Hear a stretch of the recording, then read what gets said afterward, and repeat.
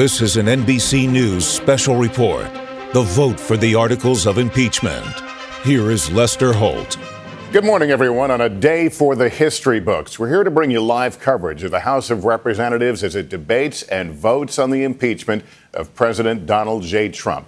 Only twice before in American history has the House taken such a step. The process, begun just 12 weeks ago by House Speaker Nancy Pelosi, has produced 2 articles of impeachment against the president, charging him with abuse of power and obstruction of Congress for soliciting the interference of a foreign government in the 2020 presidential election, pushing the leader of Ukraine to investigate potential rival Joe Biden, and withholding millions in security aid as leverage. The president remains defiant and unrepentant this morning, angrily lashing out, insisting he's done nothing wrong. Nevertheless, he appears headed for all but certain impeachment, and then a trial in the Senate within weeks. An extraordinary moment in our country's history, and we're here to bring it to you live. Joining us this morning, NBC's Andrea Mitchell, Chuck Todd, Jeff Bennett, and Hallie Jackson. Also with us, former federal prosecutor and NBC News analyst Andrew Weissman, and in Washington, NBC News presidential historian Michael Beschloss. Let's begin with Jeff Bennett on Capitol Hill. Jeff, there's a number of steps before we get to the vote. Walk us through it. Hey, Lester, good morning. Well, before the House can take this historic vote, they first have to dispense with some procedural business, and that's they have to vote on the rule that establishes how the floor debate around these articles of impeachment will be conducted. And right now I'm told we're going to listen in as this proceeding gets underway. Please join me. I pledge allegiance to the flag of the United States of America and to the republic for which it stands, one nation, under God, indivisible, with liberty and justice for all. Leave a message. Madam Speaker, a message from the President of the United States. Madam Speaker. Madam Secretary. I'm directed by the President of the United States to deliver to the House of Representatives a message in writing. Pursuant to Clause 4 of Rule 1, the following enrolled bill was signed by the Speaker on Tuesday, December 17, 2019. H.R. 5363, a bill to reauthorize mandatory funding programs for historically black colleges and universities and other minority-serving institutions and for other purposes. So we're going to go to Jeff now, who is, after the Pledge of Allegiance, now can explain what we're seeing and what happens next. Right. So this will carry us through until around 10 a.m. Eastern, and that is when we expect the floor debate to begin. So Democrats and Republicans will have 6 hours to divide evenly. You'll see the top Democrat and Republican from the House Judiciary Committee, Lester, oversee that debate. And so we expect that Democrats will offer a recitation of the facts and evidence to explain why they see impeachment as the proper remedy for President Trump's Ukraine dealings. Republicans largely will relitigate the process that has brought us to this point, and to echo President Trump, who says that impeachment is a partisan sham.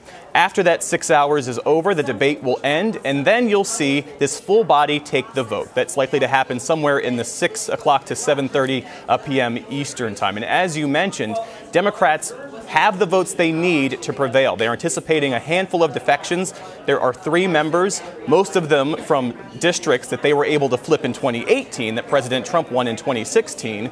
All 3 of them say they will vote either against both or one of the articles of impeachment, but Republicans are lining up fully behind President Trump on this, Lester. All of them expected to vote against impeachment. All right, Jeff, we will be relying on you a lot as we walk through some of these procedures. In fact, one of the procedural votes, as you see, taking place right now. Let's go to Hallie Jackson at the White House. The president already tweeting this morning as he saw a message delivered to Congress. And he's not happy about it, Lester. He is out with several tweets just in the last little bit saying, "Can you believe that I will be impeached today by what he describes as the radical left do-nothing Democrats, and I did nothing wrong," calling it a terrible thing. He goes on to say what he said so far in this process: read the transcripts. This should never happen to another president again. Say a prayer, a reference, of course, to Nancy Pelosi's comments that she often prays for President Trump. He is angry, Lester, based on the conversations that I have had with sources in and around the White House here and our team as well. He does not want to be impeached. This is a president who understands that this is going to be a forever tarnish on his administration and on his legacy. That said, I'm told by people close to the president that he is ready for a fight. He relishes it. He knows this is coming. He knows that it is inevitable. But there is a sense inside the West Wing here from officials around the president as well that they're just mad that this is now happening some 70 plus days, 80 days after the initial impeachment proceedings were open. You can sense the president's anger. It's very clear from that 6-page extraordinary letter that he directed to House Speaker Nancy Pelosi just in the last 24 hours, complaining that he had no due process, saying that more was afforded to those accused in the Salem witch trials. And then said this to the speaker: by proceeding with your invalid impeachment, you are violating your oaths of office, you are breaking your allegiance to the Constitution, and you are declaring open war on American democracy. It is a truly remarkable message from the President of the United States to the sitting House Speaker, and it is one that shows just how defiant President Trump is in this moment. We're watching for several key moments today, Lester, as this floor debate continues on the House and the vote is ultimately taken. We expect the president to leave for a rally. He's going to be in front of lots of supporters in Michigan later tonight. That'll happen mid-afternoon here at the White House. As he often does, he may stop and take questions from reporters on the way. And then watch for this moment as the vote is happening. It is quite possible, based on the timing that we think could occur over on Capitol Hill, that the president could take the stage at his rally within minutes of the vote to impeach him.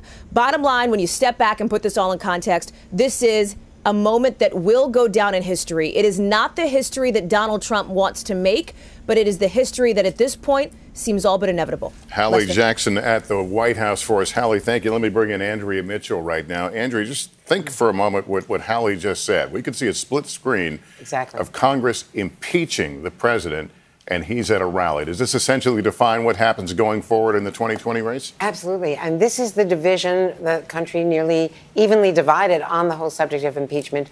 The president will be voicing what he has said in this extraordinary letter. Hallie mentioned how unusual it is. It is a partly profane, angry, vituperative letter filled with exclamation points. It is virtually dictated by the president. And you're going to hear that in his almost stream of consciousness rally style in the key state of Michigan, where you have, of course, one of the 3 states that helped elect him, 3 states that switched to the Trump column and were not really combated by the Democrats. And that's where you also have a number of freshman Democrats like Alyssa Slotkin, a former CIA analyst, who faced an angry town hall meeting in her district and said she felt and feels this in her gut. She studied the articles of impeachment. She studied all the transcripts. She did what she was trained to do as a CIA officer, and read the Constitution on her farm over the weekend and decided she had to face the voters before the vote so that she would not be taking them by surprise. And knowing and acknowledging there could be a political cost. Acknowledging that it could not only cost her seat, but the House could flip. And Nancy Pelosi knew this going in, and that's why, among other reasons, knowing the heaviness of this and the political costs, impeachment is not going to help the Democrats, according to most of the analysis. And the president says and believes that it will help him politically. They're already monetizing it and raising a ton of money for the Republican reelection campaign. Yeah, I want to bring in Chuck Todd here. Chuck, we have focused so much on the fact that so much of this is a foregone conclusion. We think we know what's going to happen this evening with that vote. We think we know what's going to happen in the Senate. But pause for this moment in time, if you will. Impeachment. It is, in fact, while it doesn't guarantee removal from office, it is a stain. It's a mark of shame and something that will be noted by history. It will be. I was struck both just last night and this morning how unremarkable today is suddenly feels. And I say that because it is remarkable what's happening. It is historic what's happening.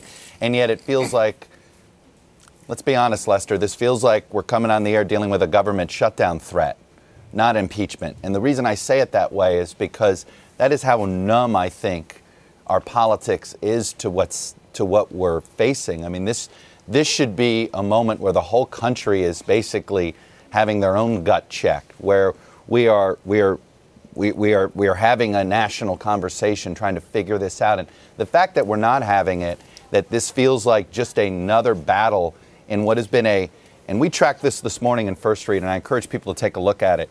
Basically, This has probably been the worst decade in American politics, certainly in our lifetimes, Lester.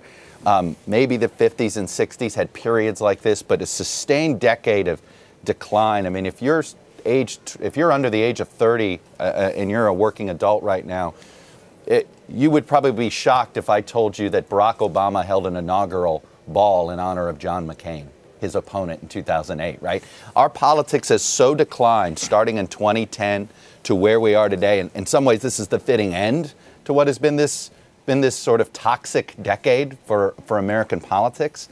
But the fact that it feels like we're just sort of stumbling to this, that this isn't a larger conversation for the country to grapple with what this president is putting the Constitution through, I think just tells you how numb we are to this, to the politics that we participate in these days. It is a sad commentary. Chuck, thanks very much. Let me bring in Michael Beschloss now, a presidential historian.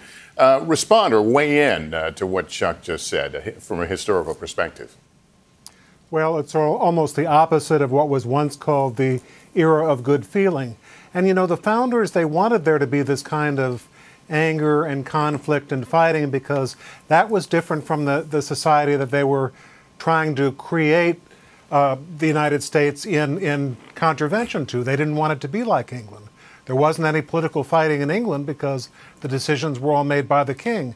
So if they came back, they would love to see that there is the kind of conflict you see in Washington, but what they would be missing is the conciliation and the compromise and the negotiation and the healing. That's what you've seen in American society at its best.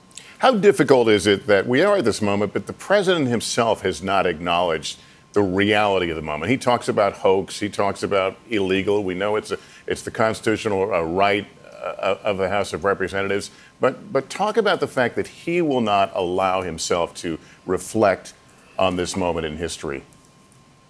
Well, that's classic Donald Trump, which is never complain, never explain. And that has a lot to do with the fact that there has been so little cooperation with the House of Representatives at the time that it's been considering these articles of impeachment.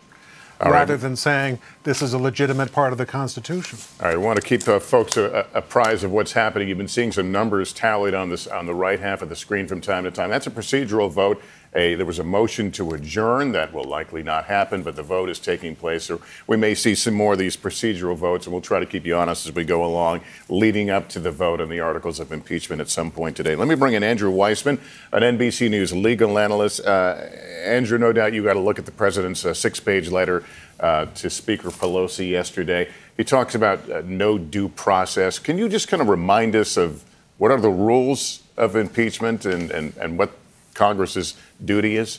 Sure. So one thing that's useful to note is there aren't a lot of rules.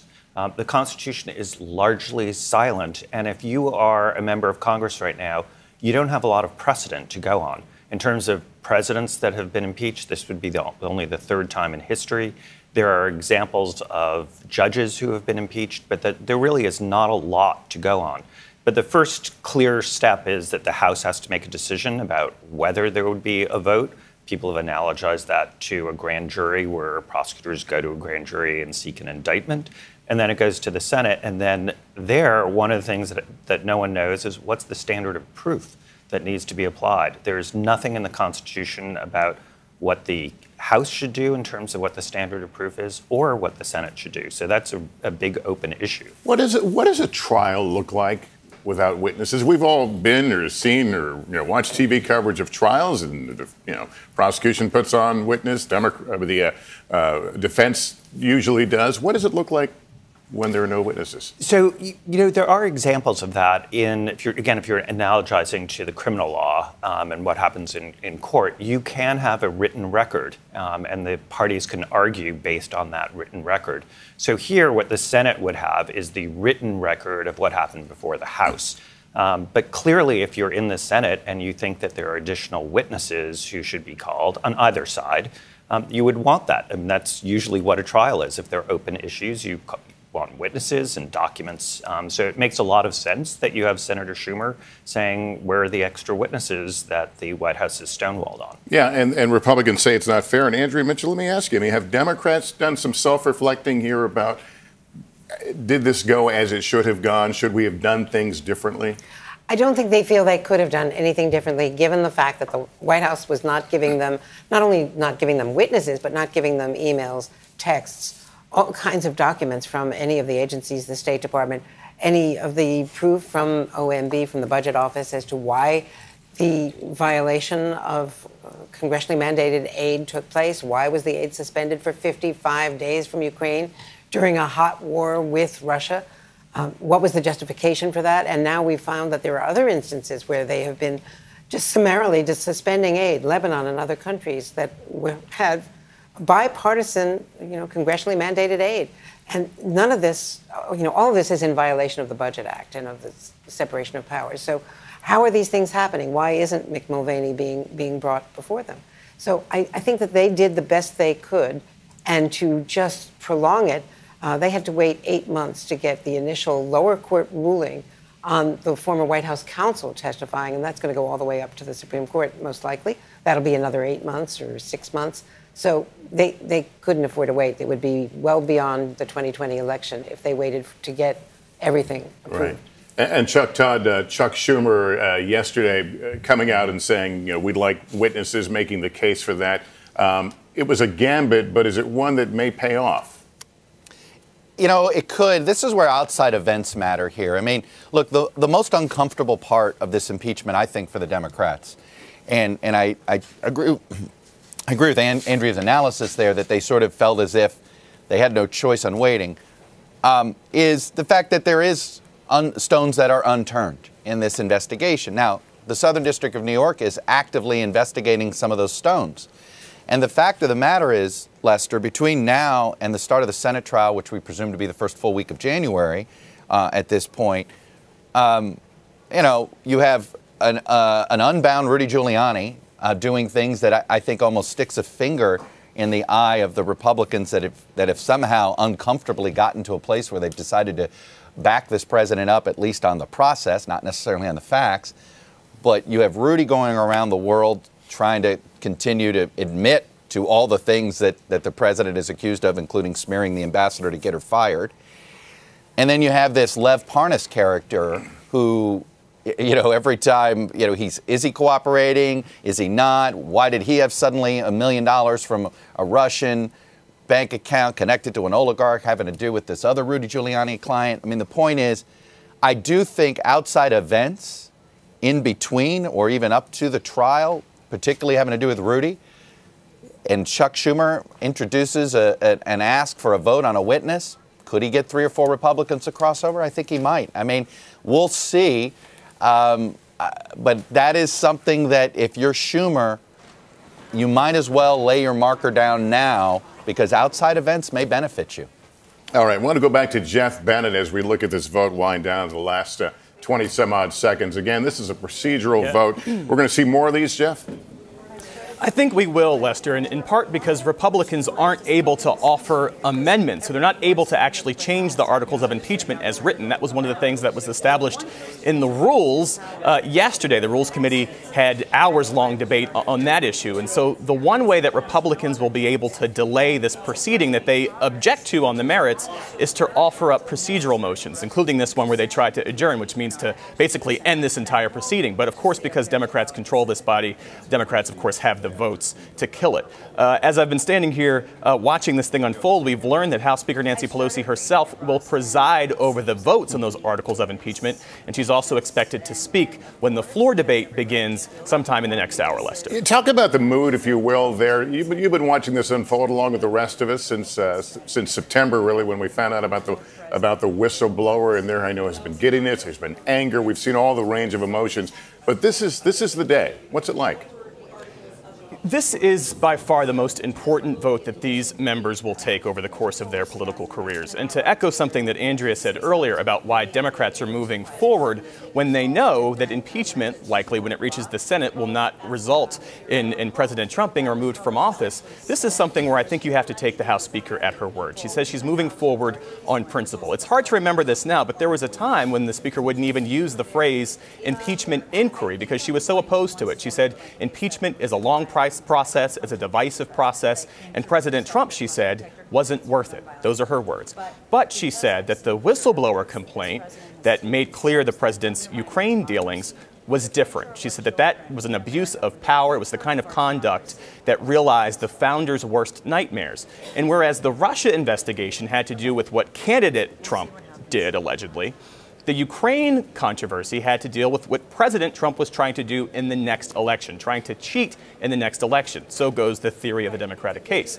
And that was the real game changer for her. So Democrats really have expended a ton of political capital. And even as we talk about these three defections, these three members from these districts, these Trump-leaning districts, the real story here is the 30 or so Trump frontliners, majority makers, who are still going to vote for impeachment, even though it might be against their political interests, Lester. So that's certainly something we're watching for as this vote gets underway later into the evening. All right, Jeff, thanks. Let's swing back down to the White House now, where Hallie Jackson is standing by. You noted the president has tweeted he'll be at a rally today. He has talked about, and others have recognized, that on some weird level this may be good for him. How do they see that? What's the good part that they see?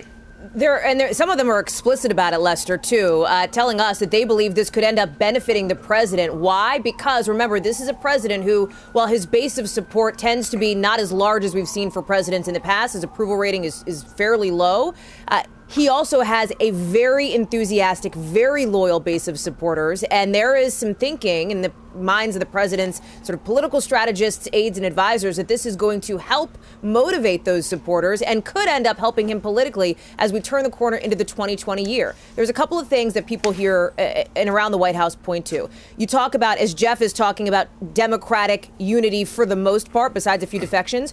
I hear a lot about Republican unity and people pointing to the fact that there are no cracks in the Republican wall of support for President Trump in the House. He's got extremely vocal defenders like Ranking Member Doug Collins on the Judiciary Committee, who we've watched a lot here on these special reports here on NBC News, as he has led the judiciary process there. President Trump has liked what he has seen from his defenders on Capitol Hill. You also have on the Senate side very few senators, no senators so far, who have come out and said that they would vote to convict the president. Nobody has been willing to cross that line. Senate Majority Leader Mitch McConnell has explicitly said that he is not an impartial juror in this case and has talked about his communications with the White House as the impeachment process is expected after tonight to move from the House over onto the Senate side. And so far, there is no reason for the president to believe that the Republican support is crumbling for him right now. That is a little bit different than what you've seen historically in the past. And with other presidents who have been impeached, with the impeachment of former President Bill Clinton, for example, and that is what people here will point to, the potential political upside. Now, grain of salt, the usual caveat, right? Some of that, of course, is probably a little bit of spin. No aide wants to come out and say this could be politically damaging for the president. But the way the president sees it is an opportunity to have an opponent, to get out there, to rail against the do-nothing Democrats, as he has put it, who has unfairly, in his view, impeached him based on very little evidence. Again, this is the thinking of the president and the White House and the argument that they are making. That said, if you go from the political to the personal, it's interesting that one official tells our team about a specific line in that letter in which President Trump references how difficult this has been for his family, an indication of how the president sees this as a personal attack on him, less so as a judgment on his actions as president, because, again, President Trump feels like he did nothing wrong. The facts of the matter, though, are not in dispute. And at this point, you have, Chuck mentioned, Rudy Giuliani, the president's personal attorney. You have even the president's personal attorney acknowledging, even boasting about what he had done as far as travel to Ukraine, work on these investigations that could help the president politically in 2020, into the Bidens and into the 2016 election. The facts largely are out there for people to see. It is a question of how you come at the judgment politically, and that is what you're seeing unfold here on Capitol Hill. Bottom line, Lester, President Trump will go to that rally tonight. He is probably going to be quoting lines from the letter that he sent to House Speaker Nancy Pelosi. I understand, and our team understands, based on our reporting and our sourcing, that President Trump wrote that with the help of one of his close confidants here, Stephen Miller. It was vetted by the legal team only after the letter was written and in the moments before it was sent, or in the days before it was sent. This is something that letter, very personal from the president, and it is likely something that he will bring up tonight in front of a very supportive crowd. All right, Hallie, let me bring back Andrea Mitchell. Is this, for Democrats, is this a case of use it or lose it? Meaning they couldn't get the numbers to impeach based on obstruction of justice and the Mueller. Then came this issue with the whistleblower and what appeared to be a clear-cut case. Was this a sense that if we don't impeach on this, we'll never get the opportunity again? I'm not so sure, Lester, because I think there was a real reluctance, as Jeff Bennett was describing. Remember, Nancy Pelosi wouldn't use the I word.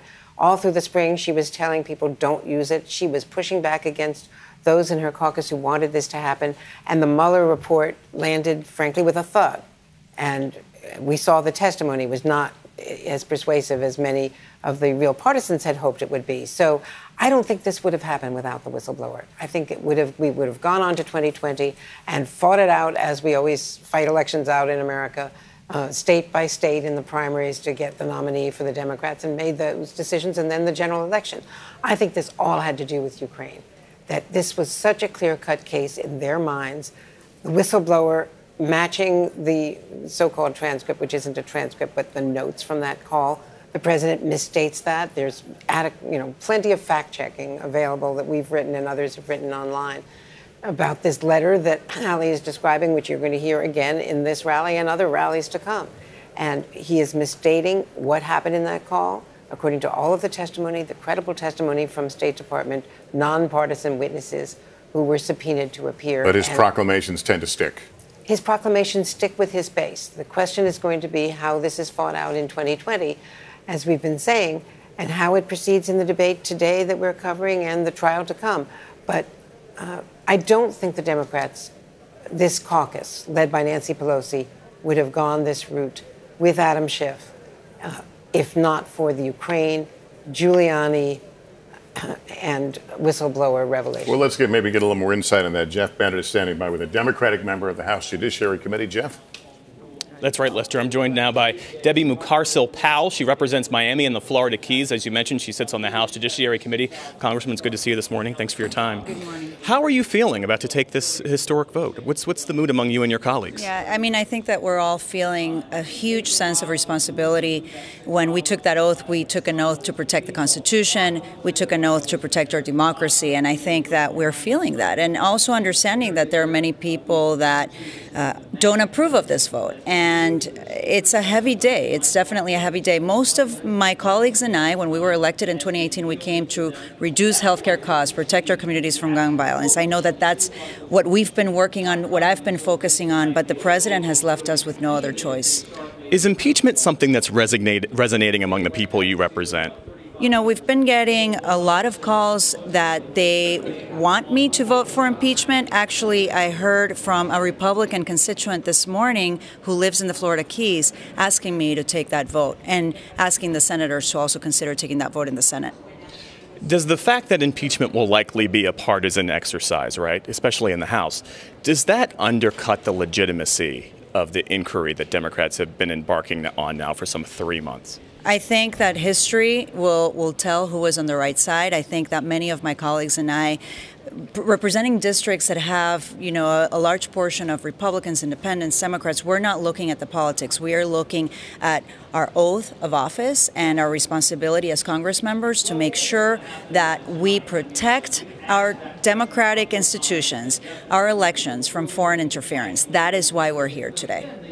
How has Speaker Pelosi messaged this to you and members of your caucus over the last few months? We've seen what she said publicly, but privately, how has she encouraged you and your colleagues to move forward in this process? She has not encouraged anyone personally to move forward. What she always says is that we need to vote our conscience on this vote. She has made sure that the chairman, Adam Schiff from House Intelligence Committee, and our chair in the Judiciary Committee, Jerry Nadler, present the facts to the caucus. But I have not seen or heard directly from her personally or seen any other colleagues getting that call from her saying, you know, you should take a vote on impeachment or not. I mean, I do think that she has respected that all of us have to make that decision for ourselves. Thanks for your time. Thank you so much. It's great seeing you this morning. And so, Lester, you heard there the Congresswoman say that the House Speaker has not encouraged her members to vote in any particular way on impeachment. That's something that she said before, that this is a vote on which members will have to vote their conscience. That said, though, certainly the House Speaker and House leadership know, and they've known for weeks now, that they have the votes they need to prevail. They can afford to lose 17 Democrats and still move forward, and there's nothing to suggest that there will be a number that large of Democrats peeling away, Lester. All right, Jeff, thank you. And high crimes and misdemeanors. Andrew Weissman, I think a lot of people are looking at this through the lens of a crime as we see criminal statutes today. Is that the lens we should be looking through? No. So it is not required that the president have committed a federal crime or a state crime. It is also possible for him, even if he committed a federal or state crime, to not be impeached. In other words, high crimes and misdemeanors does not correlate exactly with being a federal crime or state crime. That being said, if there is a serious federal crime that the president has committed, that clearly would be relevant to both the members of the House and the members of the Senate, and also just the electorate, knowing that your president has committed a crime. So I would suspect that what you're going to hear today is, from the Democrats, is a lot of discussion about the facts, because facts should matter. In a court of law, you have a judge who's presiding who can impose that, who can make sure that the facts really do govern the discussion. Here in the political process, that's less likely to occur, but I would think that you're going to have the Democrats talk about that. A lot of focus, of course, in the first article, impeachment, abuse of power, but the second one, obstructing Congress. That one seems to have long-lasting impacts beyond this. The president has very openly told his people not to cooperate. What's the next step beyond that if that goes unchecked? So I think that is a complicated count to have that voted on, and that's because part of what the president can legitimately claim is there are actual immunities and privileges that I would like to litigate in the courts. And if that was all that the president was doing, I think it would be very hard for the Democrats to say that that is obstructing the case or abusing his powers.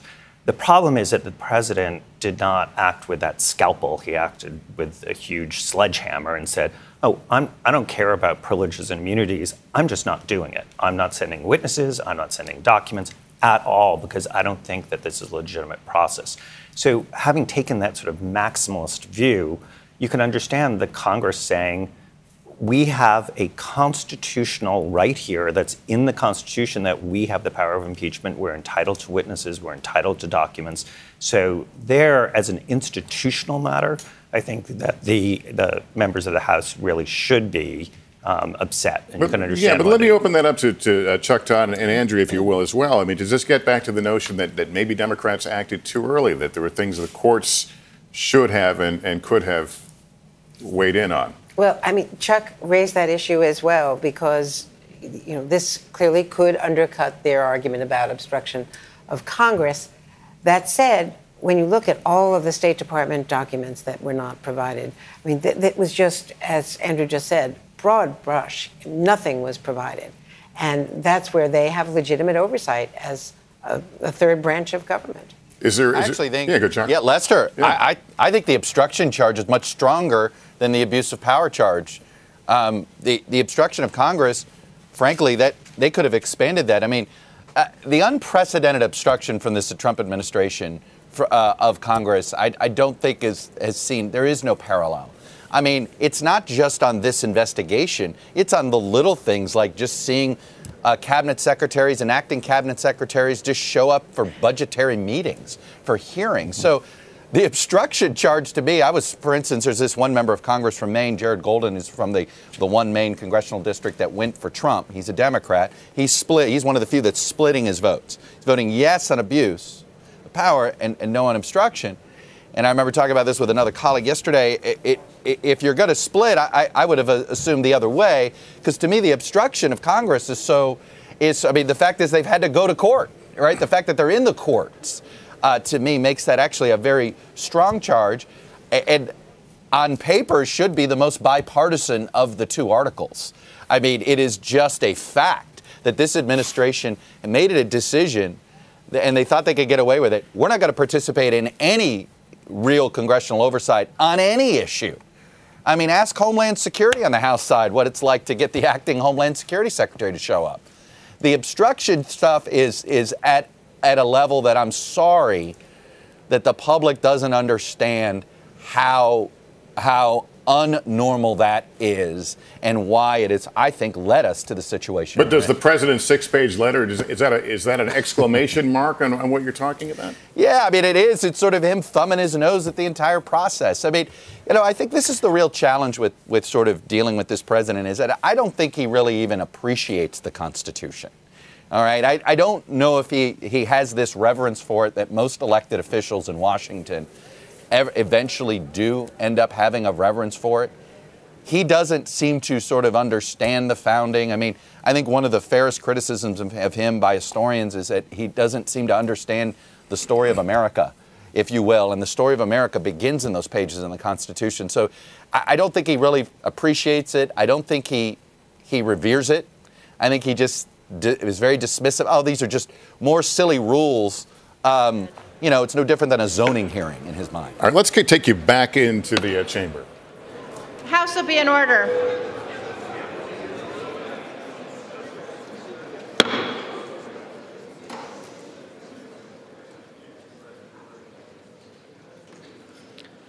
For what purpose does the gentleman from California seek recognition?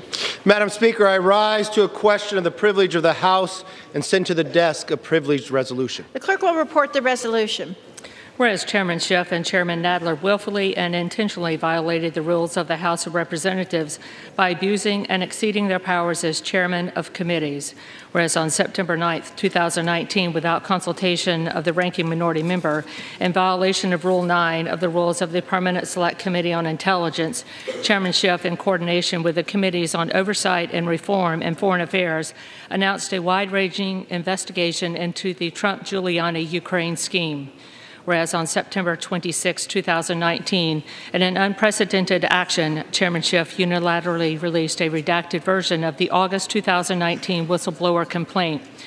Whereas on September 26, 2019, in his opening statement at a public hearing, Chairman Schiff engaged in a false retelling of the July 25, 2019 telephone conversation between President Trump and President Zelensky.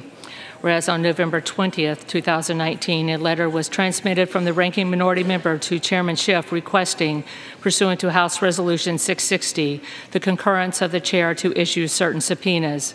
Whereas on November 20, 2019, after excusing the witnesses at an open hearing and without prior notice to the Republicans on the committee, Chairman Schiff announced that the committee had a business matter to take up and convened an impromptu business meeting to consider the ranking minority members' November 20th request concerning certain subpoenas. Whereas on November 20th, 2019, Chairman Schiff violated Clause 2G3 of Rule 11 of the Rules of the House of Representatives, which states, the chair of a committee shall announce the date, place, and subject matter of a committee meeting, which may not commence earlier than the third calendar day on which members have notice thereof. The clerk shall suspend. The House will come to order.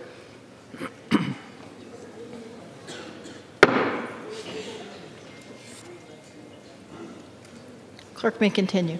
Whereas on November 20th, 2019, Chairman Schiff's action further violated paragraph 4B of House Resolution 660, which states, in the case that the chair declines to concur in a proposed action of the ranking minority member, the ranking minority member shall have the right to refer to the committee for decision the question whether such authority shall be so exercised, and the chair shall convene the committee promptly to render that decision, subject to the notice procedures for a committee meeting under Clause 2G, 3A, and B of Rule 11.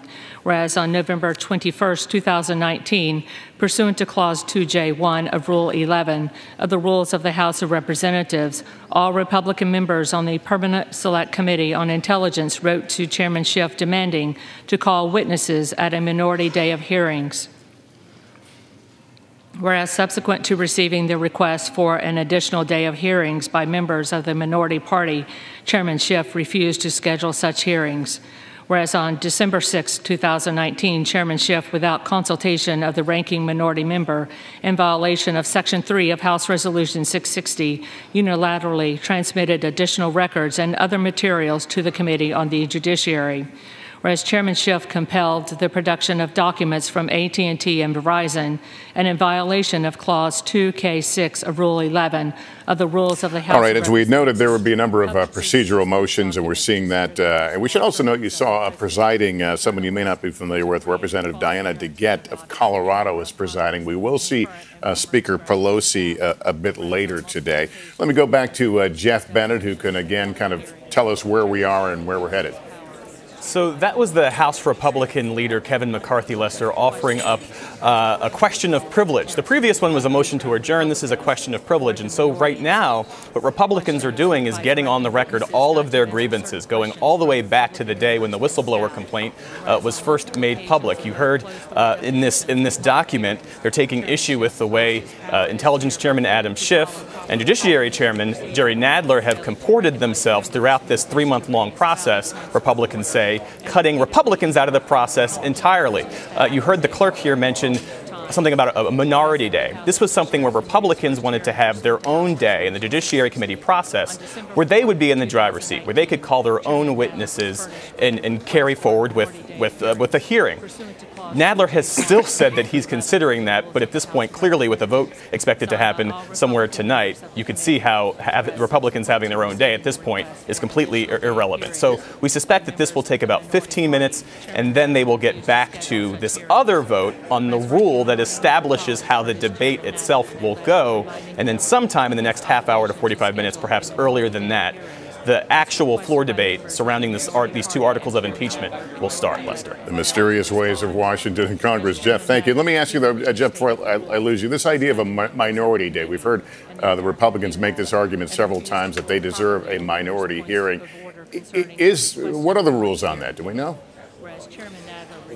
So Chairman Nadler has said that the precedent does not call for it, and certainly Republicans take issue with that. And they say that in fairness, because Republicans only had that one constitutional scholar that Democrats allowed them to bring forward in that first hearing the Judiciary Committee had when they heard from the legal scholars about the legal framework and the legal justification for impeachment, that Republicans wanted more than that.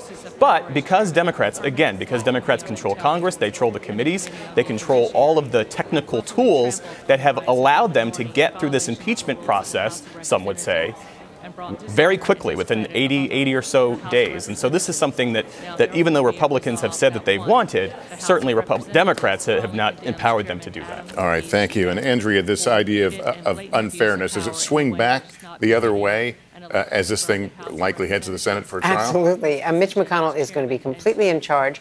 The Chief Justice presides, but it's very unclear how much authority the Chief Justice has in whether witnesses can be called or not called. It's really Mitch McConnell who will be in charge. And he doesn't have a great margin of error because if two senators go over, they could demand that other witnesses be called and actually vote that way. And certainly Susan Collins today signaled some independence in that she is going to vote. Questions on the motion to table? All in favor say aye. Aye. Opposed, no? No. In the opinion of the chair, the ayes have it. Gentleman from California. Madam Speaker, I request a recorded vote. Recorded vote is requested. Those favoring a recorded vote will rise. A sufficient number having risen, a recorded vote is ordered. Members will record their votes by electronic device. This will be a 15-minute vote.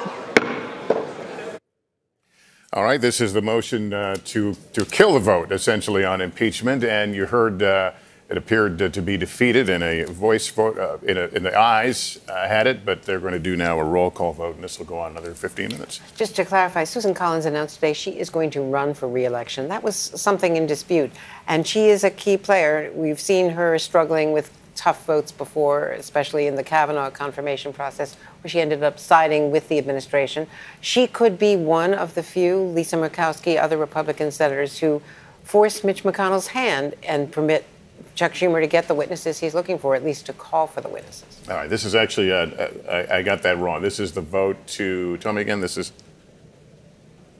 to kill the McCarthy resolution. Okay, this is, Jeff, why don't you get me out of trouble here?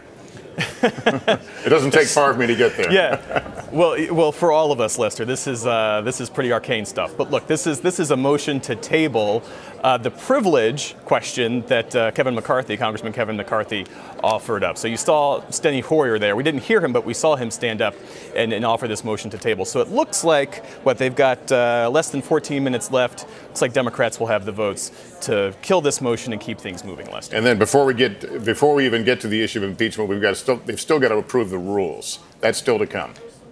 Right. They have to approve the rule, and then that sets in motion the 6 hours of debate, evenly divided between Democrats and Republicans. And then at that point, you'll see two folks who I think are easily recognizable by now. You have House Judiciary Chairman Jerry Nadler, and then the top Republican on that committee, Doug Collins. The two of them will preside over that floor debate. And you'll see speeches from folks like Adam Schiff. He will tick through all of the evidence. You'll see some of the president's chief defenders here on the Hill, like Mark Meadows and Jim Jordan and a few other folks who will speak for the length of that 6 hours. Once that cuts off, then they get after it and they actually vote on the articles of impeachment. All right. Andrea, Nancy Pelosi, we'll be seeing her a couple of times later today, talking about the weight of history on one's shoulders. Well, she's going to open the general debate, and she will also give a closing speech, as will her counterpart, the minority leader, the Republican leader, Kevin McCarthy from California. Nancy Pelosi has been a remarkable figure in all of this. She is completely maligned and dismissed and attacked in this extraordinary letter, this 6-page letter that the president obviously had a great hand in writing, and as Hallie Jackson reported, was aided with Stephen Miller, one of his most hardline domestic advisors in charge of immigration policy and the like. It sounded very much like the Steve Bannon American carnage rhetoric from the inaugural address. It was that aspect of Donald Trump's political personality coming out. He's clearly furious. We are, from all of our reporting, angry, the mood in the White House angry. So you're going to hear some of that among the partisans in this debate. But Nancy Pelosi has been dignified and really straightforward. You saw that one flash of anger at a reporter who asked her whether she was doing this because she hates Donald Trump. That was about 2 weeks ago. And she turned back on her heels, went back to the microphone and said, I am, a Catholic. I was raised a Catholic. We don't hate anyone. I was raised not to hate anyone. So don't mess with me. And then stalked out. That brought a lot of partisan reaction, as well as cheers from Democrats who really admire the way she has led this caucus, saying that she did not want to go to impeachment, did so reluctantly, and finally went along with it, as we were saying earlier, because of what happened with Ukraine. And as you see with the articles of impeachment, they do not, except in passing, refer back to all of the Mueller investigation. When they talked about the pattern of abuse, that in the first article is what refers implicitly and very subtly, but not legally, to everything that preceded it. But, that informs what they're doing, but it was not what led to impeachment. And she understands the politics. They could lose control of the House, depending on how they handle this and whether they do it in as dignified a way as they can. Let me go to Chuck Todd again as we watch this latest procedural vote take place. By the way, there is a 2020 race for president. Has the pause button essentially been pushed on that? Well, I guess it has been for us. I say this, this is a classic case. If a tree falls in the forest and no one's there to report on it, did it make a sound? I think the fact that the Washington and the national political press corps has been largely focused on the impeachment battle, I think creates the perception that the campaign has been on pause, but it's been anything but pause, right? There's been lots of antagonism, if you will. In some ways, it's almost been on another planet. I mean, there have been these speeches. Elizabeth Warren had a major speech last week where the first time she leveled attacks almost by name on Pete Buttigieg and Joe Biden. I mean, it was the type of story, frankly, Lester, that would have been the number 2 or number 3 spot on nightly news on Earth 2, right? It was sort of an active campaign. So it's not as if it's been on pause.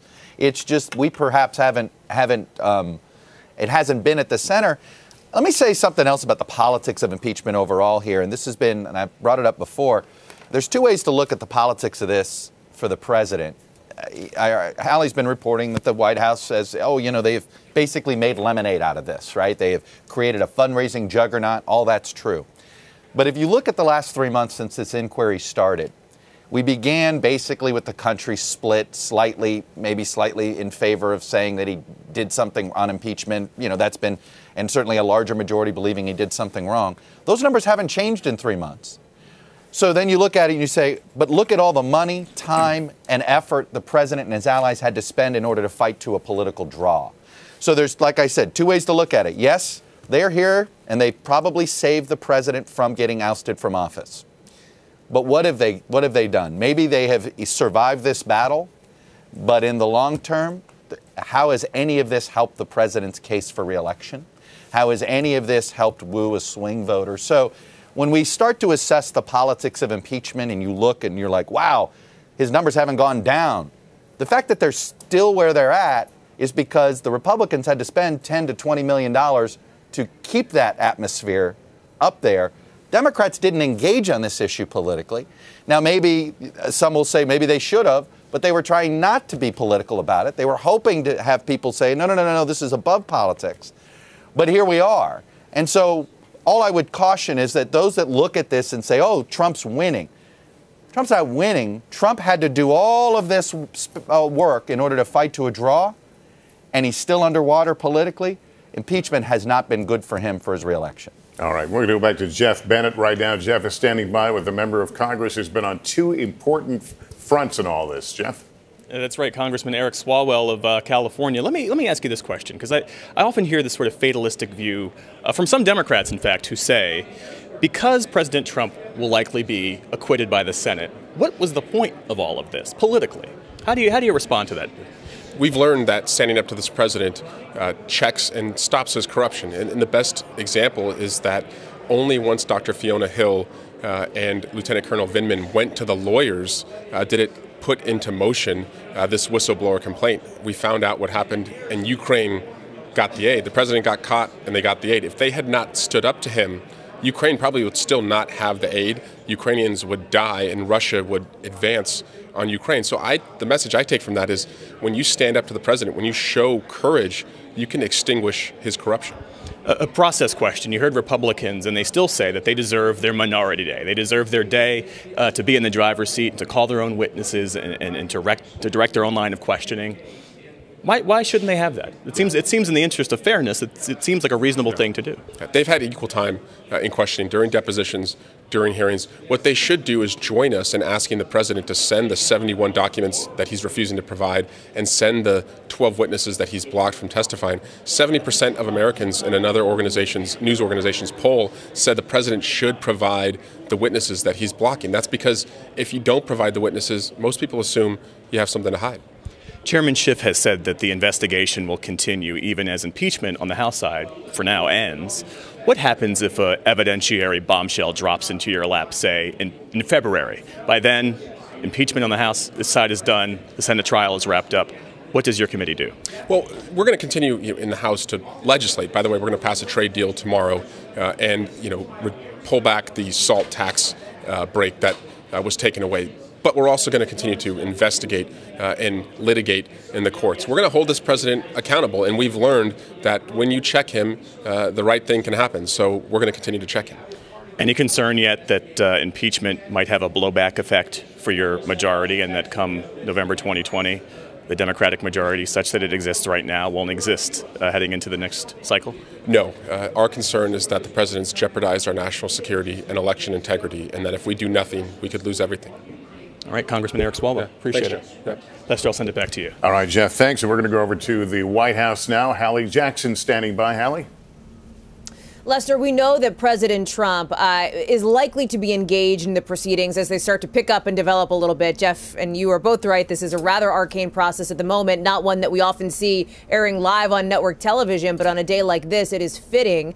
We know that the president and his team are engaged. I can tell you that inside the White House, the TVs, of course, are tuned to the cable networks as they often are. All of them are covering what we are seeing right now. It's interesting when Chuck raises the point in your conversation about how the president politically is going to be able to fight this in 2020, essentially, and how this will end up litigated on the campaign trail.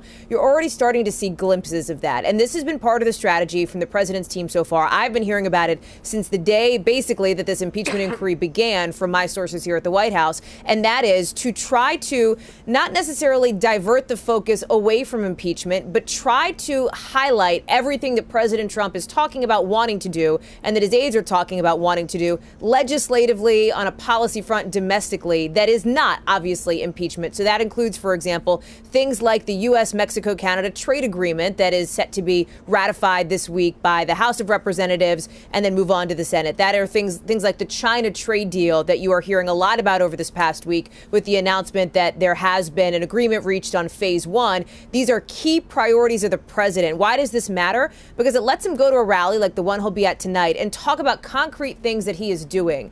He twins that with railing against the Washington establishment, the Washington elite, as he so often did. This is a page out of his 2016 playbook. It's a very different book these days, right, as we head into 2020, given that he has been in office for 3 years, just about so far, given that he will be an impeached president. By the way, the first one ever in history seeking re-election.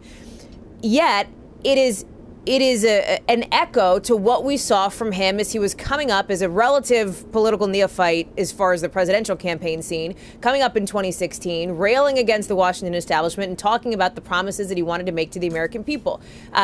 This does present political challenges for him, make no bones about it. And that is going to be something that his team will have to grapple with. But our reporting on the campaign side indicates that aides there are almost gleeful about the prospect of being able to say, look, Republicans are standing with President Trump. All of these lawmakers that you are seeing, the ones that Jeff mentioned, who you'll be hearing from today potentially, Mark Meadows, Jim Jordan, Doug Collins, these are staunch allies of the president. I see some of them often here at the White House coming in for meetings with President Trump. That is going to be something that will be highlighted, as well as the ability of the president's supporters to stay behind him even in a moment like this. This is a president who is extremely on message with calling this a hoax and a witch hunt, despite the criticisms that Democrats have been leveling against him, Lester. And Hallie, let me ask you this. Is it possible the president took the long, bumpy road, the long way around, but got where he wanted to be? By that, I mean the Democrats' contention essentially has been that he wanted this announcement of an investigation by Ukraine so that he would have a talking point against Joe Biden. Well, he has that talking point, not exactly in the way he wanted, but that keeps being, Biden and Burisma are now part of the conversation. Especially on the Republican side, Lester, when you have people like Senator Lindsey Graham, for example, raising the prospect, as he was several weeks ago, of seeing Hunter Biden. The president wants to see the Bidens testify, for example, in a Senate trial. Likely to not happen, of course. But you make an interesting point. But remember, when you raise these investigations and when you invoke, for example, Hunter Biden's name, there have also been a series of fact checks that are out there and sort of the rebuttals. And this is something that I've talked to sources in and around the Biden campaign about why what the president is saying is simply not accurate. Now, he did ask, and there is an acknowledgement that he wanted Ukraine to investigate. That is not a set of facts that is in dispute. That is something the president has acknowledged in the rough transcript, those call notes that were released from that critical July call now with the Ukrainian leader. It does sort of put it in the political sphere, put it in the sphere of discussion here. But I do want to make one thing very clear here, because early on in this impeachment proceedings, and when it looked like this was going to be happening, there was sort of a talking point that you heard from some corners that maybe the president actually wants to be impeached. Perhaps he actually would enjoy this and it would help him politically, and so he's looking forward to it.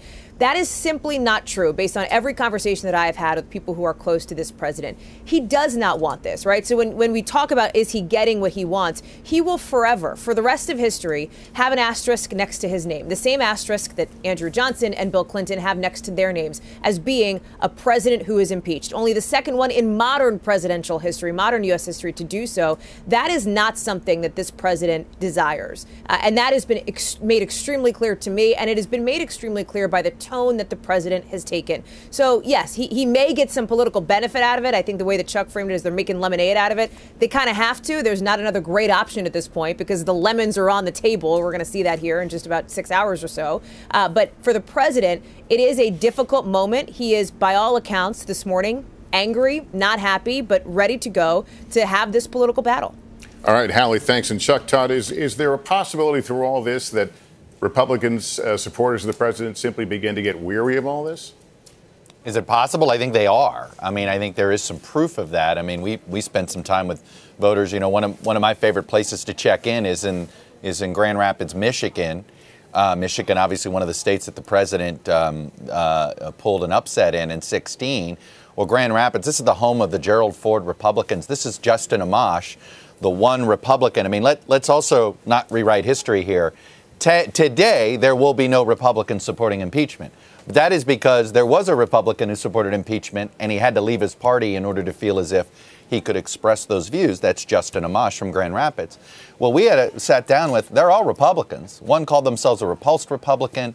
It is, you know, I think the president's biggest problem in re-election is going to be exhaustion, is going to be where you have this, the voter he desperately needs is going to be this suburban former Republican, a Romney voter perhaps, that maybe some of them held their nose and voted for him in 2016. These are the ones that are like, they don't support impeachment. That doesn't mean they want another 4 years. And I do think that that's something that Republicans haven't fully comprehended about how, at least the ones on Capitol Hill, at how the public's perceiving this. Don't assume that someone who is against impeachment is for the Republicans. There is plenty of people out here. It was the mistake Republicans made in 2010 when Scott Walker, who was being recalled, he survived his recall.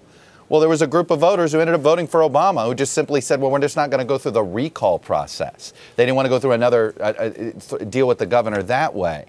So I do think some of these Republicans are making a mistake assuming that those that are not for impeachment are somehow going to then be for the president. It is simply they don't like this process.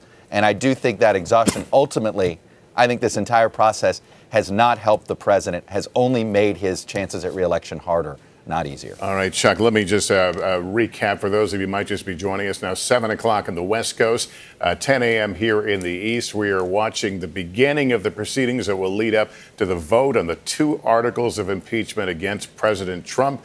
Both are expected to pass today, and he will go down as the 3rd American president to be impeached. Again, the articles of impeachment: abuse of power, obstruction of Congress. Andrea Mitchell is here with me. Andrea, those just joining us, characterize the weight of history of this day. Well, this is the first time we are having an impeachment in the first term of a presidency. So the re-election that is ahead of us is another major factor. The history of this, the burden on both sides of the aisle is really profound. And I think you may not see an elevated debate because they have not risen to the occasion very often during these proceedings. Let's listen to the presiding officer. 191. The motion is not adopted, or the motion is adopted. Without objection, the motion to reconsider is laid on the table. The gentleman, Massachusetts, rise. Madam Speaker, by direction of the Committee on Rules, I call up House Resolution 767 and ask for its immediate consideration. Support the resolution. House Calendar Number 63, House Resolution 767. Resolved that immediately upon adoption of this resolution, without intervention of any point of order, the House shall proceed to the consideration of the House of the resolution, House Resolution 755, impeaching Donald John Trump, President of the United States, for high crimes and misdemeanors. The amendment in the nature of a substitute recommended by the Committee on the Judiciary, now printed in the resolution, shall be considered as adopted. The previous question shall be considered as ordered on the resolution as amended to adoption without intervening motion or demand for division of the question, except as follows. A. The resolution as amended shall be debatable for 6 hours, equally divided and controlled by the chair and ranking minority member of the Committee on the Judiciary or their respective designees. B. The question of adoption of the resolution as amended shall be divided between the 2 articles. Section 2. During consideration of House Resolution 755, only the following persons shall be admitted to the hall of the House or rooms leading thereto. A. Members of Congress. B. The delegates and the resident commissioner. C. The President and Vice President of the United States. D. Other persons as designated by the Speaker. Section 3. After adoption of House Resolution 755, it shall be in order without intervention of any point of order to consider in the House a resolution appointing and authorizing managers for the impeachment trial of Donald John Trump, President of the United States, if offered by the chair of the Committee on the Judiciary or his designee. The previous question shall be considered as ordered on the resolution to adoption without intervening motion or demand for division of the question, except 10 minutes of debate, equally divided and controlled by the chair and ranking minority member of the Committee on the Judiciary. No other resolution incidental to impeachment relating to House Resolution 755 shall be privileged during the remainder of the 116th Congress. Section 4, the chair of the Committee on the Judiciary may insert in the congressional record such material as he may deem. Now, the clerk reading the resolution, the motion now. This is getting to the rules that were established yesterday during the Rules Committee meeting, now being put forth. We may see Republicans try to table this, but let's watch as the reading continues. Not later than the date, that is 5 legislative days after adoption thereof. Does the gentleman from Louisiana seek recognition? Madam Speaker, I raise a point of order against HRES 767 for failure. The gentleman's point of order. I raise this point of order for failure to disclose the waiver clause 2J1 of Rule 11 pursuant to Clause 6G of Rule 13, which requires the Rules Committee to specify their report any waiver of a point of order against a measure under consideration. And Madam Speaker, this underlying resolution violates Clause 2J1 of Rule 11, which entitles the minority of the committee to have the ability to call witnesses to testify during at least one day of a hearing on any given measure. This was not afforded to the Judiciary Committee minority members during consideration of the articles of impeachment, despite numerous requests by the minority's members. Therefore, I raise a point of order against consideration of the rule and the underlying resolution for the violation of minority rights and the denial of this evidence to be put into the record and for this hearing, which the House rules require, which was not complied with and was denied. I would urge the enforcement of this rule. The gentleman from Louisiana seeks to raise a point of order against House Resolution 767 on the grounds that the report accompanying the resolution fails to specify a waiver of a particular point of order and is thus in violation of Clause 6G of Rule 13. The gentleman is stating a matter for debate rather than a proper point of order. Clause 6G of Rule 13 is merely informational on any specified waivers, quote, to the maximum extent possible. As elucidated by Chairman Solomon in the legislative history accompanying the adoption of this rule in the 104th Congress, any, quote, failure of the Rules Committee to specify waivers in a rule would not give rise to a point of order against a special rule that waives all points of order, end quote. The chair would therefore advise the gentleman again that he is not stating a proper point of order. Massachusetts is recognized. Madam Speaker, gentleman from Massachusetts is recognized. Madam Speaker, for the purposes of debate only, I yield the customary 30 minutes to the distinguished gentleman from Oklahoma, my good friend Mr. Cole, pending which I yield myself such time as I may consume. During consideration of this resolution, all time is yielded for the purposes of debate only. I ask unanimous consent that all members be given 5 legislative days to revise and extend their remarks. Without objection.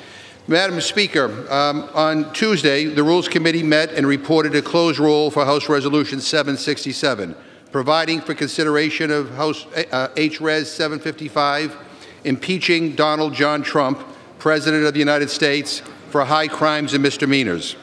The rule provides 6 hours of debate equally divided. All right, so this is the official start of debate on the rules as they were adopted by the Rules Committee today. The rules guiding the vote, including a 6-hour period of equal time, essentially debate on the impeachment articles. But again, this is the beginning of the rules now, so the day is moving on. According to the schedule I have, pretty much seems to be pretty much on schedule. Andrew Minchin, you spent a lot of time covering this body, a lot of procedures. It takes a while to get to the meat of things. It does, and this is moving rather quickly for Congress. I'm surprised. All things considered. This is a closed rule, so it's not amendable. So the Republicans used their procedural. They tried a point of order. You saw Steve Scalise, the Republican who was, reached a lot of national acclaim for the way he recovered from that shooting on the baseball practice field some years ago, and he has gone through many surgeries, and he's back and is very popular with both parties beyond partisanship. He's shown such courage and resilience. But he tried the point of order, and Congresswoman DeGette from Colorado presiding right now over this ruled it out of order and then proceeded to the rules debate, which will be 30 minutes on both sides. You will hear from Tom Cole from Oklahoma. He is the ranking Republican the counterpart to Jim McGovern, who is the chairman. And all of these positions, none of this would be happening if the Democrats were still in the minority. There never would have been an investigation.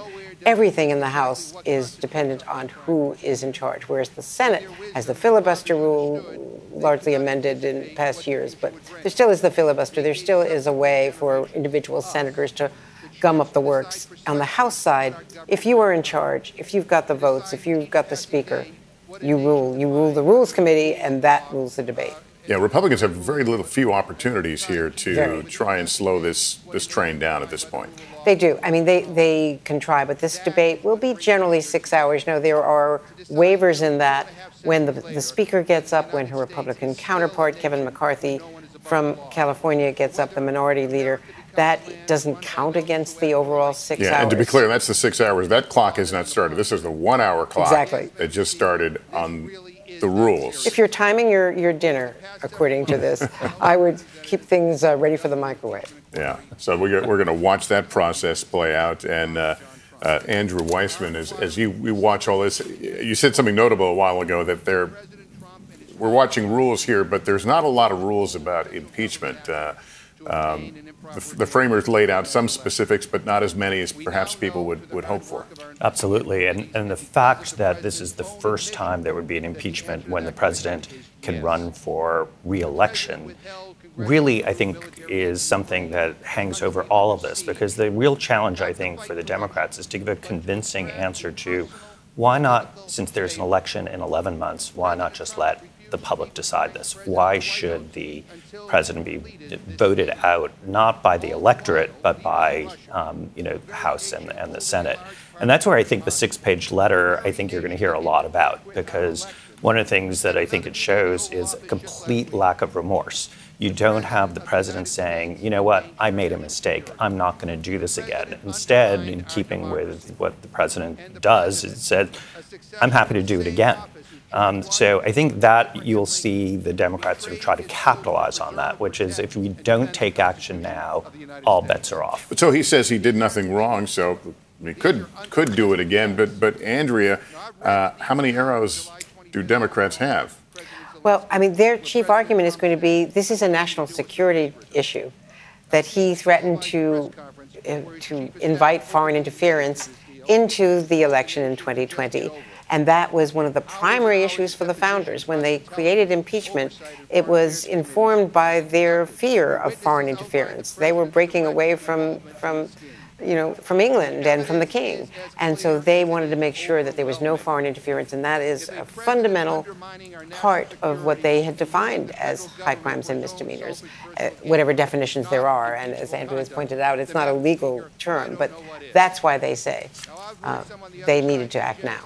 All right, well, let's go back to Jeff Bennett, who's standing there in Statuary Hall outside the chambers. Tell us, walk us through the day. It appears to be on schedule right now. You've got a guest with you, I see. I do, and we just saw House Speaker Nancy Pelosi make her way to the floor, Lester, and we anticipate that she will speak sometime shortly. But you're right, I'm standing here with Congressman Mark Meadows from the great state of North Carolina. It's good to see you. Good to see you as well. Yep. Close friend of President Trump's. Yep.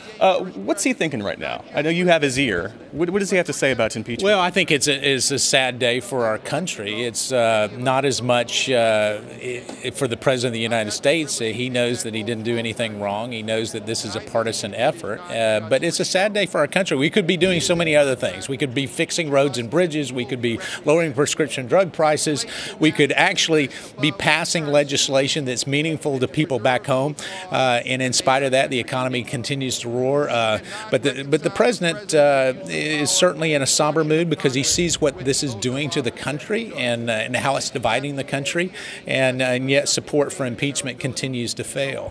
But what would you say to those who say it's the president's behavior, his actions, his own dealings with his Ukrainian counterpart that in effect divided the country when it was unearthed in that whistleblower complaint? Well, I can tell you that there's only two problems with that. It's really the behavior of the Democrats that we're concerned about here today. I mean, bringing forth an impeachment based on the flimsiest of evidence and certainly a lot of hearsay. But the other part of that is you got a real problem. You got President Zelensky, the #1 guy in Ukraine. You've got the #2 2 and the number 3 person in Ukraine, all of which say not only was there no linkage to aid and any ask for political favors, but that they felt no pressure. So you've got fact witnesses, the very victims of this crime, that alleged crime, that literally are saying that there's nothing there, and yet we're embarking on an impeachment. It's just wrong. We should say, though, that Democrats say that the mountain of evidence and testimony tell a very different story. Well, the mountain of hearsay. And listen, nobody's been in more depositions and more hearings than me. I can promise you, I've seen it. I've looked in the eyes, just like I'm looking in your eyes, just like I'm looking to the American people right now. And what I've been able to see is time and time again, when the president has been exonerated, either by testimony or by direct evidence, the Democrats have ignored it. Their rush to impeachment, we had 3 impeachment votes before there was ever a Ukrainian phone call. Now, all of a sudden, what's going to be next? But it wouldn't be hearsay if the president would allow folks like Mick Mulvaney, like Secretary Mike Pompeo, like John Bolton, to come forward and tell what they know. That seems to be the thing that Democrats are trying to do in the Senate. That's what they're trying to say. But and I've been one that's supportive of Secretary Pompeo, Secretary Perry, people who would actually have been part of that process, actually having them come testify. But it's an unfair process. Here's the problem. If you don't believe the 3 people that were the supposed victims of this crime, you don't believe them, why, if Secretary Pompeo comes forward and says there's nothing there, would they believe him? Oh, no, he works for the president. This is not your first rodeo. You understand how this works. And what they're going to do is try to make sure that this is all about politics. Thank you, Congressman. Why are you going to send it back to you? Because I'm told we have to go back to the floor here. Okay. Good to see you, though, as always. Lester? All right. I don't think he wanted to leave you. All right. Thank you, Jeff, for that. And again, as we noted a moment ago, they have kicked off the hour debate on the rules that will govern how they will then debate and ultimately vote on the 2 articles of impeachment today. Andrea Mitchell, we're going to break away here in a moment. But before we get to that vote, what should people keep in mind? Well, this debate will replicate a lot of what we heard in those hearings, but there's a different solemnity, if you will, because it is an historic House vote, and that coming after this, of course, if it concludes as we think it will be the Senate trial. All right, Andrea, we're going to take this opportunity to wrap up this portion of our coverage. I underline this. It's going to continue on MSNBC and NBCNews.com. Most of you will be going back to the Today Show now. We'll, of course, continue to watch the proceedings on the House floor. We will be back on the air when the debate on the actual articles of impeachment begin, or if events warrant, we'll certainly pop on the air then. For now, I'm Lester Holt in New York. Good day, everyone.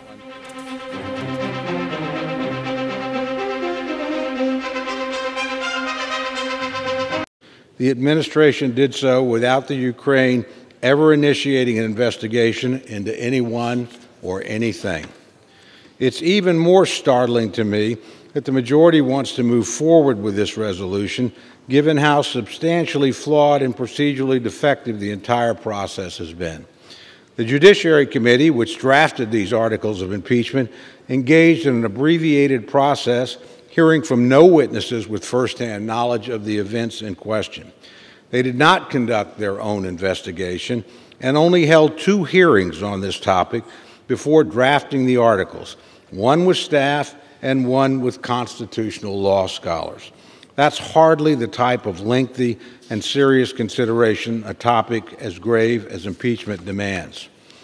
The committee actually charged with an impeachment investigation was the Permanent Select Committee on Intelligence, not the Judiciary Committee. But that committee, too, followed a primarily closed process.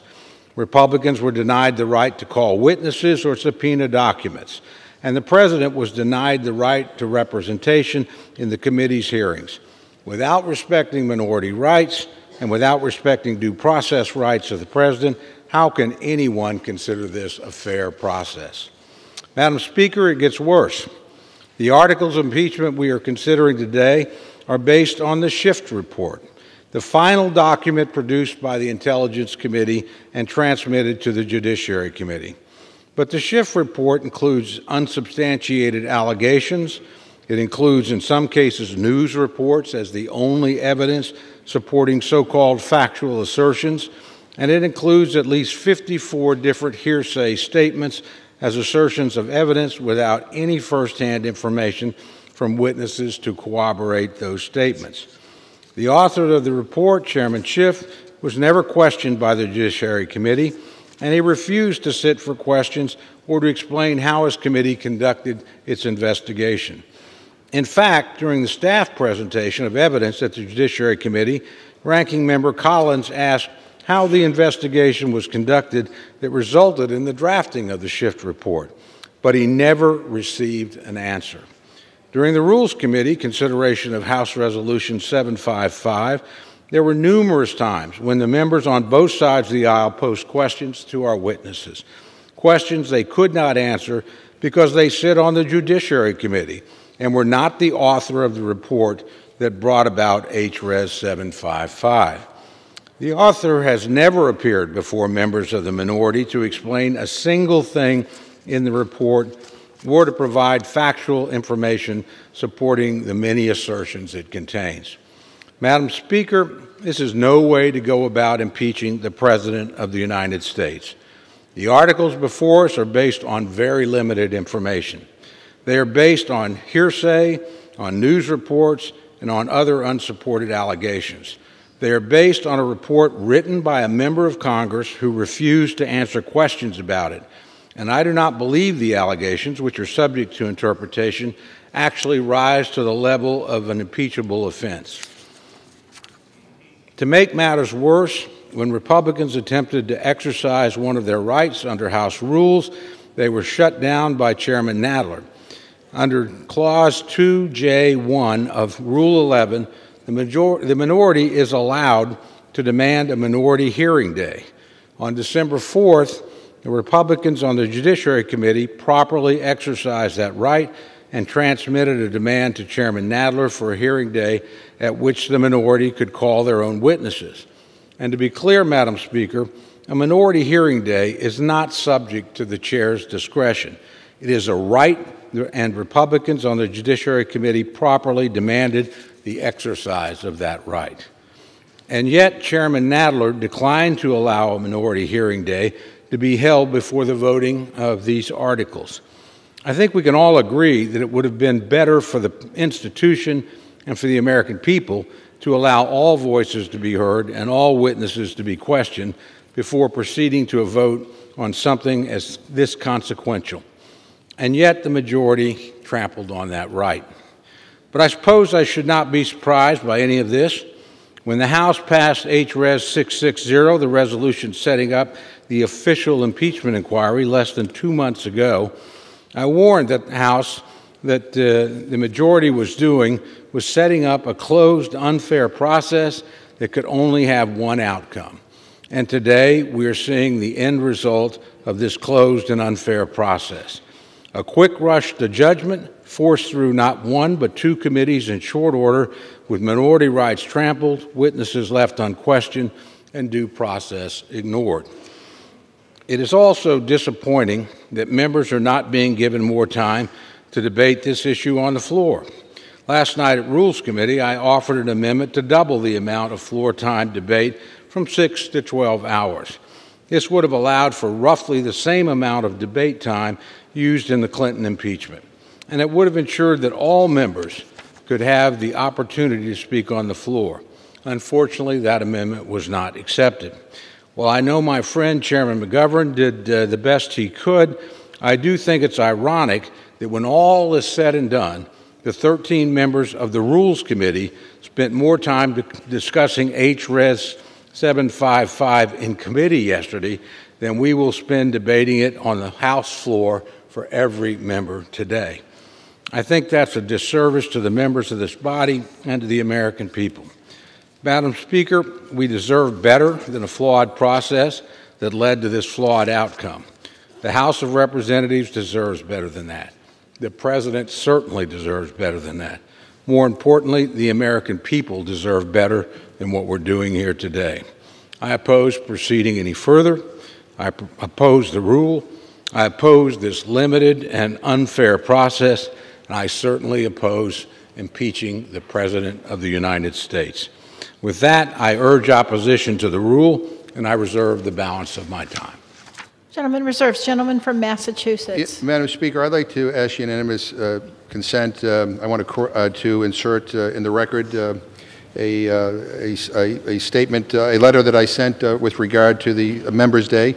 I want to correct, I think it's important to correct the record that there were 0 points of order that lie against HRES 755. Without objection, so ordered. And Madam Speaker, I want to yield myself 30 seconds. Gentleman's recognized. Yeah, we're here to talk about the President's behavior, and that's what I think we all should be focused on, not just process. But I want to just say that I'm proud of the process. Democrats and Republicans have had equal opportunity to participate in the months-long impeachment inquiry. Members of both parties have been involved at every stage of this process, from sitting in and asking questions in closed-door depositions to questioning witnesses in open hearings. The committees took more than 100 hours of deposition testimony from 17 witnesses and held 7 public hearings, which included Republican-requested witnesses. They produced a 300-page public report that laid out their findings and evidence. The Judiciary Committee then took that report and conducted 2 public hearings evaluating the evidence and the legal standard for impeachment before reporting out the 2 articles. Gentleman's time's I expired. yield myself an additional 15 seconds. Gentleman's recognized. President Trump was given the opportunity to participate in the Judiciary Committee's review of the evidence presented against him. He chose not to participate, and President Trump to date has not provided any exculpatory evidence, but instead has blocked numerous witnesses from testifying about his actions. At this point, Madam Speaker, I would like to yield 3 minutes to the gentleman from South Carolina, the Majority Whip, Mr. Clyburn. Gentleman's recognized for 3 minutes. Yes. Thank you very much, Madam Speaker. I thank you, gentlemen, for yielding me the time. Madam Speaker, I rise today feeling the full weight of my duty as a member of this august body, reflecting upon our oath of office to support and defend the Constitution against all enemies, foreign and domestic. It is my sincere belief that under the circumstances that bring us here today, there is only one path for us to take to fulfill that oath. Thomas Paine, in this first of a series of pamphlets entitled The American Crisis, published 243 years ago tomorrow, intoned that these are the times that try men's souls. The summer soldiers and sunshine patriots will, in this crisis, shrink from the service of their country. But he that stands by it now deserves the love and thanks of man and woman. Tyranny, like hell, is not easily conquered. These words were written at a time when our founders were rebelling against the tyrannical rule of the British monarchy. Today, we have a president who seems to believe he is a king or above the law. Paine warned us that so unlimited a power can belong only to God Almighty. My faith leads me to take very seriously the final words of our oath to faithfully discharge the duties of the office, so help me God. Madam Speaker, 3 days ago, I joined with a bipartisan delegation of our colleagues celebrating the 75th anniversary of the Battle of the Bulge. We laid wreaths at the memorials of Generals George Patton and Anthony McCullough. We visited foxholes that were occupied by some brave soldiers who fought in some of the worst winter weather ever visited upon a battlefield. And we visited the Luxembourg American Cemetery, the final resting place of thousands of them and General George Patton.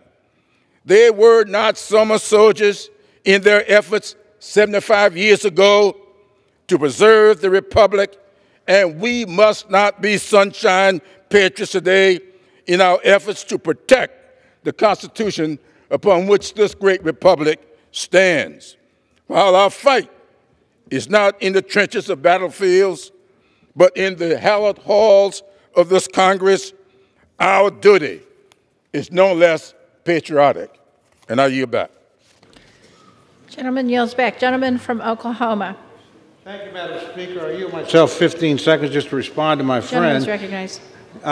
President Trump, for the record, was not provided the opportunity to challenge the facts and still has not received the materials from the judiciary as required by HRES 660. another example of why this isn't a fair process. With that, Madam Speaker, I would like to yield to the gentlelady from Wyoming, the distinguished chairman of the Republican Conference, for the purpose of a unanimous consent request. Madam Speaker, Madam Speaker, I ask unanimous consent to amend HRES 767 to provide for voting by a manual call of the roll, so the American people can see precisely who is supporting the impeachment of a duly elected president. Members should be required to stand and identify themselves openly and on camera on the question of adoption of these articles of impeachment. All time has been yielded for the purpose of debate by the gentleman from Massachusetts. Does the gentleman from Massachusetts yield for this unanimous consent request? I do not. Gentleman from Massachusetts does not yield. Therefore, the unanimous consent request cannot be entertained. Gentleman from Oklahoma. Thank you, Madam Speaker. Madam Speaker, I yield to my good friend, the gentleman from Missouri, the distinguished secretary of the Republican Conference, for a purpose of a unanimous consent request. Gentleman shall state his request. Thank you, gentlemen. Mr. Speaker, Madam Speaker, I ask for unanimous consent to amend H.R. 767 to provide for 12 hours of debate equally divided by the majority and the minority, which would allow each member of the House at least 1 minute and 40 seconds of debate, as opposed to currently 50 seconds. The people's representatives deserve the right of more than 50 seconds to be heard in this important matter. All time has been yielded, as I said, for the purpose of debate by the gentleman from Massachusetts. Does the gentleman from Massachusetts yield for this unanimous consent request? The gentleman from Massachusetts does not yield. Therefore, this unanimous consent request cannot be entertained. Gentleman from Oklahoma. Thank you very much, Madam Speaker. I want to yield 4 minutes to my good friend, the distinguished member of both the Energy and Commerce Committee and the House Rules Committee, Dr. Burgess of the great state of Texas. Gentleman's recognized for 4 minutes. And I thank the gentleman for yielding. Madam Speaker, yesterday the Rules Committee spent 8 hours considering whether to bring HRES 755, the Articles of Impeachment, to the House floor. Given the 4-to-9 ratio of Republicans to Democrats on the committee, it is no surprise that we are now considering the articles before us. Despite robust debate on the so-called facts derived from the impeachment investigation and the process by which they were obtained, Democrats and Republicans remain in opposition to each other on our conclusions. As outlined yesterday by Ranking Member Collins and several members of the Rules Committee through direct quotes, some Democrats have been seeking President Trump's impeachment since his inauguration. The rush to impeach first and solidify the case second threatens the credibility of the process and threatens the credibility of the body engaged, this very House of Representatives. In fact, it's been quoted before and you'll be quoted again today, I suspect. Chairman Nadler recognized the gravity of impeachment when he stated in December of 1998, quoting here, "The effect of impeachment is to overturn the popular will of the voters as expressed in a national election. There must never be a narrowly voted impeachment or an impeachment substantially supported by one of our major political parties and largely opposed by the other. Such an impeachment would lack legitimacy and produce divisiveness and bitterness in our politics for years to come and will call into question the very legitimacy of our political institutions." End quote. Well, on October 31st, this House voted to authorize the official impeachment investigation in HRES 660. The process outlined in HRES 660 did not include the robust minority protections afforded the minority party in previous impeachment investigations. Even more concerning, Chairman Nadler, Chairman Schiff refused to comply with the very rules of the House in granting access to committee records for members and scheduling a minority hearing in a reasonable amount of time, thus preventing the American people from being equally represented in the process. Refusing to allow members to access their own records. These are records of members of the House of Representatives, and we were not allowed to access these records obtained down in secret under armed guard in the Intelligence Committee But it's required under Section 2E of Rule 11, and they've denied members the ability to do their job. The Judiciary Committee did not hear testimony from even one fact witness, not even one, after they received a deluge of materials from the Intelligence Committee. This reversal of responsibility is indeed unprecedented. But turning to the case upon which the argument is based, we had a whistleblower. Not a fact witness, a whistleblower who never appeared before any member of Congress that we know of, a whistleblower complaint concerning a congratulatory call between President Trump and President Zelensky of the Ukraine. The whistleblower is known to have had contact with Chairman Schiff's staff, while Republicans were denied any contact. The whistleblower complaint is not based on firsthand knowledge, and the call transcript that was to support impeachment reveals nothing more than a congratulatory phone call. Look, a request for investigation as to how American foreign aid will be spent does not equal soliciting election interference. The evidence brought before us does not amount to a high crime. Indeed, it does not amount to any crime. Democrats claim that we must protect the integrity of our election. Look, if you really cared, then I have to ask, what are we missing while we've been focused on impeachment? We tied up the Intelligence Committee, we tied up the Judiciary Committee, and oh, by the way, the Ways and Means Committee had to give up their room. They couldn't even meet while you were doing all of this. So this impeachment investigation is being painted as a protection against future interference, when in reality, President Trump's request looks back at the 2016 election. Russia is the winner in this exchange because they have disrupted the process. Gentleman's time's expired. Gentleman from Massachusetts. Gentleman from Oklahoma. Madam Speaker, the gentleman is passionate about records. I should remind him that we've gotten no records from this White House, not a single document. At this time, I'd like to yield 1.5 minutes to the gentlewoman from Florida, a distinguished member of the Rules Committee, Ms. Shalala. Gentlelady is recognized for 1.5 minutes. Madam Speaker, I come to impeachment with deep sadness. The facts of this case are painful and indisputable. We know that the President illegally held up congressionally appropriated aid to the Ukraine.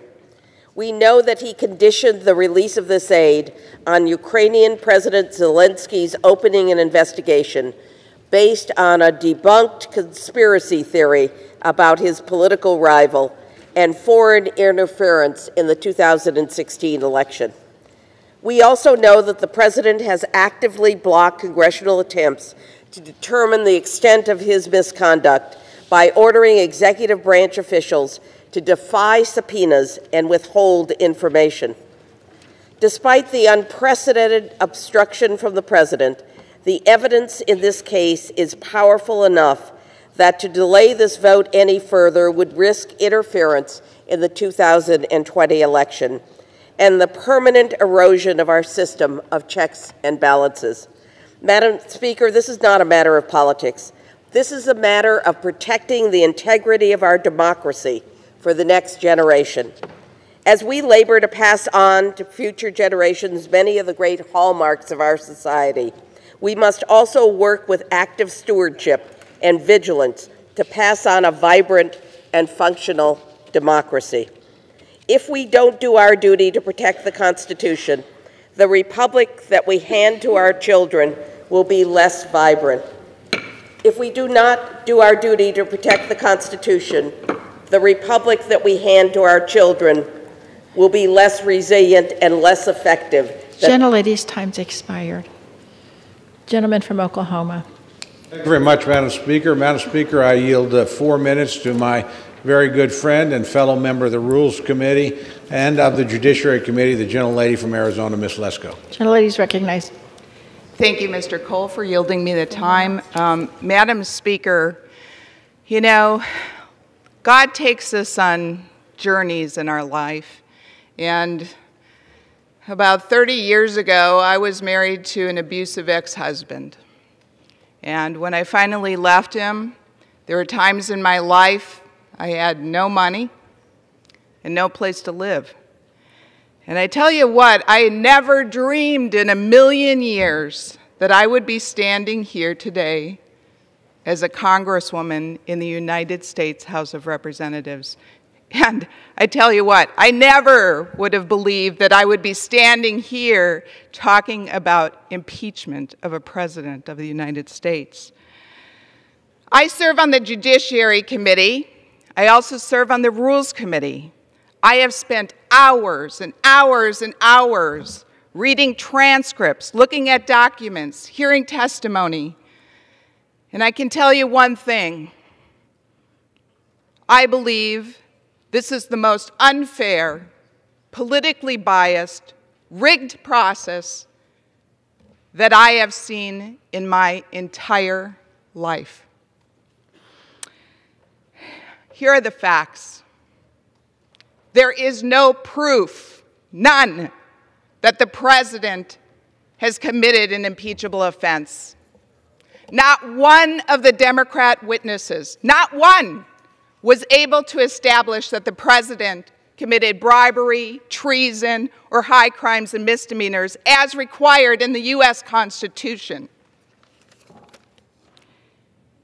And as I've said before, the Democrats are really undermining their own argument here, because 17 out of the 24 Democrat members on the Judiciary Committee voted here on this floor to move forward articles of impeachment on July 17th of this year, before President Trump's call even took place. And 5 out of the 9 Rules Committee members that are Democrats did the same thing. So if your argument is that this phone call is the main reason for this impeachable offense, why did you vote for impeachment, moving impeachment forward before the call even took place? The process has been rigged from the start. Other members have told you. I mean, never in the history of the United States have we had impeachment that's gone through the Intelligence Committee in closed-door hearings, where a member of the Judiciary Committee, myself, wasn't even able to ask one single question of a fact witness. The whole thing's been rigged, been unfair. In the process that you had set forth, you made sure that the president didn't have any right to have his counsel there until judiciary, but by then it was too late. It was too late, because there was no fact witnesses allowed in judiciary. So I couldn't even ask a question, nor could the president. This is the most partisan impeachment in the history of the United States. Not one Republican voted for it in Judiciary Committee, not one Republican voted for it in Rules, and not one Republican, I don't think, is going to vote for it here today. Madam Speaker, this is a sad day. I believe the Democrats are tearing this country apart. They're tearing families apart. May God continue to bless all of you. May God continue to bless the President of the United States. And may God continue to bless our great nation. And I yield back. Members are reminded to direct their comments to the chair. Gentleman from Massachusetts. Madam Speaker, if Republicans want to defend the president's indefensible behavior, they can do so. But I would urge my colleagues to stand up for the Constitution and to stand up for this country and our democracy. At this point, I'd like to yield 1.5 minutes to the gentleman from California, a distinguished member of the Rules Committee, Mr. DeSaulnier. Gentleman's recognized for 1.5 minutes. Thank you, Madam Speaker, and I want to take a minute to thank the leadership of the Rules Committee, Mr. McGovern and Mr. Cole, for our civility last night. Although it was a long hearing and we are very much in disagreement, I felt proud to be part of that hearing, and I really want to recognize both the ranking member and the chair. The previous speaker is part of that Rules Committee, and I would just say that the passion that she demonstrated in her comments, I can't say how much I completely disagree with her, which is a statement on the environment we find ourselves in, and I unfortunately agree with some of her comments, but where the responsibility is, I would put at the White House and the President. He is the divisive one. He is not trying to heal our wounds. The reality and urgency of this moment cannot be more consequential to the American democracy. This is not a hypothetical. President Trump violated the law and solicited foreign interference in our election. At the same time, objective experts have overwhelming evidence that Russia interfered in the 2016 election and is actively engaged in undermining the 2020 elections. Our vote today and the Senate's actions on impeachment have very real long-term consequences for American democracy. Where do we go from here if the Senate does not remove him? The President has a pattern of escalating behavior. The day before the special counsel testified to Congress that the Russian government interfered in our election in sweeping and systemic fashion, President Trump made this call. 2 days before that, the President says that Article 2 of the Constitution says that he can do whatever he wants. As Washington warned in his farewell address, foreign interference tampers with domestic factions and misleads public opinion. We must honor the nation that our founders envisioned and impeach this president for violating the law and betraying the American people. I yield back. Gentleman from Oklahoma. Thank you very much, Madam Speaker. I yield 2 minutes to my very good friend, distinguished member of the Armed Services Committee, former member of the Rules Committee, Mr. Byrne of Alabama. Gentleman's recognized for 2 minutes. Madam Speaker, I rise in strong opposition to the rule and the underlying resolution to impeach President Trump. When the framers granted the House the power to impeach, they feared that it would be abused. Today, those fears are realized. In record speed, this majority has assembled hearsay, speculation, and presumptions for the purpose of overturning the 2016 election. We're not here today, days before Christmas, because the majority has assembled a case against President Trump. No, we're here today because the Democrat majority believes getting impeachment done now will provide their vulnerable members time to distance themselves from their vote. But I assure you, Madam Speaker, the American people are watching. Many of my colleagues have, from day one, rejected the people's choice of President Trump.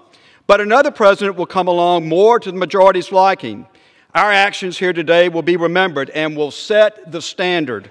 The second article of impeachment seeks to remove President Trump for failure to produce certain requested witnesses and documents. But as the majority knows, every president in history has asserted executive privilege.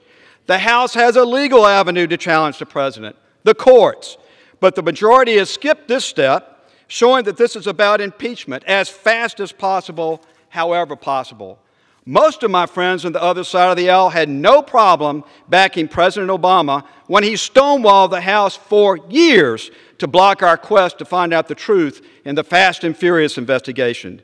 That is why I filed an amendment to the resolution rejected by the Rules Committee saying, based upon the Democratic majority standard, they should have written articles of impeachment against President Obama and Eric Holder. I wish my colleagues would think about the standard being set. I predict that they will very soon regret it, and I yield back. Gentleman yields back. Gentleman from Massachusetts. Madam Speaker, I yield 1 minute to the gentlewoman from California, a distinguished member of the Rules Committee, Ms. Torres. Gentlelady is recognized for 1 minute. Madam Speaker, the facts are clear. To quote the USA Today editorial board, Trump used your tax dollars to shake down a vulnerable foreign government to interfere in a U.S. election for his personal benefit. The rule of law is what gives our great country its strength.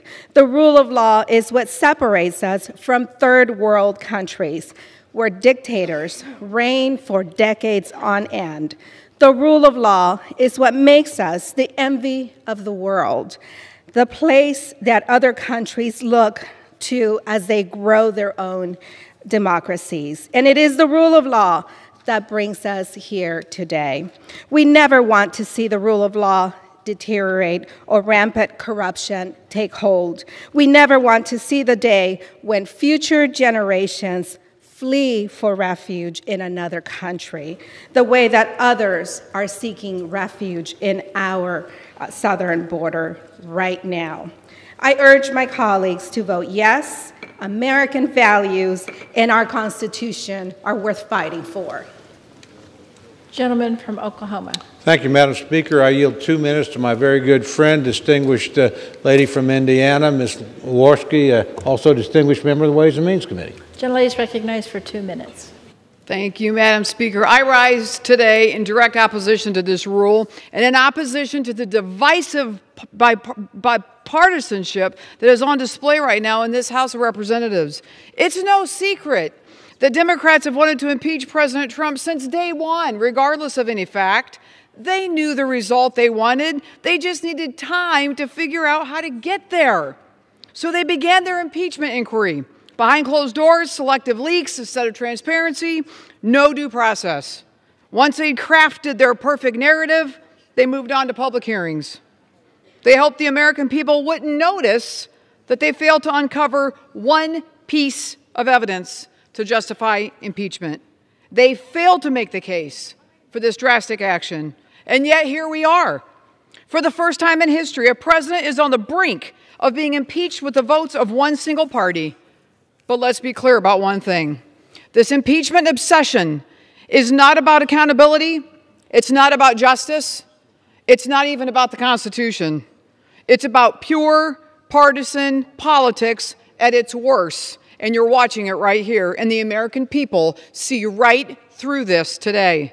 They've seen the rigged process. They've seen the lack of transparency and the complete absence of any supporting evidence. They know that Washington's broken. That's why they sent us here, to fix it. But instead, House Democrats are dividing the country and further shaking the people's trust in this Congress.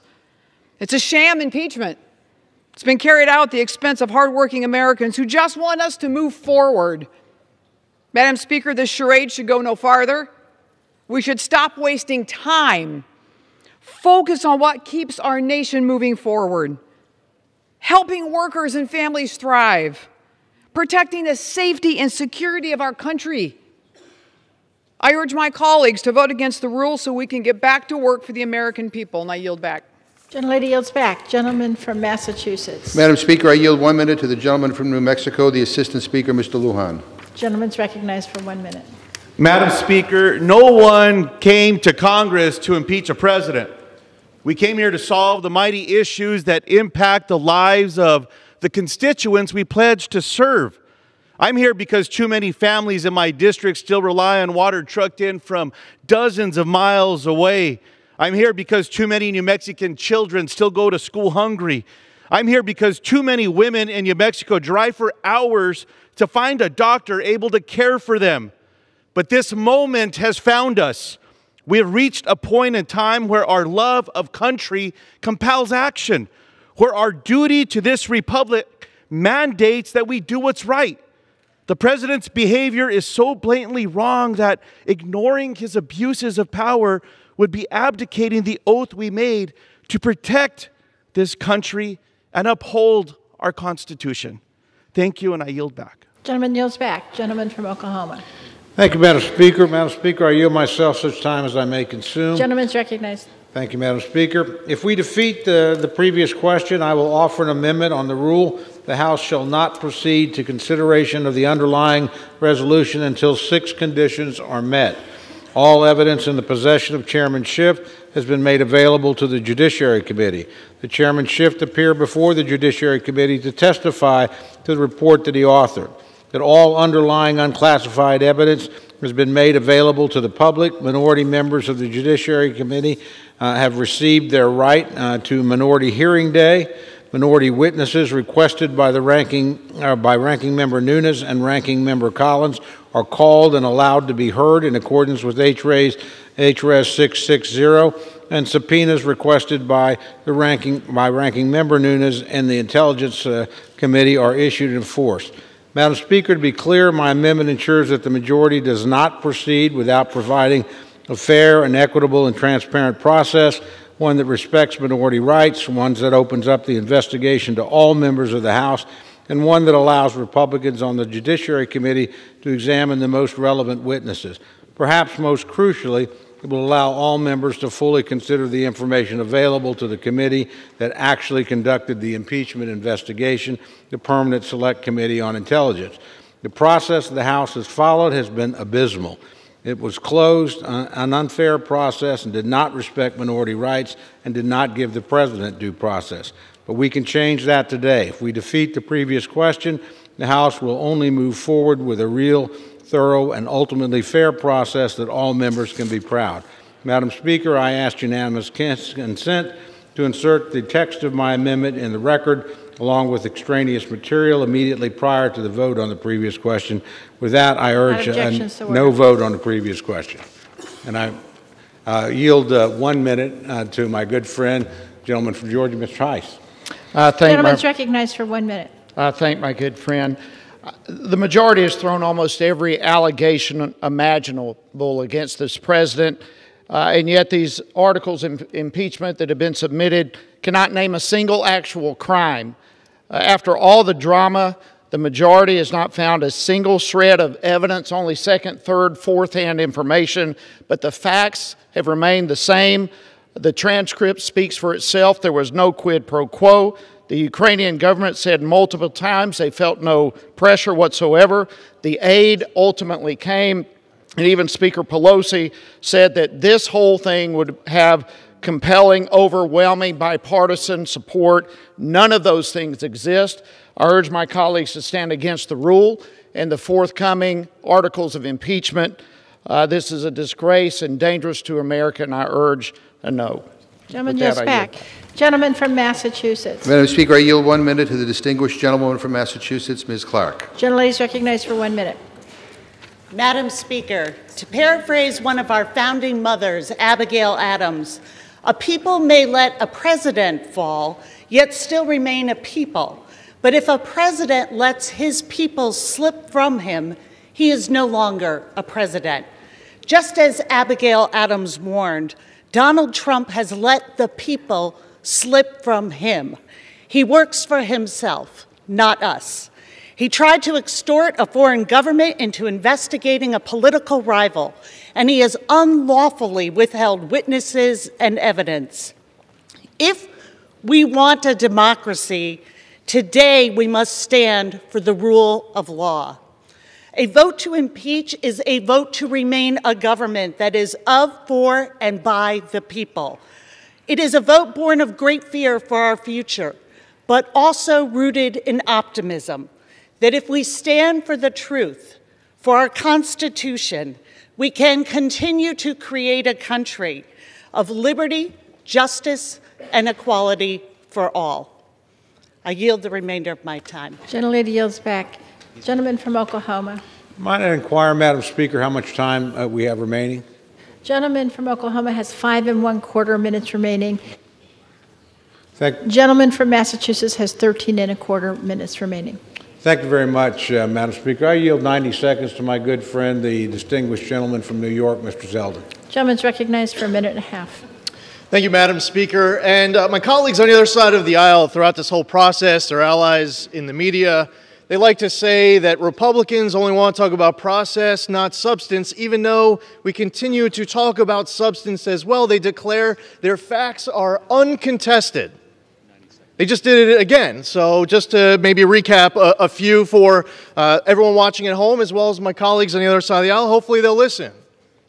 President Zelensky says there was no demand, no pressure, no quid pro quo. Andrei Yermak said on December 10th that their whole story with regards to the December 1st meeting with Ambassador Sondland is completely refuted.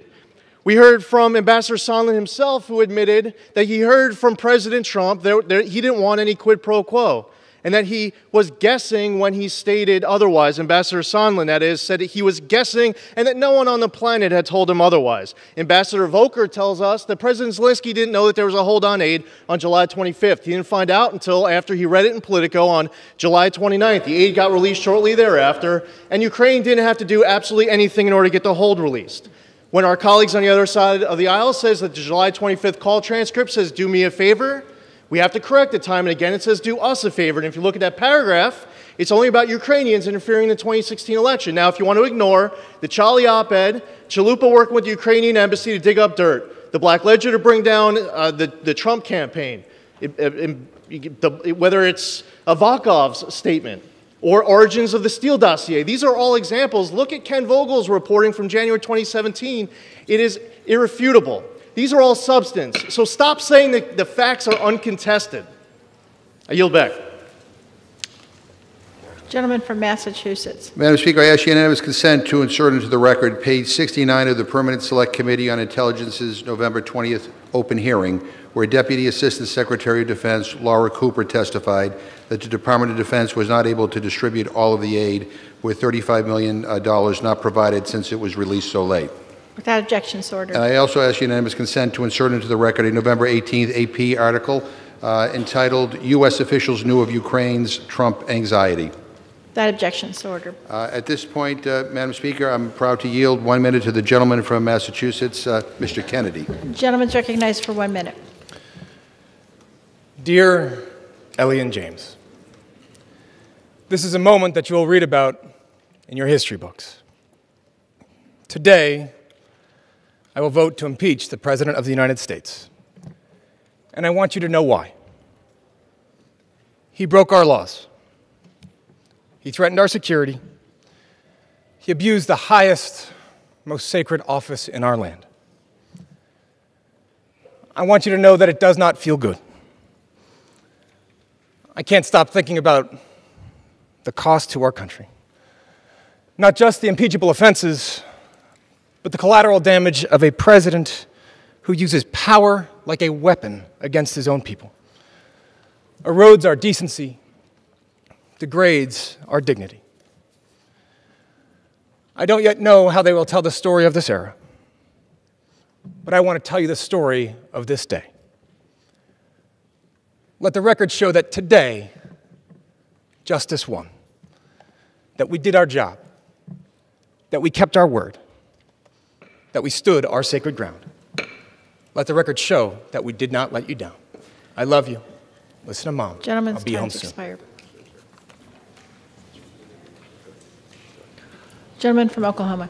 Thank you, Madam Speaker. I'm going to reserve my time for the moment. Gentleman reserves. Gentleman from Massachusetts. Madam Speaker, I'm proud to yield 1 minute to the gentlewoman from California, Ms. Lee. Gentlelady's recognized for 1 minute. Thank you very much, Madam Speaker. First of all, let me just say, I taught my children that there were consequences if they broke the law. I am saddened, but I'm not shocked that we are here today considering articles of impeachment against President Trump. I am saddened, but I'm not shocked because of the pattern of corruption we have seen from this president. Yes, I am saddened, but I'm not shocked because this president has routinely shown his disregard of Congress and the rule of law. The facts are not in dispute. The president abused his power, defied the public's trust, and betrayed his oath of office. He undermined our elections by corruptly soliciting foreign interference in our elections to benefit his own future re-election efforts. Then he obstructed Congress every step of the way in an effort to cover it all up. Donald Trump has been and remains a threat to our national security, a clear danger to our democracy, and wholly unfit to serve as President of the United States. We have an obligation to act today to uphold the Constitution, but also to show our children and grandchildren that no one is above the law, and that includes the President of the United States. Gentleman from Oklahoma. Thank you, Madam Speaker. I continue to reserve my time. Gentleman reserves. Gentleman from Massachusetts. Madam Speaker, I'm happy to yield 1 minute to the gentlewoman from Massachusetts, Ms. Trahan. Gentlelady's recognized for 1 minute. Thank you, Mr. Chairman. Madam Speaker, today I rise to defend our democracy. In this chamber, we debate the nation's most pressing issues, and often reasonable people can draw different conclusions. But not today. The facts are black and white. President Trump abused the power of his office for personal and political gain, and then he engaged in a cover-up. It is up to us to confront those facts and vote to preserve and protect our democratic republic. This is not a fight I or my colleagues sought out when we ran for Congress, but it is one we pledged when we raised our right hand and swore an oath to defend our Constitution. Anything other than a vote to impeach will be read as a vote endorsing a future president without rules or consequences. And anything goes, no holds barred brand of executive branch authority that will leave us weaker and surely undermine what the framers passed down. We owe it to future generations to transcend personal interests and party loyalty and vote our conscience for what's really at stake here today, the sanctity of our Constitution and the sanctity of our democracy. Thank you, and I yield back. Gentleman from Oklahoma. Thank you, Madam Speaker. I continue to reserve my time. Continues to reserve. Gentleman from Massachusetts. Madam Speaker, I'd like to ask unanimous consent to insert into the record an October 23rd New York Times article entitled, "Ukraine Knew of Aid Freeze by Early August, Undermining Trump Defense." Without objection, so ordered. At this point, I'd like to yield 1 minute to the gentleman from Maryland, Mr. Sarbanes. Gentleman's recognized for 1 minute. Thank the gentleman for yielding. Madam Speaker, I rise today in support of the 2 articles of impeachment against President Trump for abuse of power and obstruction of Congress. Voting to impeach the president is a weighty decision. It is not something you reach for. It's something you are brought to reluctantly when the evidence presented can no longer be denied. In this sober and historic moment, members of Congress are called upon to uphold our oath of office and our duty to the Constitution. Today, we answer that call. The President's actions compromise the national security of the United States, undermined the integrity of our democratic process, and betrayed the trust of the American people. In soliciting foreign interference, President Trump took direct aim at the heart of our democracy. The American people should decide our elections, not a foreign country. As long as the President continues to invite foreign interference into our democracy, the integrity of the 2020 election remains at risk. The question is, will Congress allow the President to place his personal interests above those of his country? I urge my colleagues in the House to join me in answering that question with a resounding no, because no one, not even the President of the United States, is above the law. I yield back. Gentleman from Oklahoma. Thank you, Madam Speaker. I continue to reserve my time. Gentleman reserves. Gentleman from Massachusetts. Madam Speaker, I ask unanimous consent to insert into the record an October 9 Politico magazine article entitled, "This is what a legitimate anti-corruption effort in Ukraine would look like," which explains that legitimate requests are made through the DOJ's Office of International Affairs and pursuant to the United States Mutual Legal Assistance Treaty. Without objection, so ordered. At this point, I'd like to yield 1 minute to the gentlewoman from Florida, Ms. Castro. Gentlelady is recognized for 1 minute. The President abused his power.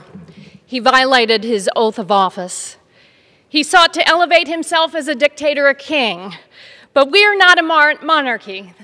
We are the United States of America. We are a republic, a democracy, where the executive does not have absolute power. America was founded on a system of checks and balances. When the President withheld military aid to vulnerable Ukraine and pressed for a personal favor to manufacture dirt against a political opponent, he went too far. He undermined America's national security. He sought to sabotage our elections. He elevated his personal interest over the interest of America. Then he tried to cover up his scandalous behavior, and he obstructed the investigation. He violated his oath of office, but I intend to uphold mine to protect and defend the Constitution of the United States of America. The President must be impeached today. I yield back. Gentleman from Oklahoma. Thank you, Madam Speaker. I continue to reserve my time. Gentleman reserves. Gentleman from Massachusetts. I ask unanimous consent to insert into the record a December 5th Boston Globe editorial entitled "Impeach the President."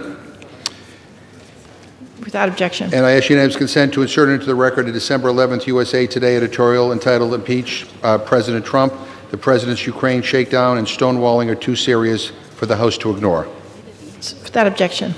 At this point, I'd like to yield 1 minute to the gentlewoman from Florida, Ms. Wasserman Schultz. Gentlelady is recognized for 1 minute. Thank you, Madam Speaker. Madam Speaker, throughout this process, I listened as a member of the House Oversight Committee to career diplomats testify in depositions and found myself contemplating the gravity of this decision. One of my daughters asked then how I'd make my decision about impeachment. I told her that when her future children learn about President Trump's impeachment, they may ask, "Mommy, what did Grandma do?" I want my daughter to be able to tell her children, "Grandma did the right thing, because in America, no one is above the law." With his conduct around Ukraine, President Trump corruptly abused his power for his own interests at direct odds with our national welfare and our Constitution. This president put his interests before those of this nation. Left unchecked, he'd do it again, and has said so. The actions and ongoing schemes that led us to this moment are severe threats to our national security and democracy that we cannot defend or dismiss. With history watching, I must fulfill my constitutional duty and vote to impeach this president. His corrupt conduct and assault on our Constitution leave no other choice. I yield back. Gentleman from Oklahoma. Thank you, Madam Speaker. I continue to reserve my time. Gentleman from Massachusetts. Madam Speaker, I yield 1 minute to the gentleman from California, Mr. Khanna. Gentleman's recognized for 1 minute.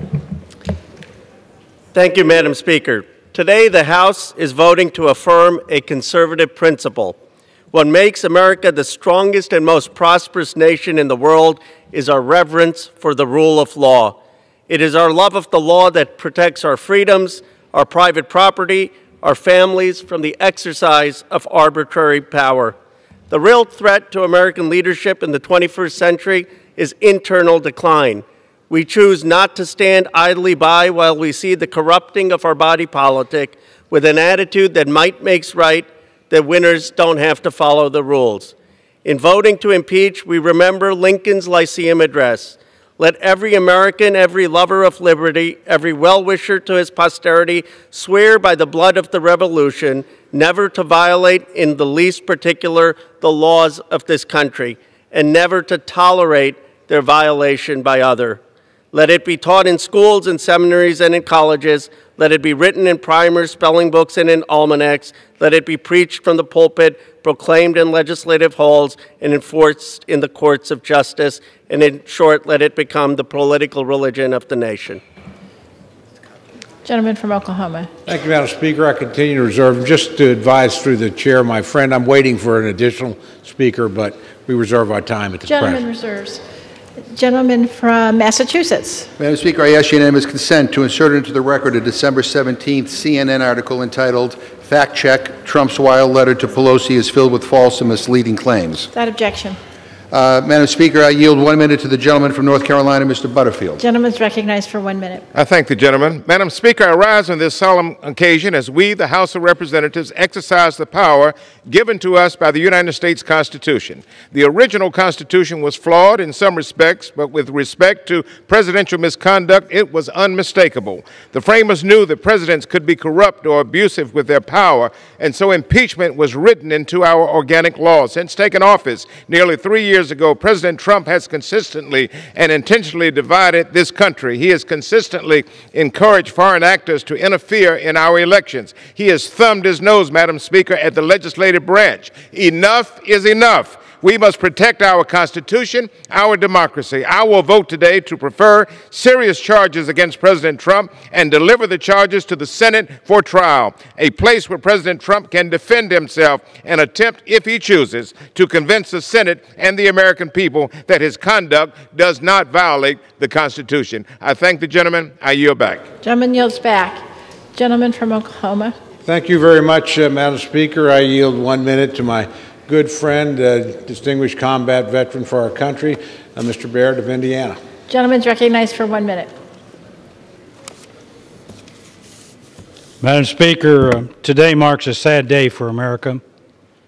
Instead of getting to work to solve the issues of our time, the House Democrats have decided to try to discredit President Trump and the undue results of the 2016 election. The facts here are clear. The President did not commit any crimes. He did not break any laws, and there was no quid pro quo. This has been a secretive, misdirected process from the very beginning, and the American people see right through it.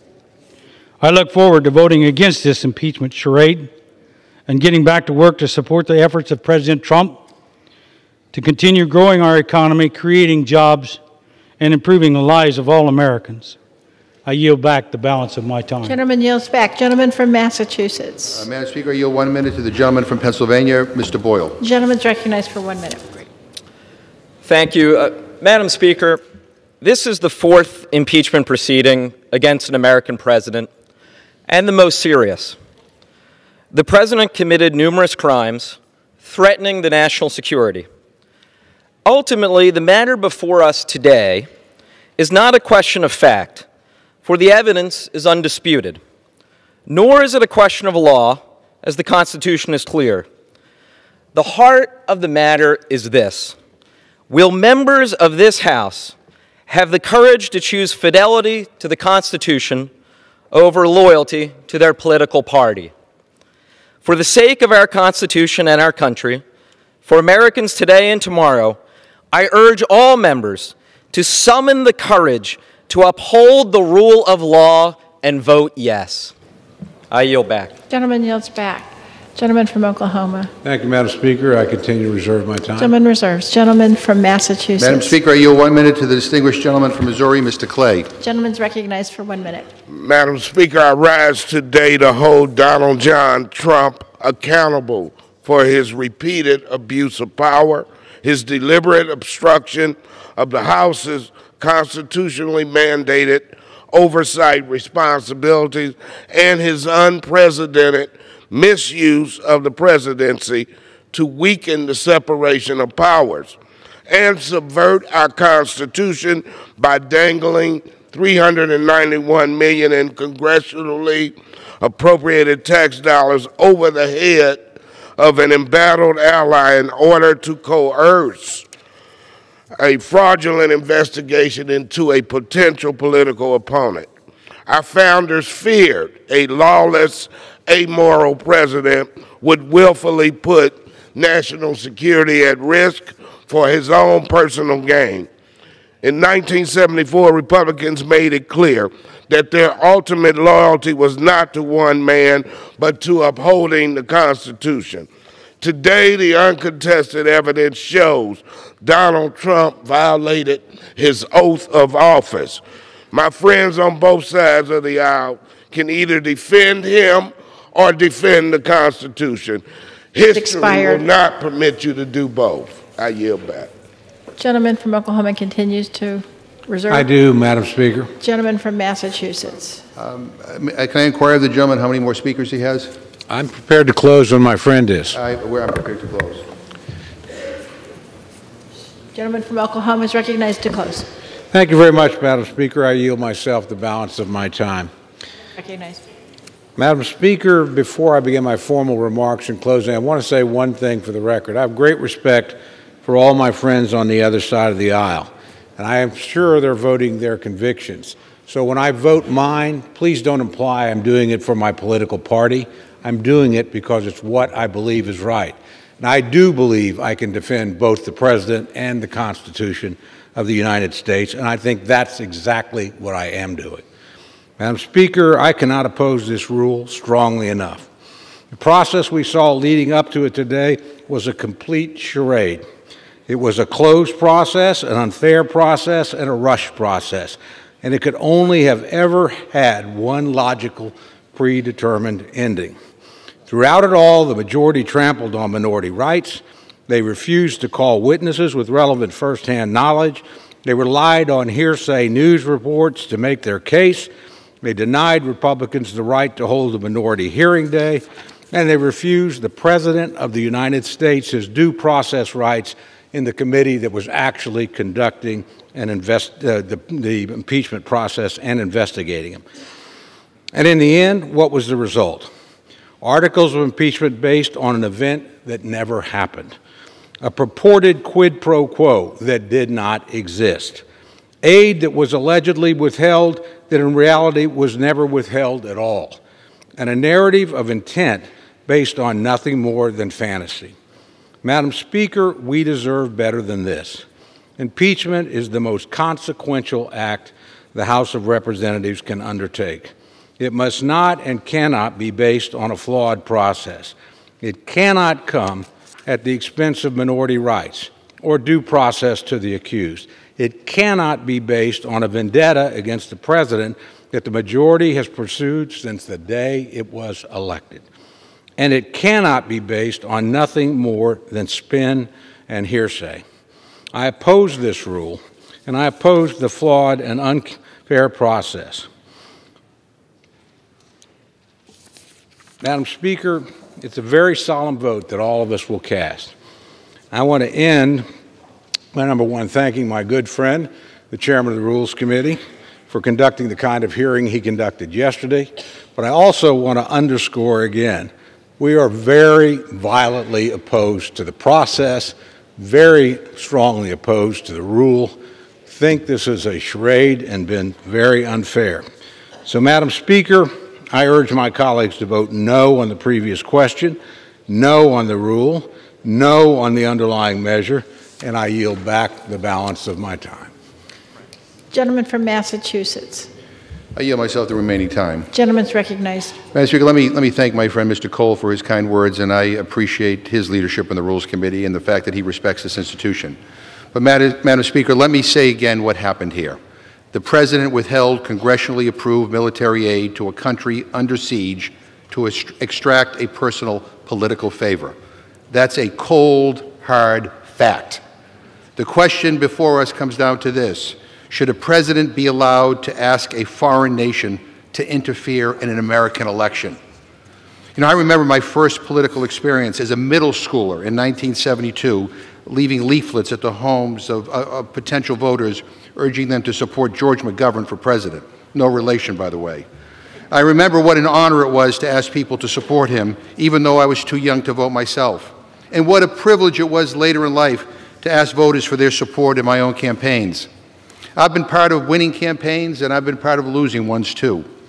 People I thought would be great presidents, like Senator McGovern, were never given that chance. Make no mistake, I was disappointed, but I accepted it. I would take losing an election any day of the week when the American people render that verdict. But I will never be okay if other nations decide our leaders for us. And the President of the United States is rolling out the welcome mat for that kind of foreign interference. To my Republican friends, imagine any Democratic president sitting in the Oval Office, President Obama, President Clinton, any of them. Would your answer here still be the same? No one should be allowed to use the powers of the presidency to undermine our elections, period. This isn't about siding with your team. I didn't swear an oath to defend a political party. I took an oath to uphold the Constitution of the United States of America. And when I vote yes on this rule and the underlying articles, my conscience will be clear. I ask all of my colleagues to search their souls before casting their votes. I ask them all to stand up for our democracy, to stand up for our Constitution. Madam Speaker, I urge a yes vote on the rule and the previous question. I yield back the balance of my time, and I move the previous question on the resolution. The question is on order in the previous question on the resolution. All in favor say aye. Aye. Opposed, no. No. In the opinion of the chair, the ayes have it. Madam Speaker. Gentleman from Oklahoma. Thank you, Madam Speaker. On that, I would request the yeas and nays. The yeas and nays are requested. Those favoring a vote by the yeas and nays will rise. A sufficient number having risen, the yeas and nays are ordered. Members will record their votes by electronic device. Pursuant to Clause 9 of Rule 20, the chair will reduce to 5 minutes the minimum time for any electronic vote on the question of adoption of the resolution. This will be a 15-minute vote.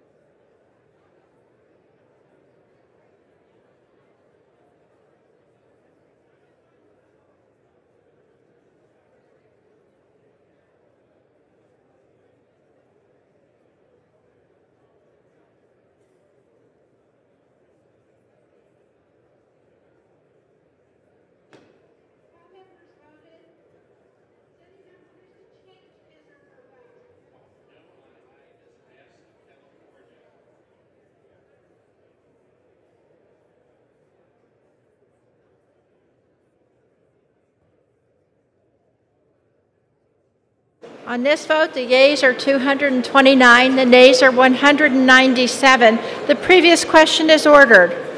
The question is on adoption of the resolution. All in favor say aye. Opposed, no. In the opinion of the chair, the noes have it. Gentleman from McGovern. Madam Speaker. Gentleman requests a recorded vote. Those favoring a recorded vote will rise. A sufficient number having risen, a recorded vote is ordered. Members will record their votes by electronic device. This will be a 5-minute vote.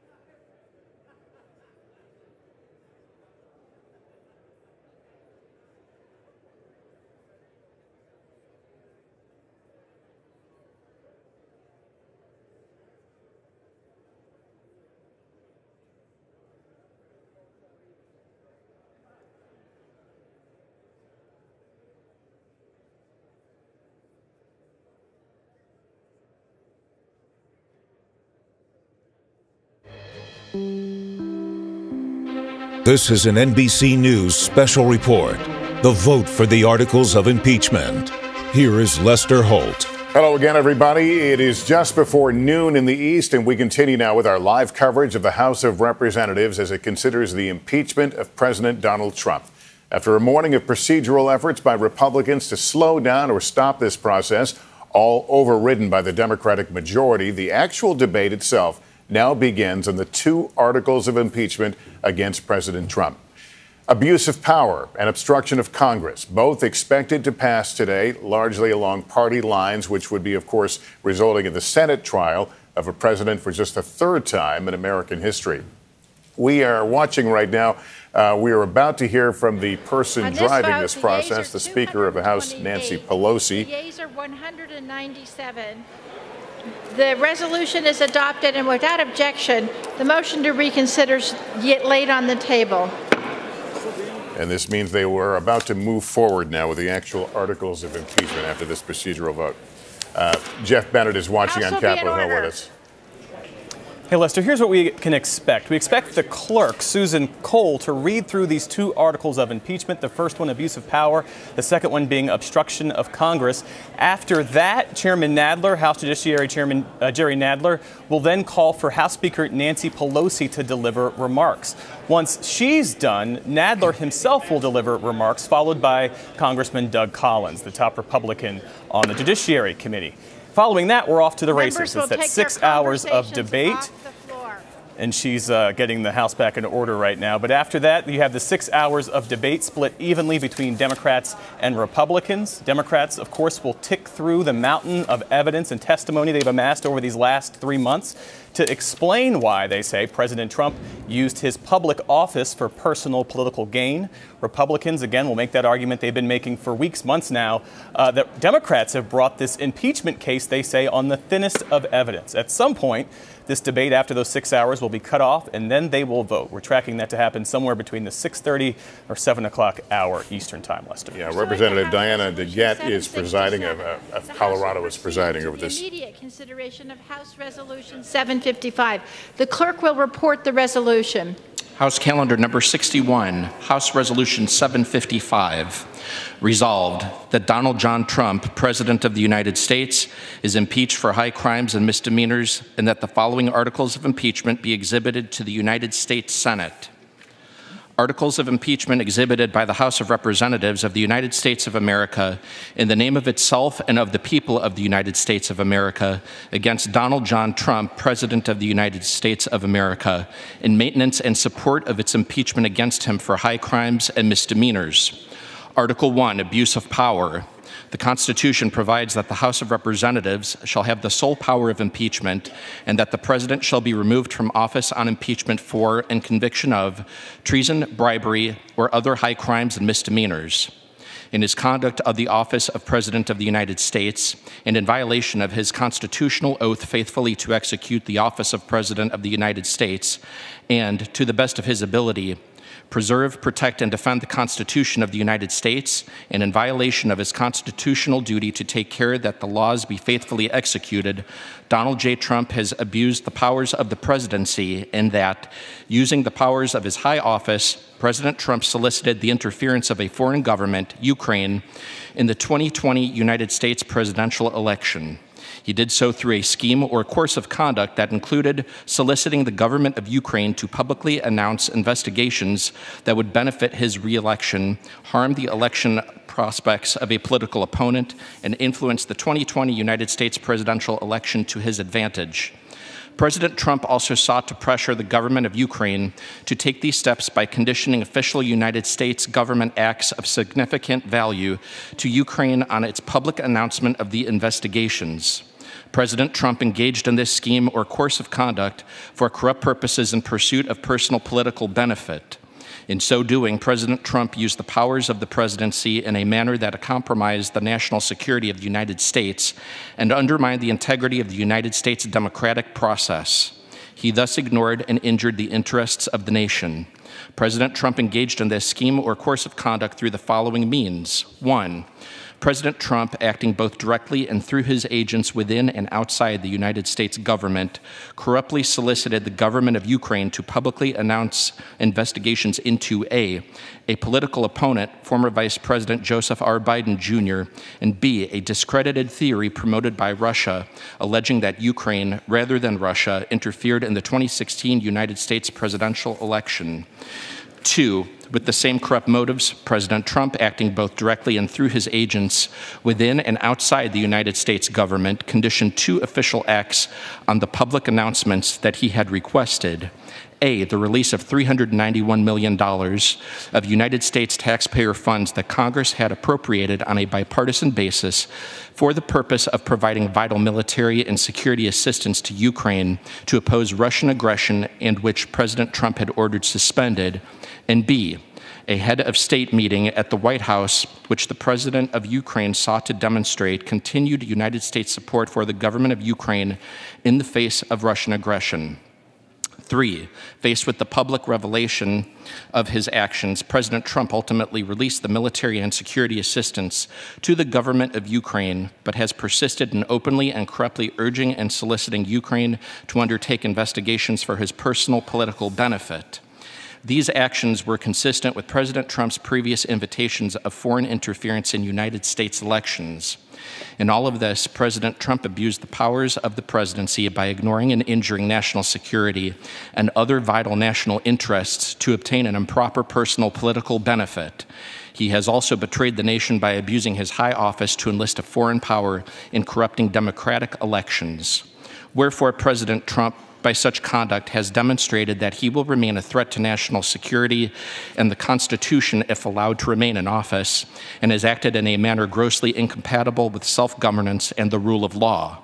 President Trump thus warrants impeachment and trial, removal from office, and disqualification to hold and enjoy any office of honor, trust, or profit under the United States.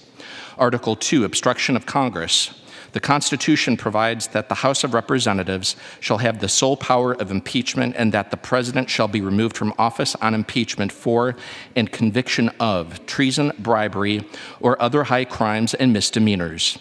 In his conduct of the office of President of the United States, and in violation of his constitutional oath faithfully to execute the office of President of the United States, and to the best of his ability preserve, protect, and defend the Constitution of the United States, and in violation of his constitutional duty to take care that the laws be faithfully executed, Donald J. Trump has directed the unprecedented, categorical, and indiscriminate defiance of subpoenas issued by the House of Representatives pursuant to its sole power of impeachment. President Trump has abused the powers of the presidency in a manner offensive to and subversive of the Constitution, in that the House of Representatives has engaged in an impeachment inquiry focused on President Trump's corrupt solicitation of the government of Ukraine to interfere in the 2020 United States presidential election. As part of this impeachment inquiry, the committees undertaking the investigation served subpoenas seeking documents and testimony deemed vital to the inquiry from various executive branch agencies and offices and current and former officials. In response, without lawful cause or excuse, President Trump directed executive branch agencies, offices, and officials not to comply with those subpoenas. President Trump thus interposed the powers of the presidency against the lawful subpoenas of the House of Representatives and assumed to himself functions and judgments necessary to the exercise of the sole power of impeachment vested by the Constitution in the House of Representatives. President Trump abused the powers of his high office through the following means. 1, directing the White House to defy a lawful subpoena by withholding the production of documents sought therein by the committees. 2, directing other executive branch agencies and offices to defy lawful subpoenas and withhold the production of documents and records from the committees, in response to which the Department of State, Office of Management and Budget, Department of Energy, and Department of Defense refused to produce a single document or record. 3, directing current and former executive branch officials not to cooperate with the committees, in response to which 9 administration officials defied subpoenas for testimony, namely John Michael Mick Mulvaney, Robert B. Blair, John A. Eisenberg, Michael Ellis, Preston Wells Griffith, Russell T. Vogt, Michael Duffy, Brian McCormick, and T. Ulrich Breckbuhl. These actions were consistent with President Trump's previous efforts to undermine United States government investigations into foreign interference in United States elections. Through these actions, President Trump sought to arrogate to himself the right to determine the propriety, scope, and nature of an impeachment inquiry into his own conduct, as well as the unilateral prerogative to deny any and all information to the House of Representatives and the exercise of its sole power of impeachment. In the history of the Republic, no president has ever ordered the complete defiance of an impeachment inquiry or sought to obstruct and impede so comprehensively the ability of the House of Representatives to investigate high crimes and misdemeanors. This abuse of office served to cover up the president's own repeated misconduct and to seize and control the power of impeachment, and thus to nullify a vital constitutional safeguard vested solely in the House of Representatives. In all of this, President Trump has acted in a manner contrary to his trust as president and subversive of constitutional government, to the great prejudice of the cause of law and justice, and to the manifest injury of the people of the United States. Wherefore, President Trump, by such conduct, has demonstrated that he will remain a threat to the Constitution if allowed to remain in office, and has acted in a manner grossly incompatible with self-governance and the rule of law. President Trump thus warrants impeachment and trial, removal from office, and disqualification to hold and enjoy any office of honor, trust, or profit under the United States. Pursuant to House Resolution 767, the amendment in the nature of a substitute recommended by the Committee on Judiciary is adopted. The resolution shall be debatable for 6 hours, equally divided, and controlled by the chair and ranking member of the Committee on the Judiciary or their respective designees. The gentleman from New York, Mr. Nadler, and the gentleman from Georgia, Mr. Collins, each will control 3 hours. The chair now recognizes the gentleman from New York, Mr. Nadler. Madam Speaker, I ask unanimous consent that all members may have 5 legislative days in which to revise and extend their remarks and insert extraneous material on H.Res. 755. Without objection, so ordered. Madam Speaker, I now yield 1 minute to the distinguished Speaker of the House. Gentlelady, distinguished speakers recognized for 1 minute.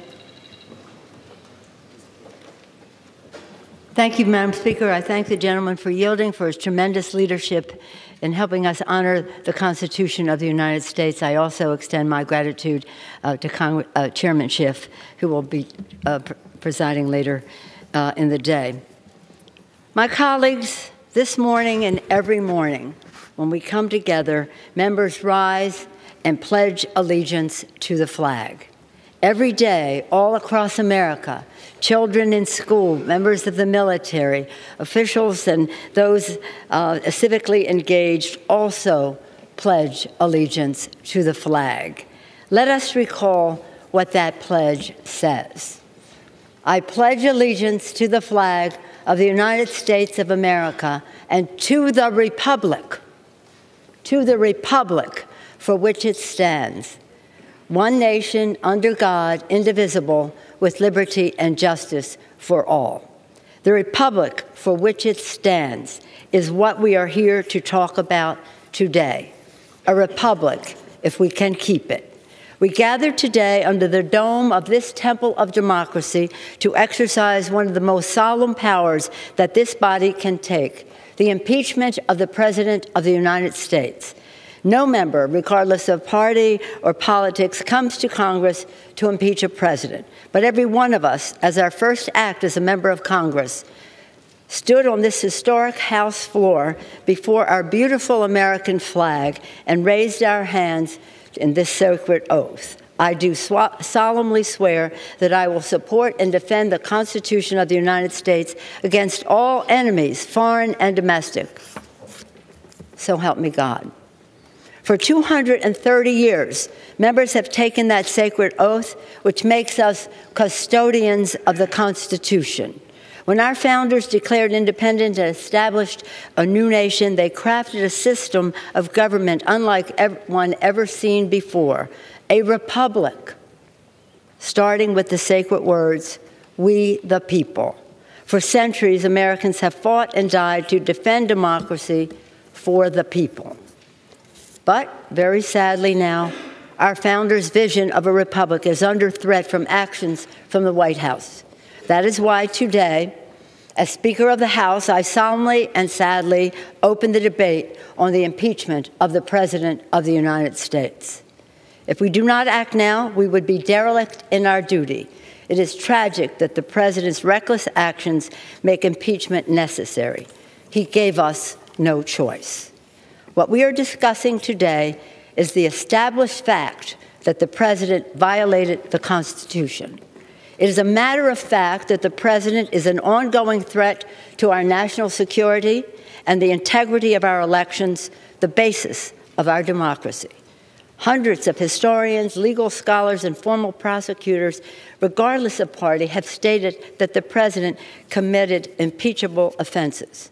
Since today is a national civics lesson, though a sad one, I submit these documents for the record and commend them for students to study. Without objection, so ordered. Thank you, Madam Speaker. What we are discussing today is the established fact that the President, again, violated the Constitution.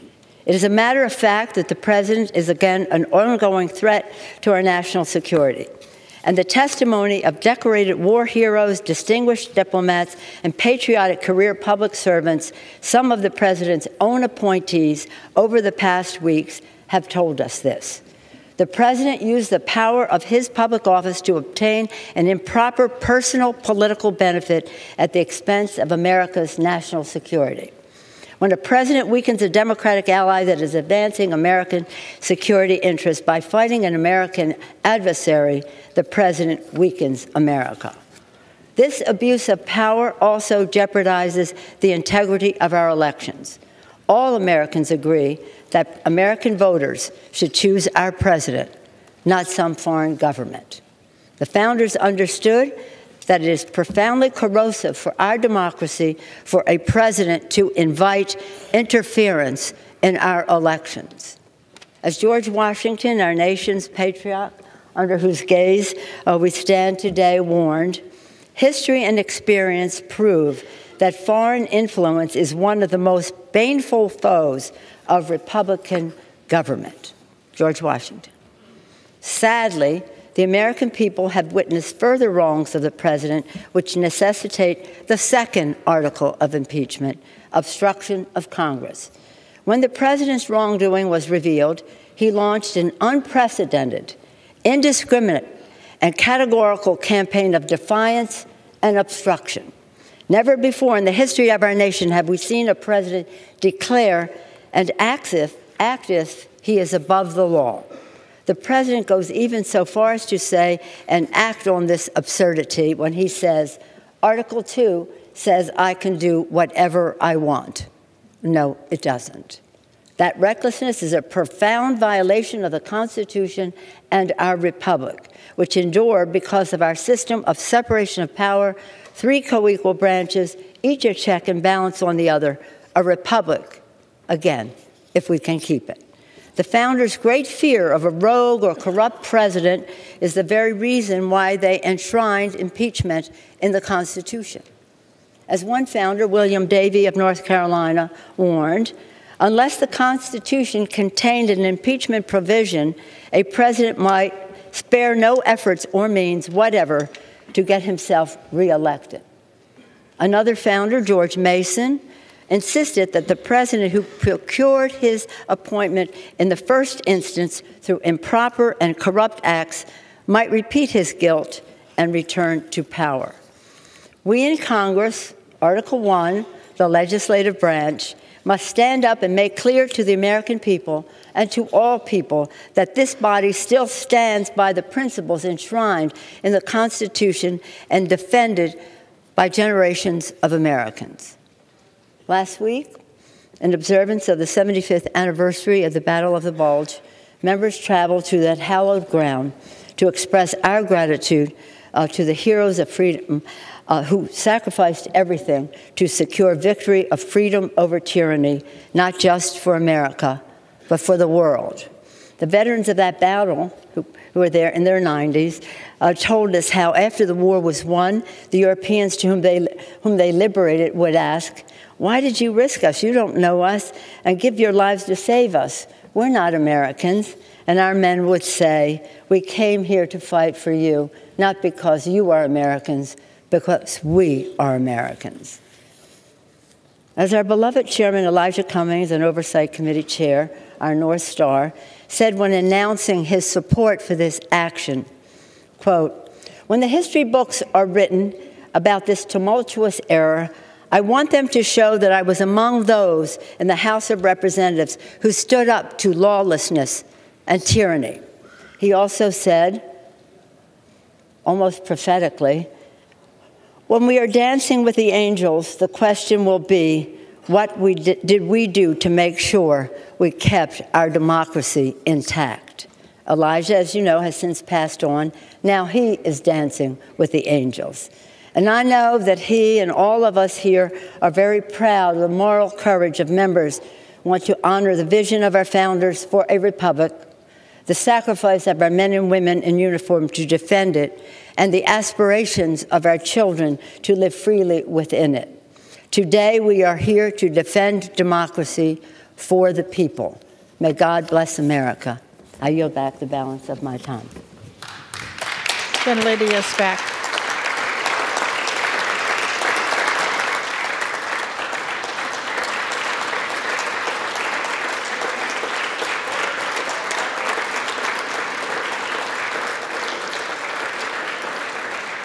Gentleman from Georgia.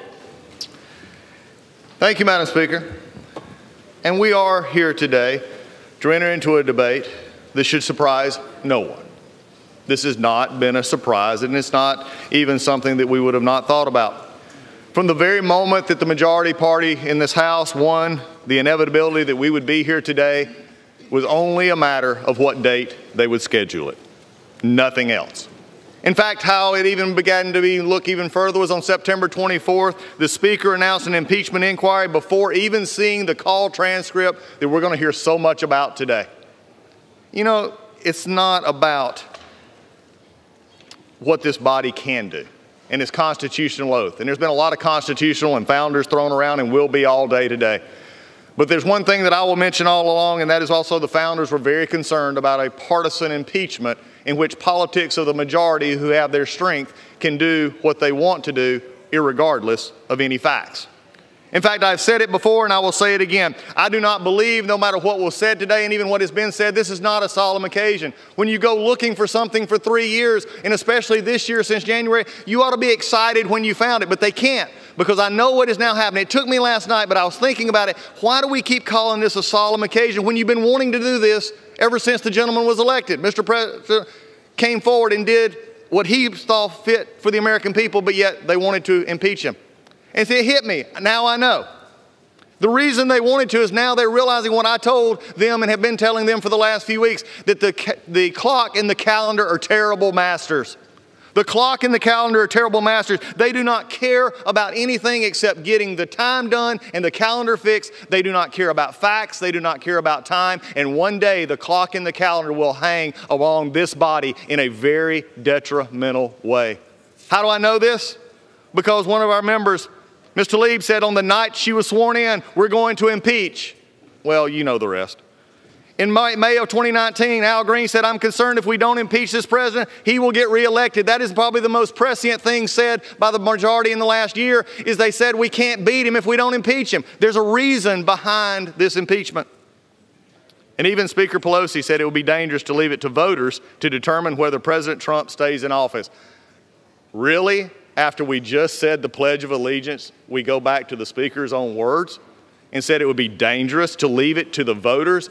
I will tell you right now, Madam Speaker, we on the Republican side have no problem taking our case to the majority and to the people of this country, because they elected Donald Trump, and it is a matter for the voters, not this House, not in this way, not in the way this is being done. It has trampled everything this House believes in.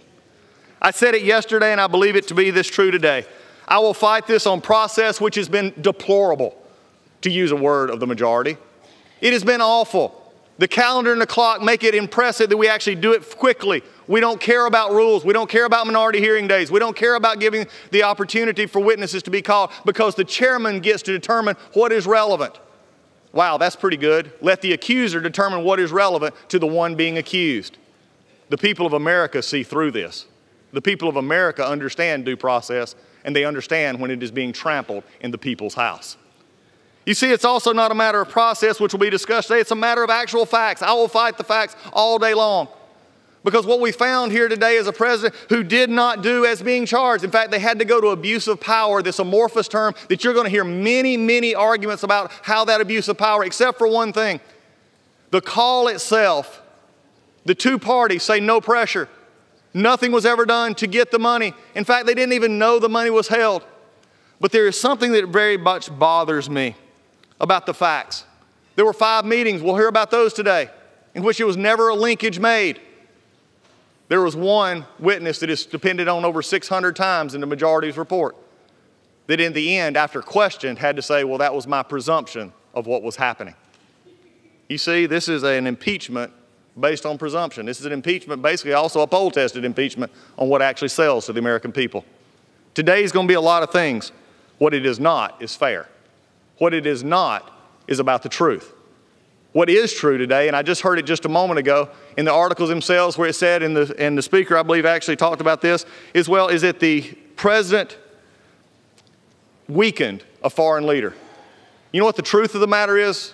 Madam Speaker, the most interesting and deplorable thing that I've heard over the last few weeks is the actual attack by the majority on President Zelensky.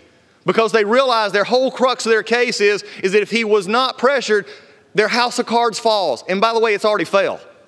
But if we can't show pressure, then we either have to call him a liar, a world leader, or we have to make up names to call him. And that's exactly what happened in the Judiciary Committee when a member of the majority actually said he's acting, or they're complaining to a battered wife. That is below the dignity of this body. To take a world leader, and when he doesn't make your case for you, to belittle him. Especially, as is going to be often said by the majority, that they're in the middle of a hot war with Russia. You see, President Trump actually did give them offensive weapons. President Trump did nothing wrong. We're going to talk about that all day long today. We went on process and we went on facts. Why? Because the American people will see through this. But before I close this first part, I will have to recognize that even the Senate, the minority leader in the Senate, recognizes that the House did not do their job. Because he can't make the case to his own members, so he's having to ask for witnesses, ask for more time. You see, and even yesterday, it was sort of funny. I thought it hilarious. The minority leader in the Senate went out and did a press conference and said, they denied my witnesses. They denied my request. Well, welcome to the club, Mr. Schumer. That's exactly what's happened over here for the last 3 months. Amen. So today, we're going to talk a lot about impeachment. We're going to talk a lot about a president, and we're going to talk about 2 articles of impeachment. Abuse of power, because they can't actually pin anything of factual basis on him. The president did nothing wrong in this issue. And then they're going to talk about obstruction of Congress. You know, obstruction of Congress, as I've said before, is like petulant children saying we didn't get our way when we didn't ask the right way and we didn't actually go after it and try to make a case. You know why, Madam Speaker? The clock and the calendar are terrible masters. And the majority will own that problem today, because to the clock and the calendar, facts don't matter. The promises to the base matter. And today is a promise kept for the majority. Not a surprise, a fact. And with that, I reserve. Gentleman reserves. Gentleman from New York. Madam Speaker, I yield myself such time as I may consume. Gentleman's recognized. Madam Speaker, the House of Representatives must now consider 2 articles of impeachment against President Trump. The first article charges that the president used his public office to coerce a foreign government into attacking his political rival. The second article charges that the president took extreme and unprecedented steps to obstruct our investigation into his conduct. Taken together, the 2 articles charge that President Trump placed his private political interests above our national security, above our elections, and above our system of checks and balances. After months of investigation, there can be no serious debate about the evidence at hand. On July 25th, when he spoke to President Zelensky of Ukraine, President Trump had the upper hand. The president, through his agents, had already demanded that Ukraine announce an investigation of his political opponents. Ukraine needed our help, both military aid, which had been appropriated by Congress because of our security interests, and an Oval Office meeting to show the world that the United States continues to stand with Ukraine against Russian aggression. President Trump should have been focused on the interests of the American people on that call. Instead, he prioritized his private political interests. President Trump asked President Zelensky for a favor. He wanted Ukraine to announce 2 bogus investigations, one into former Vice President Biden, then his leading opponent in the 2020 election, and another to advance a conspiracy theory that Ukraine, not Russia, attacked our elections in 2016. Neither request was premised on any legitimate national security or foreign policy interest. One was intended to help President Trump conceal the truth about the 2016 election. The other was intended to help him gain an advantage in the 2020 election. After the call, President Trump ratcheted up the pressure. He deployed his private attorney and other agents, some acting far outside the regular channels of diplomacy, to make his desires clear. There would be no aid and no meeting until Ukraine announced the sham investigations. To our founding generation, abuse of power was a specific, well-defined offense. A president may not misuse the powers of the presidency to obtain an improper personal benefit. The evidence shows that President Trump did exactly that. For this alone, he should be impeached. But the first article also identifies 2 aggravating factors. When President Trump conditioned military aid on a personal favor, he harmed America's national security. And when he demanded that a foreign government target his domestic political rival, he took steps to corrupt our next election. To the founders, these offenses clearly merited removal from office. The president faces a second article of impeachment for his efforts to obstruct our investigation of his misconduct. The Constitution grants the sole power of impeachment to the House of Representatives. Within our system of checks and balances, the president may not decide for himself what constitutes a valid impeachment inquiry, nor may he ignore lawful subpoenas or direct others to do so. Many presidents, including President Trump, have asserted privileges and other objections to specific subpoenas. But only President Trump has ordered the categorical defiance of a congressional investigation, the automatic rejection of all subpoenas. The president is not above the law, and he should be impeached for this as well. Congress cannot wait for the next election to address this misconduct. President Trump has demonstrated a clear pattern of wrongdoing. This is not the first time he has solicited foreign interference in an election, has been exposed, and has attempted to obstruct the resulting investigation. We cannot rely on the next election as a remedy for presidential misconduct when the president threatens the very integrity of that election. He has shown us he will continue to put his selfish interests above the good of the country. We must act without delay. By his actions, President Trump has broken his oath of office. His conduct continues to undermine our Constitution and threaten our next election. His actions warrant his impeachment and demand his removal from office. I urge my colleagues to support these articles, and I reserve the balance of my time. Gentleman from Georgia. Thank you, Madam Speaker. It is my pleasure at this time to yield 3 minutes to the gentleman from Wisconsin, Mr. Sensenbrenner. Gentleman's recognized for 3 minutes. Madam Speaker, I rise in opposition to impeaching the president. The Constitution says that any civil officer, including the president, may be impeached for treason, bribery, or other high crimes and misdemeanors. Unlike the Nixon and Clinton cases, there are no allegations that the president has committed a crime. We've had almost 3 years of nonstop investigations. We've had the Mueller report, we've had the Schiff investigation, we've had the Nadler investigation, and at no time is there any evidence that indicates that Donald J. Trump violated any criminal statute of the United States. So why are we here? We're here because the majority caucus, the Democratic caucus, has been hijacked by the radical left. They have wanted to reverse the course of the 2016 election ever since Donald J. Trump won that election. So let's look at these two phony articles of impeachment. First of all, abuse of power. The phone call in question had the president say, "Our country has been through a lot. I want you to do us a favor. Not me a favor, us a favor." And there he was referring to our country, the United States of America, not a personal political gain. He was not afraid to let this transcript go public, and he released the transcript almost immediately after the call.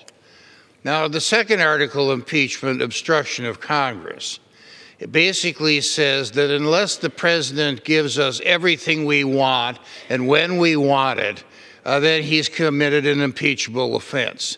That's a bunch of bunk. The president has certain individual and privileges by virtue of his office. Whenever there's been a dispute between the executive and legislative branches heretofore, they've gone to court. And the Supreme Court a couple weeks ago said they would take jurisdiction over deciding whether the president had to comply with one subpoena relating to his tax returns. Now here, the Democrats have been bent to impeach the President of the United States before the court decides this. And this means that there's a rush job to do this. And why is there? Because they want to influence the 2020 elections. And they spent 3 years doing it. They spent millions of taxpayers' dollars, including the Mueller report, putting together this impeachment. And they also have had this Congress wrapped around impeachment and not doing their jobs until the dam broke this week. Stop this charade, vote no, and I yield back. Yields back. The gentleman from New York. Mr. Speaker, the gentleman from Wisconsin knows full well the president asserted no privileges here. He simply ordered complete defiance of the impeachment inquiry. I now yield 2 minutes to the gentlelady from Pennsylvania, Ms. Scanlon. Gentlelady is recognized. Thank you, Speaker, and thank you, Chairman Nadler, for your leadership as we navigate this challenging time, not just for our committee and Congress, but for our country. It's with profound sadness that I stand here today in support of these articles of impeachment. President Trump's behavior is exactly what our founders feared most. They knew that with the awesome power of the presidency came the risk of a president abusing that power for personal gain. They were particularly concerned about an executive who became entangled with foreign governments, corrupted our elections, or sought to avoid consequences for his own misconduct in office. That is why they included impeachment in the Constitution, to protect our republic. Our colleagues across the aisle have claimed that we're impeaching the president because we don't like him. But this moment is about more than disagreement with the president's policies or personality. Those issues belong in the voting booth. Our task here is not to judge the president himself. Instead, we must judge his conduct and whether his actions have undermined our Constitution. The president has committed the highest of high crimes under our Constitution. He used the highest office in our government and taxpayer dollars to pressure a foreign country to interfere in our elections. He undermined our national security. And when he got caught, he tried to cover it up, obstructing our investigation and refusing to produce subpoenaed documents and witnesses. A government where the president abuses his power is not of the people. A government where the president pressures a foreign country to undermine our elections is not by the people. And a government where the president puts his own interests before the country is not for the people. This isn't complicated. You know it. I know it. The American people know it. President Trump's wrongdoing and the urgent threat that his actions present to our next election and our democracy leaves us no principled alternative but to support these articles of impeachment. Our Constitution, our country, and our children depend upon it. I yield back. The gentlelady yields back. The gentleman from Georgia. Thank you, Mr. Speaker. I wish, as the gentlelady just said, I wish they would examine the factual conduct, but I guess that's not going to happen. So at this point, I yield 2 minutes to the gentleman from Louisiana, Mr. Johnson. Gentleman's recognized. Thank the gentleman from Georgia. Mr. Speaker, the founders of this country warned us against a single-party impeachment because they feared it would bitterly and perhaps irreparably divide our nation. The truth is, in the 243 years of this republic, there has never been a single-party fraudulent impeachment process like the one being used today. Our Democrat colleagues have weaponized the impeachment provision of the Constitution to nullify the votes of 63 million Americans who elected President Donald J. Trump. This is not about a phone call or Ukraine or even his use of the executive privilege. You have to remember that 95 of the Democrats on this floor today voted to impeach Donald Trump before the July 25th phone call ever happened between President Trump and President Zelensky. And not only is this a single-party impeachment, it's also evidence-free. After all their Herculean efforts, they could only come up with 2 short articles of impeachment. On the first, the Democrats know there is zero direct evidence in this record of these proceedings to show that President Trump engaged in any abuse of power. As you'll hear today, their entire case is based on hearsay, speculation, and conjecture, and there's not a single fact witness that can provide testimony to support their baseless allegations. The Democrats' second claim is that President Trump obstructed Congress by simply doing what virtually every other president in the modern era has also done, and that is to assert, Mr. Chairman, a legitimate executive privilege which protects the separation of powers. And you know what? If they disagreed with that, the Democrats could and should have just simply gone a few blocks away to a federal court to get an expedited court order compelling the extra documents and information they requested. That's what's always been done in the past. But they didn't do that here because these Democrats don't have time for it. They are trying to meet their own arbitrary, completely reckless, and Machiavellian timeline to take down a president that they loathe. The real abuse of power here is on the part of the House Democrats. They has feverishly produced and pursued this impeachment 20 times faster than the impeachment investigation of Bill Clinton. They've tried to reach their predetermined political outcome, and along the way, they've steamrolled over constitutionally guaranteed due process. Gentleman's time has expired. Previously sacrosanct House rules and the federal rules of civil procedure. This must fail. The gentleman's time has expired. This is a shameful day for the country. I yield back. The gentleman from New York is recognized. Mr. Speaker, the gentleman knows that impeachment was put into the Constitution as a defense of the Republic in between elections. I now yield 2 minutes to the distinguished gentlelady from Washington, Ms. Jayapal. Gentlelady is recognized. Mr. Speaker, this is a day of accountability and defending our democracy. The facts in front of us are clear. This president, Donald J. Trump, coerced a fragile foreign ally to investigate his political opponent and interfere in our elections. And he leveraged critically needed, congressionally approved military aid to Ukraine. The president's allies want to claim that he did this because he cared about corruption.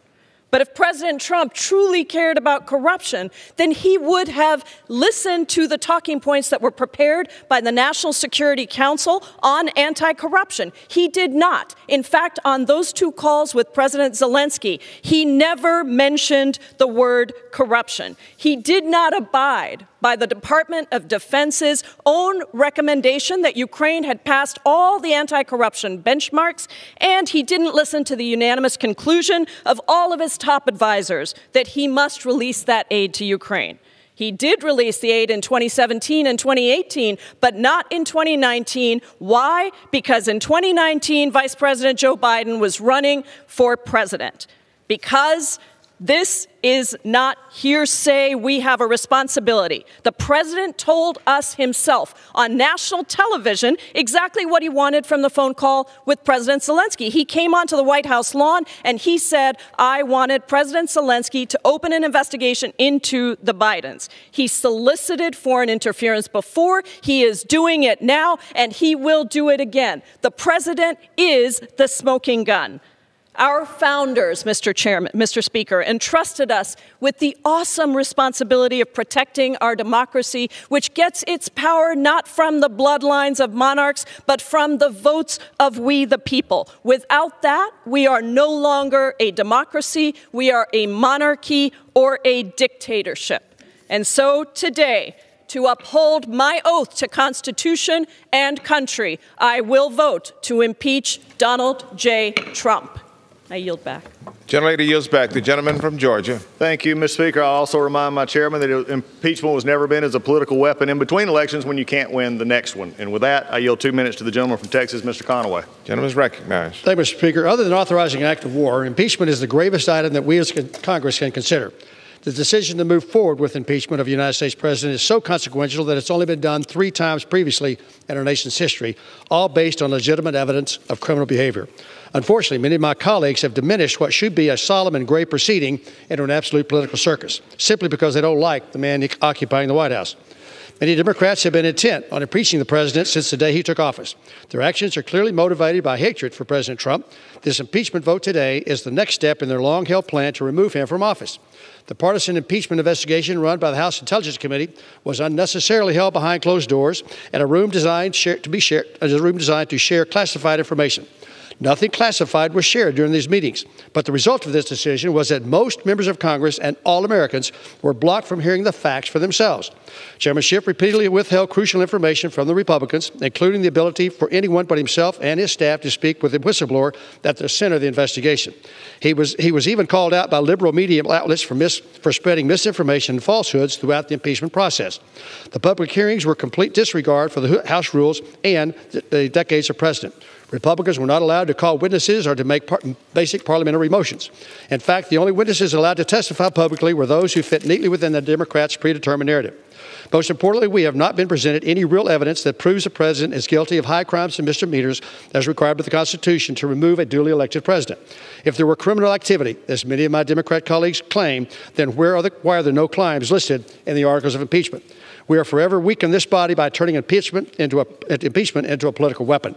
This impeachment scheme is nothing more than an attempt to conduct a taxpayer-funded opposition research and damage the president's electability heading into 2020. The American people see right through this charade and are fed up. It's time for this madness to stop and for us to get back to the important work the American people sent us here to do. And I yield back. Gentleman yields back. Gentleman reserves. Gentleman from New York. Mr. Speaker, I now yield 3 minutes to the distinguished gentleman from California, Mr. Liu. Gentleman is recognized. Thank you, Chairman Nadler, for your leadership. Let's start by making this very simple. No one in America could do what Donald Trump did and get away with it. No American elected official can call up a foreign government and ask for an investigation of a political opponent. No member of Congress can call up a foreign official and ask for help in our re-election campaign. If we did that, we would likely get indicted. No one is above the law, and the Constitution is the supreme law of the land. I first swore an oath to the Constitution when I joined the United States Air Force on active duty. And the oath I took was not to a political party or to a president or to a king. It was to a document that has made America the greatest nation on earth. And that document contains a safeguard for when the president's abuse of power is so extreme that it warrants impeachment. We're not here because of policy disputes. While I disagree with the president, I acknowledge he has a right to restrict the number of refugees entering our country. He has a right to eliminate environmental executive orders. He has a right to sign a bill that has given tax breaks to the wealthy. But the president does not have the right to cheat and to solicit foreign interference in our elections. That is illegal. It is not what the voters elected him to do, and we will not stand for it. The president's actions in this case were particularly insidious because he also used our government for his private gain. He conditioned taxpayer-funded military aid and a critical White House meeting with the Ukrainian president on the requirement that Ukraine publicly announce an investigation into his opponent. And by harming Ukrainian national security, the president also harmed U.S. national security. And then the president solicited foreign interference again on the south lawn of the White House, when he again asked Ukraine to investigate his political opponent, and then he asked China, our peer competitor, to do the same. That abuse of power is not acceptable. Whether or not the Senate convicts, the House has an independent duty to do the right thing. That's why we have passed over 275 bipartisan bills that are stuck in the Senate. Whether impeaching or legislating, we will continue to be faithful to the Constitution regardless of what the Senate may or may not do. Moreover, impeachment is a form of deterrence. Our children are watching. No president ever wants to be impeached. And whether Donald Trump leaves in 1 month, 1 year, or 5 years, this impeachment is permanent. It will follow him around for the rest of his life, and history books will record it. And the people will know why we impeached. It's all very simple. No one's above the law, not our commander-in-chief, not our president. I yield back. Gentleman yields back. The gentleman from Georgia. Thank you, Mr. Speaker. At this time, it's my pleasure to yield 1.5 minutes to the gentleman from North Carolina, Mr. McHenry. Gentleman is recognized. I thank my colleague. In 2016, 63 million Americans went to the polls and elected Donald Trump President of the United States. House Democrats have been trying to overturn the election ever since. In fact, they've tried 5 additional times to the one that's before us to impeach the president, including the vote in May of 2017, just 5 months into his term. In January of this year, House Democrats took control of this chamber, and they're faced with a choice. They could use the tools of the majority to pursue legitimate priorities of the American people, policies that can impact their lives, or they could use the tools to undo the 2016 election. They made their choice. Since then, House Democrats have issued more subpoenas than bills have been signed into law. That tells us all we need to know about this Congress and that party. Rather than launch a legitimate investigation, Democrats turned to focus groups to workshop their language to see if they could sell this to the American people. And the American people have rejected it. Instead of negotiating with the executive branch, for instance, and allowing the courts to resolve any legitimate disputes, House Democrats rushed an impeachment vote. So here we are, 12 weeks later, voting whether to impeach the president based off the thinnest record in modern history. It's no surprise that the Senate is already asking for additional witnesses and more documents and real evidence. The body of evidence is weak and woefully insufficient for impeachment. And with that, I yield back on this sad day for this institution. Gentleman yields back. The gentleman from New York, Mr. Nadler. Mr. Speaker, I now yield 2 minutes to the gentleman from Maryland, Mr. Raskin. Mr. Raskin is recognized. Thank you, Mr. Speaker. American elections belong to the American people, not the American president and not foreign powers. No president may cheat the people by working with foreign governments to steal from us a free and fair election. And no president who attempts it may cover up that cheating by systematically obstructing Congress in our work. Article 2 of the Constitution does not authorize a president to do whatever he wants. The reason we have a Constitution is to keep government officials from doing whatever they want. If we, the people, lose the certainty of free and fair elections to presidential corruption and foreign manipulation, then we lose our democracy itself, the most precious inheritance we have received from prior generations that pledged their sacred honor and gave everything they had to defend it. The struggle for democracy is the meaning of America. That is why we remain the last best hope of a world ravaged by authoritarianism, violence, and corruption. We must act now to protect our elections and safeguard constitutional democracy for the enormous and unprecedented challenges that still lie ahead of us. I yield back, Mr. Chairman. Gentleman yields back. The gentleman from Georgia. Thank you, Mr. Speaker. At this time, it is my pleasure to yield 1.5 minutes to the gentlewoman from West Virginia, Ms. Miller. Gentlelady is recognized. Thank you, Mr. Speaker. I rise in opposition of H.R. 755. Today is a disappointing day. It is the day my colleagues from across the aisle cast the vote that they have spent the last 3 years obsessing over. The vote to impeach our duly elected president. There are 2 charges claimed by House Democrats, and there is 0 cause for either. While President Trump has led, our country has thrived, and Washington liberals have failed. Despite the commitment of many of our colleagues to obstruct the Trump administration's agenda at every turn, our country continues to succeed. In this body, however, we have not been able to deliver on what Americans want and need. We still have not finished securing our border. The opioid epidemic still rages in our communities. Our infrastructure is still in dire need of an overhaul, and we still have not reached a bipartisan resolution on drug pricing. If Congress hadn't spent the last year stuck in a divisive, ugly, partisan impeachment debacle, think of what we could have done. The lives that could have been saved, the communities that could have been improved, the crisis on our southern border ended, and the positive work that we should do for our country. But we didn't, all because of divisive political theatrics. Congress can do better than this, and America deserves better. I yield back my time. The gentlelady yields back, and the gentleman from Georgia reserves. The gentleman from New York. Mr. Speaker, I now yield 2 minutes to the distinguished gentleman from Rhode Island, Mr. Cicilline. Gentleman is recognized. Mr. Speaker, I rise in support of the articles of impeachment against Donald J. Trump, the 45th President of the United States. Mr. Speaker, no one runs for Congress to impeach a president, but this president has left us no choice.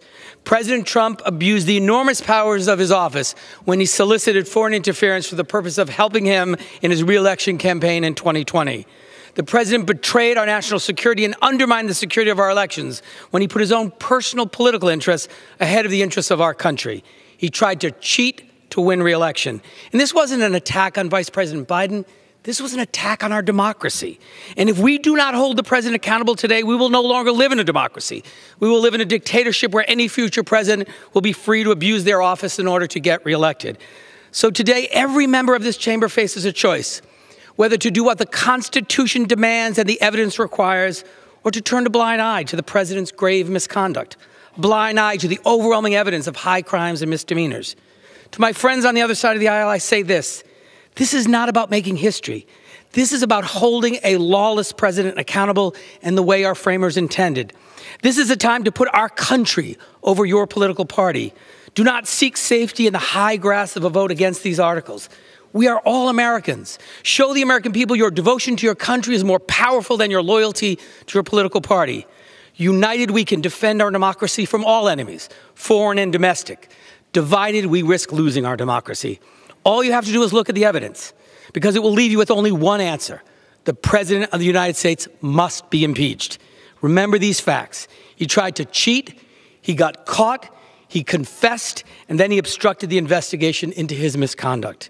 For our democracy, for our Constitution, for the people you represent, and for all who will inherit our country from us, I pray you will do the right thing. And I yield back. The gentleman yields back. The gentleman from Georgia. Thank you, Mr. Speaker. At this point, it gives me pleasure to yield a minute and a half to the gentleman from Alabama, Mr. Rogers. Gentleman's recognized, Mr. Rogers. Thank you, Mr. Speaker. I rise today in complete and total support of President Trump.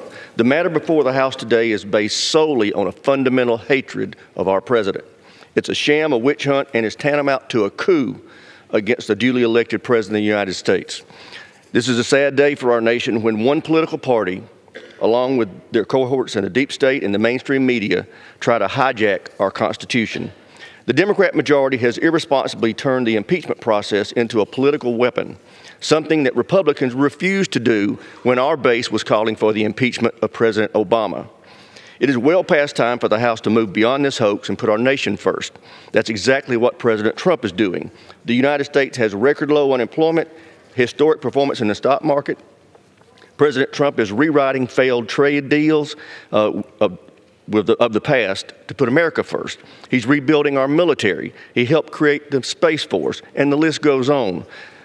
I implore my colleagues to end this spectacle now. I yield back. Gentleman yields back. The gentleman reserves. Gentleman from New York, Mr. Nadler. Mr. Speaker, I'm hearing a lot from my colleagues on the other side of the aisle, except a defense of President Trump's conduct, which is indefensible. I now yield 2 minutes to the distinguished gentleman from Florida, Mr. Deutsch. The gentleman from Florida is recognized. Some say this impeachment is about 8 lines in a call transcript, but there is so much more. This was about a scheme that lasted months and involved dozens of Trump administration officials. Look at the evidence. Look at the direct evidence. Text messages, emails, calls, and meetings. Way back in May, the president told his team, talk to Rudy Giuliani. The president's message, no White House meeting unless Ukraine helped him in the 2020 election. Ambassador Sondland said there was a prerequisite of investigations into the Bidens, and announcement of investigations was a deliverable. Ambassador Volker said the most important thing for the Ukrainian president to do was to commit to an investigation of the Bidens. Just before the July 25th call, Volker told the Ukrainians, assuming President Z convinces Trump he will investigate, we will nail down a date for a visit to Washington. The direct evidence kept coming after the call, more texts, more emails, more calls, all with the same message. If Ukraine didn't announce an investigation into the president's political rival, then they wouldn't get the White House meeting that they had been promised, and they wouldn't get the aid that they needed in their war against Russia. American presidential power comes from the people through elections. And the Constitution requires that we protect those elections. But when the president abused his power to solicit foreign interference, he was cheating American voters before they even had a chance to vote. President Trump's actions force us to protect our elections and the Constitution. I urge my colleague to defend the Constitution, support these articles of impeachment, and remind the world that in America no one is above the law. I yield back. The gentleman yields back. The gentleman from Georgia. Thank you, Mr. Speaker. And I would remind this whole body that it is more than 8 lines. In fact, there's 4 facts. There's no pressure. There's no conditionality. They did nothing to get it, and they got the money. With that, I yield a minute and a half to the gentleman from Florida, Mr. Spano. The gentleman is recognized. I rise in opposition to this political effort to remove President Trump from office. I'm not surprised this day has come, but I am disappointed. Disappointed because impeachment is one of the most consequential decisions that we can make in this body. And this impeachment is based purely on partisan motives. Speaker Pelosi said we shouldn't go down this path unless there was something compelling, overwhelming, and bipartisan because of how divisive it would be. Unfortunately, it's clear the majority has had laser focus on one thing for 3 years, impeaching the president. The majority has failed to deliver for the American people. They failed to pass a budget on time, failed to pass the spending bills on time, and failed to deliver bipartisan solutions that will actually help improve the lives of Americans. But the American people see through this sad charade for what it is, an attempt to undo the 2016 election based on hearsay and opinion, not fact. The transcript of the call showed no conditions were placed on the aid. President Trump and Zelensky have said there was no pressure and Ukraine received the aid without taking any actions. The Constitution is clear. The president may only be impeached for committing treason, bribery, or other high crimes and misdemeanors. Nowhere in the 2 articles of impeachment brought today does it argue that the president has committed treason, bribery, or any crime under the law. This is not overwhelming. It is not compelling. It is not bipartisan. But the Speaker has right. She was right in one way. This is incredibly divisive and has lowered the bar for what future presidents will face. I strongly oppose the articles before us today, and I hope that we will finally move past this nightmare and get to work to deliver results for the American people. I yield back. The gentleman yields back. Gentleman reserves. The gentleman from New York is again recognized. Mr. Speaker, the evidence is clear that President Trump took advantage of Ukraine's vulnerability and abused the powers of his office to pressure Ukraine to help his re-election campaign. This is the highest of high crimes, and President Trump must be held to account. And I now yield 2 minutes to the distinguished gentleman from California, Mr. Correa. The gentleman is recognized. And I thank the gentleman for yielding. As a member of Homeland Security Committee, I know firsthand the dangers that foreign interference in our elections present to our democracy. And as a member of Congress, it is my sworn duty to ensure that our nation is secure from all threats, foreign and domestic. And Congress has a constitutional job to investigate allegations of misconduct by the executive branch, including the United States President. The Constitution is the highest law of the land, created a system of checks and balances to prevent the creation of a king. And Congress is a co-equal branch of our nation's government, equal with the presidency, with duties that are given to us by the framers. This is a very sad day, and I do not take impeachment lightly. Yet I'm here to do my job as a member of Congress.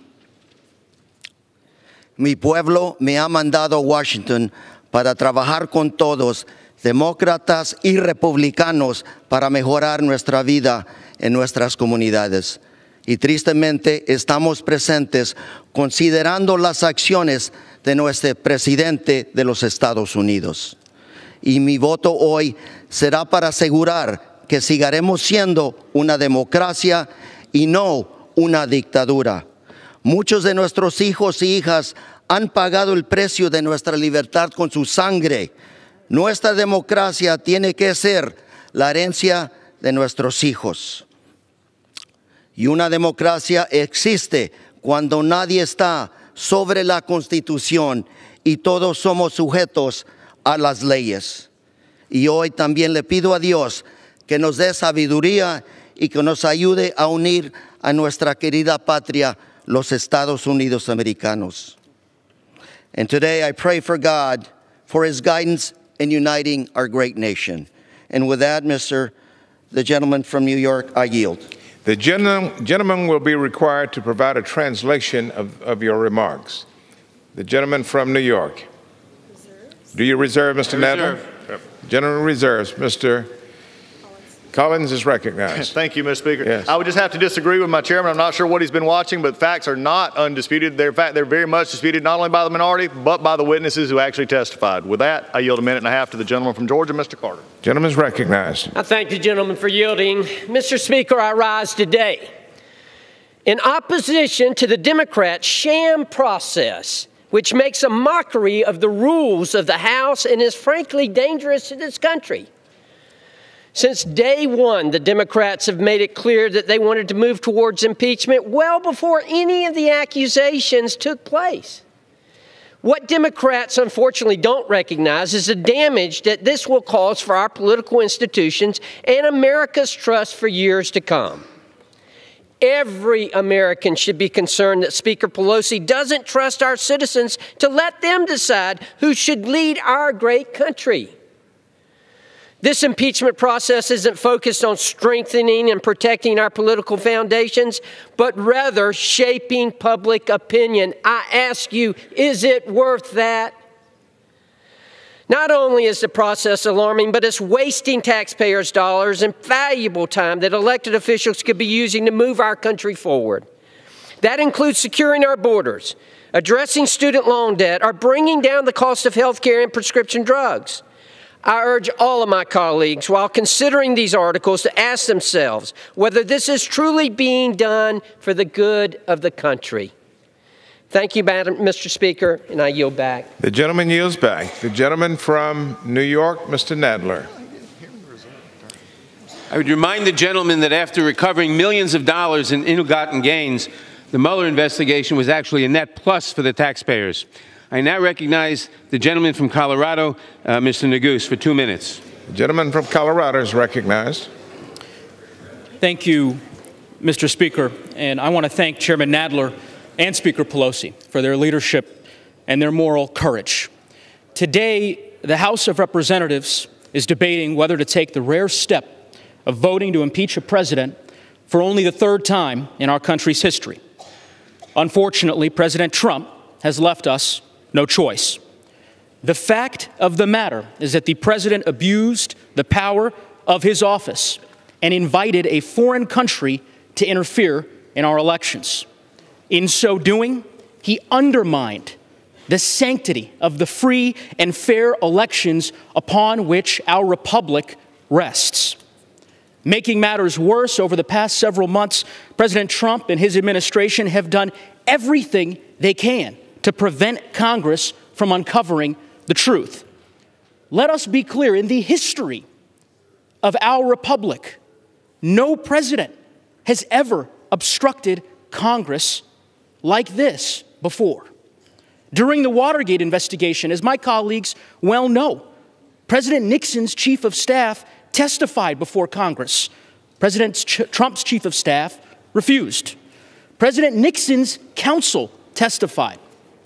President Trump's refused. White House aides close to President Nixon testified. President Trump refused to allow any aide who may have knowledge relevant to this investigation to testify. Simply put, his administration has engaged in a wholesale obstruction of Congress, and that is exactly why we're considering not just one, but two articles of impeachment before the House today. Every member of this body has a responsibility to uphold our Constitution, to defend our republic, and when necessary, to hold the executive branch accountable. And we are exercising that responsibility today. So with that, and therefore, I will vote yes on both articles because it is what the Constitution requires and what my conscience demands. And with that, I yield back. The gentleman yields back. The gentleman from Georgia. Thank you, Mr. Speaker. Wow, I'd have never thought that a Department of Justice investigation was used as a money revenue plot, but I guess one thing is true. It was a loser for the minority in a net profit situation. With that, I yield to Mr. Newhouse, a minute and a half. Gentleman is recognized. Mr. Speaker, the People's House should be better than this. We should be better than this. During a member's remarks in the Judiciary Committee, the committee's impeachment proceedings, he stated, and I quote, "To my Republican colleagues, how do you want to be remembered during this watershed moment in our nation's history?" Well, Mr. Speaker, it won't be watching sports on a laptop during official Judiciary Committee proceedings to impeach a sitting president. It won't be using expletives to refer to our president calling for his impeachment just hours after being sworn into Congress. It won't be using the chairmanship of the once respected Intelligence Committee to distort the president's words in order to mislead the American people. And it certainly won't be using the most serious and solemn powers of Congress to overturn a legitimate national election for political expediency. No, Mr. Speaker, my fellow Republican colleagues and I won't be remembered in history for doing any of those things, because we know this is far too grave a matter for subversions such as these of our democratic republic. We should all be better than this. I yield back. Gentleman yields back. Reserve. Gentleman reserves. Mr. Nadler? Mr. Speaker, may I inquire how much time remains on both sides?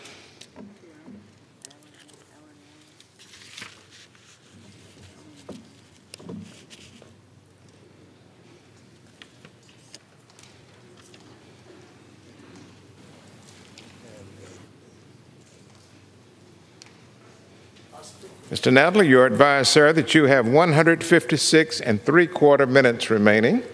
The gentleman from Georgia has 157 minutes remaining. Divide that by 60. Thank you, Mr. Speaker. I now yield 2 minutes to the distinguished gentlelady from Texas, Ms. Escobar. Gentlelady is recognized. Our country faces a great tragedy and moment of truth. We have witnessed the President of the United States abuse his public office for personal political gain and invite foreign governments to interfere in our elections, putting the integrity of a government of, for, and by the people at great risk. The evidence is overwhelming and clearly shows that President Trump will continue to abuse his office and obstruct Congress if left unchecked. The Intelligence Committee conducted a robust investigation into the president's misconduct. Members interviewed 12 witnesses in public hearings totaling over 30 hours, conducted 17 depositions totaling over 100 hours, examined text messages and emails, reviewed the president's own words and actions, and published a 300-page report detailing their findings. All of this, despite the fact that under the president's direction, 12 current and former administration officials refused to testify, even ignoring subpoenas, and 71 document requests were denied. The Judiciary Committee then reviewed the evidence and concluded that 2 articles of impeachment, which I support, were warranted. The evidence shows that President Trump is a clear and present danger to our free and fair elections and our national security. The most powerful evidence of this pattern has come from the president himself. In 2016, we heard him when he called on Russia to interfere in our elections. He said, "Russia, if you're listening." He then repeated this call for election interference on the July 25th call with the Ukrainian president, and we heard him again on the White House lawn, further adding China to that mix. I stand ready to protect our sacred republic, support these articles of impeachment, and I pray that my colleagues have the courage to do the same. We must uphold our oath of office, defend the Constitution and our fragile democracy, because no one is above the law. I yield back. The gentlelady yields back. The gentleman from Georgia. Thank you, Mr. Speaker. I yield a minute and a half to the gentleman from Florida, Mr. Rutherford. Gentleman's recognized. I thank the gentleman for yielding. Mr. Speaker, in 2016, Vladimir Putin and his cronies waged a war on our elections with the goal of sowing discord and division in America. Do you think he's been successful? Somewhere in Russia right now, Putin is laughing at us today. The majority has given him exactly what he wants: a divided America with a pure partisan politics, with nasty political rhetoric at an all-time high. And some, already across the aisle, are discrediting the results of future elections. Already. It seems to many Americans that for the past 3 years, the House majority has been carrying out the wishes of the Kremlin. And the sad part is the Democrats have vowed to continue their sham investigations even after today's vote. Impeaching a duly elected president in a purely partisan manner with no crimes to show for it, not one element of a crime defined, disgraces the integrity of our democracy. Now is the time to end the partisan politics, come together and put America first. I urge this body to vote no to partisan impeachment. The gentleman yields back. The gentleman reserves. Mr. Nadler. Mr. Speaker, I now yield 2 minutes to the distinguished gentleman from New York, Mr. Jeffries. Mr. Jeffries is recognized for 2 minutes. George Washington, in his farewell address to the nation, counseled America that the Constitution is sacredly obligatory upon all. It is in that spirit that we proceed today. Donald Trump pressured a foreign government to target an American citizen for political gain and at the same time withheld without justification $391 million in military aid to a vulnerable Ukraine as part of a scheme to solicit foreign interference in an American election. That is unacceptable. That is unconscionable. That is unconstitutional. There are some who cynically argue that the impeachment of this president will further divide an already fractured union. But there is a difference between division and clarification. Slavery once divided the nation, but emancipators rose up to clarify that all men are created equally. Suffrage once divided the nation, but women rose up to clarify that all voices must be heard in our democracy. Jim Crow once divided the nation, but civil rights champions rose up to clarify that all are entitled to equal protection under the law. There is a difference between division and clarification. We will hold this president accountable for his stunning abuse of power. We will hold this president accountable for undermining our national security. We will hold this president accountable for corrupting our democracy. We will impeach Donald John Trump. We will clarify that in America, no one is above the law. The gentleman yields back. The gentleman from Georgia. Thank you, Mr. Speaker. I now yield 2 minutes from the gentleman from California, Mr. McClintock. Gentleman is recognized. Mr. Speaker, nullifying a national election requires an overwhelming case of high crimes supported by indisputable evidence that the vast majority of the nation finds compelling. Now, Article 1 is a made-up crime called abuse of office. It does not charge that the president broke any law, but that Congress doesn't like the way he lawfully discharged his constitutional duties. This would reduce the presidency to that of a minister serving at the pleasure of Congress, destroying the separation of powers at the heart of our Constitution. Article 2 is another made-up crime called obstruction of Congress. It means the president sought to defend his constitutional rights and those of his office. It removes the judiciary from our Constitution and places Congress alone in the position of defining the limits of its own powers relative to the president. Our Bill of Rights guarantees every American the right to confront their accuser, to call witnesses in their defense, to be protected from hearsay, and to defend these rights in court. The Democrats have trampled them all in their stampede to impeach.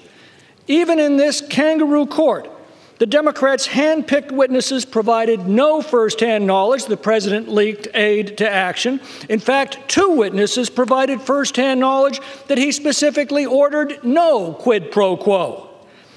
Any case that charged no actual crime and offered no legally admissible evidence would be laughed out of court in a heartbeat. That's the case before us today.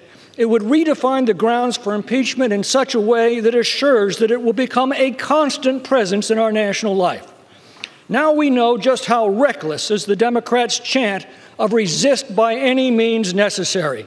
This is a stunning abuse of power and a shameless travesty of justice that will stain the reputations of those responsible for generations to come. I yield back. Gentleman yields back. Reserve. Gentleman reserves. Mr. Nadler. Mr. Speaker, abuse of power was no vague or weak notion to the framers. It had a very specific meaning: the use of official power to obtain an improper personal benefit while ignoring or injuring the national interest. President Trump has abused his office and must be removed.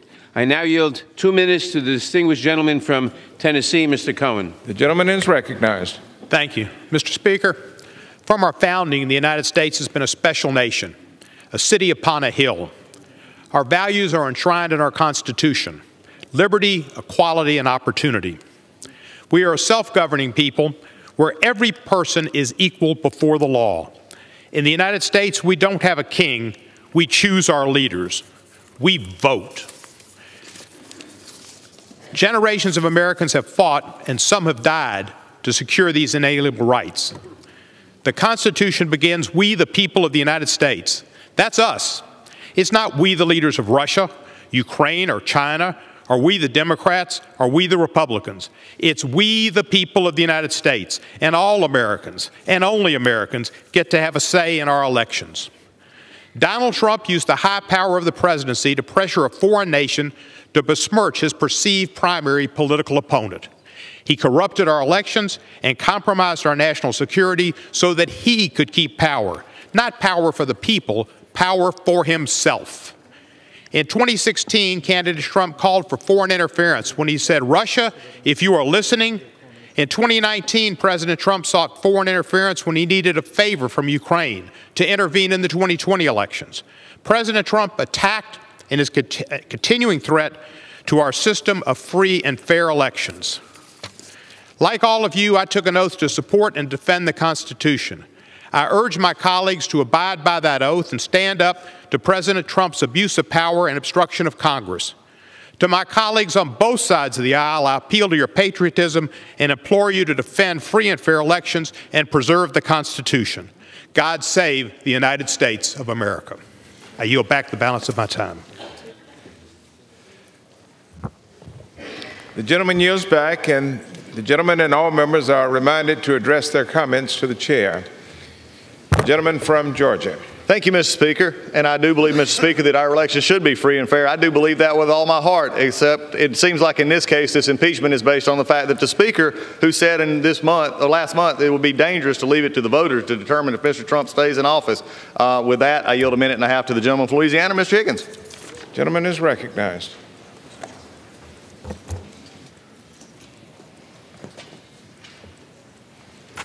Thank you, Mr. Speaker. I have descended into the belly of the beast. I have witnessed the terror within, and I rise committed to oppose the insidious forces which threaten our republic. America is being severely injured by this betrayal, by this unjust and weaponized impeachment brought upon us by the same socialists who threaten unborn life in the womb, who threaten First Amendment rights of conservatives, who threaten Second Amendment protections of every American patriot, and who have long ago determined that they would organize and conspire to overthrow President Trump. We don't face this horror because the Democrats have all of a sudden become constitutionalists. We're not being devoured from within because of some surreal assertion of the socialists' newfound love for the very flag that they trod upon. We face this horror because of this map. This is what the Democrats fear. They fear the true will of we, the people. They are deep establishment, D.C. They fear.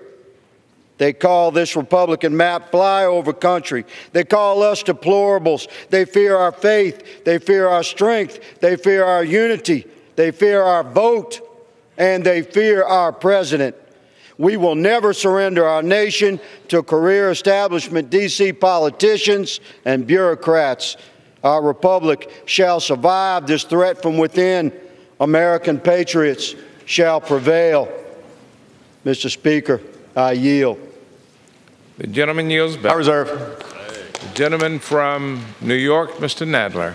Mr. Speaker, I now yield 2 minutes to the distinguished gentleman from Georgia, Mr. Johnson. The gentleman from Georgia, Mr. Johnson, is recognized. Thank you, Mr. Speaker. I was not among those who supported impeachment before Ukraine, but I called for impeachment today because our president is, as we speak, abusing his power and placing himself above the law. President Trump's attempt to sabotage the 2020 election is a clear and present danger on our democracy. We, the people, know this, and more Americans support impeachment today than at any time since Richard Nixon's final weeks in office. We know that it's wrong to enlist the help of foreigners in interfering in our elections. We know it's wrong to cheat, and we know what's at stake. It's not just that our elections were attacked, our elections are under attack right now. The very day the Judiciary Committee voted out articles of impeachment, President Trump welcomed Rudy Giuliani back to the White House. President Trump is still at it. He's doubling down. He doesn't think he can win an election fair and square, so he's trying to cheat. To ignore these crimes is not just giving the president a pass, it's giving him a green light. Those who vote against impeachment are not just endorsing President Trump's past actions, but his future ones as well. If you think I exaggerate in warning that our elections can be undermined, I'd urge you to come down to Georgia, find a black man or woman of a certain age, and they'll tell you the danger is real. And they'll tell you of brave Americans, patriots willing to risk far more than a political career, who marched and struggled and sometimes died so that we could have fair and free elections. We're not asked to possess even a fraction of their courage. We're simply called upon today to do what's right. And I'm proud to vote yes on impeachment, and with that, I yield back. Gentleman from Georgia.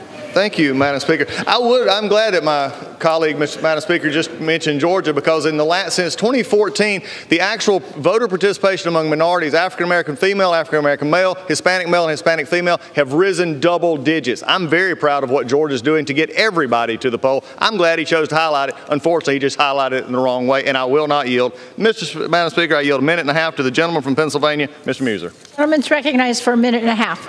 Gentleman from Georgia. Madam Speaker, back home, people refer to Capitol Hill as a bubble. They are right. It's as if we are completely detached from what's going on in communities across America. Many here don't hear or listen to what people are saying, and many here as well think they know better than the people we serve. Our communities are benefiting greatly from President Trump's agenda: a booming economy, secure border, better trade deals, and a stronger military.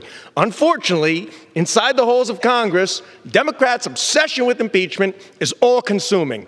Is this how Democrat leadership chooses to represent the people of America? By nullifying the results of the 2016 election, disregarding the will of the American people, and doing everything in their power to prevent the president and this Congress from doing the job we were elected to do? After 3 years of trying, months of unfair, politically motivated impeachment proceedings, Democrats have delivered 2 weak articles of impeachment. Abuse of power? Not according to the Ukraine. President Zelensky confirmed many times that there was no quid pro quo, no action taken, and significant military aid was delivered without anything in return. Of course, his words have been conveniently dismissed. Obstruction of Congress? Is this the new standard? If this is the new standard, then every president since Jimmy Carter and every president moving forward would and will be impeached. Let me be clear. It is an honor to serve in the United States House of Representatives, but today, I am distraught. Today, Democrats will disregard the will of the American people and vote to impeach the duly elected President of the United States. What should be equally troubling is that this has eroded, if not wiped out, the trust the American people have in the 116th Congress. Gentleman from New York. I yield back. I reserve. Madam Speaker, President Trump said no quid pro quo only after the White House learned of the whistleblower complaint and after the Washington Post had published an article about the president's pressure campaign on Ukraine. I now yield 2 minutes to the distinguished gentlelady from California, Ms. Bass. Gentlelady is recognized for 2 minutes. Madam Speaker, this is a sad day in U.S. history when we have to vote on articles of impeachment because Donald Trump has abused the power of the office of the presidency in his attempt to cheat his way to re-election. The facts are uncontested. Fact 1. The president abused the power of his office by attempting to shake down the president of a country that has been our ally. Trump wanted President Zelensky of the Ukraine to make up dirt on Vice President Biden because he sees him as the biggest threat to his re-election. Fact 2. Trump wanted Zelensky to go before the press and announce an investigation of Biden, hoping the mere announcement would create doubt about Biden and strengthen Trump's hand in the 2020 election. Fact 3, Trump obstructed Congress by engaging in a cover-up. Trump has refused to comply with congressional subpoenas and has blocked current and past employees from testifying before congressional committees. Congress is a co-equal branch of government, and one of our central responsibilities is to provide oversight and investigation of the administration.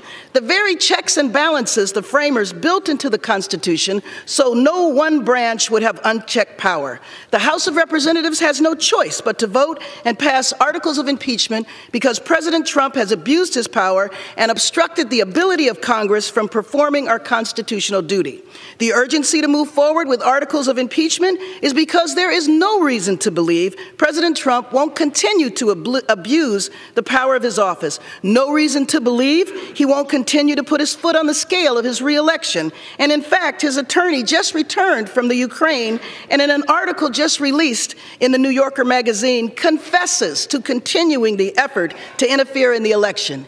In many of our congressional districts, we worry about voter suppression and schemes that purge legitimate voters from participating in the election. Or we worry about Russian interference in our election. It is a sad day in America when we have to worry about the commander-in-chief interfering in the election in order to be reelected. Elections should be decided by the American people. I will vote for both articles of impeachment. It is my constitutional duty that fulfill my oath of office. No one is above the law. Gentleman from Georgia. Thank you, Madam Speaker. I yield 2 minutes. Utah, Mr. Stewart. Gentleman's recognized for 2 minutes. I discovered something recently. It's shocking, I know, but it turns out that some people don't like President Trump.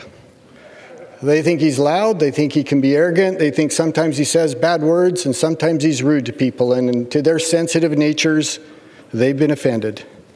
I get that, I really do. But let's be clear, this vote, this day, has nothing to do with Ukraine. It has nothing to do with abuse of power. It has nothing to do with obstruction of Congress. This vote, this day, is about one thing and one thing only. They hate this president. They hate those of us who voted for him. They think we're stupid. They think we made a mistake. They think Hillary Clinton should be the president, and they want to fix that. That's what this vote is about. They want to take away my vote and throw it in the trash. They want to take away my president and delegitimize him so that he cannot be reelected. That's what this vote is about. And for those who think this started with this investigation, what nonsense. You've been trying to impeach this president since before he was sworn into office. Some of you introduced articles of impeachment before he was sworn into office. This isn't something you're approaching prayerfully and mournfully and sadly. Oh, the chaos, oh, the sadness. This is something you're gleeful about. And you've been trying to do it for 3 years. And it's very clear. You don't have to go back and Google very much to find out that is the absolute truth. I could give you pages of examples of things you have said for 3 years about this president. That's what this is about. And if you think if this impeachment is successful, the next president, I promise you, is going to be impeached. And the next president after that, if you set this bar as being impeachable, every president in our future will be impeached. It erodes our republic in ways that our founding fathers recognized. They got it right. High crimes and misdemeanors. Other than that, settle it at the ballot box. I look forward to that day. Let the American people decide. Members are reminded to direct their comments to the chair. Gentleman from New York. Reserve. Madam Speaker, I would remind the gentleman that if President Trump is impeached and removed, the new president will be Mike Pence, not Hillary Clinton. I now yield 2 minutes to the distinguished gentlelady from Florida, Ms. McCarcel-Powell. I'm sorry. The gentleman yields 2 minutes? 2 minutes. Gentleladies recognized for 2 minutes. Madam Speaker, I did not have the privilege of being born into this country. My mother brought me from Ecuador looking for freedom and opportunity, but that's not my story alone. This is a story that I share with so many people that live in Florida's 26th district and all over the country. We've left and experienced corruption in our countries of birth where brutal dictatorships have choked their potential to benefit those in power. This president, elected by the American people, has violated his oath of office and violated the rule of law. The evidence is overwhelming that he withheld military aid approved by Congress and leveraged a White House meeting to extract a political favor from a foreign government. The president actively sought foreign election interference to benefit himself. It is undeniable that he has abused his power and obstructed Congress. He presents a clear and present danger to our democracy. As an immigrant, I still get chills because I feel so fortunate to live in this extraordinary country. The genius of American democracy lies in our Constitution and the dedication to the rule of law. I want my children and all of our children to feel the same way when they grow up. However, if we sit idly by as cracks begin to appear in our democratic institutions, our children will be in the same situation like so many of us experienced when we left countries whose leaders destroyed democracy.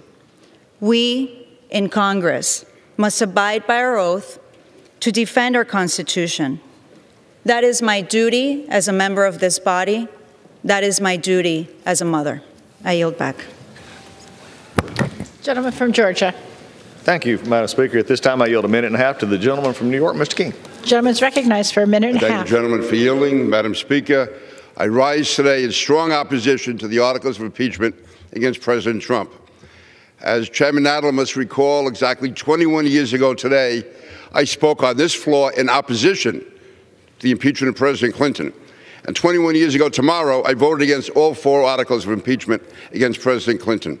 Today's articles of impeachment against President Trump are an assault on our Constitution and the American people.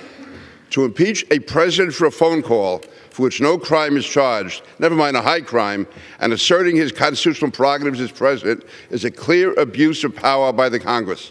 It sets the dangerous precedent of weaponizing impeachment to undo the solemn decision of the American people.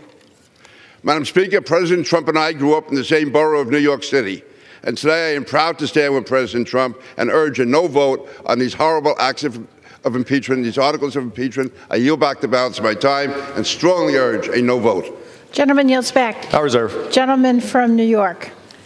Madam Speaker, I now yield 2.5 minutes to the gentlelady from California, Ms. Lofgren. Gentlelady is recognized for 2.5 minutes. Madam Speaker, the President and members of Congress each take an oath to uphold the Constitution. When the President abuses his presidential power to upend the constitutional order, we have an obligation to live up to our oath of office. We've been presented with direct evidence about the President's actions. They threaten our national security and undermine the integrity of the next election. We now vote on articles of impeachment for abuse of power and contempt of Congress as a result of that evidence. I've worked on presidential impeachments as part of the Judiciary Committee twice before. This third time brings me no joy. President Nixon attempted to corrupt elections. His agents broke into the Democratic Party headquarters to get a leg up on the election, and then, just like President Trump, he tried to cover it up. Then he resigned. This is even worse.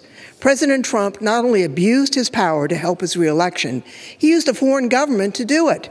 He used military aid provided to fight the Russians as leverage, solely to benefit his own political campaign. George Washington would be astonished, since he warned against the insidious wiles of foreign influence. The direct evidence is damning. The President hasn't offered any evidence to the contrary. These actions constitute grounds for presidential impeachment. What is before us is a serious abuse of power and obstruction of Congress. These abuses strike at the heart of our Constitution. The President's unconstitutional abuse of power, a high crime and misdemeanor, is ongoing. He totally refused to provide any information to Congress related to the impeachment inquiry. It's our responsibility to use the tool our founders gave us in the Constitution to preserve the constitutional order. We must impeach, and I yield back.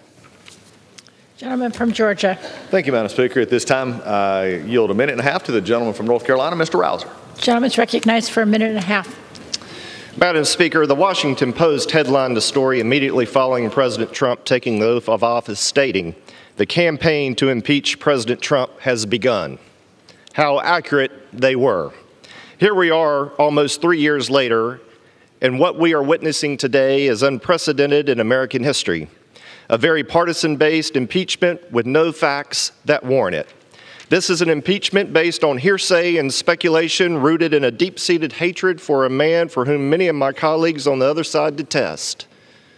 Not all, but many. Nowhere in the Constitution does it say that personal disdain is grounds for impeachment. At every turn, the claims made by my Democrat colleagues have turned out to be false. Early on, it was claimed there was evidence of Russian collusion. There was none. We were told the FBI didn't abuse the FISA process in its investigation of the Trump campaign. That, too, has now been proven completely false. Then, when the Russian collusion hoax collapsed, we were told that we would hear from a whistleblower that had details of a nefarious call between the president and the president of Ukraine.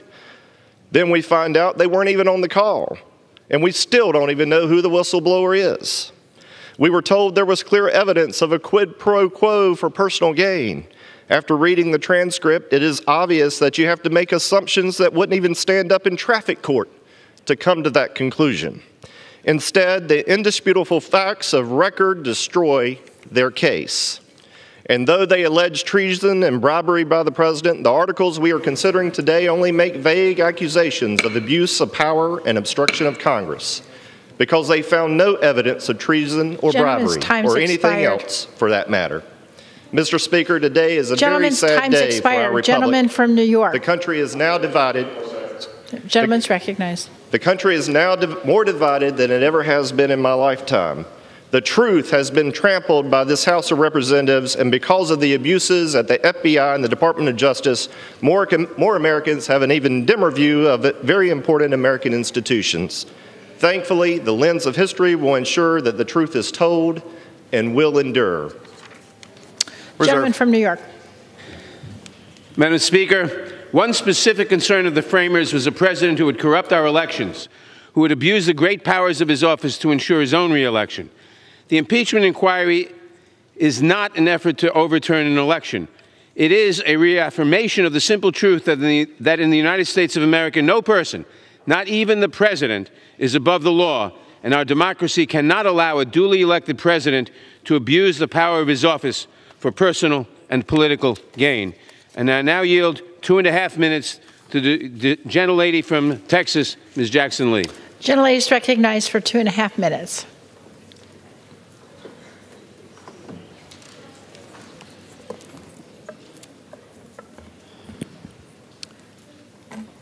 I hate no woman or man. Today, the American people should receive clarity and truth. The Constitution is the highest law of the land.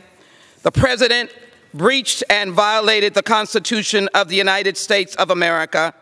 The President committed constitutional crimes.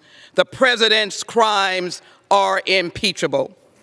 John F. Kennedy said, if this country should ever reach the point where any man or group of men by force or threat of force could defy the commands of our courts and Constitution, then no law would stand free from doubt and no citizen would be safe from his neighbors. The facts are undisputed. First, President Trump violated his oath of office by placing his personal political interests above the national interest by scheming to coerce Ukraine into investigating a potential election opponent. Second, President Trump betrayed the nation by interest by withholding the congressionally agreed $391 million to a fragile ally against a very strong foe, Russia.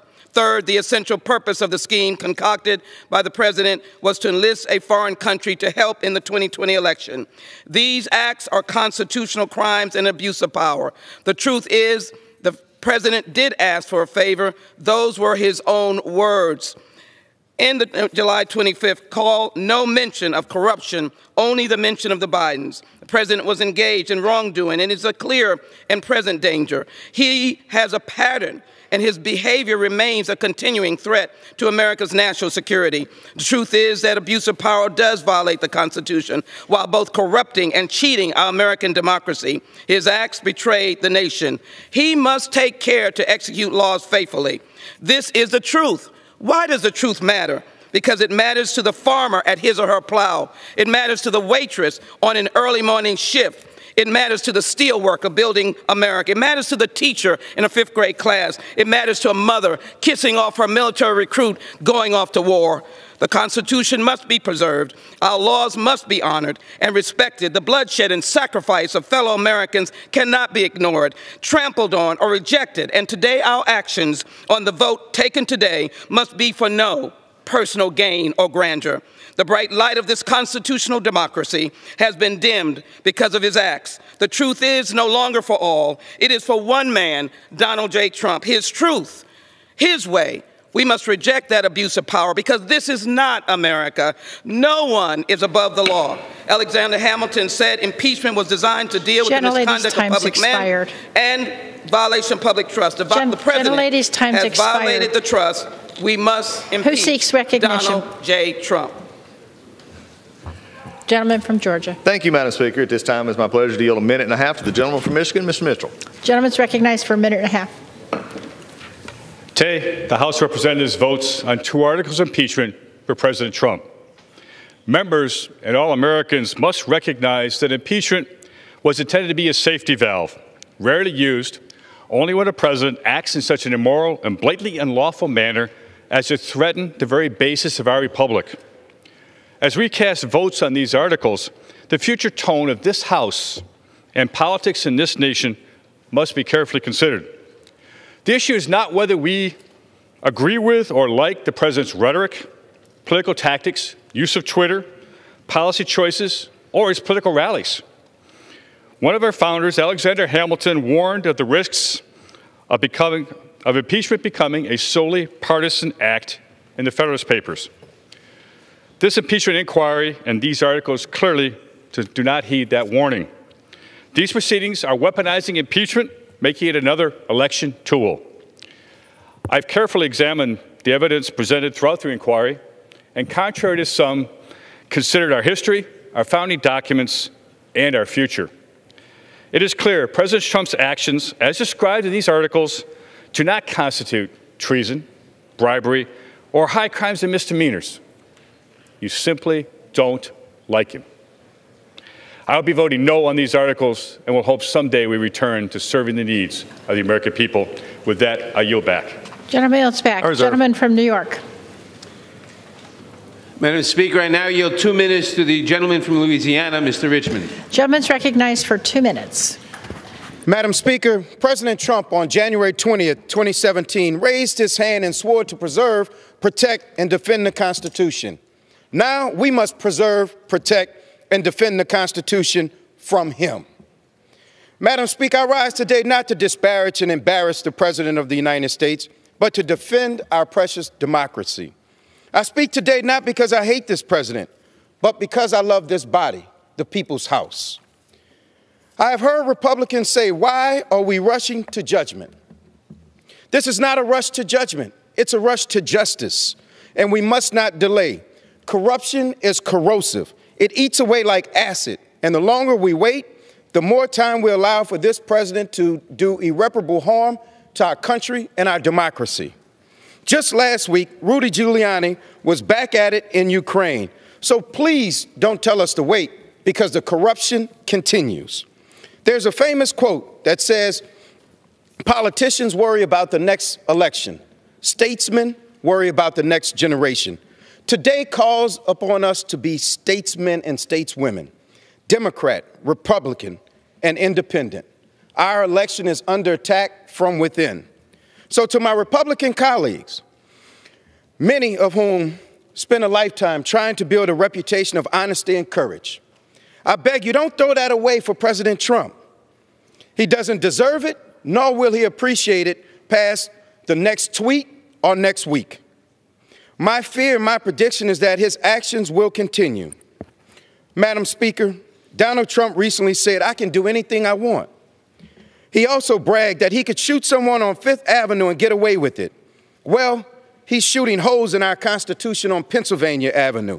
And our house, the people's house, must defend the Constitution from a domestic enemy to the rule of law, Donald Trump. Because I don't want generations to come to blame me for letting our democracy die, I therefore rise in favor of impeaching Donald Trump. With that, Madam Speaker, I yield back. Gentleman from Georgia. Thank you, Madam Speaker. At this point, I yield 1.5 minutes to the gentleman from Missouri, Mr. Lukemeyer. Gentleman's recognized for 1.5 minutes. Thank you, Madam Speaker. I rise today in strong opposition to this political charade that has tormented our country for nearly 3 years. If there was ever any doubt that this entire illegitimate investigation is 100% politically motivated, earlier this month, Speaker Pelosi actually admitted the impeachment process began 2.5 years ago. Let me say that again. The Speaker of the House said publicly that the Democrats have been trying to remove our president from office since the day he got elected, simply because it was not the outcome they wanted. Another of my Democrat colleagues publicly admitted in May that the driving force behind their actions was, and I quote, if we don't impeach the president, he'll get reelected. This wasn't an investigation, Madam Speaker. This was a political crusade. In order to arrive at their Stalinistic, predetermined conclusion, House Democrats spent the last several months staging well-rehearsed hearings where the charges were drawn up by their own focus groups, Democrat donors served as witnesses, and Democrat staff served as judge and jury.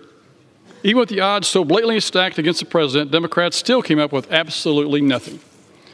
A while ago, the Speaker spoke of the Pledge of Allegiance. The last phrase of the pledge is justice for all. Justice was not something afforded the president during the investigation. He was denied due process, something the Supreme Court said should be afforded in all congressional investigations. That makes this process illegal and illegitimate. What a shame. What a sham. With that, I yield back. Reserve. Gentleman from New York. Madam Speaker, I now yield 2 minutes to the gentlelady from Texas, Ms. Garcia. Gentlelady is recognized for 2 minutes. Madam Speaker, I didn't come to Congress to impeach the president. Even when he separated babies from their parents at the border, even when he took money from our troops to build his wall, no, I didn't call for impeachment, because I'm here to make a difference in the lives of my constituents. Yet here we are in the middle of a constitutional crisis. As a former judge, I took my responsibility seriously to weigh the evidence and determine if the president's actions were impeachable. Unfortunately, the evidence in the intelligence and judiciary reports leaves us with no choice but to impeach the president. So I stand on my oath that I have sworn to the Constitution, and to the American people. And today, I urge my colleagues to stand by their oaths too. The framers of the Constitution included impeachment as a safeguard against a corrupt president whose misconduct could destroy the very foundations of our country. Donald J. Trump abused his power when he obstructed Congress and ordered government officials not to appear before us. Donald J. Trump corrupted our election when he asked a foreign government to interfere for his personal and political gain. Today, sadly, I ask my colleagues, will you put your party over our country, or will you help save our democracy and vote yes on the articles of impeachment before you? I urge you to vote yes. I yield back. Thank you, Madam Speaker. Gentlelady yields back. Gentleman from Georgia. Thank you, Madam Speaker. I do have an inquiry as to the time remaining for both sides. Gentleman from Georgia has 2 hours, 22 and a half minutes.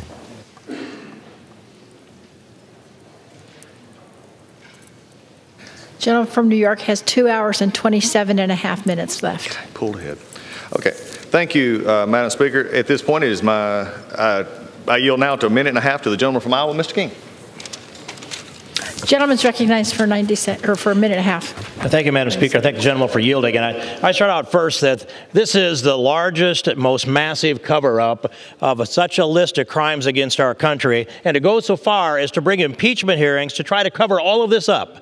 And I would take you back to October of 2015 when Barack Obama said Hillary Clinton would never intend to jeopardize our national security. Again, the following April, the next month, Peter Strzok wrote the statement that was delivered by James Comey, and they spent Democrat money and Hillary Clinton money in Russia to pick up dirt on Donald Trump. And then Joe Biden goes to Ukraine and makes the statement, here's $1 billion, but you must do what I tell you to do.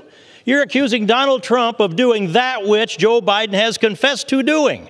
And by the way, Joe Biden was not the opponent of Donald Trump. He's in a 21-way primary for Democrats. He's running third in that race. His opponents are the other 20 Democrats. How would anybody dig into that mess of 21 people and decide he's going to go overseas and pull some maneuver like this? You have to assign him a motive.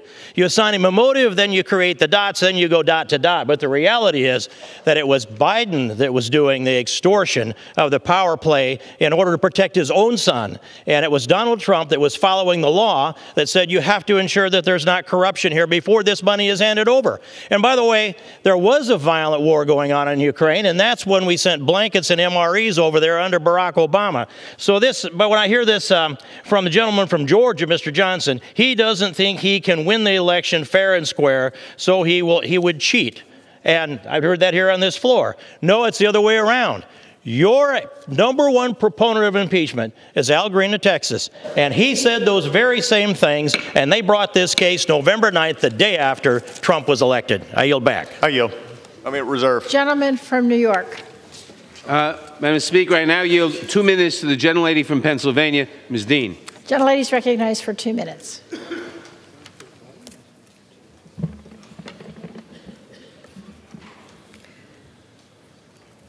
Madam Speaker, words matter. We've heard many words over the course of these last weeks. Still, what strikes me are the words that are missing from my colleagues on the other side of the aisle.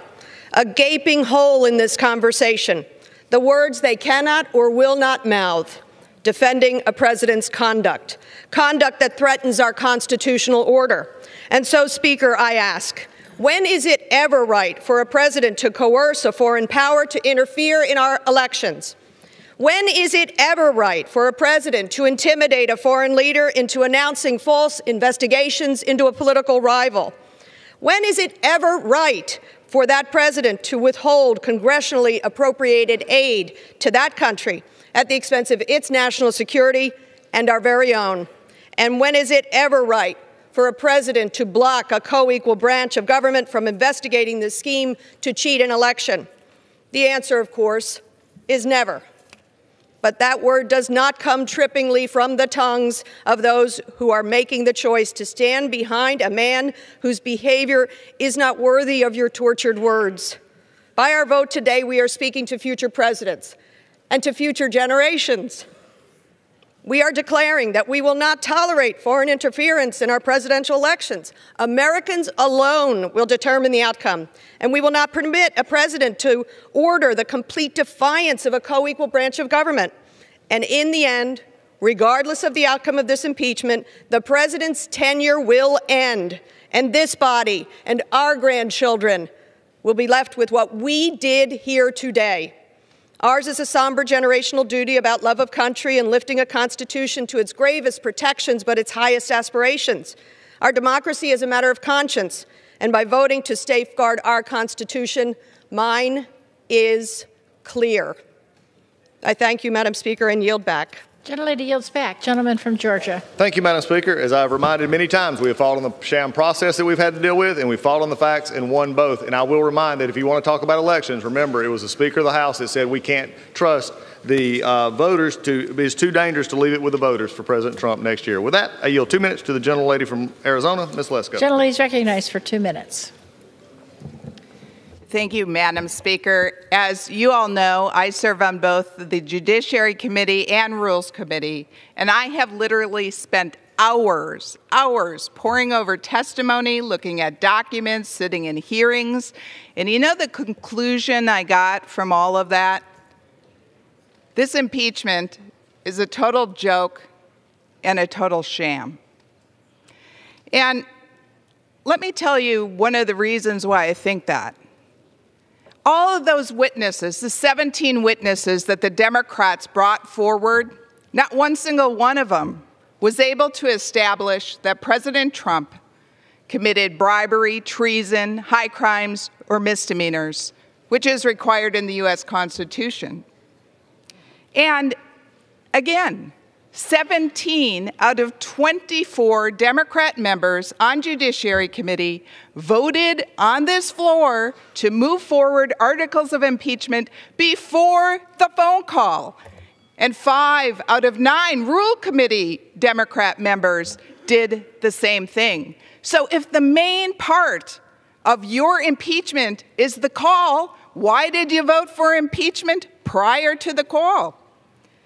I also want to remind the American public and others that for 2 years, Adam Schiff claimed he had proof that President Trump had colluded with Russia. That turned out to be false. And then overnight, it was obstruction of justice, then quid pro quo, then bribery, then extortion. And the list goes on, but yet not one of those is listed in the articles of impeachment. To my Democrat colleagues, Madam Chair, I say, please stop tearing the country apart. Stop this sham. And I yield back. Reserve. Gentleman from New York. The gentlelady is correct. President Trump's behavior is not new. He has a pattern of engaging in misconduct and then obstructing any investigation into his misconduct to cover up his actions and hide the truth from the American people. I now yield to the gentlelady from California, Ms. Roybal Allard, for the purpose of a unanimous consent request. Gentlelady is recognized. Okay, Madam Speaker, I rise in support of today's impeachment proceedings and ask unanimous consent to revise and extend my remarks. Without objection. I now yield 1 minute to the distinguished gentleman from Rhode Island, Mr. Langevin.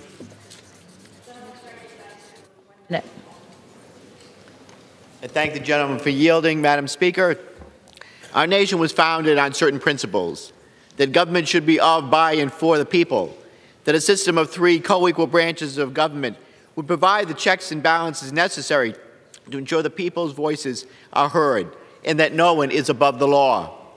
Today, sadly, we are voting to impeach President Donald John Trump because he has fundamentally broken his covenant with the American people. In doing so, we are using the powers the Founding Fathers enshrined in the Constitution to address a president who has violated his oath of office. The evidence is clear and the facts are not in question. President Trump has consistently engaged in a pattern of behavior inconsistent with the rule of law. He has refused to take responsibility for his actions. He has undermined the checks and balances we rely on by obstructing Congress at every turn. And most importantly, he has abused his power by using his office to solicit foreign interference in our elections, undermining the will of the people. So on this sad day for our nation, I will do what the President has so often failed to do, and I will fulfill my oath to support and defend the Constitution, and I will vote in favor of impeachment. I yield back the balance of my time. Gentleman yields back. Gentleman from Georgia.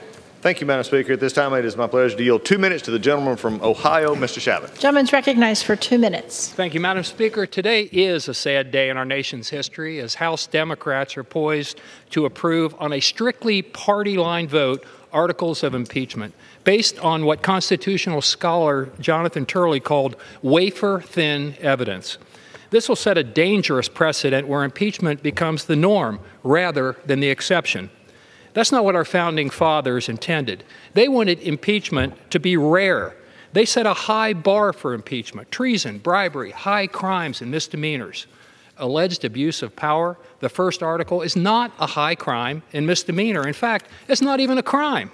And since there is no concise legal definition of abuse of power, the majority party in the House can designate nearly any disagreement with the President from now on an impeachable offense. The second article, alleged obstruction of Congress, would produce a similarly dangerous precedent. Asserting executive privilege, a practice that began with George Washington, is not obstruction of Congress. Rather, it's a function of the essential checks and balances contemplated under the Constitution. Here's what nearly every grade school student in America knows, but apparently House Democrats do not. If Congress disagrees with the President, if they don't agree with the President, take it to court. Let the third branch of government decide. They're the refs. The House has never, I repeat, never approved either abuse of power or obstruction of Congress as an article of impeachment. But that's going to change today.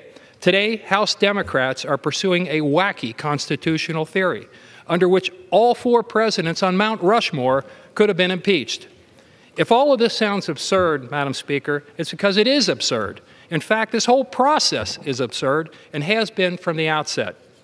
But here's what's not absurd, but rather frightening. House Democrats today are setting a dangerous precedent under which no future president will be immune from impeachment, and that will forever negatively tarnish the history of this House. Now yield back. Gentleman yields back. Gentleman from New York. Madam Speaker, the President's conduct constituted the highest of high crimes against our country. An offense does not have to violate a criminal statute to be impeachable. That was confirmed in President Nixon's case and again in President Clinton's. There is no higher crime than for the President to use the power of his office to corrupt our elections. I now yield 1 minute to the gentleman from Wisconsin, Mr. Pocan. Gentleman's recognized for 1 minute. Thank you, Madam Speaker.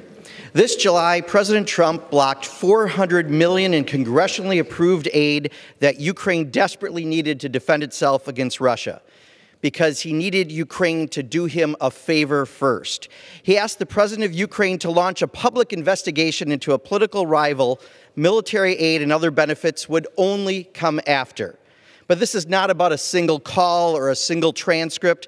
This is about a perfect storm, months of activity directly ordered by the president to his senior cabinet and political appointees, an orchestrated plan demanding a foreign power interfere in our democracy.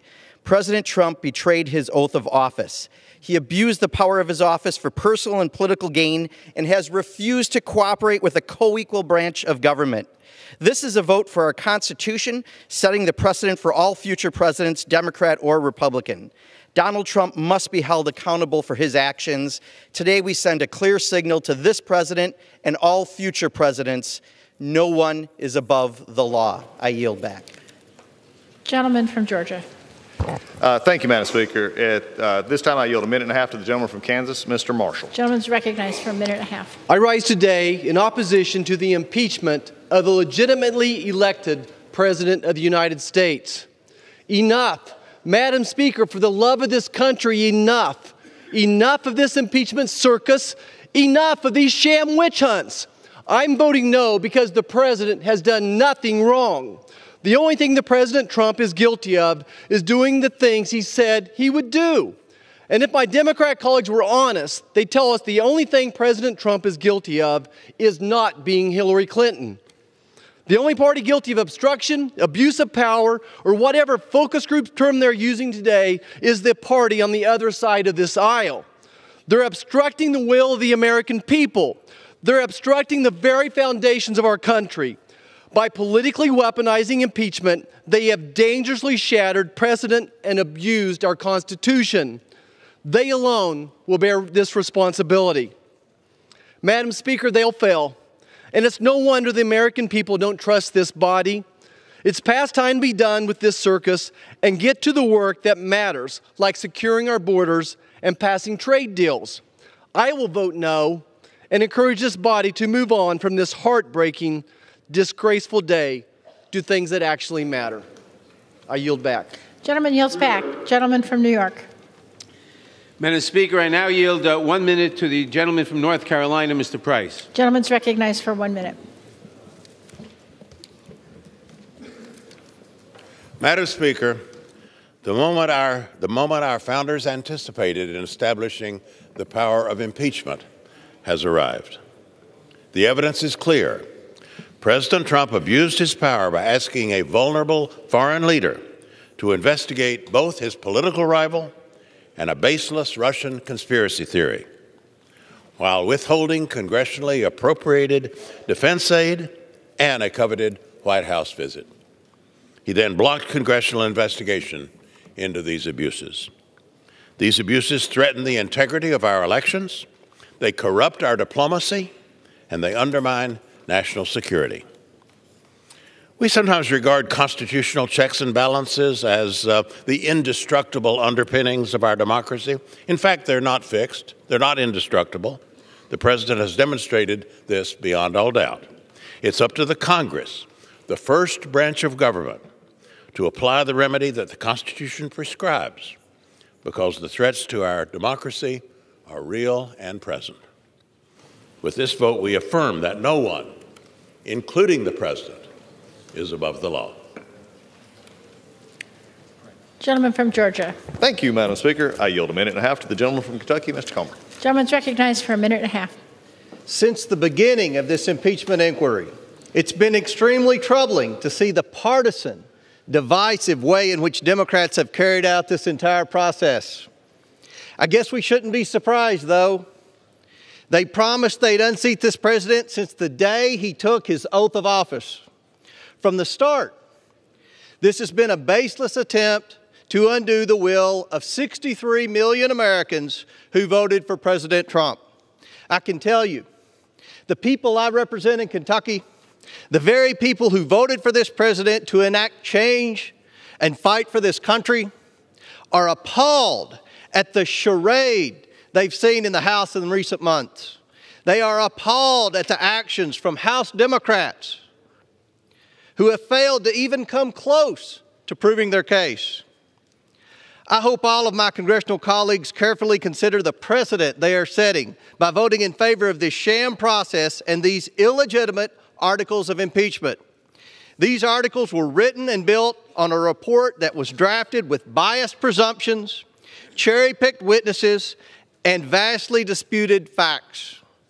The president did not commit any impeachable offense, and it's clear for all of us to see through the now very well-known transcript. This rigged process sets a concerning precedent for impeachable offenses moving forward, and I wholeheartedly oppose these baseless articles of impeachment. And I yield back the balance of my time. Gentleman from New York. Madam Speaker, I now yield 1 minute to the gentleman from California, Mr. Peters. Gentleman's recognized for 1 minute. Thank you, Madam Speaker. Many have lamented that this effort is not bipartisan, but that's on my Republican colleagues. Republicans have not sought the truth. They have sought to avoid the truth. They have demeaned and insulted witnesses, patriots, warriors, career diplomats who provided evidence against the president. No House Republican has joined us to demand the documents and witnesses that President Trump has refused to produce. And Senate Republican leaders this week have announced that President Trump himself can set the rules of his own trial, and there will be no fact witnesses. Republicans refuse to seek the truth and condemn the abuse of power, or to work with us to prevent this ongoing behavior in the future. And that's the tragedy of today's events. In our nation's history, thousands of Americans have gone into battle without reservation to fight for our republic, as they still do today. Many have been gravely injured, and some have made the ultimate sacrifice. But today, in contrast, for fear of losing an election, my colleagues will not speak up for the rule of law or against presidential abuse of power. Voters may give them a pass, but history will judge them harshly. I will vote for the articles of impeachment. I yield back. Gentleman from Georgia.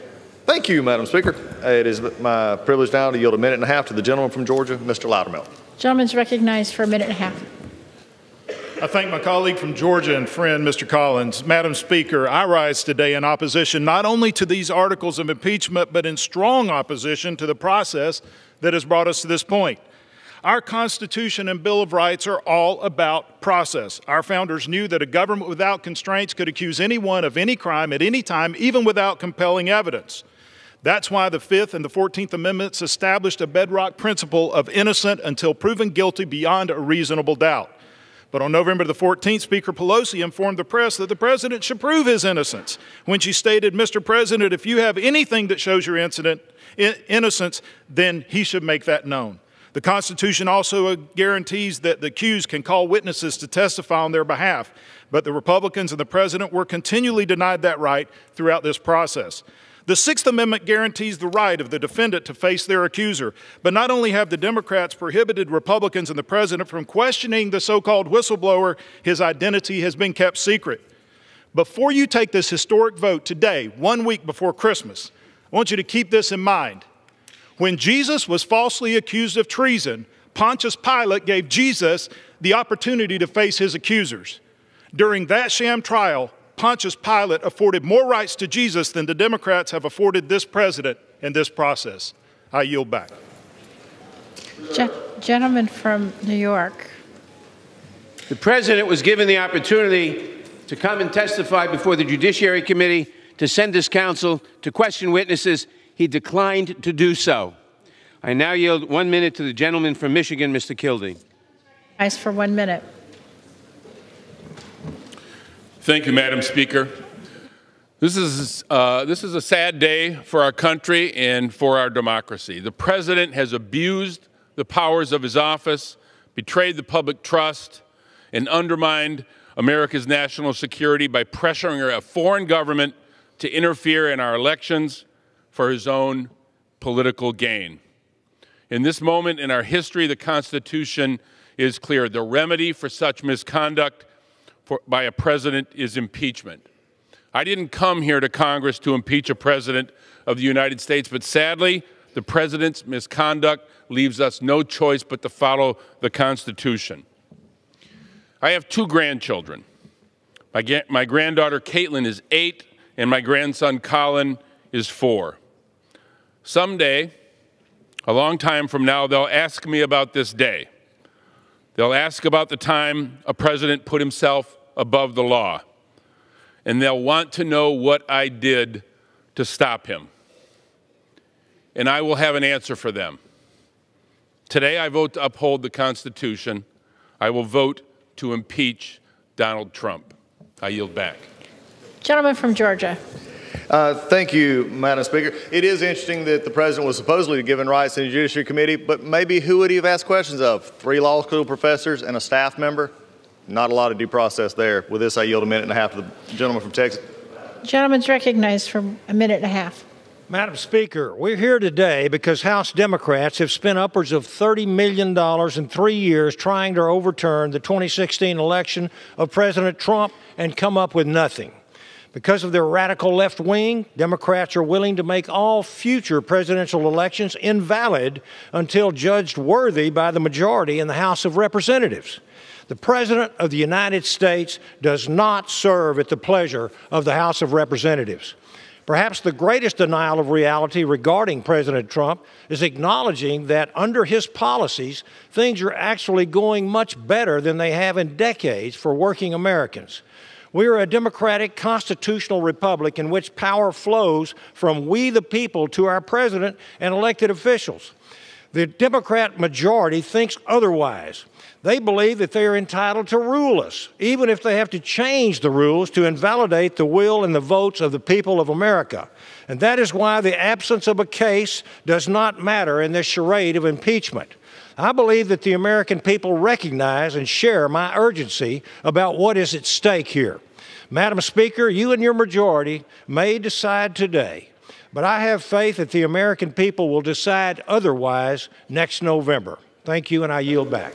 Gentleman yields back. Gentleman from New York. Madam Speaker, I now yield 1 minute to the gentlelady from Washington, Ms. Del Bene. Gentlelady is recognized for 1 minute. Thank you, Madam Speaker. I rise today in support of this resolution. After carefully reviewing all of the evidence and the articles of impeachment before us, it is clear that President Trump abused the power of the presidency and obstructed Congress. I did not come to this conclusion lightly. Impeachment is an extremely serious matter, but no president can be allowed to pressure a foreign country for personal and political gain. No president is above the law. His behavior has jeopardized the integrity of our elections, put our national security at risk, and placed his personal interests above those of the American people. His obstruction has prevented the House from conducting its constitutional duty of oversight of the executive branch. By failing to uphold his oath of office, President Trump forces each of us, as members of the House of Representatives, to uphold ours. I urge my colleagues to do just that and defend our democracy. I yield back. Gentleman from Georgia. Thank you, Madam Speaker. At this time, I yield 1.5 minutes to the gentleman from Virginia, Mr. Rickleman. Gentleman is recognized for 1.5 minutes. Thank you, Madam Speaker. I oppose this impeachment effort and will vote no on the articles of impeachment. I represent the 5th District of Virginia, which is home to so many founding fathers whose visions shaped the great country we are living in today. Thomas Jefferson and James Madison are not around to see what their creation has become, but I don't think they would be pleased to see Congress subverting the will of democracy by holding an impeachment vote because the majority party simply cannot accept the 2016 election. Instead of wasting the taxpayers' time and money on specious investigations, we could have passed legislation to address surprise medical billing, secure the border, address the opioid epidemic, reduce student debt, and solve a litany of other issues that Americans actually care about. Tomorrow, we might have a vote on the USMCA, which we should have passed months ago had it not been for the obstruction and delays from Democrats, delays that have made farmers in my district and other districts suffer. Votes like the one we will take today, the decisions that have led up to today's vote, the nature and entire process of this proceeding reeks of careerist bureaucrats and politicians that put politics over people. I was not elected to take political votes that attempt to overturn the will of the American people. I ran for office to serve my constituents. Let's remember, that's why we are here. Weaponizing emotion is not the way to serve the United States of America. And to my colleagues who do just that, I offer a quote Thomas Paine wrote in The Crisis. To argue with a person who has renounced the use of reason is like administering medicine to the dead. Thank you, and I yield back the balance of my time. Gentleman yields back. Gentleman from New York. Mr. Speaker, Madam Speaker, I would remind the gentleman that the House has passed over 400 bills, 275 bipartisan bills, driving down costs of health care and prescription drugs, raising wages, rebuilding infrastructure, taking on corruption and self-dealing in Washington. 80% of these bills are languishing on Senator McConnell's desk. I now yield 1 minute to the gentlelady from Ohio, Ms. Kaptur. Gentlelady is recognized for 1 minute.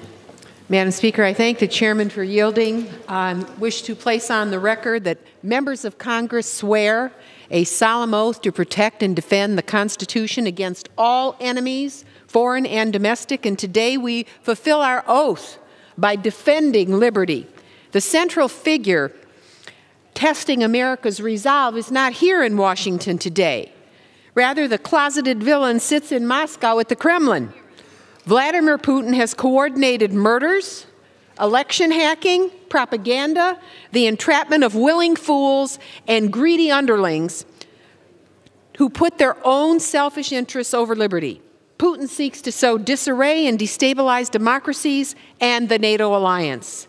At Putin's direction, Russia illegally invaded Ukraine in 2014, and as Ukraine defends Europe's eastern flank, 14,000 people have been killed at Putin's hand, with over 2 million displaced. Rather than stand up to Putin, President Trump and his minions aided Putin, first in hastening Russian interference in our 2016 elections, and then more recently withholding vital military aid from Ukraine to coerce its interference in our 2020 elections for Mr. Trump's personal gain. Gentlelady's time's expired. Might I end by saying, onward liberty, vote for the articles of impeachment. Gentleman from Georgia. Thank you, Madam Speaker. At this time, I yield a minute and a half to the gentleman from North Carolina, Dr. Murphy. Madam Speaker, I rise in Gentleman's opposition recognized. to these baseless articles of impeachment and the unprecedented process that's been used in this effort to impeach the duly elected President of the United States. It is a mockery of American justice. In 1788, one of our founding fathers, Alexander Hamilton, wrote in the Federalist Papers, "In many cases, impeachment will connect itself with the pre-existing factions, and in such cases there will always be the greatest danger that the decision will be regulated more by the comparable strength of parties, majority and minority, than by real demonstrations of innocence or guilt." What does this mean? It means that the majority can exert its influence regardless of justice. In this statement, Hamilton warned us about the danger of mob rule. Democrats have a criminal and have been searching for a crime for 3 years. But this president has not committed a crime. As the leader of American foreign policy, the president has a constitutional obligation to root out corruption in countries to which we provide aid. This is not an abuse of power. It is his job. One of the articles is obstruction of Congress.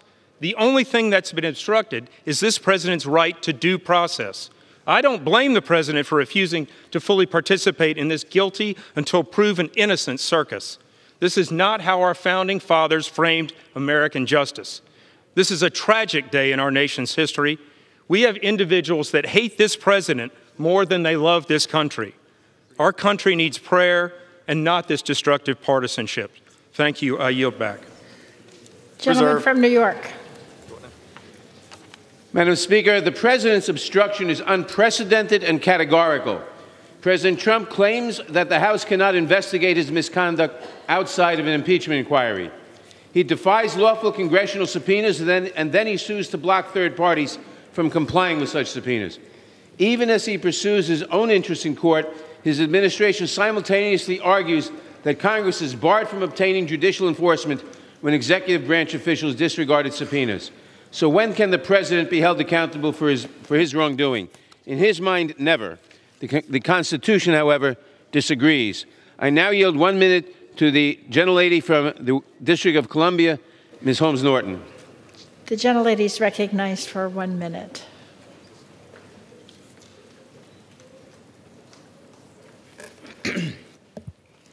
Madam Speaker, my words are my only remedy today.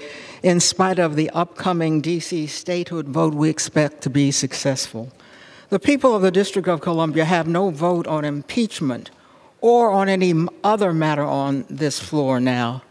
I spoke on this floor on the impeachment of President Clinton 20 years ago. Unlike the Clinton impeachment on perjury concerning an affair with an intern, Trump's impeachment turns on sabotage of national security to get himself reelected. Clinton repented. Trump insists that he did nothing wrong. That's a promise to continue his long pattern of abuse of power and obstruction of Congress.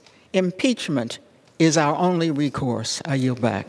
Gentlelady yields back. Gentleman from Georgia. Thank you, Madam Speaker. At this time, I yield 2 minutes to the gentleman from Colorado, member of the Judiciary Committee, Mr. Buck. Gentleman's recognized for 2 minutes. Thank you, Madam Speaker. I thank the gentleman from Georgia. Today, Democrats lower the bar for impeachment. Under the standard, a president can be impeached in the absence of a crime, without due process, and for asserting a legally, constitutionally recognized privilege. History shows Democrat presidents have abused power to undermine democracy and win elections, and yet they have not been impeached. President Franklin Roosevelt used the IRS to target his political opponents. His son later admitted FDR used, quote, the IRS as a weapon of political retribution. President John F. Kennedy used the FBI to wiretap and monitor political opponents, including congressional staff. He deported one of his mistresses to avoid scandal. President Lyndon Johnson spied on Goldwater's campaign, signing off on wiretapping his opponent and Goldwater's airplane and using a CIA spy to obtain advanced copies of Goldwater's strategies and speeches. President Barack Obama refused to provide documents to Congress related to Fast and Furious. His unconstitutional recess appointments were unanimously struck down by the Supreme Court. He used national security agencies to lie to the American people about Benghazi to win the 2012 election. He spied on reporters. Finally, it was the Obama administration that committed 17 serious violations before the FISA court to spy on Trump campaign associates. Despite these clear abuses of power by FDR, JFK, LBJ, and Obama, Republicans did not impeach. Why? Because the framers did not want a low bar for impeachment. They wanted Congress and the president to work out their differences. When I asked Professor Turley in a Judiciary Committee hearing if any president could avoid impeachment with this low standard, he said no. I yield back. Gentleman from New York. Madam Speaker, I would remind the gentleman that President Obama provided thousands of pages of information to congressional requests that Attorney General Holder and others testified, unlike now. I now yield 1 minute to the gentlelady from Illinois, Ms. Kelly. Gentlelady is recognized for 1 minute. Madam Speaker, today is a solemn day in America, a day that none of us hoped for when we came to Congress. But the events of today are something that each of us swore that we were prepared to execute in defense of the Constitution of the United States against all enemies, foreign and domestic. This is the oath that binds the men and women of the 116th Congress. As our democracy implores, we defend her. A clear and present threat to American democracy is what brings us here. The architect, a president who asked that a foreign nation interfere in our election. This was our founding fathers' greatest fear.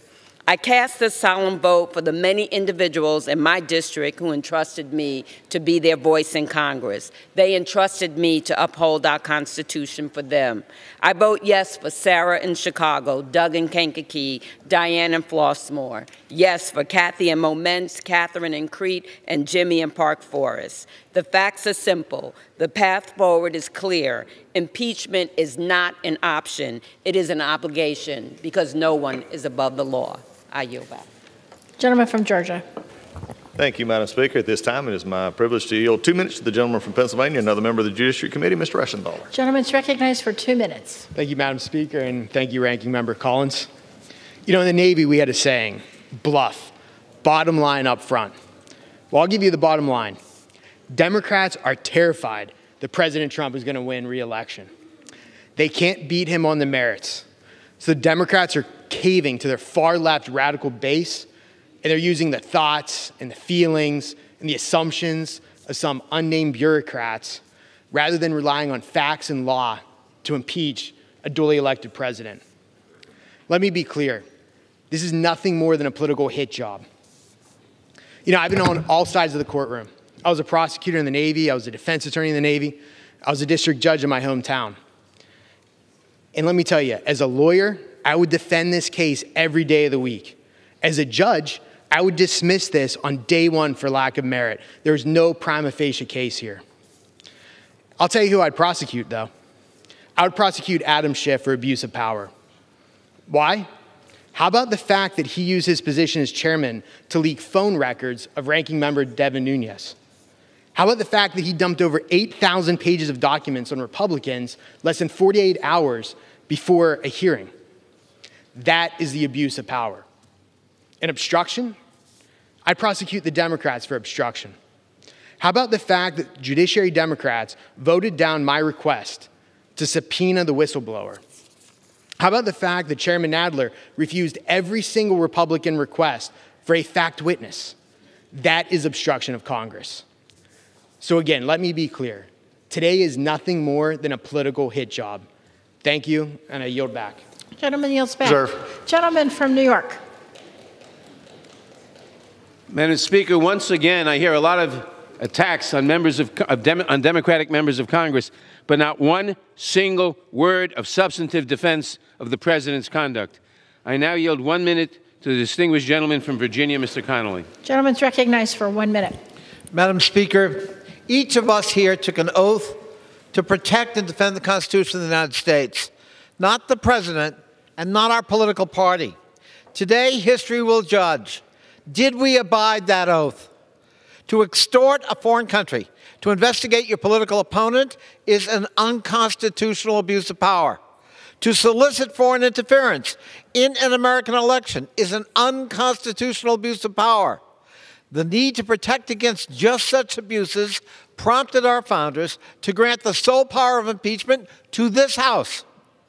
The delicate balance of power that underpins our democracy is threatened when a president disregards the Constitution by obstructing Congress's power to cover up illegal behavior. In doing that, President Trump violated his oath. Today, we must put country over party, conscience over complicity. Today, we must assert no one's above the law. Today, we're summoned by history to do the right thing. I yield back.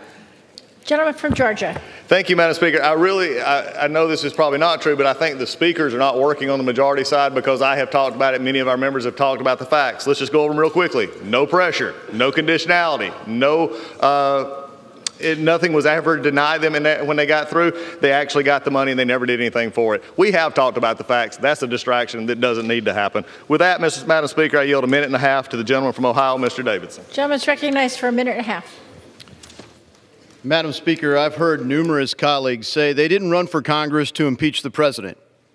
Well, maybe not originally, but unfortunately from the moment proceedings began, after the fourth vote to launch an impeachment inquiry, today's vote was inevitable. Many of them campaigned on it. I love this country with a soldier's passion. I came here to defend freedom, not to deny due process to anyone. I came here to solve problems and change the broken status quo, not to distract or disrupt those like President Donald Trump who deliver on promises to put America back on the path of peace and prosperity that has made and kept our country free. For months now, Americans have heard speculation about the president's motives in Ukraine. Despite months of effort, dozens of hearings, and countless documents, Americans have not seen proof that the president committed a high crime or a misdemeanor. We have a republic if we can keep it. This is disgraceful, dishonest process. It's a discredit to this body and to our nation. I urge the House to drop these divisive articles of impeachment and get to work for the American people. I yield. Gentleman yields back. Gentleman from New York. Madam Speaker, how much time, would you tell me how much time both sides have left, please? Gentleman from New York has 2 hours and 2 minutes. Gentleman from Georgia has 2 hours and 3 minutes.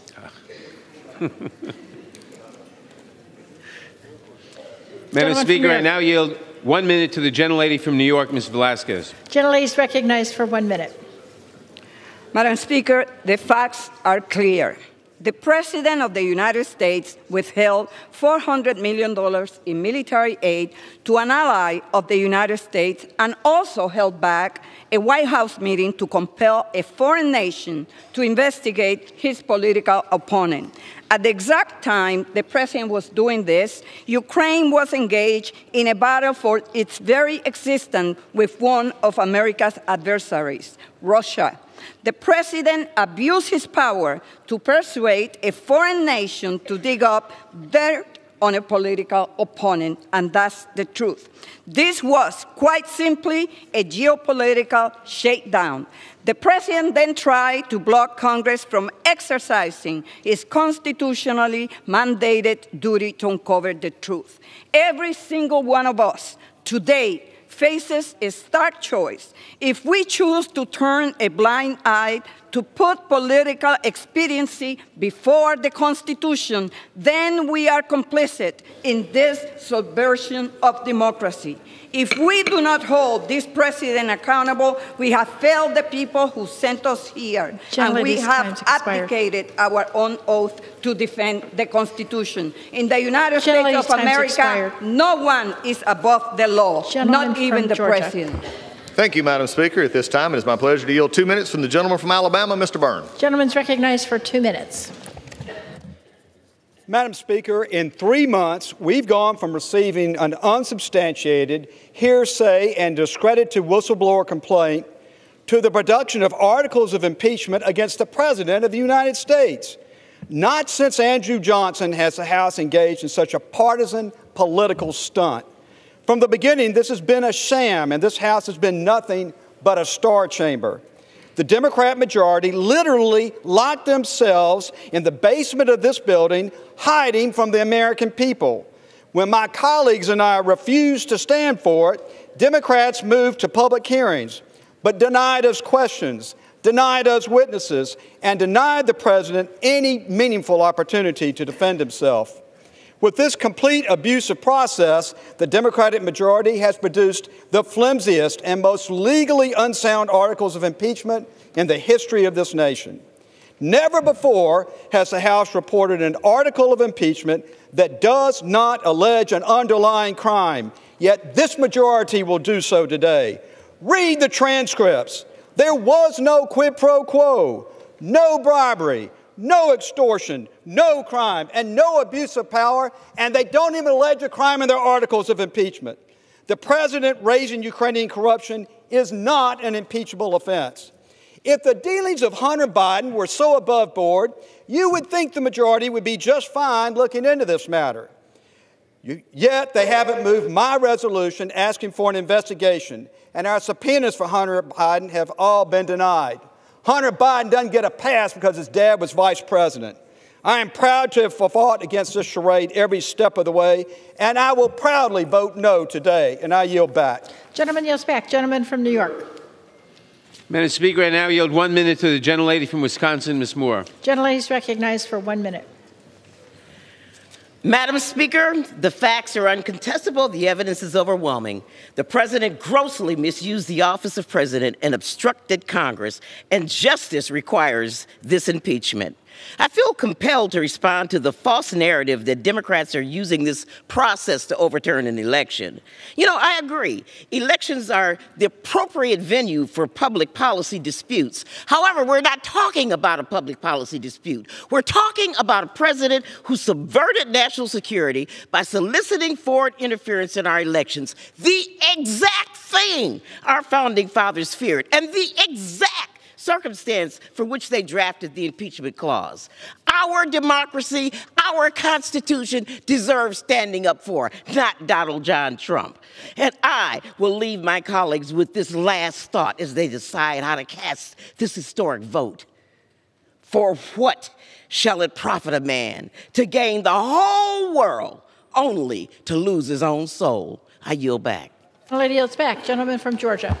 Thank you, Madam Speaker. At this time, I yield 1.5 minutes to the gentleman from Texas, Mr. Goodman. Gentleman's recognized for 1.5 minutes. Thank you, Madam Speaker. This is the day the Founding Fathers feared, when they granted Congress the power of impeachment, where we have a political party so dead set against the president that they will do anything to impeach him. And they're about to get away with it simply because they have the votes. But that's not how this process is supposed to work. It's not meant to be dictated by a thin partisan majority, nor is it meant to be used when an election is just around the corner. And no one understands that better than our Speaker, who I have great respect for, and I agree with the comments she made on March the 6th of just this year.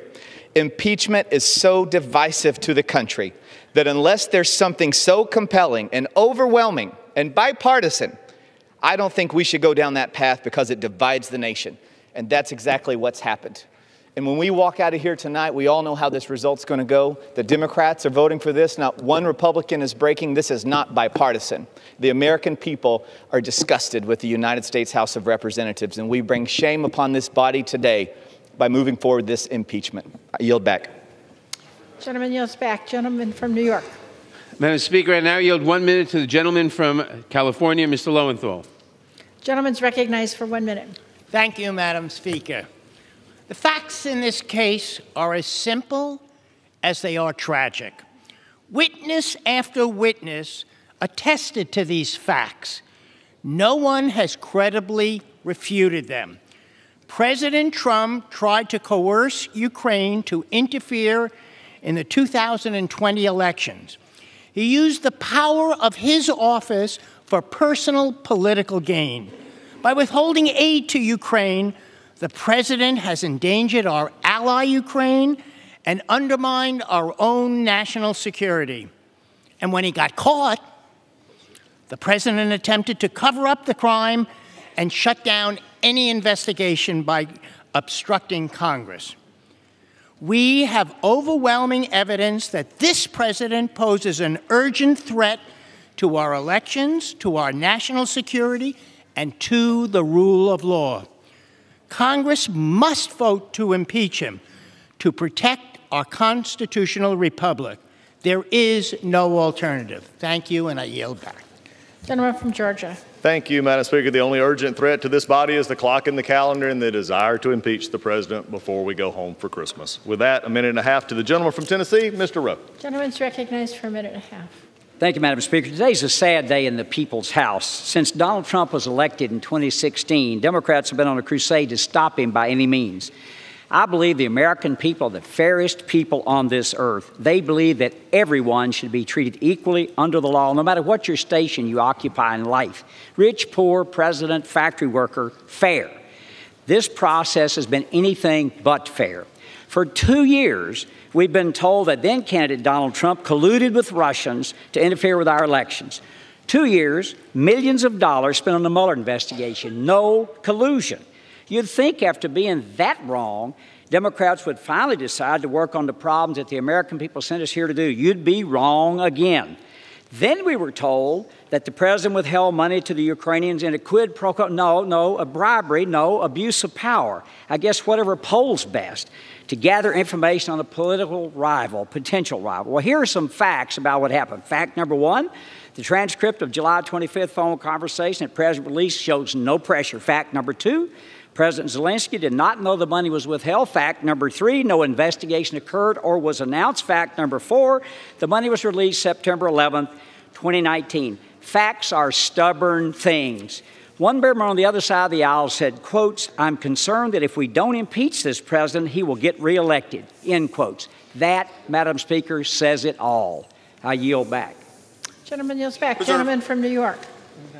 Madam Speaker, I now yield 1 minute to the gentlelady from Oregon, Ms. Bonamici. Gentlelady is recognized for 1 minute. Thank you, Madam Speaker. I take seriously my oath to uphold and defend the Constitution, and I do not take today's proceedings lightly. The Founding Fathers included the impeachment process in the Constitution to uphold our values and to maintain the checks and balances that are essential to separation of powers and to democracy. They knew way back in 1787 that a president could abuse the power of the office. In fact, they adopted the phrase high crimes and misdemeanors from a phrase that had been used in the English Parliament since 1386, intended to cover situations where an official abused his power and included in disobeying an order from the Parliament. Donald Trump has abused the power of his office by inviting a foreign government to interfere in the U.S. election. And he did this not to help the United States, but to benefit himself.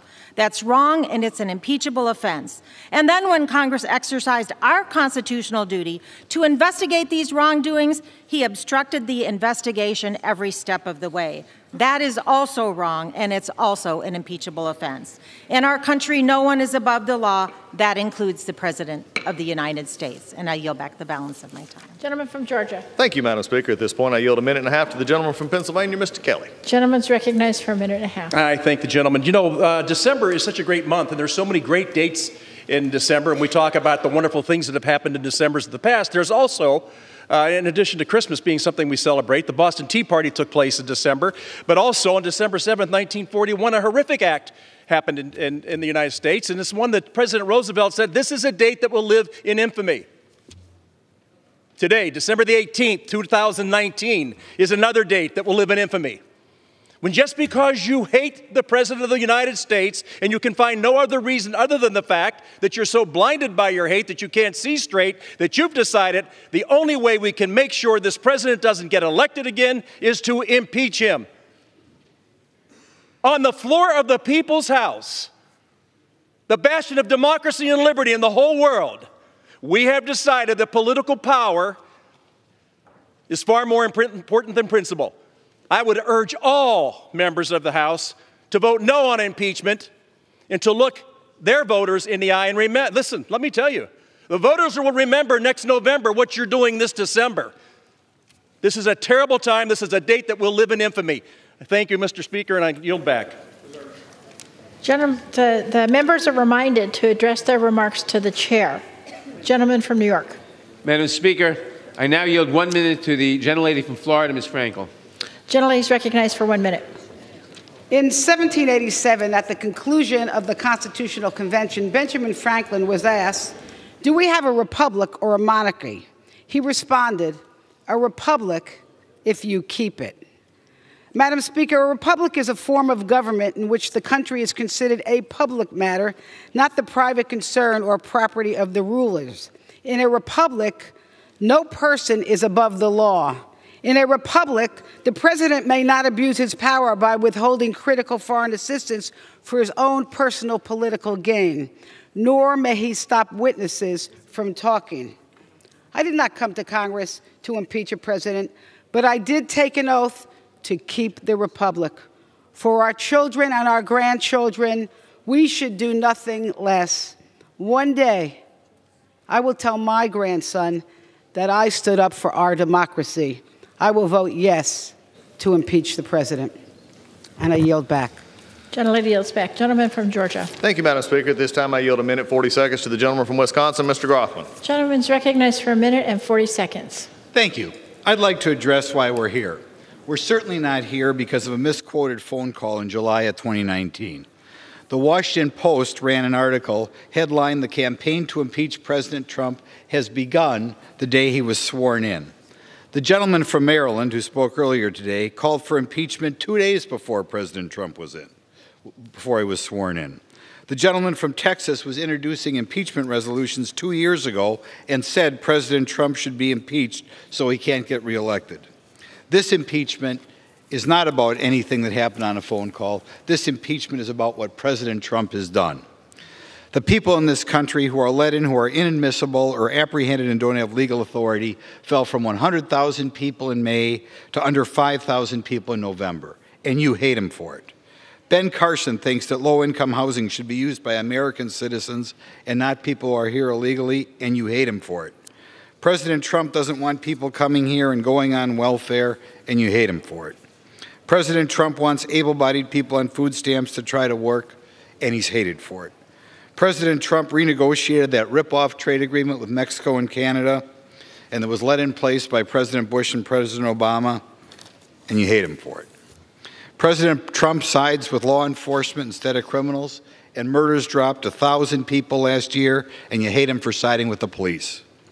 President Trump lets Christian adoption agencies choose who they want to be parents, and you don't like him for that.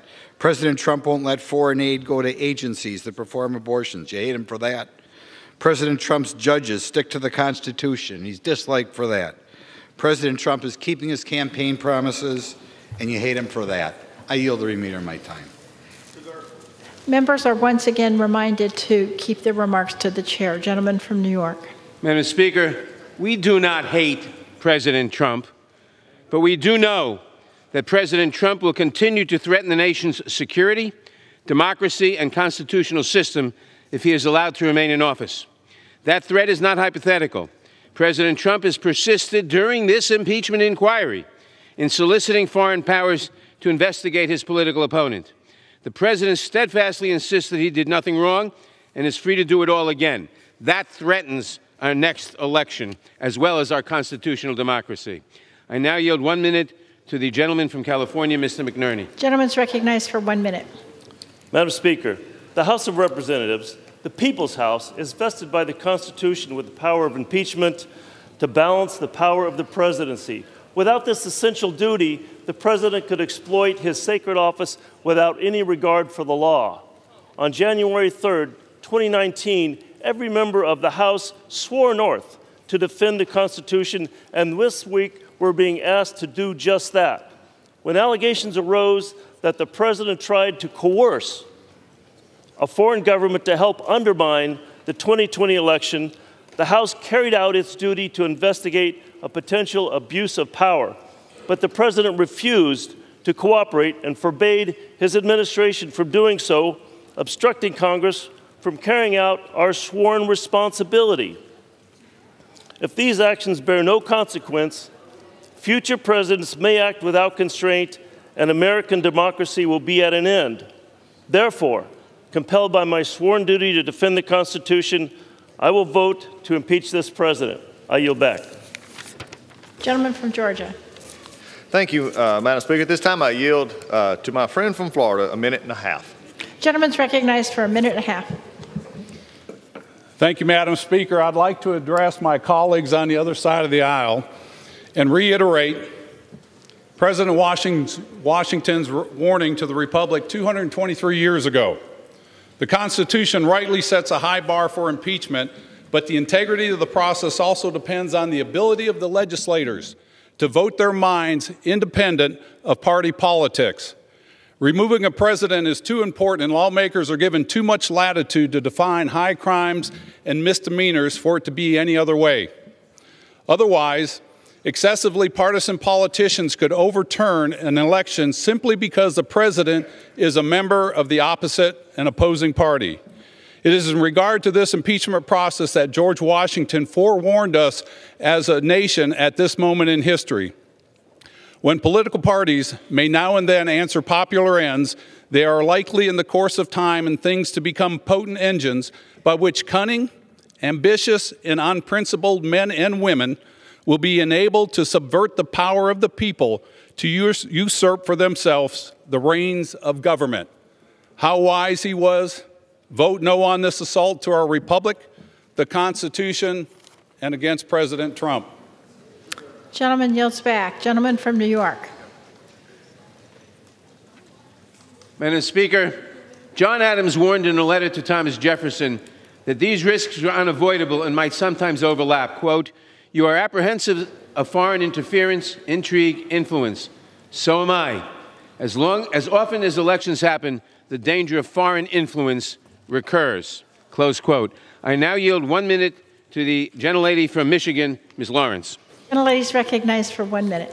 Madam Speaker, today history is being written. The facts are conclusive. The president attempted to use the power of the powerful office of president to force Ukraine to influence our 2020 election. In the process, President Trump jeopardized our national security and withheld vital military assistance intended to prevent further Russian aggression to our region.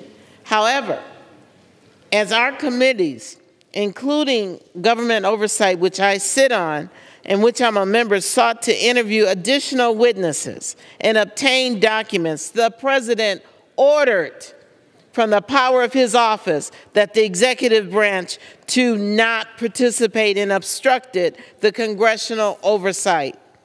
Article 1 provides the House of Representatives with the sole power of impeachment, as well as the authority to conduct oversight of the executive branch. What did he have to hide? When the framers met over 200 years ago, they went to great lengths to ensure future presidents would be forced to answer to their constitutional responsibility. I stand today in support of the 2 articles of impeachment. Gentleman from Georgia. Thank you, Madam Speaker. At this time, I yield 2 minutes to the gentleman from Virginia, Mr. Klein. A Gentleman's recognized for 2 minutes. Thank you, Madam Speaker. Today is a sad day for this body, for the voters who sent me here last November, and for our nation.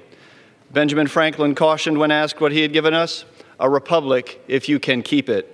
Today we take a step further toward losing the republic that our founding fathers envisioned by engaging in activity that they specifically warned against, the misuse of the constitutional power of impeachment for one party's political gain. Our Constitution is the very foundation of our republic. Its assurance of self-determination has been the shining beacon by which our nation has chartered its course over the last 2 centuries. From a new democratic experiment struggling to survive to the greatest nation on earth, America has been powered over the years not by government, but by the ingenuity, the bravery, and the faith of its people. Confident in their place as one nation under God, indivisible, with liberty and justice for all. And so it is we, the people, who determine our president, not we, the Judiciary Committee, nor we, the Congress. The Constitution is clear. It's only when we see clear proof of the impeachable offenses outlined in Article 2, Section 4, treason, bribery, or other high crimes and misdemeanors, that we are to challenge the decision of the voters, break the figurative glass, and pull the emergency ripcord that is impeachment. We do not have that proof today. Thomas Jefferson said, "I know of no safe depository of the ultimate powers of society but the people themselves. And if we think them not enlightened enough to exercise their control with a wholesome discretion, the remedy is not to take it from them, but to inform their discretion by education. But rather than educate, this majority has chosen today to obfuscate with hearsay, innuendo, and speculation. And when history looks back on this shameful period for this House, it will judge it for what it truly is, the ugly hijacking by the majority of our Constitution and the powers it so solemnly entrusts to us to engage in a blatantly political process designed to finally achieve what they could not achieve at the ballot box, the removal of a duly elected president. Compelled by my sworn duty to uphold this Constitution and for the people, I vote no on impeachment today." I yield back. Gentleman from New York. Madam Speaker, I now yield 1 minute to the gentleman from California, Mr. Huffman. Gentleman's recognized for 1 minute. Madam Speaker, as we take this solemn, necessary step of impeaching President Trump, my Republican colleagues have made up their minds. We can't persuade them to do the right thing, so I'll address my remarks to the future. Today's vote will be judged by future generations, including my precious children, Abby and Nathan, maybe grandkids. Historians will study what members of this Congress did when our democracy was tested like never before by a president who put personal interests above country, who compromised national security to cheat his way to re-election, and when caught, not only lied and refused to admit wrongdoing, but flouted Congress's authority. He even called the constitutional impeachment mechanism unconstitutional. Historians will marvel how some members of Congress continued to stand by this man, how they put blind partisan loyalty or fear of Donald Trump above their duty to defend the Constitution, how they made absurd partisan arguments and tried to obstruct these proceedings, and how instead of pushing back when their party fell under the dark spell of authoritarianism, they embraced it as if the Constitution, the rule of law, and our oath of office mean nothing. So, Madam Speaker, for our future generations, our children, the judgment of history, let me be clear. I stand with our Constitution, with the rule of law, and our democracy. I'll be voting yes to impeach Donald J. Trump. Gentleman's recognized for 1.5 minutes. I thank the gentleman for yielding me time. Today's vote to impeach the duly elected President of the United States is truly historical. However, its unique place in history is not for the reasons the Democratic Party and their mainstream media overlords are so desperately trying to convey. Today, we will be remembered as the day that the Democrats, claiming a false moral supremacy over the desire of the American people, executed a deliberate and orchestrated plan to overturn a presidential election. It will be the first time in history that a party paraded out their Ivy League academics to explain to 31 states and almost 63 million people that their voice should not be heard and why their votes should be counted. I pray for our nation every day, but today I'm praying for my colleagues across the aisle who arrived at this partisan and self-directed fork in the road and chose the road never before traveled and one that has a dead end. Donald J. Trump is our president, chosen by the American people, fair and square. As we say in Texas, it's a done deal. Democrats' attempt to change history will never undo that. May God bless the greatest country in the world, the United States of America. I yield back my time. Gentleman yields back. Gentleman from New York. Madam Speaker, I would remind the gentleman that the impeachment clause was placed in the Constitution to protect the American people and our form of government against a president who would subvert our constitutional liberties in between elections. I now yield 1 minute to the distinguished gentleman from Texas, Mr. Green. Gentleman's recognized for 1 minute. And still I rise, Madam Speaker. I rise because I love my country.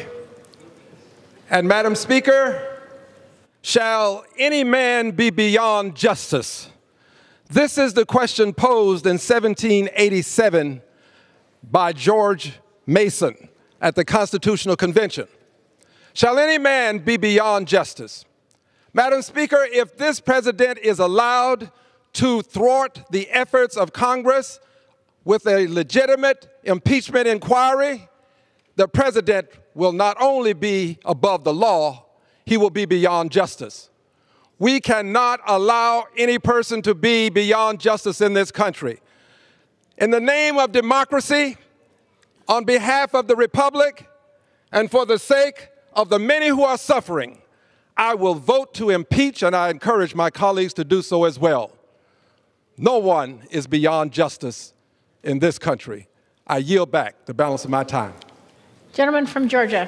Thank you, Madam Speaker. And I'd also remind my chairman that the impeachment was not to be used in the between election cycles to defeat a sitting president who you think will be reelected. With that, I yield 1 minute to the gentleman from Florida, Mr. Buchanan. Gentleman's recognized for 1 minute. Thank you, Madam Speaker. I will vote today against both articles of impeachment because we are without merit and setting a dangerous precedent for our country. This political vendetta is an abuse of the impeachment process and would subvert the votes of 63 million Americans. Just because the president's opponents are afraid that he'll win re-election is no excuse for weaponizing impeachment. No president in history has ever been impeached 10 months before an election. Elections are the heart of our democracy. Our founding fathers devised a simple way to remove a president if you disagree with him. It's called an election, and we have one coming up in less than a year. Let's let the people decide this next November, and I yield back. Gentleman yields back. Gentleman from New York. Madam Speaker, I now yield 1 minute to the gentlelady from Michigan, Ms. Tlaib. Gentlelady is recognized for 1 minute. Thank you. I rise today in support of impeachment. I learn so much every single day from my residents at home. Their common sense and understanding of what is right and wrong is centered on why they oppose any person using the most powerful position in the world for personal gain. We honor our veterans in this chamber almost on a daily basis, but do we ever follow their lead? Where we serve the people of the United States and uphold the Constitution, not as Republicans or Democrats, but as Americans. We should learn from their sense of duty and responsibility to country and democracy, not political party. Doing nothing here, Madam Speaker, is not an option. Looking away from these crimes against our country is not an option. This is about protecting the future of our nation and our democracy from corruption, abuse of power, criminal cover-ups, and bribery. And this, Madam Speaker, this vote is also for my sons and the future of so many generations. So I urge my colleagues to please vote yes on these articles of impeachment. With that, Madam Speaker, I yield. Gentleman from Georgia. Thank you, Madam Speaker. At this time, I yield 1.5 minutes to the gentleman from Pennsylvania, Mr. Joyce. Gentleman's recognized for 1.5 minutes. Madam Speaker, I rise today on this dark day in the United States House of Representatives to voice my opposition to the shameful impeachment process that has occurred in the People's House. Some of my colleagues on the other side of the aisle do not like President Trump. We know this because they proudly boasted about their intention to impeach our president before he was even sworn into office. Out of disdain for the president and for those of us who elected him, the House of Representatives is considering 2 articles of impeachment that are so very weak that they even fail to include specific crimes. The people that I represent in South Central and Southwestern Pennsylvania know the truth. The American people know the truth. This impeachment circus has never been about the facts. This process has always been about seeking revenge for the president's election in 2016 and attempting to prevent him from winning again in 2020. Madam Speaker, I wholeheartedly oppose this partisan and shameful effort to impeach our democratically and duly elected president. For the sake of our nation, I urge my colleagues to join with me and vote no on the articles of impeachment. Thank you. I yield back. Gentleman yields back. Gentleman from New York. Madam Speaker, all we keep hearing from the other side are attacks on the process and questions of our motives. We do not hear because we cannot hear, because they cannot articulate a real defense of the president's actions. I now yield 1 minute to the gentlelady from Massachusetts, Ms. Presley. 1 minute. Madam Speaker, I rise today to protect our democracy.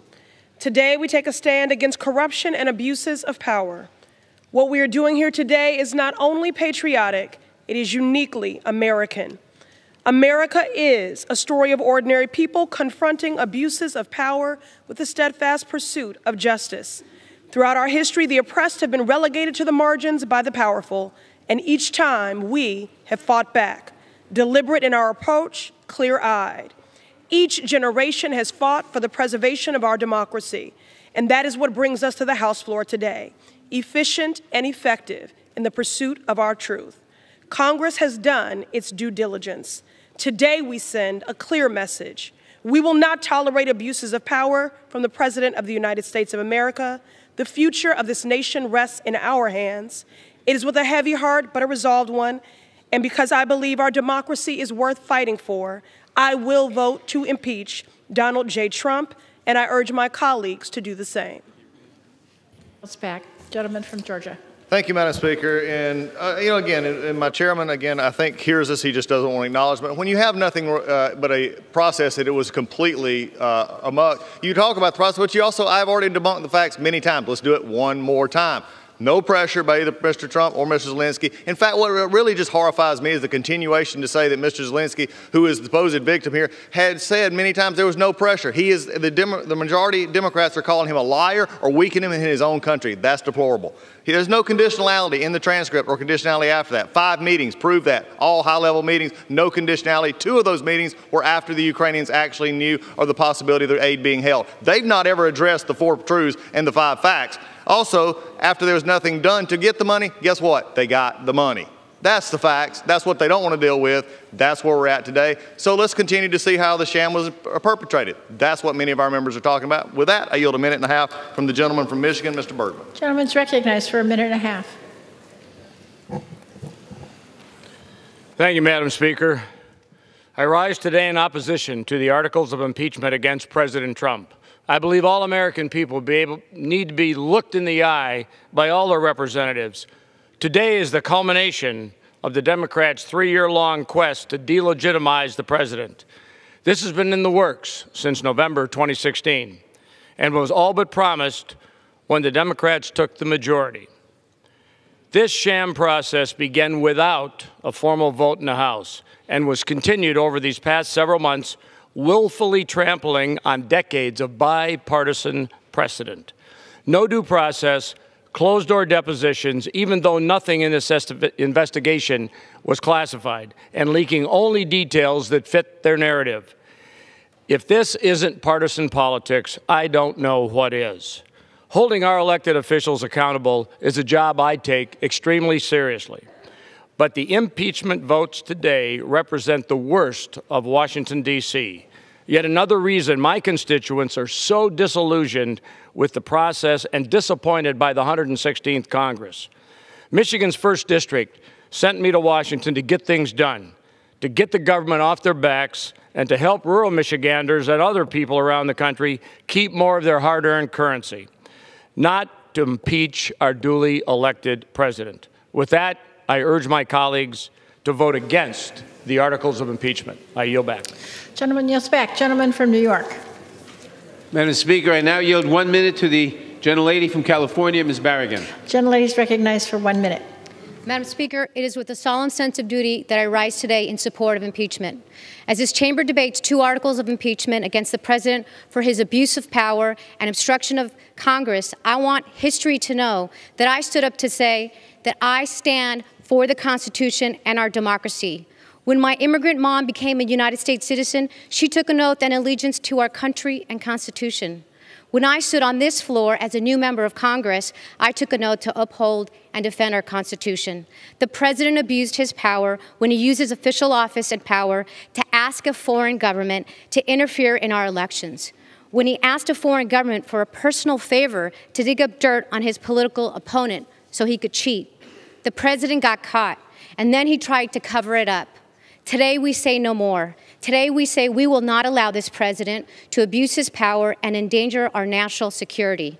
I stand to say no one is above the law, not even this president. I yield back. Gentleman from Georgia. Thank you, Madam Speaker. I yield a minute and a half to the gentleman from Pennsylvania, Mr. Perry. Gentleman is recognized for a minute and a half. I thank the gentleman. Since before inauguration, the press and members of this Congress have been for impeachment. Members refused to attend the inauguration. They called for impeachment. They voted for impeachment without any evidence. They voted for impeachment creating and manufacturing evidence. Recall and votes of no confidence are not included in our Constitution for a reason. Our system demands evidence of high crimes and misdemeanors. If such evidence existed, there would be an agreement in this chamber, but there is not. There is not an agreement because there is not evidence. Madison and Hamilton warned us that this might happen, that impeachment would veer toward political factions, and that's exactly what this is. This is bitterly and nakedly partisan. My colleagues on the other side of the aisle have made a mockery of this process and this government. They despise the president and are themselves abusing the power of their office, all to settle the political score they were unable to resolve at the ballot box. Madam Speaker, they hope that if they repeat them over and over and stay on message, you will believe their charges. Repeating things that aren't true does not make them true. The call record between the two presidents is clear. President Trump was interested in getting to the bottom of what happened in the 2016 election. He asked the Ukrainians to work with our Attorney General. The Ukrainians were already getting the military hardware, and they got the assistance money and the meeting they desired. These are not crimes. These are disagreements over foreign policy and the fact that this president is conducting it. If it weren't so sad, it would be laughable, Madam Speaker. My colleagues are not driven by a quest for facts or truth. They are driven by their partisan animus and a timetable. These are the reckless and irresponsible act of elitists in the swamp, and they underline the fabric of our republic. I urge a no vote, and I yield. Gentleman from New York. Madam Speaker, I would remind the gentleman that there is, in fact, extensive direct evidence, including the President's own words and actions, which is corroborated and supported by indirect and circumstantial evidence. The record leaves the following key facts indisputable. President Trump's personal lawyer, Rudy Giuliani, pushed Ukraine to investigate Vice President Biden and a debunked conspiracy theory about the 2016 elections. President Trump directed U.S. officials and President Zelensky himself to work with Mr. Giuliani to fulfill his demands. President Trump withheld critical military aid for Ukraine, and President Trump stonewalled Congress investigation to cover up his misconduct. I now yield 1 minute to the gentleman from Illinois, Mr. Kasten. Gentleman's recognized for 1 minute. Madam Speaker, this should not be a partisan vote. This is a vote about America. It's a vote about our democracy and our oath to the Constitution. We all took an oath to protect the Constitution against all enemies, foreign and domestic, and we all know that what President Trump did was wrong. We all know it's wrong to withhold foreign aid as a political favor. We know it's wrong to ignore congressional subpoenas. And we know it's wrong to default to silly partisan process arguments rather than to rise and defend this beautiful but all too fragile democracy. And when those in elected power abuse their position for personal advantage, it's on us to somberly uphold and defend the responsibility that the founders bestowed on us. So when you talk about partisanship, I'd remind you of those great words of Lincoln. And paraphrasing him slightly, when one party would inflame partisanship rather than let the nation survive, I'm proud to be the party that would accept partisanship rather than let the nation perish. So in this moment, the answer is clear, not because we want to impeach, but because we must. So when you vote in a few hours, don't vote your party, vote your character. That's how you're going to be judged, and that's how we're all going to be judged. Thank you, and I yield back. Gentleman from Georgia. Madam Speaker, I ask for a time check for both. Gentleman from Georgia has an hour and 44 and a half minutes. Gentleman from New York has an hour and 47 and a half minutes. Thank you, Madam Speaker. At this time, I yield a minute and a half to the gentleman from Colorado, Mr. Tipton. Gentleman's recognized for a minute and a half. Madam Speaker, I rise in strong opposition to this partisan impeachment process. Make no mistake, this process did not begin with the whistleblower report. In fact, impeachment efforts began shortly after the president was elected. The theatrics, political posturing have ensured that this body is not actually pursuing to preserve checks and balances. Rather, this process echoes the calls by some that refuse to accept the 2016 election results. Neither of the articles receiving a vote justify the removal of the president from office. The first article suggests that the president pressured a foreign government to be able to assist in an upcoming election. Ukraine received its aid without a prearranged agreement. This is unsubstantiated. The second article is premised on the obstruction occurred when the White House ignored subpoenas issued by the House. Our federal courts are the ultimate arbiters of these decisions. In fact, previous administrations, Republican and Democrat both, have dealt with these issues and claimed executive privilege. Mr. Speaker, Madam Speaker, the articles that are before this House are unsubstantiated. I intend to vote no on these articles, and I would encourage my colleagues to be able to do the same. Gentleman yields back. Gentleman from New York. Madam Speaker, I now yield 1 minute to the gentleman from Arizona, Mr. Gallego. Gentleman's recognized for 1 minute. Madam Speaker, today I will vote to impeach President Donald Trump for abuse of power and obstruction of Congress. Those still defending the president's actions are desperately grasping at straws while living in an alternate universe where facts don't exist. To those still unwilling to search their souls, ask yourself, would you support a Democratic president using taxpayer dollars to pressure a foreign government to investigate a Republican political opponent based on false Russian conspiracy theories? Of course not. That's absurd. Any president who does that has abused the power of the presidency for personal gain and undermined our most sacred tradition, our elections. In a few hours, every member will make a choice. Will you fall into the age-old political trap of thinking blind partisanship is all that matters? Or will you vote to defend the Constitution and our democracy so that the President Trump and every future president will know that they are not above the law and will be held accountable for their actions? I have made my choice. I hope every member puts the defense of our nation first and joins me. I yield back. Gentleman from Georgia. Thank you, Madam Speaker. I need to yield 1.5 minutes to the gentleman from Nebraska, Mr. Smith. Gentleman's recognized for 1.5 minutes. Madam Speaker, I rise today to speak out against this attempt to remove the duly elected President of the United States. Impeachment is importantly established in our Constitution. The impeachment of a president has only happened twice in our country's 243-year history. Yet today, for highly political purposes, the House majority is trying to remove President Trump from office based on secondhand indirect accounts. The articles of impeachment we are voting on today offer no evidence of a crime, but instead are purposely broad to fit the majority's narrative. Less than 1 year until the next presidential election, we are being asked to override the choice of the American people. This lopsided and hyper-partisan biased impeachment process has been predetermined as an outcome from the very beginning. This is an unfortunate day in the history of our great country. We must hope this political game does not set a precedent of which to follow in the future. Surely there will be disagreements between a president and Congress for many years to come. Instead of unnecessarily dividing our country, as we are seeing today, we should be looking at ways to bring our country together. Thank you. I yield back. Gentleman yields back. Gentleman from New York. Madam Speaker, President Trump's actions are both impeachable and criminal. Although the violation of the federal criminal statute is neither necessary nor sufficient to justify impeachment, President Trump's conduct violated the federal anti-bribery statute very clearly. Madam Speaker, I now yield 1 minute to the gentleman from Virginia, Mr. Beyer. Gentleman's recognized for 1 minute. I thank the chairman. Madam Speaker, today I vote to impeach President Donald Trump for abuse of power and obstruction of Congress. I don't hate the president, but I love my country and I have no other choice. Voting for these articles of impeachment is the only moral course of action, the only way to honor our oath of office. I have no doubt that the votes I cast today will stand the test of time. This has nothing to do with the 2016 elections. I'm so disappointed that my Republican friends approve of the president's abuses of power and solicitation of foreign interference in our elections. This is the very definition of the willful suspension of disbelief. They know in their hearts that what the president has done is deeply wrong. They know that they would vote without hesitation to impeach a Democratic president who had done these things. I remind all Americans the president did not rebut the facts, the many, many facts, which have led to the articles of impeachment today. For the sake of our democracy, our Constitution, and our country, we must do the right thing and vote to impeach President Trump. I yield back. Gentleman yields back. Gentleman from Georgia.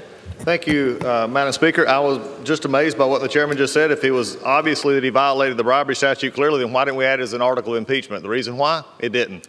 With that, I yield 1.5 minutes to the gentleman from Mississippi, Mr. Guest. Gentleman's recognized for 1.5 minutes. Thank you, ma'am. Article 2, Section 4 of the United States Constitution states that the President of the United States may be removed from office for treason, bribery, high crimes, and misdemeanors. As a former prosecutor, I am confident that no court would accept these articles of impeachment as having met the standards set forth by our founding fathers. The impeachment articles rely almost exclusively on hearsay and opinion testimony, and they present no direct evidence of wrongdoing. As a former district attorney, I am dismayed that the Democrats have submitted articles of impeachment against a sitting president using circumstantial evidence that fails to offer proof of an impeachable offense. Additionally, the charges levied against the president in the articles of impeachment lack historical precedent and are motivated by pure political reason. If the House of Representatives passes the articles of impeachment, the Democrats will have set a dangerous precedent by undoing America's votes for president because a single party disagreed with the 2016 presidential election results. I urge my colleagues to vote no on the articles of impeachment, and I yield back. Gentleman from New York.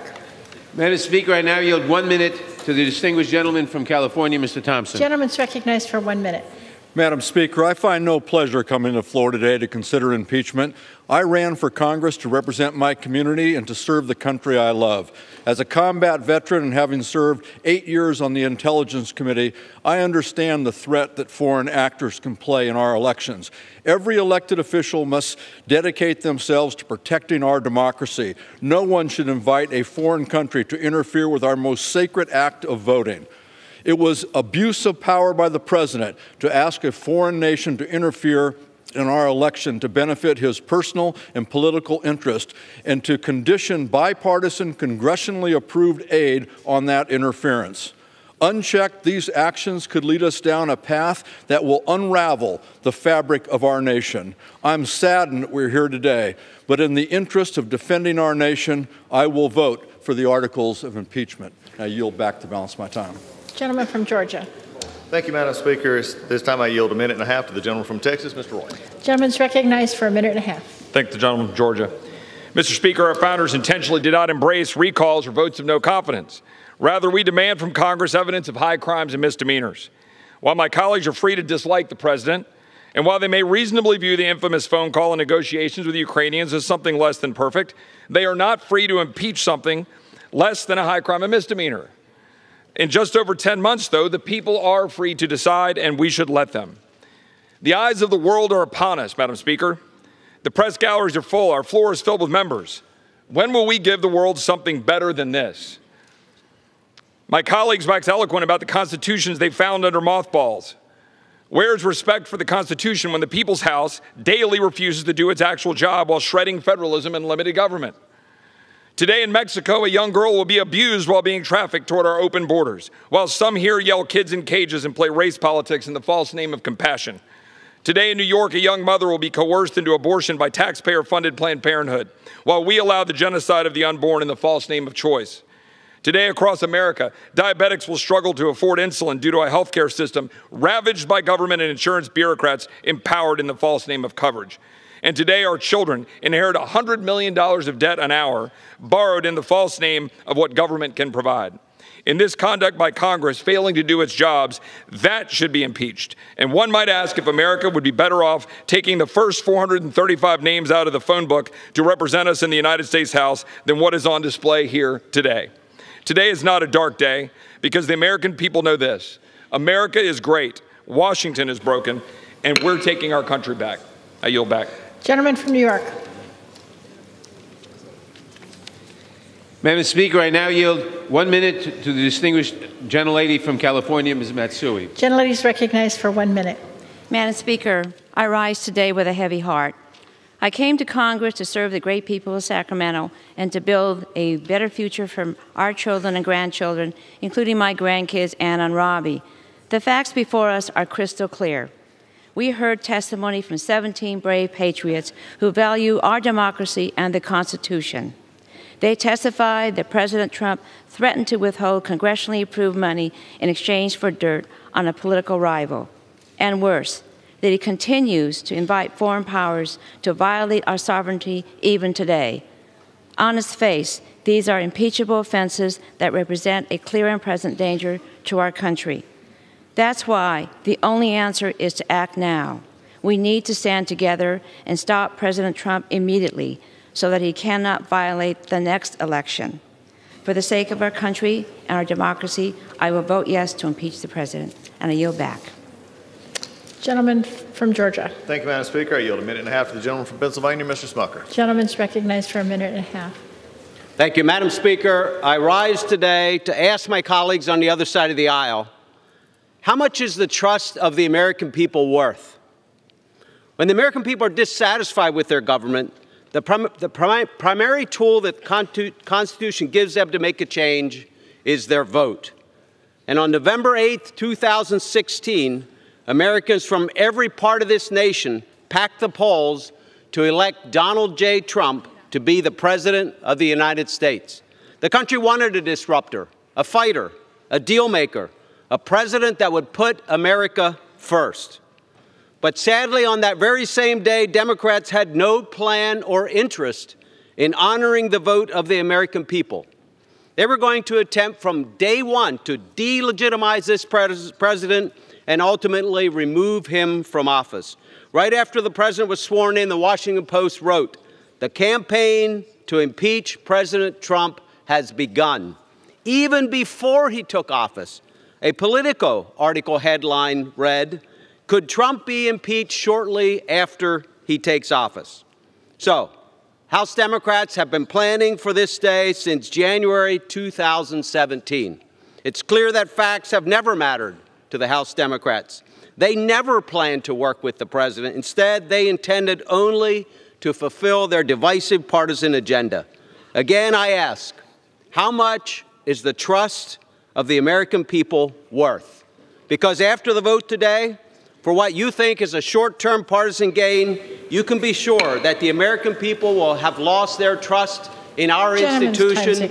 They will have lost their trust in Congress. And most importantly, they will have lost trust that their vote counts. Gentleman from New York. Madam Speaker, I now yield 1 minute to the gentleman from California, Mr. Garamendi. Gentleman's recognized for 1 minute.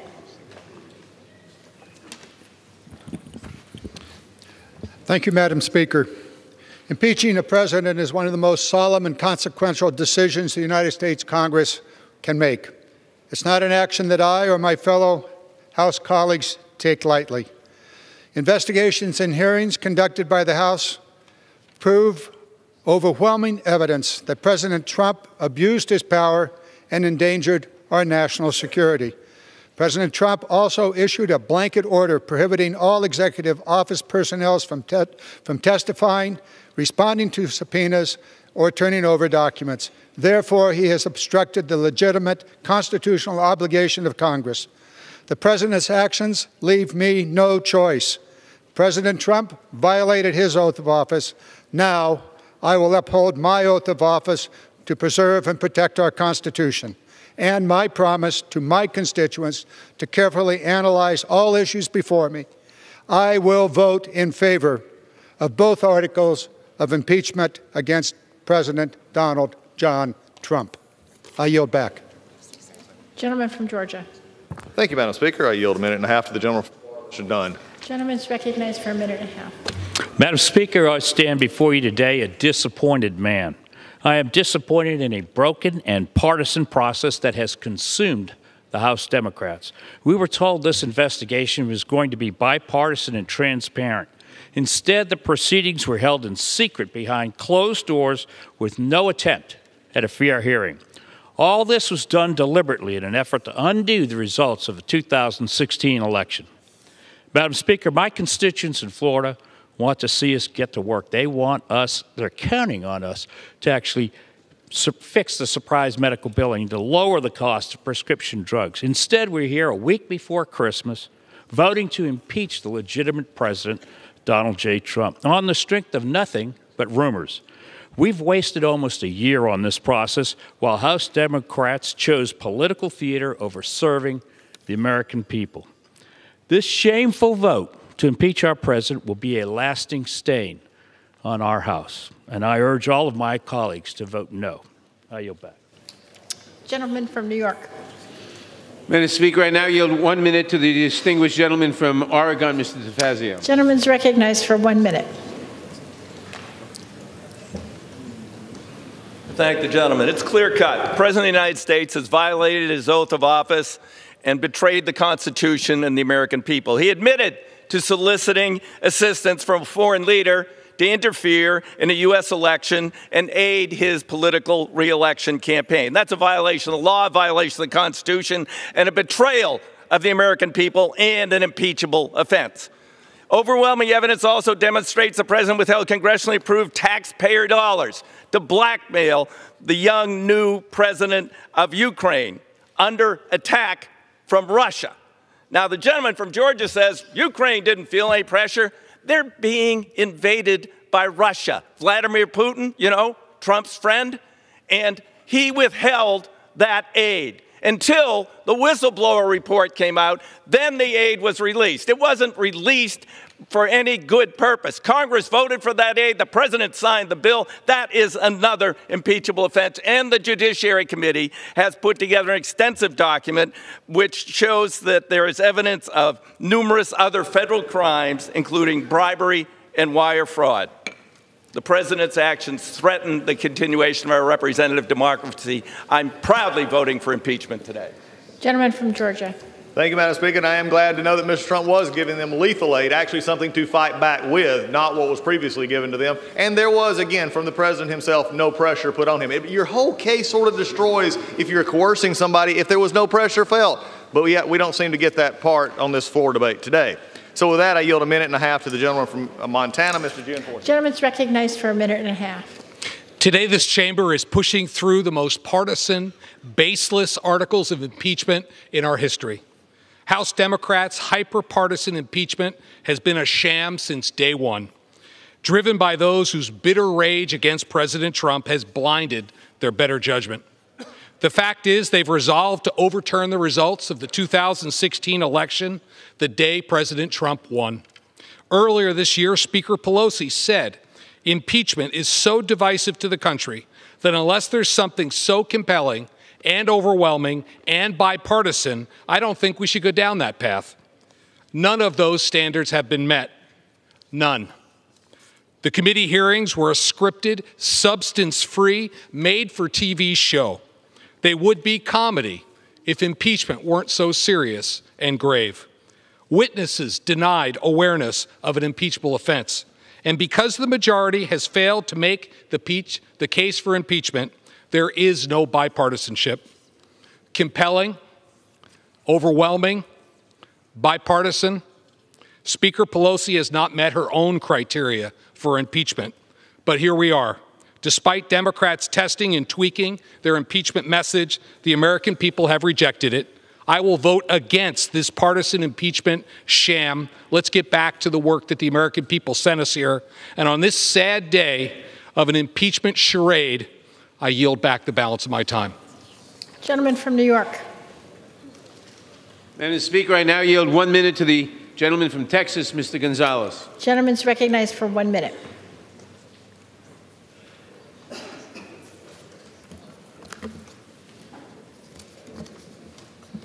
Madam Speaker, I rise on a sad day for America, a sad day for Texas, and a very sad day for the people I represent. I'm not gleeful for today. I came to Congress to lower the cost of prescription drugs, fight for a debt-free education, improve the cost of special needs children, our seniors, and our veterans. I did not come to Congress to impeach a sitting president, but we've been given no choice. He has eroded the foundations of our democracy and used the office of the presidency for personal and political gain. Our founding fathers feared that one day the power of the presidency was stretched beyond its limits. Thus, they enshrined in the Constitution a system of checks and balances. We cannot and will not lower the ethical standards of our presidency. We cannot afford to wither like a cheap flower in bad weather, watching our democracy crumble and rot from within. That is not the America the world knows and loves, and it's certainly not the America we would be proud to have our future generations inherit. And that is why today I must vote to impeach the President of the United States and fulfill my oath to the Constitution, and I yield back. Gentleman from North Dakota. Madam Speaker, I yield 1.5 minutes to my friend from Texas, Mr. Hurd. Gentleman's recognized for 1.5 minutes. Throughout this process, the American people have learned of bungling foreign policy decisions, but we have not heard evidence beyond a reasonable doubt of bribery or extortion. Allegations of these two crimes aren't even mentioned in the articles of impeachment being debated today.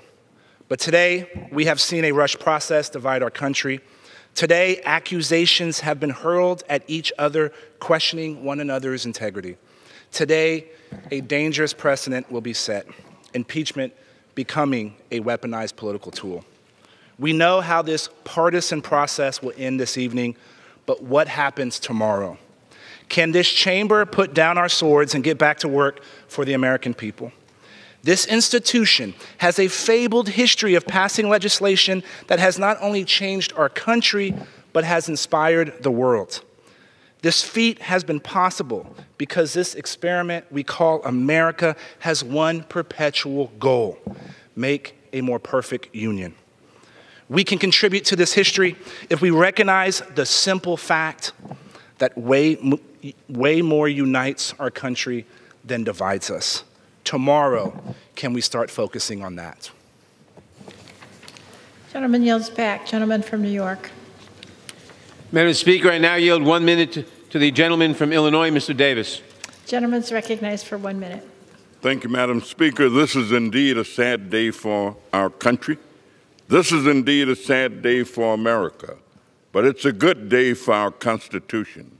It is a sad day for our country because President Trump has defied our Constitution, our rules, our requirements, and our expectations.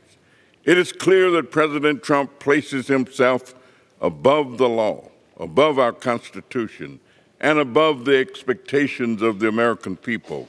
At my last town hall meeting, which was held Saturday, December 15th at Malcolm X College in Chicago, someone asked the question, what is our position on impeachment? Madam Speaker, every person there rose and said, impeach. When I speak for the people of the 7th District of Illinois, and my vote will be impeach, impeach, impeach. And I yield back the balance of my time. Gentleman from North Dakota. Madam Speaker, I yield two minutes to my friend from Texas, Mr. Gohmert. Gentleman's recognized for 2 minutes. Thank you. In 1998, Senator Schumer said, and I quote, this impeachment will be used as a routine tool to fight political battles. We thought it was a prediction. It was a promise, and now it's playing out. It's exactly what's being done here. And for those that say we don't address the defenses of fact, here you go. The impeachment serves two purposes. Number one, stop the investigation by the U.S. Department of Justice and Ukraine into the corruption of Ukraine interference into the U.S. Election in 2016. You said this was about, this terrible Russia collusion. Then that fell through. It's about emoluments. It's about bribery. It's about extortion. It's changed, but one thing hasn't changed, and that is the intent to impeach this president. It's always been there. But let's be honest.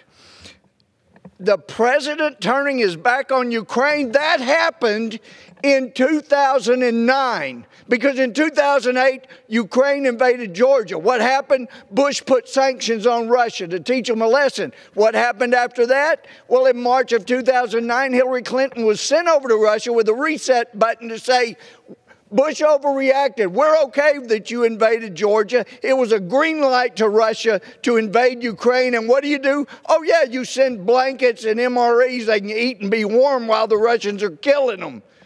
That is what the Obama administration did. This is a travesty, and we're in big trouble because Schumer was right. Now it's lowered even farther, the bar. It will be used for political battles, and this country's end is now in sight. I hope I don't live to see it. This is an outrage. I yield back. Gentleman from New York. Mr. Speaker, I am deeply concerned that any member of the House would spout Russian propaganda on the floor of the House. I now yield 1 minute to the gentleman from New York, Mr. Higgins. The gentleman from New York is recognized for... The House will come to order. The gentleman from New York is recognized for 1 minute. Thank you. The House will come to order. The House will come to order. The gentleman from New York is recognized for 1 minute. Thank you, Mr. Chairman, Madam Speaker. The United States Constitution is explicit. Bribery is an impeachable offense. Bribery involves the abuse of power, and the President of the United States abused the power of his office by soliciting a bribe of a foreign leader to interfere in an election that he was afraid he could not win honorably, fairly, or freely. You, President of Ukraine, open and announce an investigation of my political rival, and I, President of the United States, will release $391 million in military aid and give you the stature-amplifying White House meeting that you need. This is a this for that, something for something transaction. Soliciting a bribe from a foreign leader is an abuse of power and a federal crime. I yield back.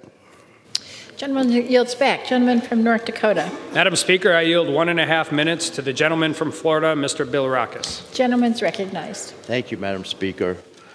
I want to thank my Republican colleagues who have toiled honorably in defense of the Constitution and the rule of law under difficult circumstances, Madam Speaker. You know, Madam Speaker, it's a darn shame that we have found ourselves in this position today.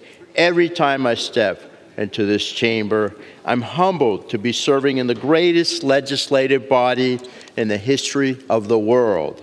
However, it's deeply disappointing that the hyper-partisanship that has gripped this country has made its way into this chamber. I pride myself on being a consensus builder who works across the aisle to get things done for the American people. But when it comes to the matter of impeachment, I have no doubt that the entire process has been politically motivated. There's absolutely no evidence that President Trump committed an impeachable offense, which is why I will vote no. This whole process has been a ploy to circumvent the will of the people by removing a duly elected President of the United States. It is a national disgrace and sets a dangerous precedent. But we are a great nation, and we will survive this indignity. Let's put this ugly chapter behind us, Madam Speaker, and get to work. I yield back. Gentleman yields back. Gentleman from New York. Mr. Speaker, I now yield 1 minute to the gentleman from Mississippi, Mr. Thompson. Gentleman's recognized for 1 minute. Thank you very much, Madam Speaker. Madam Speaker, the question that will be answered today is, will members honor their oath to uphold the Constitution?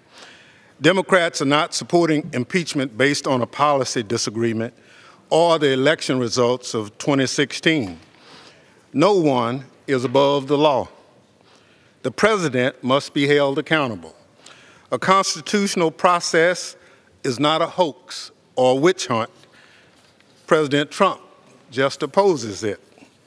No one is above the law, not even President Donald J. Trump. The president abused his power by pressuring Ukraine to help his re-election campaign. Impeachment is a constitutional remedy for these actions. Trump betrayed his oath, betrayed the Constitution, and undermined the integrity of our elections. Those who are against the impeachment inquiry are willing to turn a blind eye to constitutional violations by the president. As a nation, we have no other alternative. We must protect our Constitution and the United States of America. In his own words, no intelligent person believes what he is saying. The gentleman's time's expired. Gentleman from North Dakota. Madam Speaker, I yield 1.5 minutes to the gentleman from Indiana, Mr. Barry. Gentleman's recognized for 1.5 minutes.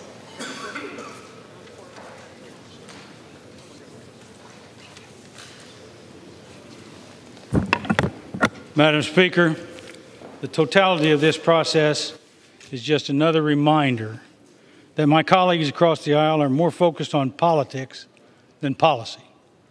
The American people deserve better. Our republic deserves better. The brave men and women of our military, myself included, have fought for the freedom and democracy all around the world. Yet today, my colleagues are eroding those freedoms through a process that ignored facts, abused power, and was shrouded in secrecy. Those facts could not be more clear. The president committed no crime, broke no laws, and there was no quid pro quo. I look forward to doing the right thing, representing the Hoosiers in my district, and voting against this impeachment charade. I stand with President Trump and look forward to passing policies that continue to move our country forward. I yield back the balance of my time. Gentleman yields back. Gentleman from New York. Madam Speaker, I now yield 1 minute to the gentleman from Oregon, Mr. Blumenauer. Gentleman's recognized for 1 minute. Thank you. Thanks to the hard work of our committees, the leadership of the Speaker, we found overwhelming evidence Trump invited foreign interests to interfere in our elections for his personal gain, and he then took unprecedented efforts to cover it up, obstructing Congress. I'm proud of the courage of new members to do their duty so that for the first time in his privileged life, Donald Trump will be finally held accountable for his reckless personal behavior and business practices. I vote proudly for these 2 articles of impeachment, and then I hope the House retains control of the articles until the Speaker and Leader Schumer can negotiate agreement on process and witnesses from McConnell so that the next stage will be open and fair, so that Donald Trump will ultimately be held accountable. Gentleman yields back. Gentleman from North Dakota. Madam Speaker, I yield 1.5 minutes to my friend from Oklahoma, Mr. Hearn. Gentleman's recognized for 1.5 minutes. Public hearings began November 13th. Less than a month later, Speaker Pelosi announced articles of impeachment on December 5th, saying that the investigation had revealed enough information to move forward with impeachment. Let's think about that. 22-day investigation. 6 of those days were weekends where hearings weren't happening and the House was not in session. 7 of those days were weekends that the House was in recess, including the week of Thanksgiving. 2 of those days were in flying days where Congress doesn't hold hearings. So out of the 22 days, just 7 days were used to investigate, debate, and vote on the impeachment of the duly elected leader of our country. No wonder my constituents are upset. 7 days to impeach the President of the United States. Not to mention that this 7-day investigation uncovered 0 facts in support of impeachment. I spent every minute I had in there as an observer of these hearings, and all I learned is that if you hate someone so strongly and enough people agree with you, that's grounds enough to be impeached. We asked for 12 hours of debate, the same amount of time allotted to President Clinton's impeachment, 12 hours of debate for possibly the biggest vote I will cast in my tenure as representative. Isn't asking too much. But no, they want to get out here before Christmas. So it's okay to rush through the process. I'm ashamed to be a part of this today, even as I vote against the impeachment. My constituents are calling every day, mad as hell, saying we should be ashamed that this historic chamber has fallen so low to allow something like this to happen. I yield back. Back. Gentleman from New York. Madam Speaker, I yield myself such time as I may consume. Gentleman's recognized. Madam Speaker, my friend, the gentleman from Georgia, has a tagline about the clock and the calendar. Madam Speaker, this is not about the clock and the calendar. It is about corruption and the Constitution. It is about a president who abused his power to coerce an ally to intervene in our election and poses a continuing threat to the integrity of our next election. The president's defense is built on 3 pillars, and when those 3 pillars fall, the entire defense of the president collapses. First, they claim there was no quid pro quo. Well, the evidence is undisputed. President Trump conditioned a White House visit and military aid on President Zelensky's public announcement of the investigations. Ambassador William Taylor wrote at the time, quote, "I think it's crazy to withhold security assistance for help with a political campaign," close quote. A reporter asked White House Chief of Staff Mick Mulvaney if there had been a quid pro quo here, and he replied, "We do that all the time. Get over it." The president refused to help our ally until he got a personal political favor, and so the first defense falls. Second, the minority claims that the Ukrainians didn't know about the hold. The evidence, again, is undisputed. Ukraine knew about the hold on the military assistance within hours of the president's July 25th call. Laura Cooper of the Department of Defense testified under oath that on July 25th, the State Department sent 2 emails to the Department of Defense notifying them that Ukrainian officials were asking, "Where is the aid?" The Ukrainians understood exactly what President Trump was asking. He wanted a personal political favor before the aid was released. And so the second defense falls. Third and finally, my Republican friends say the aid was released. But the aid was released only after the president got caught. This House launched its investigation on September 9th. The hold on the aid was lifted on September 11th. This is not evidence of innocence. It is evidence of culpability. The evidence is overwhelming. And when he got caught, he did everything in his power to prevent the American people from learning the truth about his actions by defying the congressional investigation, by ordering that all requests and demands for information be denied. With our national security and the integrity of our election at risk, we must act, not because of the clock on the calendar, but to fight against corruption and for continued self-government by the American people. I yield back. I reserve the balance of my time. Gentleman from North Dakota.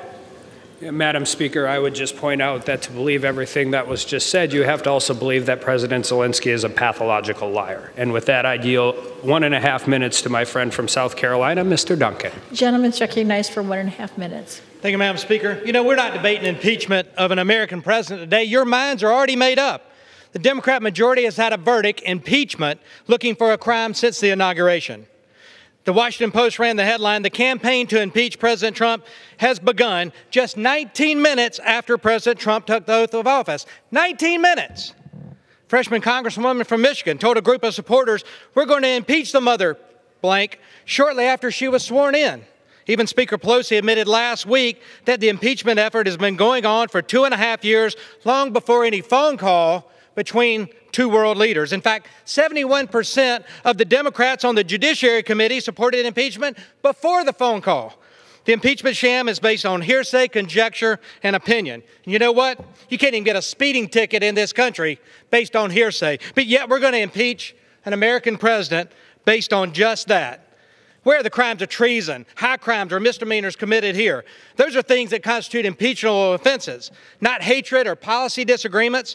If memory serves me right, Congress told the administration to withhold aid to Ukraine until they got their act together, addressed corruption, straightened out. That was in multiple NDAAs voted on by both parties in this chamber. So in the simplest terms, we're impeaching the president for doing something we told him to do? Give me a break. We have wasted precious time we are given to serve the American people. While you held secret hearings and depositions behind closed doors in Chairman Schiff's Chamber of Secrets. But the American people have a great sense of fairness, I promise you. They see President Trump has not been treated fairly in this process. Impeachment based on hearsay and opinion, not facts. It's a sad day in this chamber, the People's House. I yield back. Members are again reminded to address their remarks to the chair. Gentleman from New York. Madam Speaker, I would now inform you that the gentleman from California, Mr. Schiff, the chair of the Intelligence Committee, will now serve as my designee and will control the remainder of the time on the majority side. Does the gentleman yield to the gentleman from California? He's my designee. Okay. Does the gentleman from California yield to himself? Yes, Madam Speaker, I yield to myself as much time as I may consume. Gentleman's recognized. I thank my colleague, Chairman Nadler. I thank him for the extraordinary job that he has done as chairman of the Judiciary Committee and throughout these difficult proceedings. Madam Speaker, my colleagues, my fellow Americans, I rise to support the impeachment of President Donald J. Trump. When a man, unprincipled in private life, desperate in his fortune, bold in his temper, possessed of considerable talents, having the advantage of military habits, despotic in his ordinary demeanor, known to have scoffed in private at the principles of liberty, when such a man is seen to mount the hobby horse of popularity, to join in the cry of danger to liberty, to take every opportunity of embarrassing the government, the general government, and bringing it under suspicion, to flatter and fall in with all the nonsense of the zealots of the day, it may justly be suspected that his object is to throw things into confusion, that he may ride the storm and direct the whirlwind. These are the words of Alexander Hamilton, written in 1792. Could we find a more perfect description of the present danger emanating from 1600 Pennsylvania Avenue? The framers crafted a constitution that contemplated free and fair elections for the highest office in the land, but also afforded the Congress with the power to remove a president who abused the powers of his office for personal gain, who compromised the public trust by betraying our nation's security, or who sought to undermine our democratic system by seeking foreign intervention in the conduct of our elections. I would say that the founders could have little imagined that a single president might have done all of these things, except that the evidence has sadly proved this is exactly what this president has done. Hamilton, among others, seems to have predicted the rise of Donald Trump with a staggering prescience. Having won freedom from a king, the drafters of our Constitution designed a government in which ambition was made to check ambition, in which no branch of government would predominate over another, and no man would be allowed to be above the law, including the president, especially the president, since with whom would the danger be greater than with the officer charged with being our commander-in-chief? Over the course of the last 3 months, we have found incontrovertible evidence that President Trump abused his power by pressuring the newly elected president of Ukraine to announce an investigation into President Trump's political rival, Joe Biden, with the hopes of defeating Mr. Biden in the 2020 presidential election and enhancing his own prospects for re-election. He didn't even need the investigation to be undertaken, just simply announced to the public. The smear of his opponent, would be enough. To effectuate this scheme, President Trump withheld 2 official acts of vital importance to a nation at war with our adversary, Vladimir Putin's Russia. The president withheld a White House meeting that Ukraine desperately sought to bolster its standing on the world stage. And even more perniciously, President Trump suspended hundreds of millions of dollars of military aid approved by this Congress to coerce Ukraine into doing his electoral dirty work. The President of the United States was willing to sacrifice our national security by withholding support for a critical strategic partner at war in order to improve his re-election prospects. But for the courage of someone willing to blow the whistle, he would have gotten away with it. Instead, he got caught. He tried to cheat, and he got caught. Now, this wasn't the first time. As a candidate in 2016, Donald Trump invited Russian interference in his presidential campaign, saying at a campaign rally, "Russia, if you're listening, I hope you're able to find the 30,000 emails that are missing." A clear invitation to hack Hillary Clinton's emails. Just 5 hours later, Russian government hackers tried to do exactly that. What followed was an immense Russian hacking and dumping operation and a social media disinformation campaign designed to help elect Donald Trump. Not only did candidate Trump welcome that effort, but he made full use of it, building it into his campaign plan, his messaging strategy, and then he sought to cover it up. This Russian effort to interfere in our elections didn't deter Donald Trump. It empowered him. The day after Special Counsel Bob Mueller testified before Congress about Russia's sweeping and systemic effort to influence the outcome of our last election, The day after President Trump believed that the investigation into his first electoral misconduct had come to an end, the president was back on the phone urging yet another country, this time Ukraine, to help him cheat in another election. 3 consecutive days in July tell so much of the story. 3 consecutive days in July of 2019. July 24th, the day that Special Counsel Mueller testified before Congress, and President Trump thought he was finally in the clear. July 25th, the day that President Trump got on the phone with the Ukrainian president, and in the context of a discussion about military support for that embattled nation that the president had recently frozen, said, "I would like you to do us a favor, though," and asked Ukraine to do 2 investigations to help his re-election efforts in 2020. That was July 25th.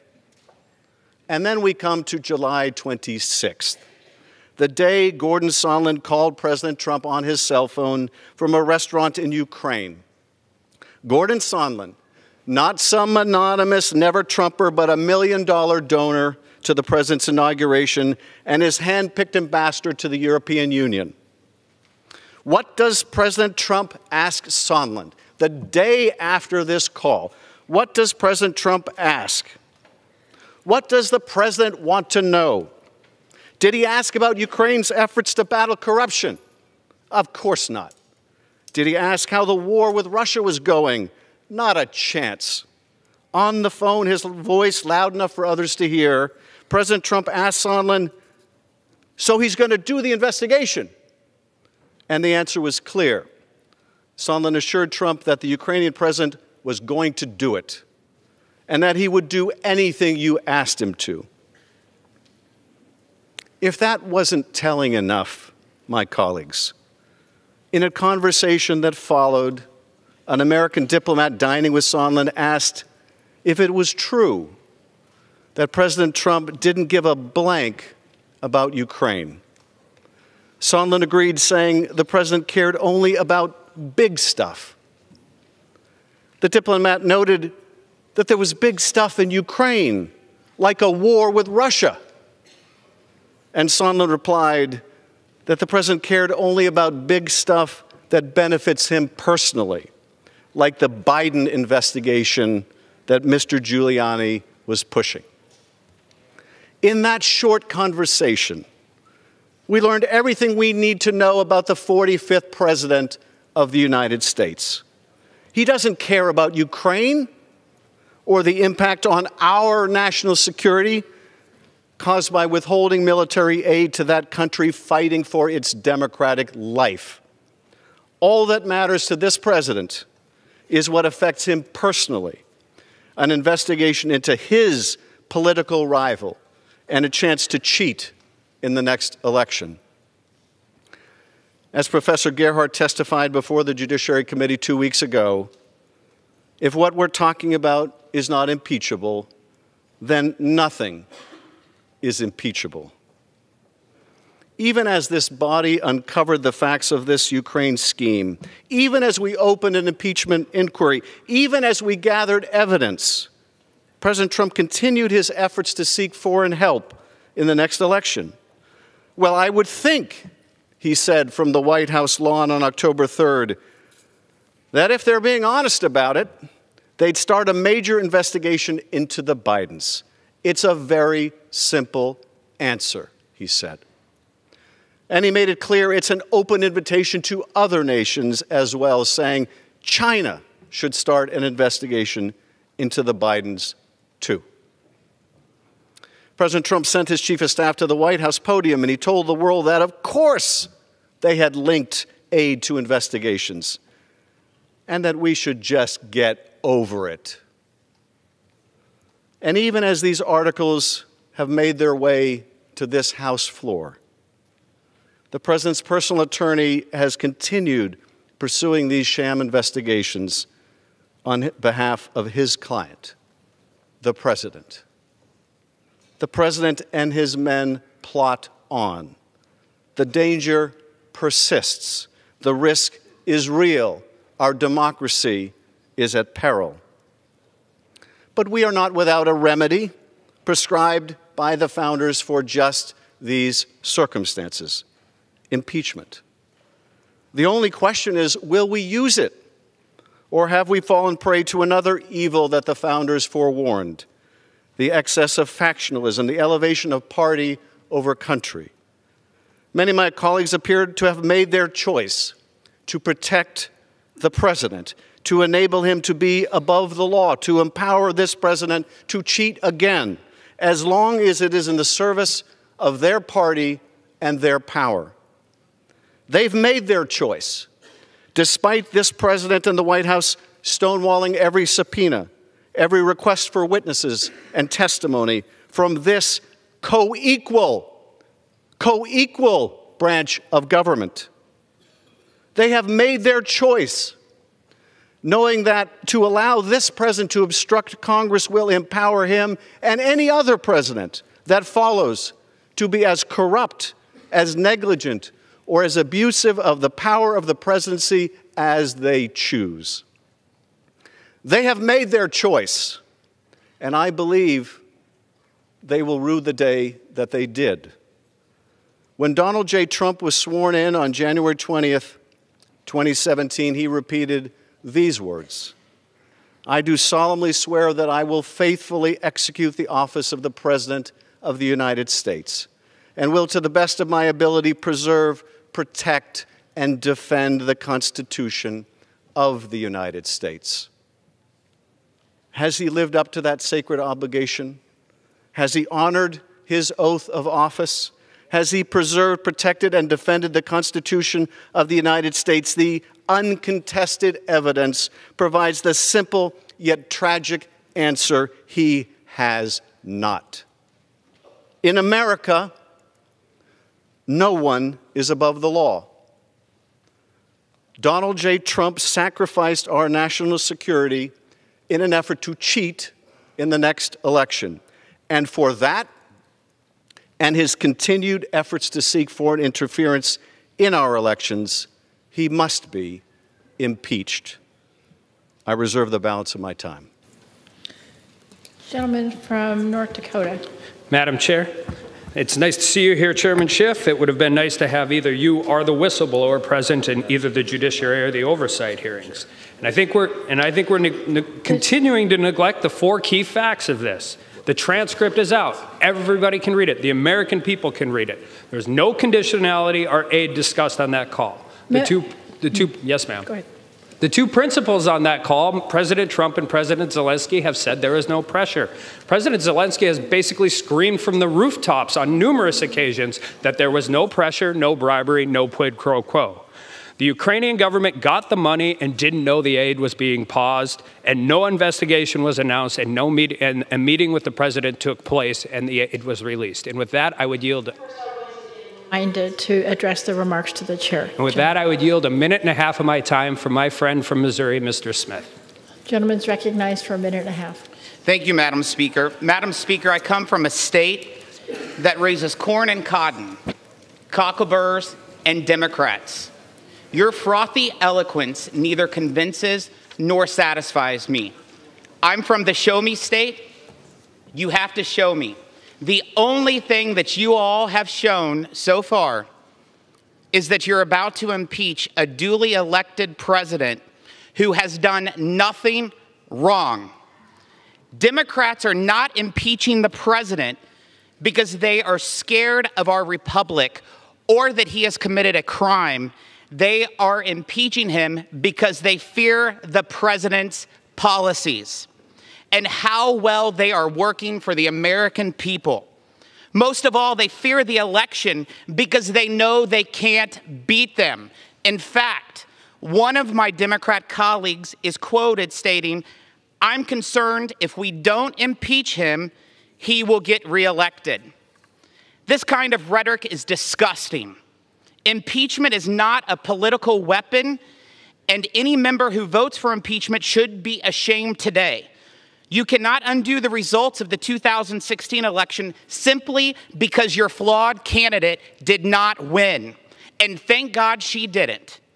Over the last 3 years, unemployment has dropped to the lowest point in generations. We are seeing better trade agreements with our trading partners, and record numbers of taxes and regulations that stifle economic growth have been rolled back, all thanks to President Trump's leadership and commitment. But we shouldn't be surprised. Democrats have introduced articles of impeachment. Can I have 30 seconds?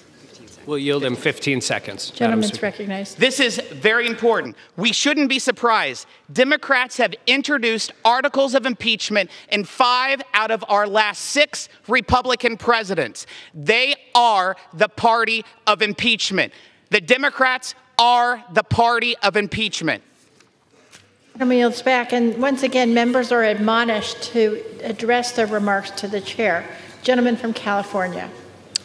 Thank you, Madam Speaker. It is my pleasure to yield 2 minutes to the gentleman from California, Mr. Swalwell. Mr. Swalwell is recognized for 2 minutes.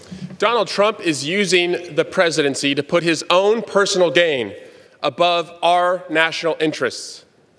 He is using our taxpayer dollars and foreign interference to cheat the next election, and it jeopardizes our national security and integrity at the ballot box. And not a single fact in this case is seriously in dispute. I ask my colleagues, who sent his personal lawyer to Ukraine to investigate his political rival? Who fired an ambassador who stood in his way? Who conditioned a White House meeting on investigations that only personally benefited him and not the national interest? Who cut off military aid to an ally that desperately needed it? Who pressured President Zelensky to conduct those investigations? Who stood on the White House lawn and asked not only Ukraine to investigate his rival, but also China? Who has buried evidence and blocked witnesses from testifying? And who is still, today, sending his personal lawyer to Ukraine to dig up dirt and rig an election? The answer to all of these questions is President Donald Trump. This is a crime spree in progress, but we know how to stop it. Courage.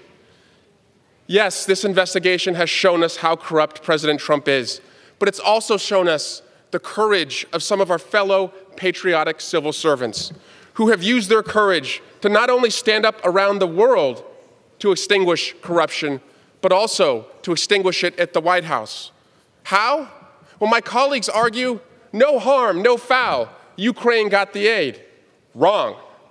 Trump cheated. Patriots caught him. Then Ukraine got the aid. Standing up, turns out, works.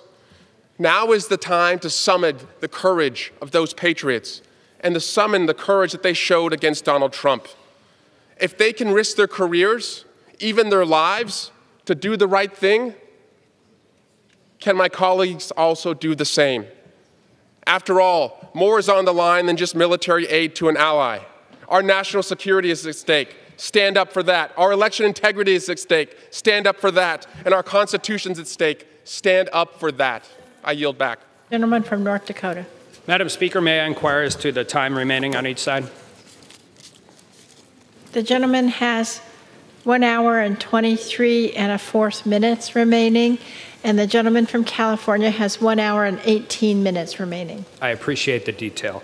And with that, I yield 1.5 minutes to the gentleman from Ohio, Mr. Johnson. Gentleman's recognized for 1.5 minutes. Madam Speaker, this is a sad day for America.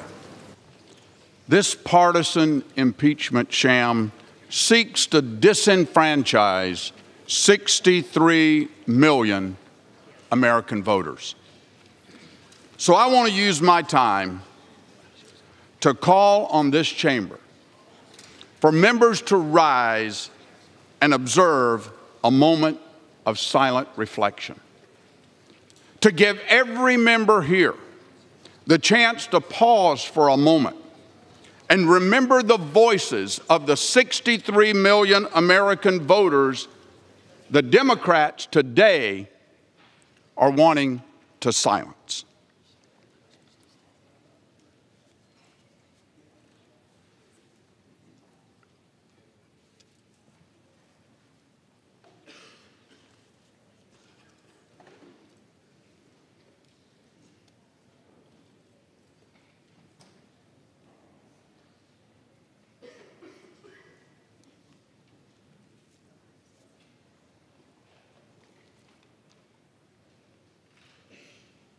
Madam Speaker, disenfranchising 63 million voters gives me 63 million reasons to vote no, and I urge my colleagues to do the same. Gentleman yields back. Gentleman from California. Madam Speaker, it's my pleasure to yield 2 minutes to Ms. Sewell, the gentlewoman from Alabama. Gentlelady is recognized for 2 minutes. Madam Speaker, it is with a heavy heart and a profound sense of the gravity of this moment that I rise today in support of the impeachment of President Donald J. Trump. To be clear, I did not run for Congress to impeach a president. I came to work every day on behalf of the hardworking people of Alabama's 7th Congressional District. But the facts are uncontested. The truth is clear, and I have been left no other choice. As a member of the Intelligence Committee, I sat in shock, in awe, as witness after witness came forward, their stories painting a clear picture of the president's abuse of power. They testified that the president had direct orders to withhold vital military aid for Ukraine and a White House visit in exchange for investigation into the Bidens. To date, all the military aid has not been released, and there still has been no White House meeting. The bottom line is clear. President Trump endangered our national security and the very essence of our democracy for his own personal political gain. Then President Trump sought to cover it up by subverting the oversight authority of Congress. If presidential abuse of power is left unchecked, we all become accomplices when he does it again. This cannot become the new normal, not on our watch. While President Trump's indefensible actions set in motion this event, my vote for impeachment today is not about the president. It is about my oath to defend and protect the Constitution of this United States of America and to make sure that I uphold and honor the sacred trust that my constituents gave me. President Trump has betrayed his oath of office. Let us not betray ours. I yield back the balance of my time. Gentleman from North Dakota. North Dakota. I'm from... You're back. I'm back. From Georgia. Thank you, Madam Speaker. I'm back. I also noticed some changes around here since we left, and I noticed I have a new manager on the other side who, as I came back in from getting a quick bite, noticed gave an eloquent defense of his side of this story that we're telling. I just wish we could have had that same eloquent defense before the Judiciary Committee where he could have been asked questions instead of just giving one side. With that, I yield a minute and a half to the gentleman from Pennsylvania, Mr. Keller. Gentleman is recognized for a minute and a half. Thank you. Madam Speaker, today will forever be remembered as a stain on our republic. These impeachment proceedings are not based upon facts, evidence, reason, or any inappropriate or impeachable actions by our president.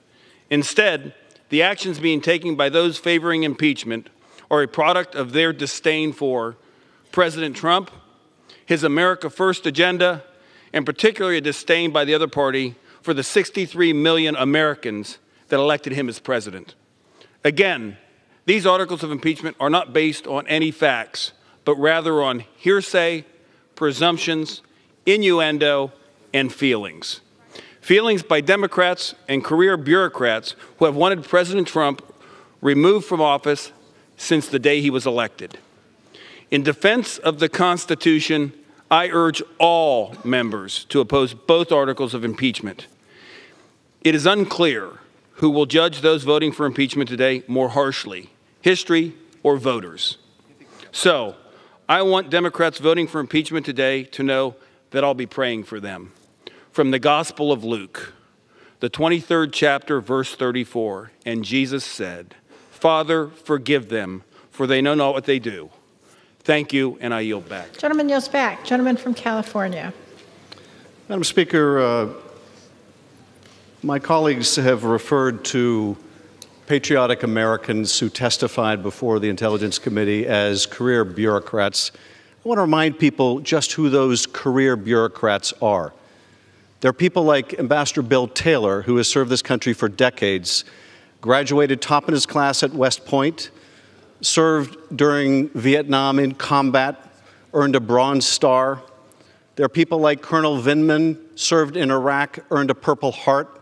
There are people like Ambassador Marie Yovanovitch, served in dangerous places all over the world, one of the most respected of all of our Foreign Service officers. These are the people that my colleagues would pejoratively label as career bureaucrats. And why? Because they have the courage to do their lawful duty, to answer a subpoena, to come and testify. And for this, they're called career bureaucrats. Well, we should have more career bureaucrats of that caliber. I'm pleased to yield 1 minute to the gentleman from California, Mr. Costa. The gentleman's recognized for 1 minute. Madam Speaker, I rise with a heavy heart. The two most difficult votes any member of Congress ever has to cast to vote to go to war are to impeach. Today, I will vote for the articles of impeachment. Over the last few months, I've listened carefully to my constituents. I've weighed all the available information to determine whether or not the President committed any wrongdoing. There are disturbing facts from this administration that inform my decision, including the President's own words. His ambassador to the European Union testified there was a quid pro quo to withhold aid to Ukraine for an investigation of former Vice President Biden, and that everyone was in the loop. His own national security advisor, John Bolton, said he wanted nothing to do with this drug deal, as he called it. And then the President openly acknowledged that China and Ukraine should investigate Mr. Biden. There's much more evidence pointing to the President violating his own oath of office. I have not made this decision lightly, but I must uphold my own oath of office because I believe the President has failed to uphold his oath of office. The weight of history and my belief in the Constitution of the United States and our own national security interests have led me to this vote, and I yield back the balance of my time. Gentleman from Georgia. Thank you, Madam Speaker. It is interesting to say, and I appreciate anybody who would come and give testimony, but it is interesting to see that the same chairman who just spoke eloquently about those who testified would have to actually dismiss completely almost anything by Mr. Volker or Mr. Morrison. But again, I will say, at least they had the ability and the willingness to come and testify, unlike the chairman who wrote a report, sent it to judiciary, and didn't. With that, I yield a minute and a half to the gentlewoman from Texas, Ms. Granger. Gentlelady is recognized for a minute and a half. Madam Speaker, I rise today in strong opposition to the politically driven articles of impeachment that have been brought before the House of Representatives today. For the past 3 years, Democrats have been unable to accept the voters' choice to elect President Trump. They've used any and all undemocratic and unfair means necessary to try and remove him from office. My vote today is not only against illegitimate impeachment of our president, which began not with facts, but with a foregone conclusion. It is against House Democrats making a mockery of due process and the rule of law. This will not go anywhere in the Senate, so all Democrats have accomplished is postponing the important work of the American people sent there elected officials to Washington to do. This endless crusade of Democrats to remove the duly elected President of the United States has put partisan politics above the issues that Americans face today. It's time Democrats stop playing partisan games that hurt hardworking taxpayers. It's time for the American people to be Congress' priority again. I urge my colleagues to join me in voting no, and I yield back the balance of my time. Gentleman from California. Thank you, Madam Speaker. I am more than delighted to refer to the testimony of Ambassador Volker and Mr. Morrison. Ambassador Volker, who acknowledged that in retrospect he should have recognized that when they were calling for investigations of Burisma, it really meant the Bidens, and that to ask a foreign leader to investigate a political rival was wrong. Happy to refer to his testimony, as well as Mr. Morrison, who went to the National Security Council lawyer immediately after he listened to that telephone call, and who also testified that he was informed by Ambassador Sondland that the president wanted Zelensky in a public box, that he wanted him to be forced to go to the mic and announce these sham investigations. Happy to refer to their testimony as well, and now happy to recognize the gentlewoman from California for 2 minutes, Representative Speer. Gentlelady is recognized for 2 minutes. Thank you, Madam Speaker. My father fled Nazi Germany for America because he saw what happened when a despot became untethered. He fled because he believed in democracy, in the rule of law, and the right to vote. Before he died, he asked to be buried in a simple pine box with an American flag to symbolize his love of this country. Today, we are called upon to do our duty out of love of country. The president stands accused. We must judge him as we judge any of our fellow citizens on the facts and on the law. The facts show that the president's North Star is Russia, not the Constitution. There is no question that President Trump delayed military aid to Ukraine, our ally, as they were under attack by Russia, our adversary. There is no question the president withheld a meeting with President Zelensky at the White House, giving Russia the upper hand in peace negotiations with Ukraine. There's no question that President Trump promoted the Russian hoax that Ukraine attacked our election in 2016, a canard that has been proven to be a lie, a Russian lie. The only question is his motive. The fact is, his conduct and crimes are reprehensible and unquestionably impeachable. When I vote today, my father's legacy is deep, very deep within me. My father loved America, and I love America, and that is why I will vote to impeach the President of the United States. I yield back. Gentleman from Georgia. Thank you, Madam Speaker. I see how this is playing out. Instead of coming to testify for 7 or 8 hours and answering all questions, we're going to do it in pot shots as we go and take this. But again, let's talk about Mr. Volker again. He never testified that anyone wanted to investigate Vice President Biden. What he did testify to, which was left out, was that they wanted if the Ukrainians doing bad things placed Hunter Biden on the board of Burisma to avoid anything, that needed to be investigated and found out. Let's at least tell the story. Again, had plenty of time to do this in an actual hearing, not here. This is what they want. This is what they've been wanting. The majority has played this the whole time. So we'll play this out as long as they want to. It would have been better, though, if they actually had a case to have made it in the proper setting instead of not coming and not testifying. With that, I yield 1.5 minutes to the gentleman from Texas, Mr. Weber. Gentleman's recognized for 1.5 minutes. Thank you, Madam Speaker. You know, it's very interesting to hear the socialistic left Democrats that have a newfound appreciation for the Constitution and our founders' principles. Would that those same socialists, Madam Speaker, would afford unborn babies the right to life, liberty, and the pursuit of happiness as well. Madam Speaker, history tells us the first 3 impeachments in this country, crimes were involved. Johnson violated a law that Congress had just passed over his veto. Nixon was involved in a cover-up from Watergate. Clinton lied to a federal grand jury and instructed Monica Lewinsky to falsify an affidavit. Crimes. All instances of crimes. Now comes the socialistic-leaning D's, in my opinion, Madam Speaker, ostensibly reading the president's minds, knowing what his intent was, and dictating to us and the witnesses that were in the hearings what his mindset was, and that, quite frankly, they didn't believe that he had the right to be in charge of foreign policy. We heard ambassadors, and yes, we heard career bureaucrats, career diplomats, whatever you want to call them. They get to ride the bus. They don't get to drive the bus. The president is in charge of foreign policy. They said that the president had the audacity to use his judgment on foreign policy instead of theirs. Opinions, suppositions indeed. The very swamp he is draining is objecting. Who knew? Who knew? Today, now during the earlier rule debate, comes the floor manager of the other side from Massachusetts, citing not facts witnesses, but newspaper articles, CNN, USA Opinions, editorials. Unbelievable, Madam Speaker. Americans are watching. The D's are delusional, deleterious, delirious, and in deep yogurt. I yield back. Gentleman from California. I would just remind my colleagues that Ambassador Volker said that the attacks on Joe Biden were meritless, and he tried to persuade Mr. Giuliani that there was no factual support for them.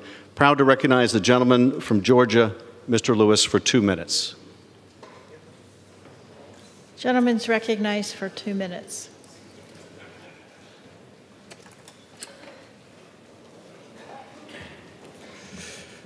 Madam Speaker, I want to thank the gentleman for yielding. Madam Speaker, I rise with a heavy heart to support this resolution. When we came to Washington in 1961 to go on the Freedom Rise, we chose that day. When we came here on August 28, 1963, for the March on Washington, it was joyful. We met with a young president, President John Fitzgerald Kennedy. When we came here on August 6, 1965, for the signing of the Voting Rights Act, we were excited, hopeful. We met with President Lyndon Johnson, but today, this day, we didn't ask for this. This is a sad day. It is not a day of joy. Our nation is founded on the principle that we do not have kings, we have presidents. And the Constitution is our compasses. When you see something that is not right, not just, not fair, you have a moral obligation to say something, to do something. Our children and their children will ask us, what did you do? What did you say? For some, this vote may be hard, but we have a mission and a mandate to be on the right side of history. I'll yield back to Banners of my time. Gentleman from Georgia. Thank you, Madam Speaker. I always like to be polite, and I do appreciate the gentleman from California confirming everything I just said in my statement just a moment ago. With that, I yield 2 minutes from the gentleman from Ohio, Mr. Winstrup. Gentleman's recognized for 2 minutes. Thank you, Madam Speaker. Since 2016, America has seen a pattern of failed and disproven attacks and allegations against President Trump. Today is the 4th impeachment-related vote since President Trump took office. It's yet another attempt to reach their predetermined conclusion of impeachment on a conclusion built on political bias, accusations, and innuendo. These repetitive and false allegations reveal a political obsession disguised as some kind of righteous oversight. When they didn't win at the ballot box, they pursued a Russian collusion narrative that Special Counsel Robert Mueller had to waste time and taxpayer dollars to prove false. When the Russia collusion malicious deception didn't work, Madam Speaker, Democrats sought a new path forward to impeach President Trump. They created a made-for-TV set of hearings, complete with witness auditions held in the basement of the Capitol. Despite all their efforts, the charges the House considers today lack evidence to support them. There wasn't one witness that said a crime or impeachable offense was committed. Madam Speaker, I remind my colleagues, no crime, no impeachable offense. That's a pretty good defense, if you ask me. I will work diligently to further reveal the truths and further reveal the abuses of power, Madam Speaker, that Democrats paid for and enacted during the last 3 years. Abuses of power from the other side of the aisle within this body and within our FBI. Americans deserve the truth. All in all, history will remember today as the political impeachment that set the precedent for presidents to be impeached every time there's a divided government. I oppose the articles before us today, and I yield back to the other side and their superior imaginations. Gentleman from California. I'm proud to recognize the gentleman from Illinois, Mr. Quigley, for 2 minutes. Gentleman's recognized for 2 minutes. Thank you, Madam Speaker. Indeed, we are here today because the President of the United States abused his power and betrayed his oath of office. He laid siege to the foundation of our democracy, the electoral process. These actions have posed a direct threat to the freedom and fairness of the upcoming 2020 election. The very day after Robert Mueller testified that Russia had systematically and relentlessly attacked the 2016 election, the President picked up the phone and made his now infamous July 25th call to Ukrainian President Zelensky, asking the President, Zelensky, on that call to, quote, do us a favor, though, and announce investigations into his political rival, Joe Biden. We have since learned from numerous National Security Council and State Department officials the President did not even expect Ukraine to open these investigations. Rather, he just wanted them announced so he could smear his rival.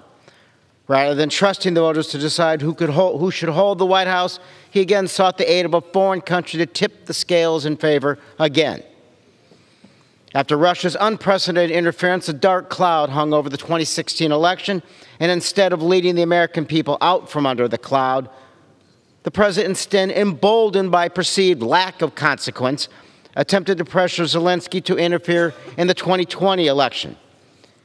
After a courageous whistleblower came forward and warned Congress and the public about the President's scheme, The president stood on the White House lawn in front of TV cameras broadcasting around the world and called for China to interfere too. Some of my colleagues have asked, why not wait? Why are we proceeding? That's very simple. Because nothing could be more urgent. We are on the precipice of the 2020 election, and Congress has ultimate responsibility to protect the sacred equalizer, our right to vote, to defend the integrity of our elections, and to fulfill our duty to the Constitution. I will be voting in favor of impeachment today, and I yield back. Gentleman from Georgia. Thank you, Madam Speaker. At this point, I yield 1 minute to the gentleman from Colorado, Mr. Lamborn. Gentleman's recognized for 1 minute. Madam Speaker, anyone watching this impeachment sound and fury signifying nothing should look out for 3 misrepresentations the Democrats are making. 1, Trump endangered national security. No, the 55-day delay did not stop the Ukrainians from defending themselves. Trump actually gave them lethal aid, which Obama never did. During Obama's negligence, Democrats said nothing. 2, Trump is not above the law. No one is, but why don't the Democrats tell us what law he broke? They can't because he didn't break any. So Democrats have resorted to 2 vague and subjective articles, abuse of power and obstruction of justice. And 3, the evidence is not in dispute. No, the evidence is very much in dispute. In fact, for every statement Democrats cherry pick to indict Trump, many more statements back up the president. In reality, this is nothing but a partisan ploy by Democrats to overturn an election. But this charade will fail, and the Senate will exonerate Trump, and everyone knows it. Gentleman yields back. Gentleman from California.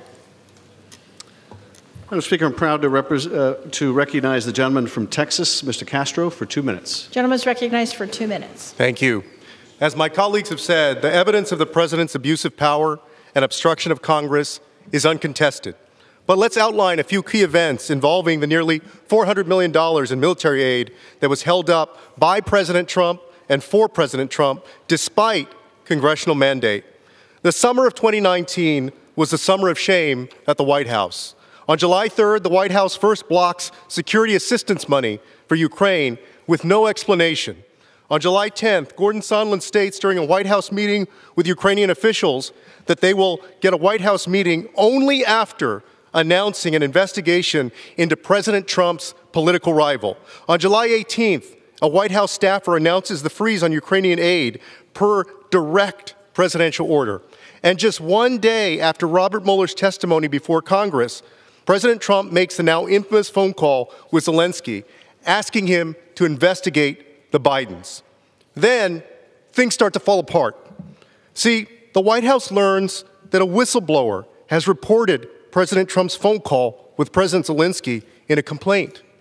And on September 9th, Congress starts to investigate the president's actions. And then the jig is up. On September 11th, the aid is suddenly released without explanation over 2 months later. When you read the call transcript and follow the timeline I've laid out, guilty is guilty. Nothing changed during that time regarding the president's supposed concerns over corruption. So let's be clear. The military aid was released because the president got caught. But getting caught doesn't get you off the hook. And I ask my colleagues, is attempted murder a crime? Is attempted robbery a crime? Is attempted extortion and bribery by a president a crime? Yes, it is.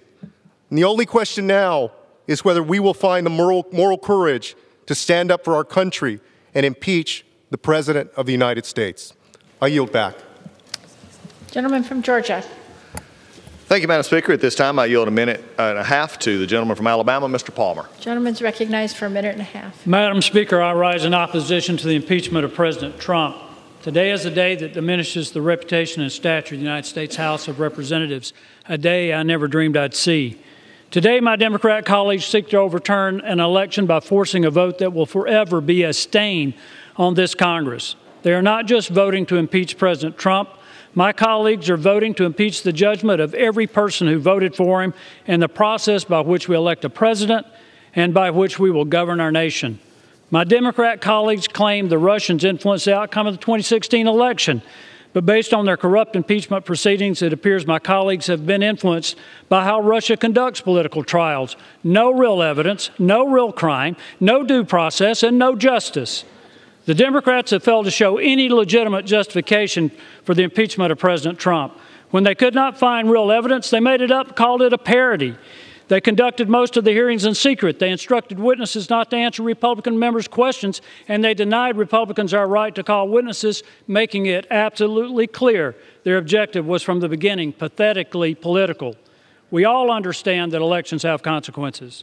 To all my colleagues, Democrat and Republicans alike, this day will surely have consequences as well, as we descend into more disrespect, distrust, and even contempt that will eventually be destructive of this chamber, and I fear eventually our republic.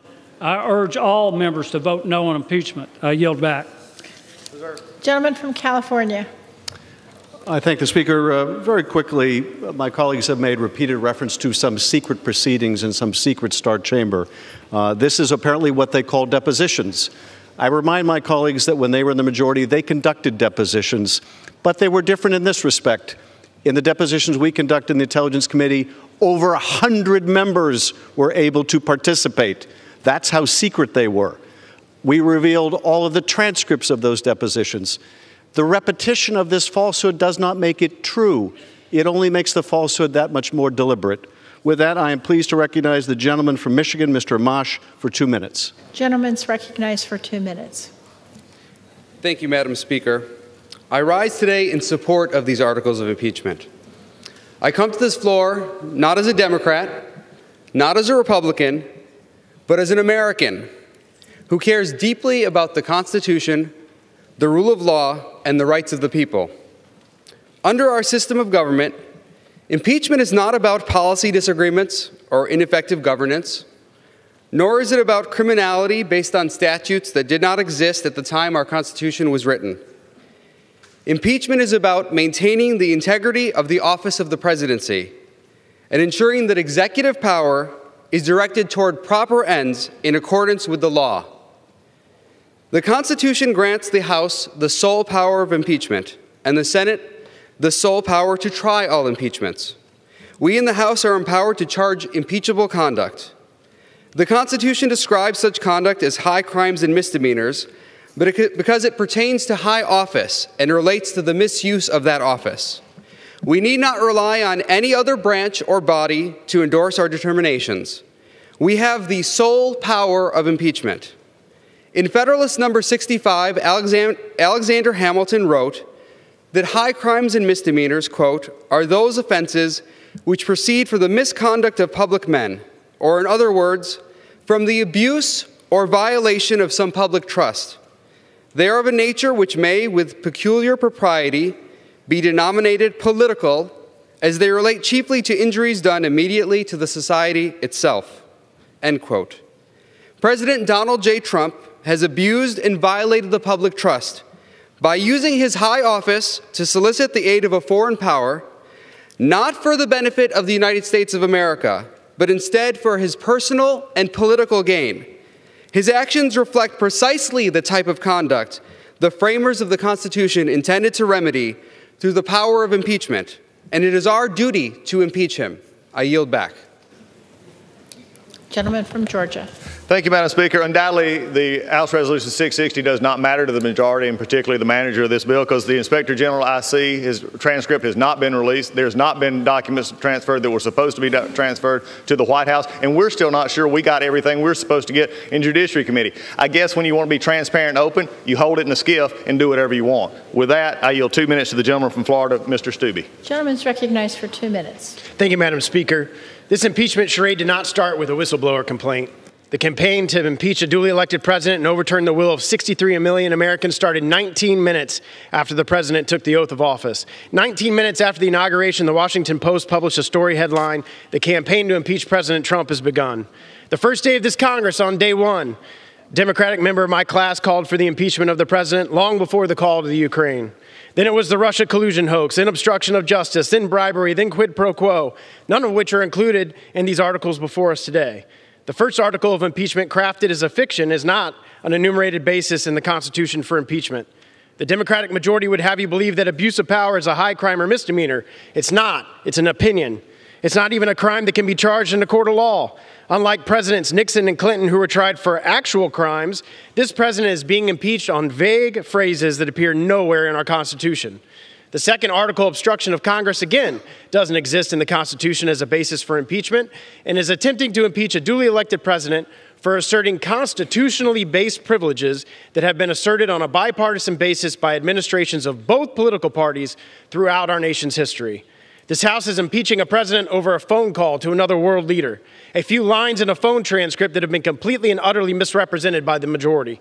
The process that ensued was anything but open, transparent, bipartisan, or equitable, abandoning all past historical due process afforded the minority and the president. The Democrats ran a partisan investigation, refusing the rights of the minority, refusing the ability for the president's counsel to call witnesses, refusing to allow the president's counsel to cross-examine fact witnesses, and refusing a minority hearing day, just to name a few.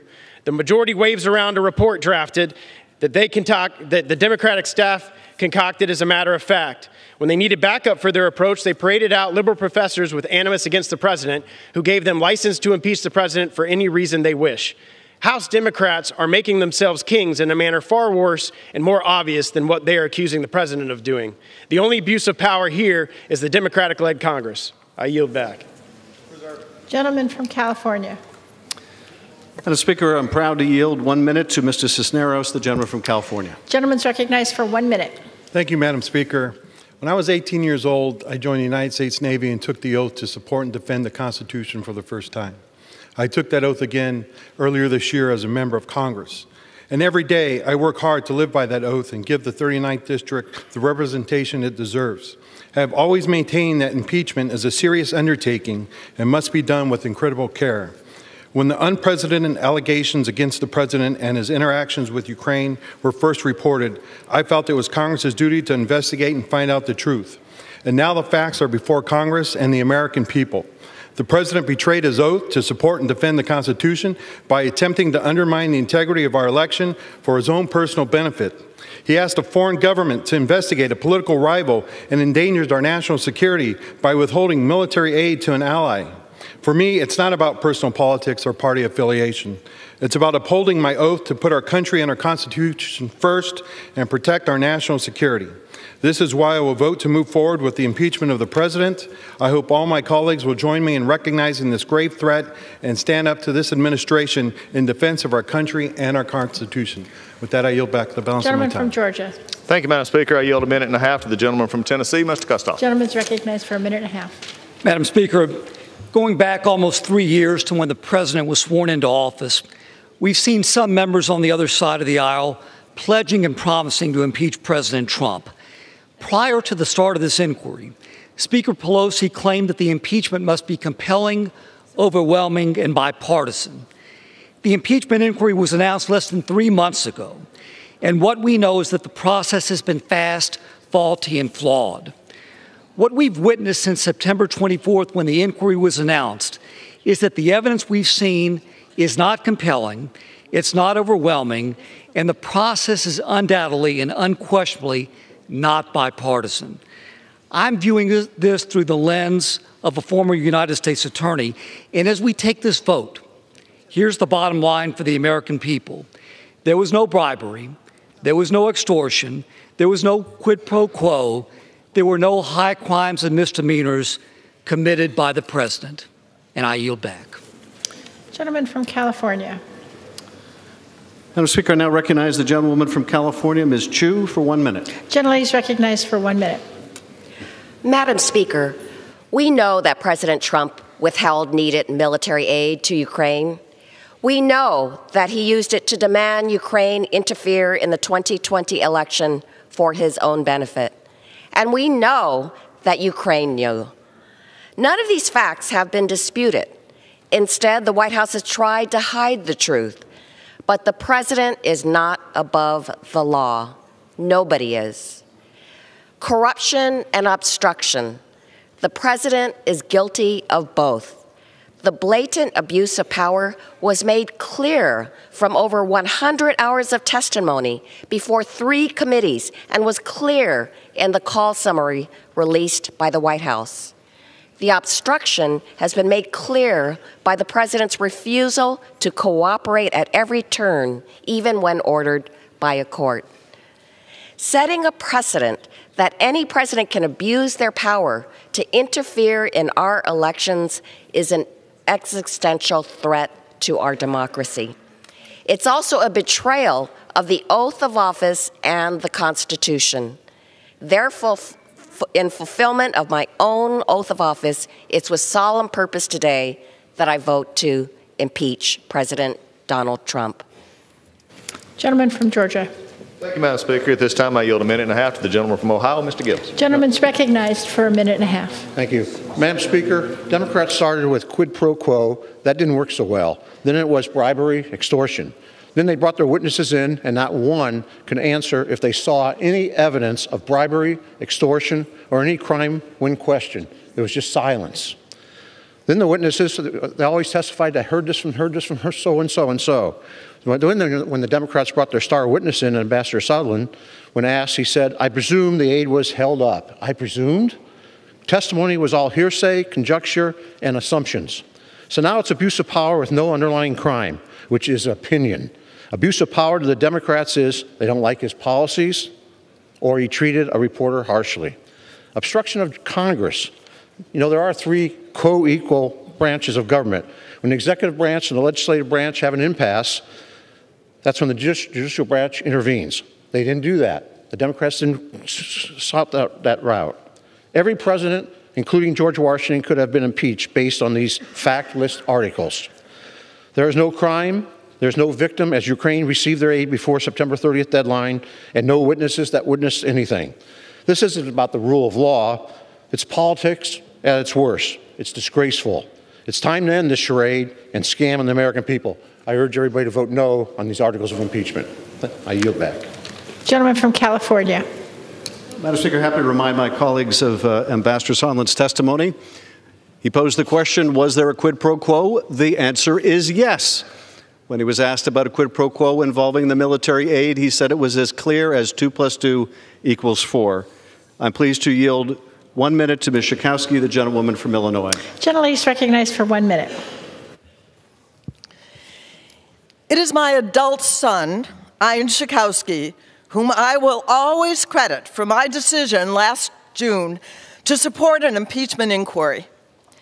It had never been my goal to impeach a president, but Ian made such a compelling case. He reminded me of the oath I have taken 11 times now to support and defend the Constitution of the United States. He said, Mom, this is not about politics. This is not about party. And pushing back against my arguments, he said, this has nothing to do with the final outcome. It's about doing the right thing, even if others don't. He made me see that it was about my legacy, my modest place in history. I want to thank you, my son, for helping me do the right thing today, to vote to impeach the President of the United States, Donald Trump, because no American is above the law. And I yield back. Gentleman from Georgia. Thank you, Madam Speaker. I also would like to remind the gentleman from California, Mr. Sondland, also said he had no direct evidence. He presumed that that was going on. I guess we're back to presumption again. Without a minute and a half to the gentleman from Texas, Mr. Flores. Gentleman's recognized for a minute and a half. Madam Speaker, on March 11th of this year, the Speaker of the House said the following in an interview with the Washington Post, quote, impeachment is so divisive to the country that unless there's something so compelling and overwhelming and bipartisan, I don't think that we should go down that path because it divides the country, unquote. I think most Americans would agree with that statement because it sounds thoughtful and reasonable. So here we are today to vote on the articles of impeachment. How did the majority party do in meeting the objectives set forth by the Speaker? Here are the answers. First, the only compelling attribute about this sham is the lengths the majority has gone to appease the radical socialist wing of their party. Second, the only overwhelming feature about this sham is the abuse of power by the majority and the reckless disregard for fairness by the majority throughout this entire circus. And finally, the only bipartisan activity related to this sham will be the votes against these flimsy articles of impeachment.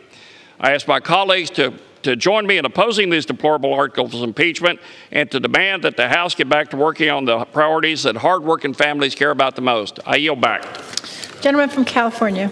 Madam Speaker, proud to recognize Mr. Ruppersberger for 1 minute, the gentleman from Maryland. Gentleman's recognized for 1 minute. Yes, Madam Speaker, I spent 12 years on the House Intelligence Committee, including 4 as ranking member. My bipartisan cooperation with the Republican chairman was widely recognized. When it comes to national security, there's no room for bipartisan politics. All 17 witnesses, mostly Trump appointees, told the same story during the Intelligence Committee hearings, each testifying that our commander-in-chief jeopardized American national security for the sake of his reelection. The president held hostage military aid for the fight against a common enemy, Russia. He willfully obstructed Congress's constitutionally prescribed impeachment powers. Over the last 2 years, I resisted calls to begin impeachment proceedings, and I resent those who say this is about reversing the election. This isn't about whether or not you like Trump. It's about upholding our Constitution. Allowing this conduct to go unquestioned sets a dangerous precedent and permanent damages our system of checks and balances. No one is above the law. President Trump's actions are a clear threat to our national security and democracy. We must uphold our oath of office and support these articles. I yield back the balance of my time. Gentleman from Georgia. Thank you, Madam Speaker. I yield 1.5 minutes to the gentleman from Michigan, Mr. Walberg. Gentleman's recognized for 1.5 minutes. Thank you, Madam Speaker. I rise today in strong opposition to these baseless articles of impeachment. Our founding fathers never intended impeachment to be a one-sided political weapon. Sadly, the majority has reduced this serious constitutional action to a purely partisan tactic to take down President Trump. History will not be kind to the vote today. It will be remembered as a rushed process that lacks credibility or transparency, with a predetermined outcome that puts a premium on political theater instead of facts. By any objective standard, the Democrats' impeachment case is the thinnest imaginable. There's no impeachable offense before us today. It's a complete and total sham. I close not by quoting a president from the past, but rather from the duly elected President Donald Trump. To my Democrat colleagues, through you, Madam Speaker, you are the ones interfering in America's election. You are the ones subverting America's democracy. You are the ones obstructing justice. You are the ones bringing pain and suffering to our republic for your own selfish, personal, political, and partisan gain. These are hard words, I know, but that is the sad reality of this entire process. I will proudly vote no today, a vote that upholds our Constitution, defends our president, and preserves the pillars of our nation's democracy. And now I yield back. Gentleman from California. Madam Speaker, I recognize the gentleman from Arizona, Mr. Grijalva, for 1 minute. Gentleman's recognized for 1 minute. I will vote in favor of impeachment today. The facts are irrefutable, and the ongoing obstruction and cover-up is shameful. You know, my parents came here as immigrants, and I'm proud to live in a nation that rewarded their hard work by providing a better future for my sisters and I. And as a first-generation American, and now a member of Congress, a story like mine is only made possible by a nation that upholds the rule of law and truly lives out the values enshrined in our Constitution. Mona and I are blessed with 3 wonderful daughters and 5 grandkids. Because of this living legacy and the legacy I intend to pass on to my grandchildren, my vote today is rooted in protecting their future. The underpinnings for impeachment are real and historic. Trump has perverted the rule of law, abused his power, and engaged in a cover-up. No amount of misdirection, lies, disinformation, tantrums, and cries of victimization by Trump and others can undo the abuse of power and obstruction of Congress that remain clear and present. The president leaves us no choice but to vote to impeach so that we can protect our democracy and correct the damage that's already done. I will vote in favor of impeachment of Donald J. Trump, not as a partisan act, but as a serious, urgent, and necessary one. And I yield back. Gentleman from Georgia. Thank you, Madam Speaker. I yield 1 minute to the gentleman from Texas, Mr. Brady. Gentleman's recognized for 1 minute. 21 years ago this week, I spoke here on impeachment. In this, sadly, history will not treat Democrats well. They'll be forever remembered as the Senator Joe McCarthy's of our time. So blinded by their hatred of President Trump, they abandoned American rights of due process and fairness and just decency. Reminiscent of Joe McCarthy, they assaulted the Constitution, took glee in secret hearings, blocked evidence, and switched charges like rogue prosecutors. Ultimately, they chose abuse of power because they practice it so well. President Trump committed no crime or impeachable offense, none. His legacy won't be stained. Democrats will. We'll look back at these days in shame because Trump haters in Congress, like red haters of the past, are willing to plunge America into darkness for raw political gain. This impeachment betrays the nation, the Constitution, and the American people. I vote no. Gentleman yields back. Gentleman from California. Madam Speaker, I recognize the gentleman from Texas, Mr. Doggett, for 1 minute. Gentleman's recognized for 1 minute.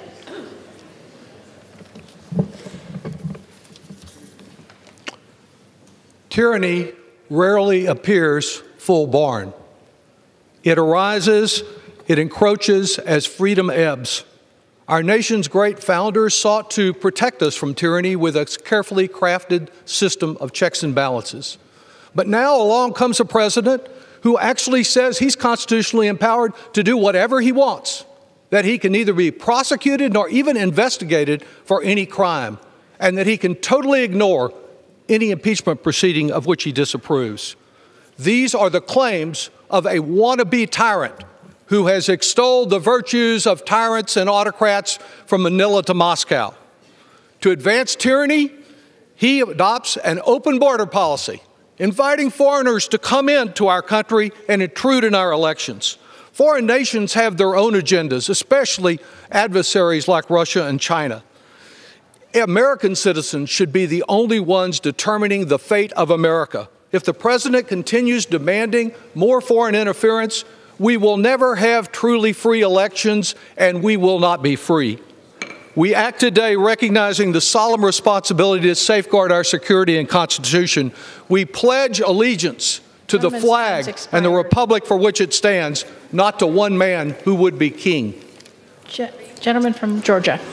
Thank you, Madam Speaker. Before I call my next speaker, could I get a time check from the Speaker? The gentleman from Georgia has 1 hour, three and a quarter minutes remaining. The gentleman from California has 57 and a quarter minutes remaining.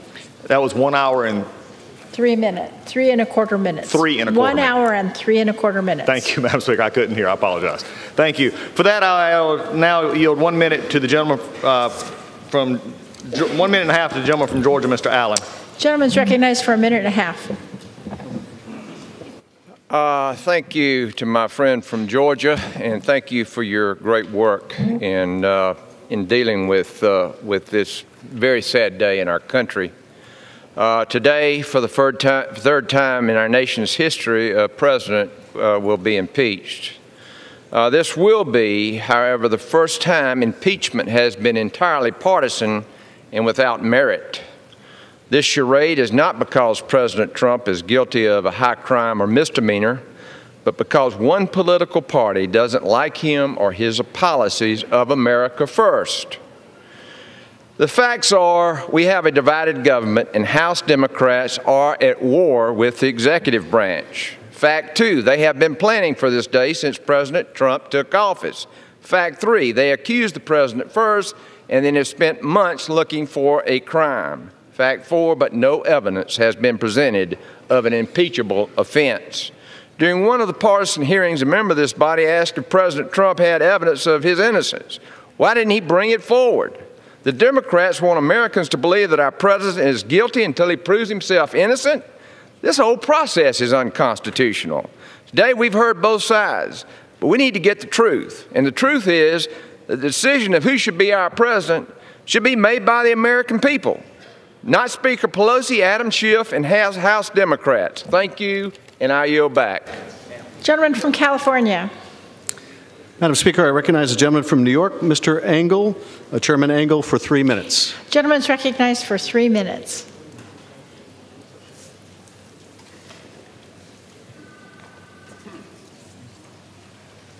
I thank my friend, Mr. Speaker.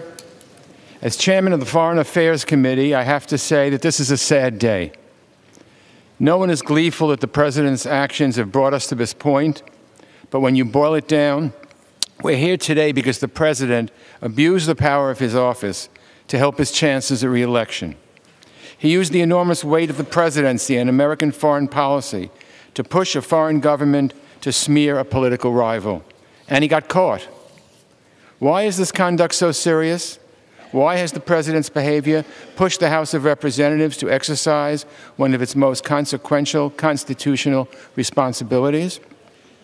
Because corrupting an American election, particularly in cahoots with a foreign power, means corrupting American democracy.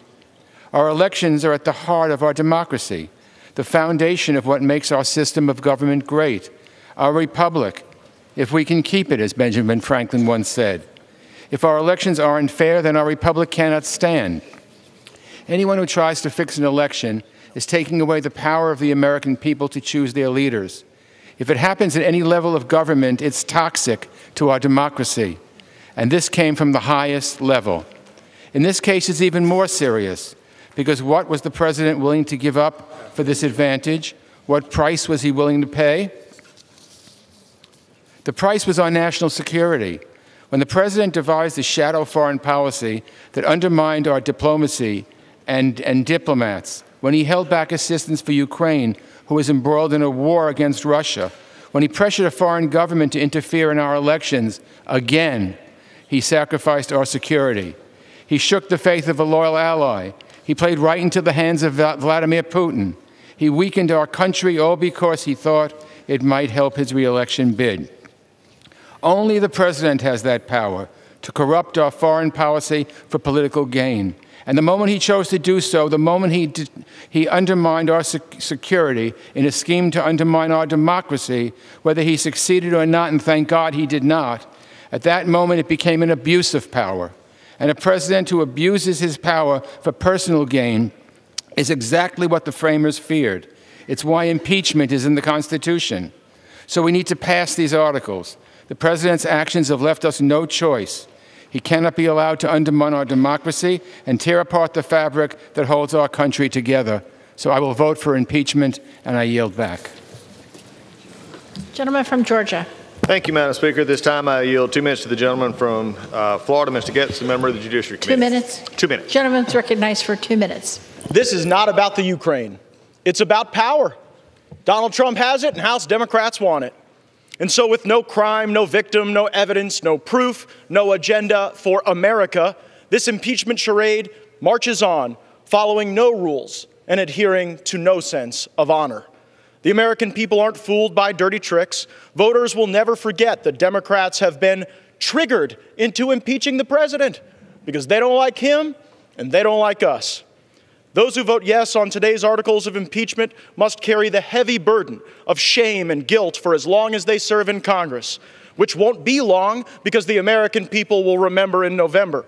Democrats would rather trip the president just to see him stumble than see America succeed. They'd rather impeach the president than work together for the common good of our country and our citizens.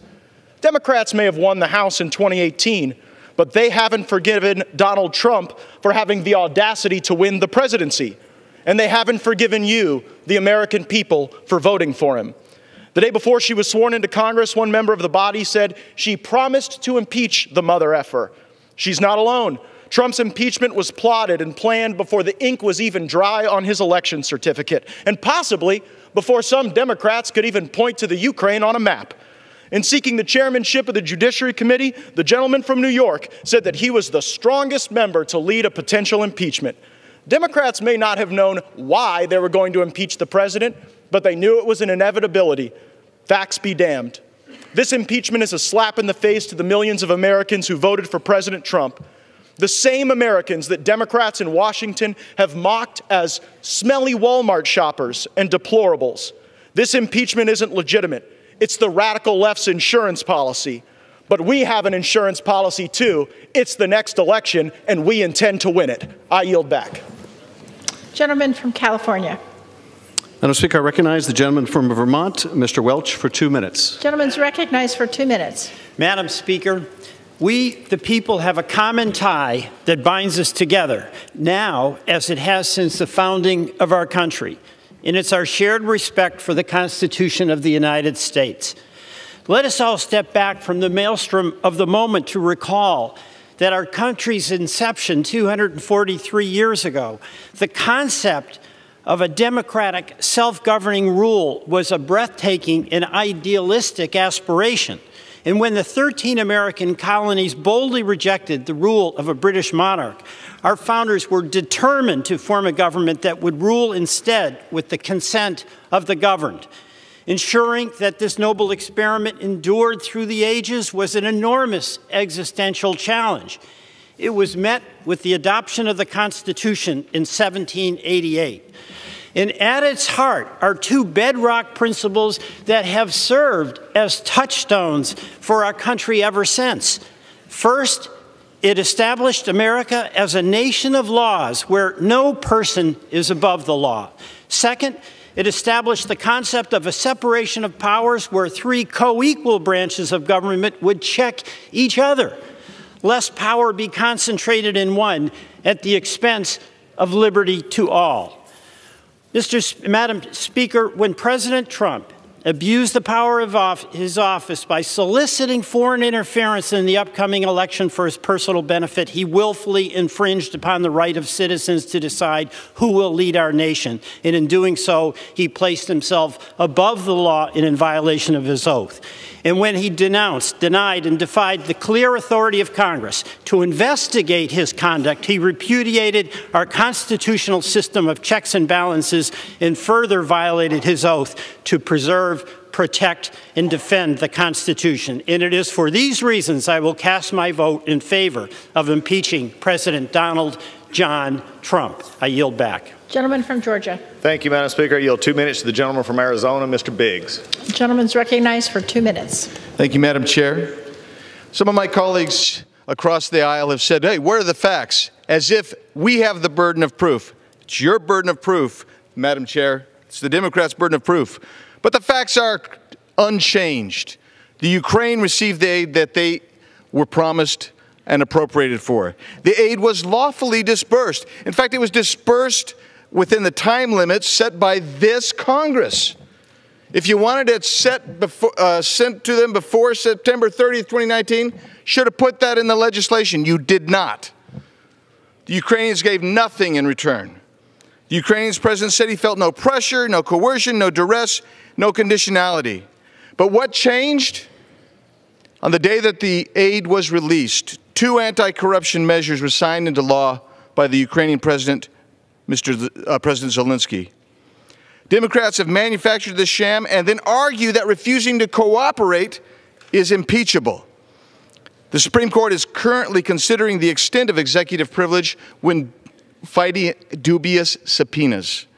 But instead of taking their process to court or waiting for the court to rule on the pending case, the Democrats chose to press forward because simply they said, we don't want to wait. We don't have time, they say.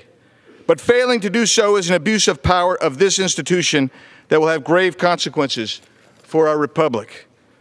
Now, when the other side claims they proceed with soberness, I'm bemused by media reports that indicate they have been admonished not to do a jig today when they win the vote, which we know they will. I am struck that solemnity of process shouldn't need to have an admonition against levity. This process has been partisan, vindictive, dishonest. In this impeachment, Democrats have lied about the content of the July 25th call, met secretly with the whistleblower, held Soviet-style hearings behind closed doors where the Judiciary Committee, the Committee of Jurisdiction, could not attend, blocked the President's counsel from participating in the fact-finding portion of the Inquisition. It has been a sham from start to finish, and I yield back. Gentleman from California. Madam Speaker, I recognize Mr. Scott for a unanimous consent request. Gentleman's recognized. Madam Speaker, I ask unanimous consent to revise and extend remarks in favor of both articles of impeachment. Without objection. Madam Speaker, I recognize Mr. Carson, the congressman from Indiana, for 2 minutes. Gentleman's recognized for 2 minutes. Thank you, Chair, and thank you, Madam Speaker. You know, Madam Speaker, as we continue and consider this historic impeachment vote, let's be clear that the President's actions seriously jeopardize not only America's national security, but the security of our closest allies. His actions threaten the goals of the U.S.-led NATO alliance. You see, Ukraine is a nation working hard to make its democracy stronger. And make no mistake, Ukraine is on the front lines of Russian aggression. Thankfully, U.S. military aid helps Ukraine defend itself against Russia and integrate itself into the European community. When our European allies are stronger, America is stronger. We are better equipped to promote democracy and put a stop to tyranny. But to President Trump, strengthening this valuable national security objective, Madam Speaker, was not as important as smearing a political rival. Madam Speaker, we know that he held nearly $400 million of aid to Ukraine until President Zelensky agreed to help him dig up dirt on his potential 2020 opponent. This aid was approved by Congress with strong bipartisan support. President Trump's actions hurt American diplomacy and undermine the integrity of our nation's promises to our allies. We will not allow our leaders to trade away our national security. We cannot allow Russia's continued threats to democracy go unanswered. And we must not allow our own president of these United States to get away with breaking his own oath of office. Madam Speaker, that is why we take this solemn but necessary vote to impeach. Thank you, and I yield back the balance of my time. Gentleman from Georgia. Thank you, Madam Speaker. I yield a minute and a half to the gentleman from Ohio, Mr. Latta. For what period? Minute and a half. Gentleman's recognized for a minute and a half. Thank you, Madam Speaker. This is a sad day for our country, one that our forefathers warned us against. We have watched this illegitimate impeachment process unfold while making a mockery of our constitutional duties. House Democrats have conducted the most polarizing impeachment process in our nation's history, and the men and women I represent are tired of this Democrat-run House putting political games above our nation's national interest. House Democrats held secret meetings, withheld important documents, deliberately misrepresented information to the public, and did not give due process to the president. This investigation was unfair, and the American people expect more out of Congress. The articles of impeachment are not based on facts, but instead are entirely politically motivated. The truth is, there was no pressure put on President Zelensky, and the transcripts confirm that there was no conditionality. This inquiry has been rigged from the start, lacking fairness, transparency, and truth. It has been a waste of taxpayers' dollars and is based off the opinion of an unnamed whistleblower and hearsay. The accusations in today's proceedings do not align with the facts. This impeachment process is out of step with existing precedent for presidential impeachment proceedings and is not a process I will support. I urge my colleagues to put country first and vote in opposition to the articles of impeachment. Thank you, Madam Speaker. I yield back. Gentleman yields. The gentleman from California is recognized. I thank the gentleman. It is now my pleasure to recognize the gentlelady from New York. Chairwoman Maloney is recognized for 3 minutes. Gentlewoman from New York is recognized. Mr. Speaker, I rise today in support of the impeachment of President Donald J. Trump. President Trump abused the power of his office for his own personal and political gain at the expense of our national security. President Trump's wholesale obstruction of Congress is unprecedented, indisputable, and impeachable. President Trump is the first president in history to openly and completely defy all aspects of the constitutional impeachment process.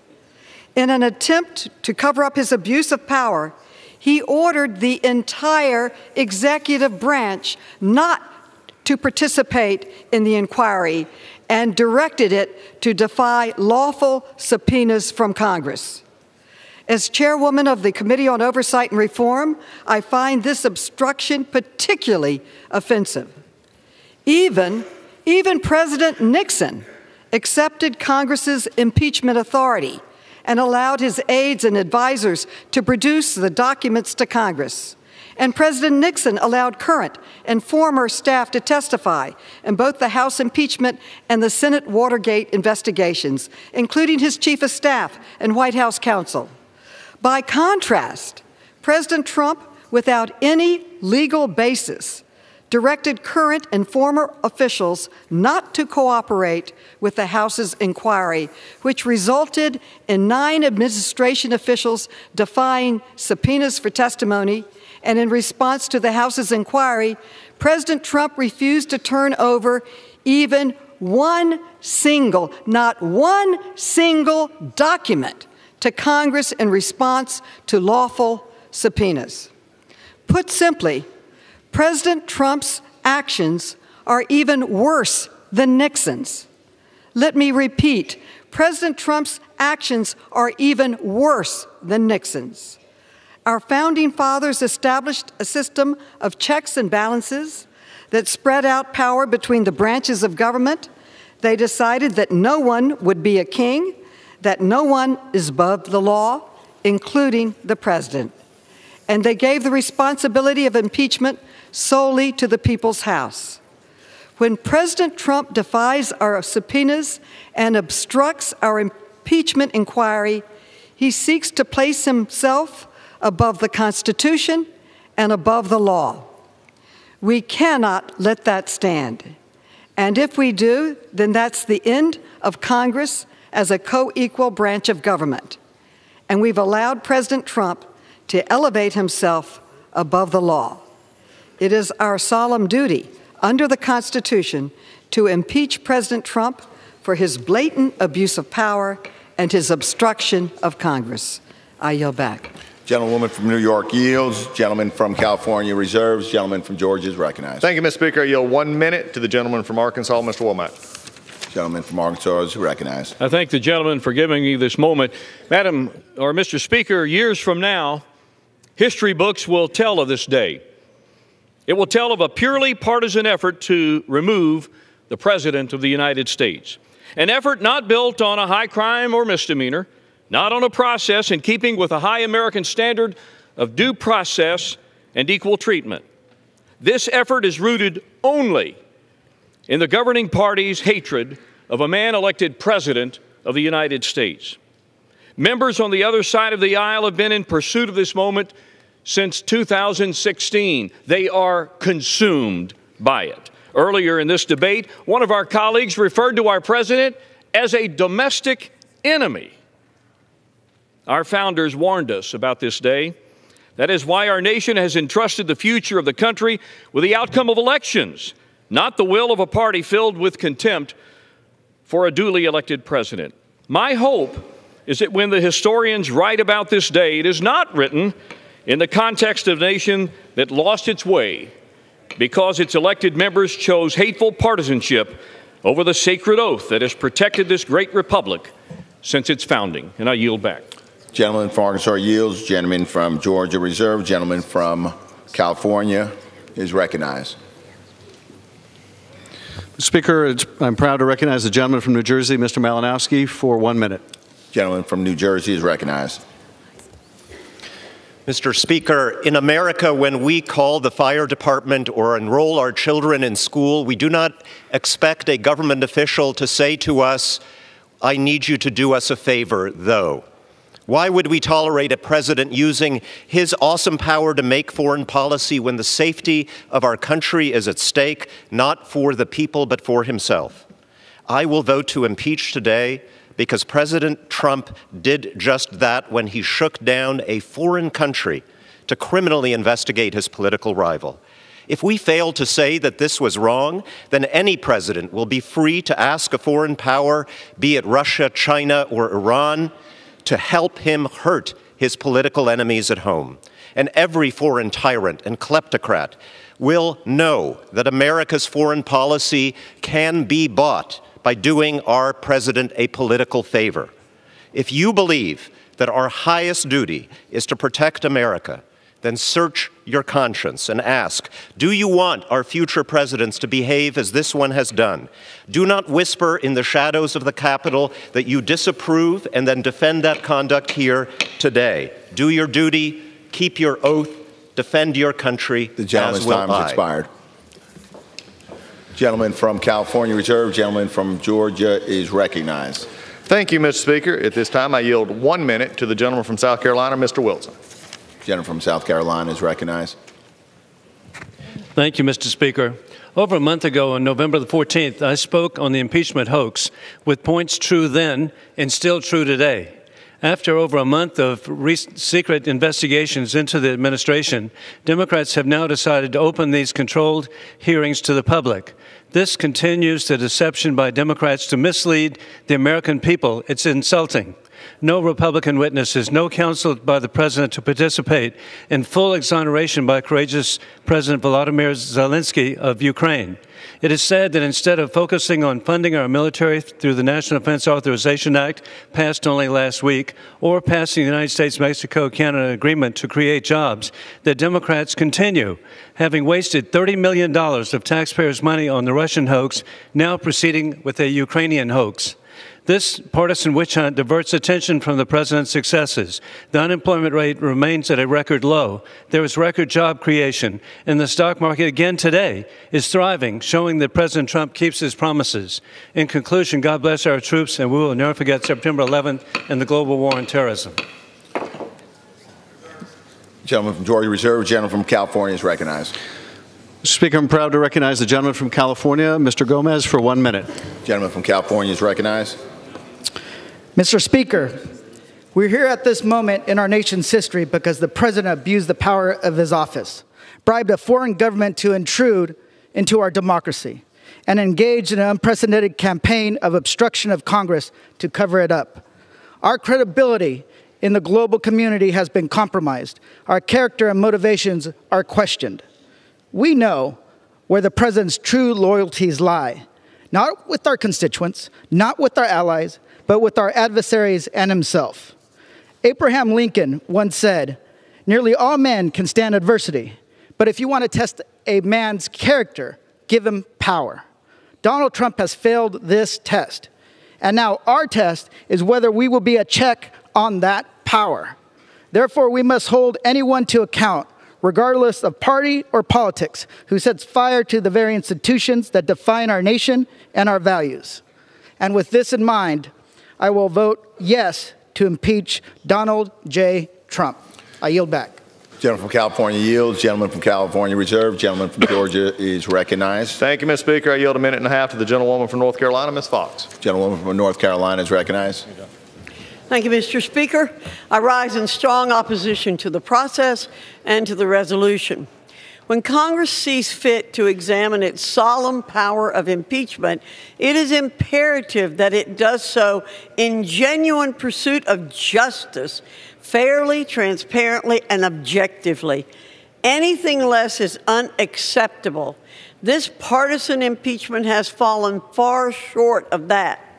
Sadly, Alexander Hamilton's prediction in Federalist number 65 has come true, where he warned that in many cases, it will connect itself with the pre-existing factions and will enlist all their animosities, partialities, influence, and interest on one side or on the other. And in such cases, there will always be the greatest danger that the decision will be regulated more by the comparative strength of parties than by the real demonstrations of innocence or guilt.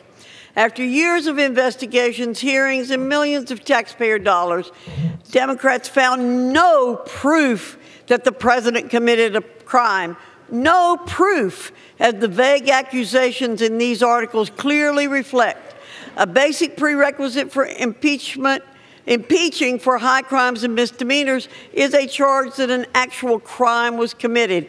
These empty, baseless articles expose for the American people what this is: a desperate partisan attempt to avenge the loss of the Democrats' preferred candidate in 2016. We must respect American voters and reject these articles. Gentleman from Georgia reserves. Gentleman from California is recognized. Thank you, Mr. Speaker. Just a quick fact check before I yield to the gentleman from Massachusetts. My colleagues on the other side of the aisle claim that no Republican witnesses were allowed to testify. That is, of course, not correct. In the Intelligence Committee, 3 of the Republican requested witnesses testified. That is, 1 out of every 4 of the witnesses were Republican requested witnesses. That they incriminated the president did not make them any less requested by the minority.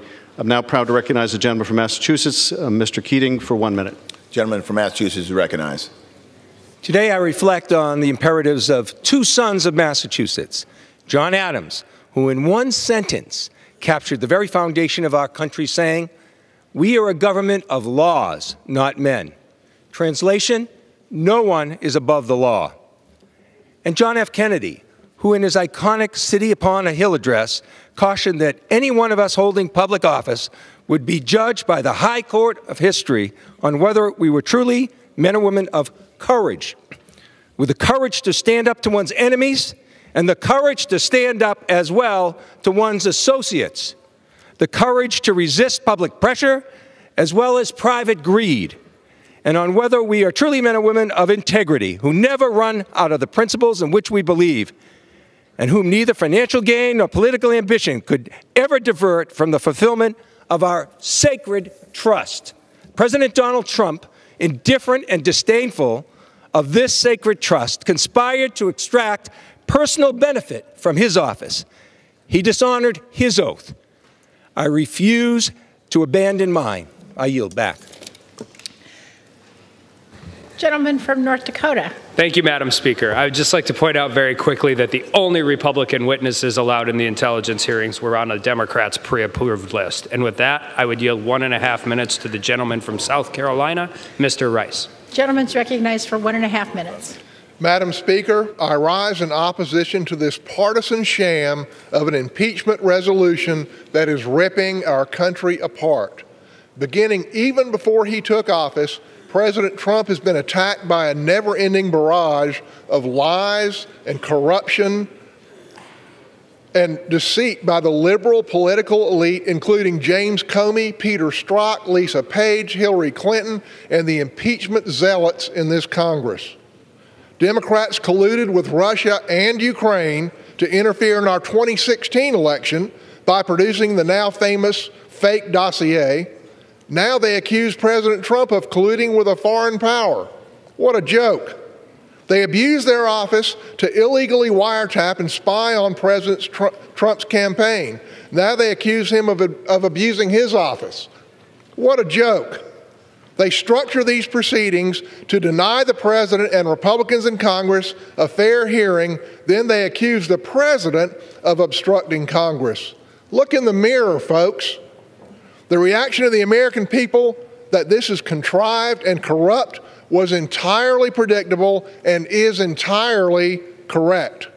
The polls have turned against them, and the Democrats are desperate to stop the bleeding. That's why we're cramming this vote in today, just before leaving for Congress, to dispose of impeachment as quickly and painlessly as possible. The actions of the Democrats are a stain on this chamber. I urge my colleagues to join me in fighting against this shameful abuse of power and vote no on this sham of an impeachment resolution. Thank you, Madam Speaker. I yield back. Gentleman from California. Hi, Madam Speaker. Didn't think I'd have to do another fact check so quickly, but of course there was no pre-approved witness list. I'm now proud to recognize the gentleman from New York, Mr. Meeks, for 1 minute. Gentleman's recognized for 1 minute.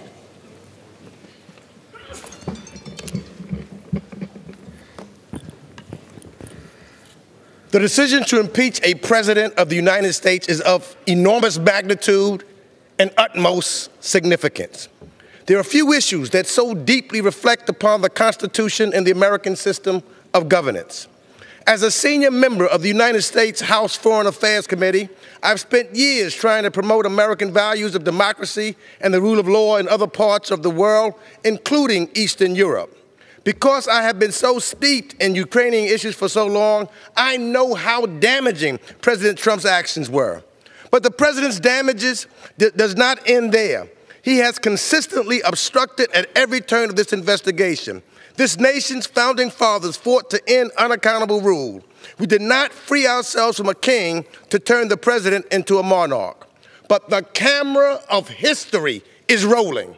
And I will cast my vote consistent with the principles of democracy, the rule of law, and our Constitution for the impeachment of President Donald J. Trump. I do so because I could not look my granddaughter or any member of future generations in the eye, having condoned actions that undermine our democratic system. And I urge all of my colleagues to do the same. May God bless the United States of America. Gentleman from Georgia. Thank you, Madam Speaker. I yield 1 minute to the gentleman from Nebraska, Mr. Bacon. Gentleman's recognized for 1 minute. Madam Speaker, I am strongly opposed to this impeachment. No law was broken. No high crimes or misdemeanors. No impeachable offenses. The Ukrainians received aid 1 week prior to the law's requirement, aid that was previously rejected by the administration before it.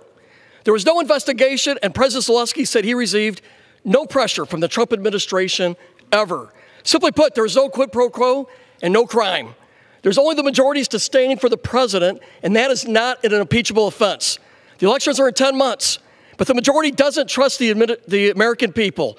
Too many have said that the impeachment is necessary so the president is not reelected in 2020, and that is shameful. Today's vote sets a new precedent for America. In the future, the majority will use impeachment as a tactic to remove a president simply based on partisanship. Our founders feared this, and I strongly oppose it.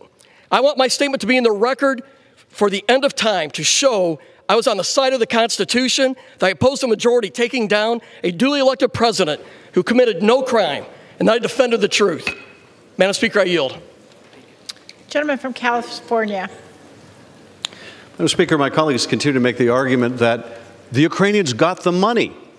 Yes, the president got caught, but they got the money. No harm, no foul. It is the equivalent of saying if you're pulled over by a cop and you attempt to bribe the cop and the cop doesn't take the money but arrests you, well, where's the crime in that? They didn't get the money. This is what my colleagues would have you accept. This is what my colleagues would have you accept, that because the president got caught in the act, we must look the other way. But of course, that's not the way the law works. That's not the way the Constitution works. That's not the way our oath of office works. Our oath of office requires us to impeach a president that abuses his power, whether he gets away with it or he gets caught. And in this case, he got caught. I'm now proud to recognize the gentleman from New Jersey, Mr. Norcross, for 1 minute. Gentleman's recognized for 1 minute. Madam Speaker, I rise today, a time of grave concern for all Americans. This past weekend, I joined a bipartisan delegation traveling to Belgium, to Luxembourg, for the 75th anniversary of the Battle of the Bulge, a battle that over 19,000 Americans gave their lives. Today, we're called to preserve that democracy that they so bravely defended. Over 2 years ago, I was one of the first members in Congress to vote to advance the inquiry. Since then, I have withheld final judgment as I review the facts and heard the testimony. I believe there's overwhelming evidence, well beyond reasonable doubt, that President Donald Trump is guilty in both articles of impeachment, abuse of power and obstruction of Congress. Therefore, I will uphold my oath to protect and defend the Constitution of the United States in favor of impeachment. It is our solemn responsibility to honor all those who have fought and given their lives, to uphold the truth. In America, no one No one is above the law. Gentleman's I yield time's back. expired. Gentleman from Georgia. Wow, I just love this. Again, pot shot it in when you can. Remember quid pro quo. Didn't work out real well for him because that was supposedly had pressure on Mr. Zelensky. You know, in fact, it didn't work out so well. You had to go poll test it. The majority didn't work out because focus groups didn't like it. So what do? We throw it in here, a bribe. Woo, it's all in their report. But if they had a bribe or if they actually had a crime, it'd be in the articles. Guess what? He doesn't have it. He can't put it in there. This is all fluff and circumstance because they can't get to the president, and that's what's killing them. A minute and a half to the gentleman from Indiana, Mr. Bouchon. Gentleman's recognized for a minute and a half. Madam Speaker, House Democrats have been obsessed with impeaching President Trump since he was elected. He wasn't supposed to win. How could the voters support him, they asked.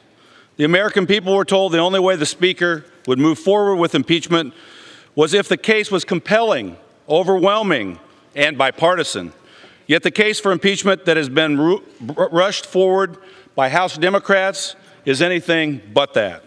To be clear, neither of these articles of impeachment prove any wrongdoing or impeachable offense has actually taken place. Instead, House Democrats' case rests solely on hearsay testimony and presumptions from cherry-picked witnesses. The framers of the Constitution never intended impeachment to be used as a tool to settle political and policy differences. That's what elections are for. This is a sad and dangerous moment in our history as impeachment is being used to undo the will of the American people and silence the voices of millions of Americans in the process. Alexander Hamilton would be ashamed. I urge my colleagues to vote no on this partisan impeachment sham, and I yield back. Gentleman from California. Madam Speaker, I now yield 1 minute to Mr. Crow, the gentleman from Colorado. Gentleman's recognized for 1 minute. Thank you, Madam Speaker. Years ago, I took my first oath to the country, went to war, and fought alongside our nation's finest men and women. Some of them gave their lives for our nation. Not a day has passed that I don't reflect on those sacrifices. I learned during that time that our nation is built on sacrifice. We have overcome challenging times because people have decided to put aside their personal interests, their livelihoods, and yes, even give their lives to do what is best for our nation.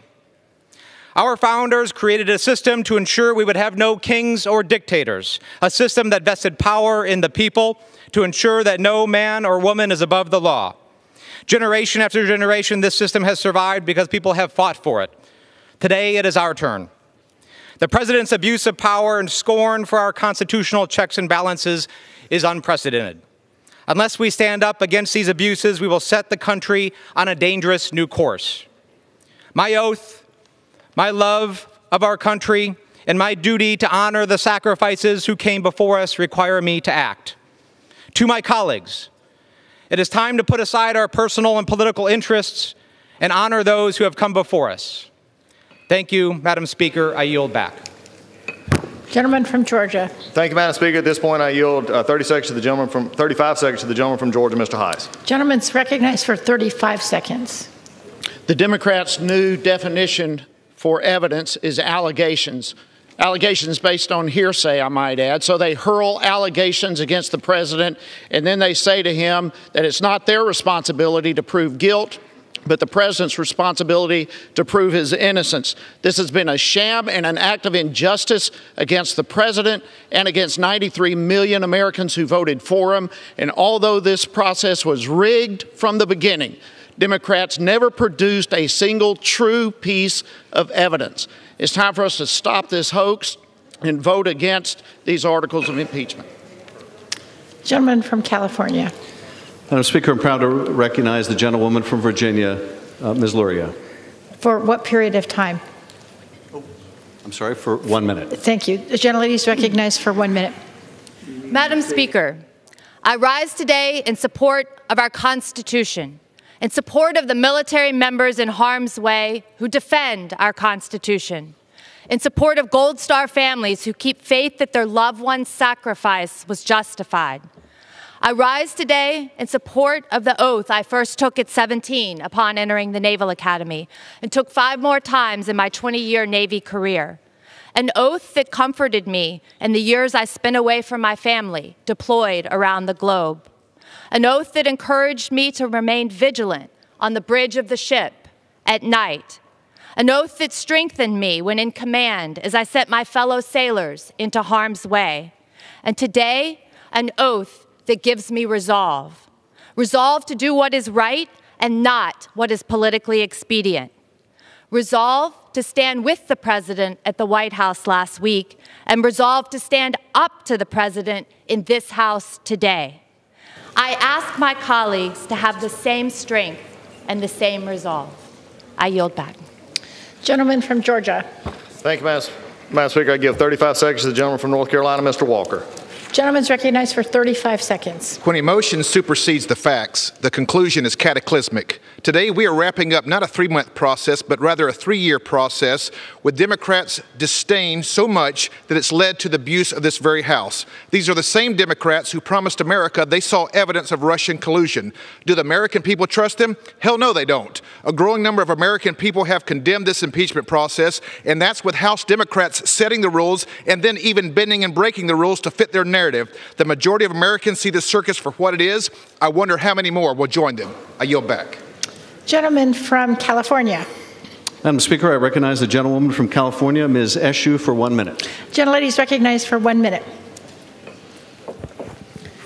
Madam Speaker, I rise today to defend our Constitution and our democracy by voting for the 2 articles of impeachment.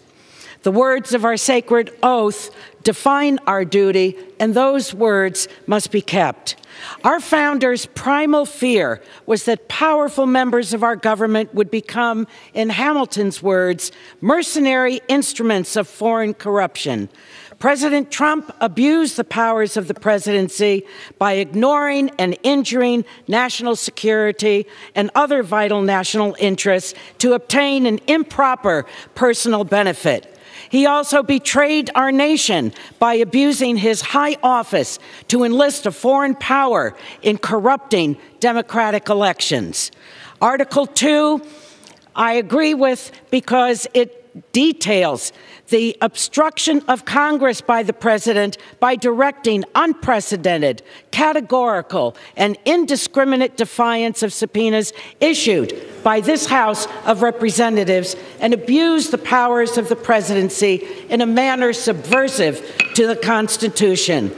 I believe the Constitution is the soul of our nation, and by defending it, we are saying we will not be soulless. Gentleman from Georgia. Thank you, Madam Speaker. I yield 35 seconds to the gentleman from Kentucky, Mr. Barr. Gentleman's recognized for 35 seconds. Don't be fooled. Democrats are not impeaching the president to protect national security. Democrats are impeaching the president for following a law that they themselves voted for. No less than 5 times in the last 6 years, bipartisan Congresses imposed on the executive branch an affirmative duty to ensure that the government of Ukraine was countering corruption. And for good reason. Ukraine is the 3rd most corrupt nation on earth. So the president not only had the legal authority to temporarily pause security assistance to Ukraine, he had a mandate from Congress to do it, and as a result, President Zelensky's government made historic anti-corruption reforms, making Ukraine a more reliable ally, countering Russian aggression. Far from compromising national security, the president's actions advance national security. Oppose this impeachment.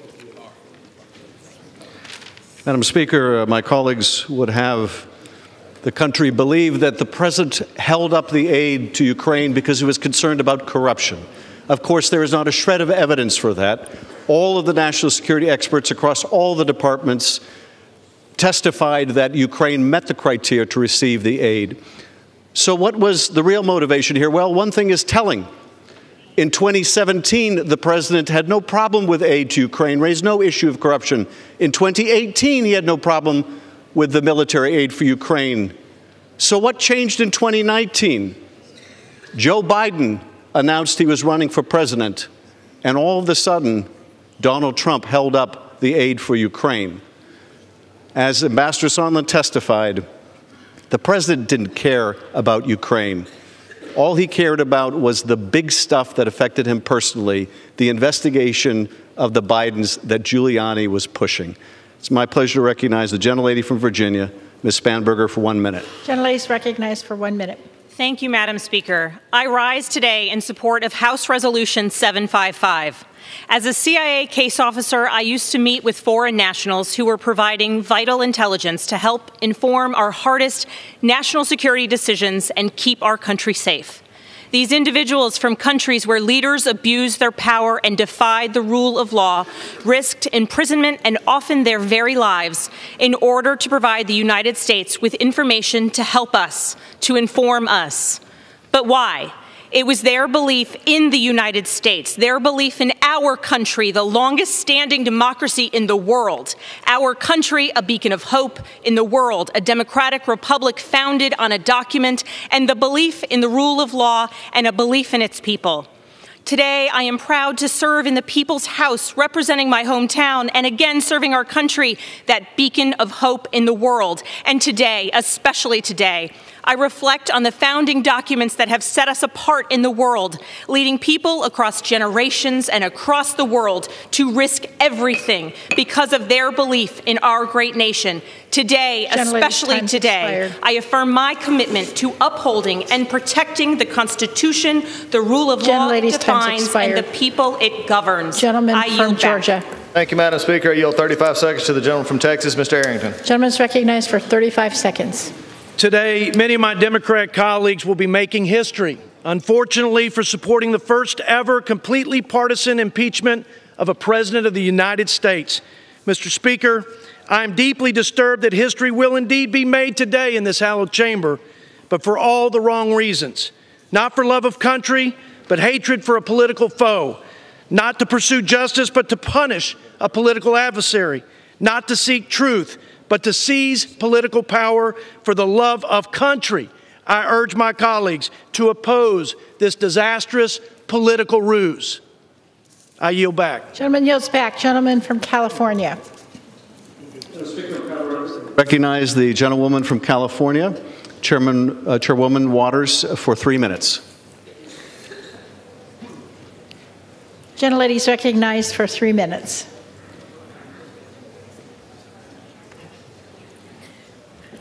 Ladies and gentlemen, unfortunately, the rules of debate won't allow me to cite all of the reasons why this president should be impeached. There are many. However, Madam Speaker, members of this House, to quote the late Maya Angelou, when someone shows you who they are, believe them the first time. This day was not inevitable, but it was predictable because this president has shown himself time and time again to believe that he is above the law, and he has no respect for our Constitution or our democracy. Based on all that we know about Donald Trump, we could have predicted he would have abused the power of the president by corruptly soliciting the government of Ukraine and the Ukrainian President Zelensky to publicly announce investigations into his political opponent, former Vice President Joseph R. Biden. This impeachment resolution includes evidence that this president withheld $391 million of taxpayer funds that Congress appropriated for the purpose of providing vital military and security assistance to Ukraine to oppose Russian aggression. Another blatant abuse of power. Our investigations revealed that this president advanced a discredited theory promoted by Russia, alleging that Ukraine, rather than Russia, interfered in the 2016 United States presidential election for corrupt purposes in pursuit of personal political benefit.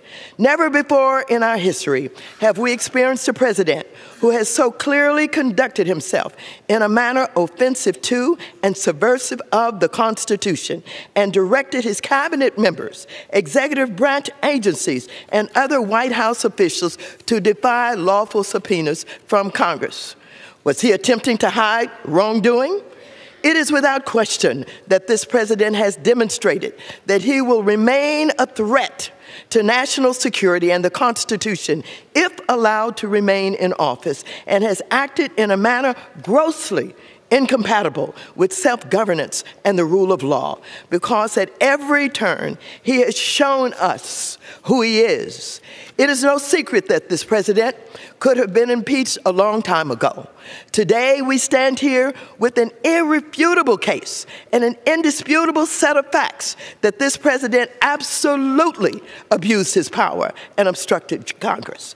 Any other individual who would have been caught conducting themselves in the way this president has would have been prosecuted to the full extent of the law. It is shameful that any members of this House are willing to disregard the Constitution, turn a blind eye to hard facts, and ignore a confession from the president himself. History will remember those who were willing to speak truth to power. Yes, I called for Trump's impeachment early.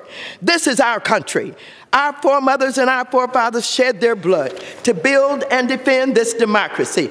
I refuse to have it undermined. I wholeheartedly support this resolution. I'm proud that in the final analysis, justice will have been served in America and Donald Trump will have been impeached. Ladies' time's expired. Gentleman from Georgia. Madam Speaker. Gentleman from Georgia. House is not in order. Gentleman from Georgia. Reclaiming my time that the gentlelady did not have, I yield 35 seconds to the gentleman from Louisiana, Mr. Abraham. Gentleman's recognized for 35 seconds. Madam Speaker, what is shameful is that Speaker Pelosi has allowed this Democratic witch hunt to move forward. She's the one that has abused her power, and we should be debating her removal from the House. Reagan said that the trouble with our liberal friends is not that they're ignorant, it's just that they know so much that isn't so. Democrat extreme partisanship will set a dangerous precedent for this nation. And mark my words, Madam Speaker, this sinister attempt to remove this lawful president will not go unnoticed. I yield back. Gentleman, California. Recognize the gentlelady from Nevada, Ms. Titus, for a unanimous consent request. Gentlelady's recognized. Thank you. Madam Speaker, I ask unanimous consent to enter my statement into the record supporting the impeachment of Donald Trump. Ordered. And I now recognize the gentleman from Connecticut, Mr. Himes, for 2 minutes. Gentleman's recognized for 2 minutes. Thank you, Madam Speaker. I rise today in anger and hope. I'm angry that President Donald Trump has treated his oath in office so disrespectfully that now we must hold him to account. The truth is clear to anyone not deliberately looking away. The president withheld military aid and a White House meeting unless and until a vulnerable Ukrainian president announced a nakedly political investigation. It didn't matter if the Ukrainians uncovered any wrongdoing. The mere announcement of an investigation would damage his political opponent. Mr. Trump didn't care about stopping corruption in Ukraine, never mentioned the word corruption once in the infamous July 25th call. This was not an attempt to reduce Ukrainian corruption. It was an attempt by Donald J. Trump to aim Ukrainian corruption straight at the heart of the presidential election of 2020. The president knows this, which is why he has not given this Congress a single email, phone record, or document. That is not the behavior of a man with nothing to hide. It is simply and undeniably contempt of this Congress. But what makes this impeachment essential is that the president's abuse of power has not stopped. As we speak, he continues to urge foreign interference in our democracy, beseeching China to investigate the Bidens, sending Rudy Giuliani overseas to chase Russian conspiracy theories. This morning, the president tweeted, "I did nothing wrong," all caps. He believes it, too. He sees nothing wrong with inviting Russian, Ukrainian, or Chinese interference into our election. He did it. He continues to do it, and he sees nothing wrong with it. He'll wake up tomorrow and do it again if we don't stop him today. Therein lies our hope. I'm proud today to answer the call to defend our democracy and the United States Constitution and urge my colleagues to do the same. And yield back the balance of my time. Gentleman from Georgia. Thank you, Madam Speaker. For things that I really don't understand, I'm having to yield 30 seconds to the gentleman from Mississippi, Mr. Kelly. Gentleman's recognized for 30 seconds. Madam Speaker, I'm saddened today that I spent 2 Christmases defending our country overseas, and I get a measly 30 seconds to speak in this laughable process. Our president made a campaign promise to drain the swamp. And there are those today relying on swamp creatures' words to preserve swamp. How do you suppress the votes of 63 million people in an electoral landslide? You keep repeating the same lies absent any factual basis. I've heard some of the greatest fiction ever spoken here today. If you don't like the facts, just rewrite them in a parody and repeat. If the facts are so clear and indisputable, why is the minority leader begging for more witnesses? You can't disprove something that never happened. I ask my colleagues to vote no to this sham. Thank you, and I yield back. Gentleman from California. Madam Speaker, I'm proud to recognize the gentleman from Illinois, Mr. Krishnamurthy, for 2 minutes. Gentleman's recognized for 2 minutes. Madam Speaker, like many of my colleagues, I never ran for Congress wanting or expecting to impeach anybody, let alone the President of the United States. However, given the facts, here we are. While some questions remain unanswered, 2 key facts are clear and compel me to support the articles of impeachment. First, President Trump attempted to pressure a foreign government to help his re-election campaign. And second, the president used the powers of his office again to obstruct a congressional investigation into that wrongdoing. The president has falsely claimed he has been denied the chance to defend himself, but at the same time, he is preventing the testimony of witnesses with direct knowledge of the events under investigation. If the president were innocent, as he claims, surely these witnesses would be able to testify to that. If there had been no quid pro quo, these witnesses could say that. If aid to Ukraine were not intentionally delayed for improper purposes, they could surely testify to that also. But rather than giving these witnesses the chance to speak, the president has silenced them. The president has silenced witnesses at the Defense Department. The president has silenced witnesses at the State Department. The president has silenced witnesses at the White House. He even silenced the loquacious Mick Mulvaney, who uttered at a press conference that there was a quid pro quo and get over it. By choosing to block this testimony, the president is not proving his innocence. He's just proving he's afraid of what they have to say. As a wise man once said, the truth will come to light, and it has. It is our duty to act on it. I yield back. Gentleman from Georgia. Thank you, Madam Speaker. It's a shame on the floor of this House when you accuse somebody and then make them prove they're not guilty of what you're accusing of. That's a bad look. 30 seconds to the gentleman from Tennessee, Mr. Rose. Gentleman's recognized for 30 seconds. Madam Speaker, today I rise in strong opposition to this partisan impeachment spectacle that just seeks to accomplish what President Trump's opponents failed to do at the ballot box in 2016. Our votes today are merely formalizing the decision my colleagues on the other side of the aisle reached 3 years ago. This process has been an embarrassment to our country, an insult to our Constitution, and a distraction from the real work we should be accomplishing for the American people. I stand with the people of Tennessee's 6th District in strongly supporting President Trump, and I will vote against the articles of impeachment before us today. Thank you. Gentleman from California. Madam Speaker, I reserve the balance of my time. Gentleman reserves. Gentleman from Georgia. Madam Speaker, I yield 30 seconds to the gentleman from Michigan, Mr. Huizenga. Gentleman's recognized for 30 seconds. In her own words, Speaker Pelosi said impeachment must be compelling, overwhelming, and bipartisan. These articles of impeachment being considered today by the House fail to meet the Speaker Pelosi's own standards.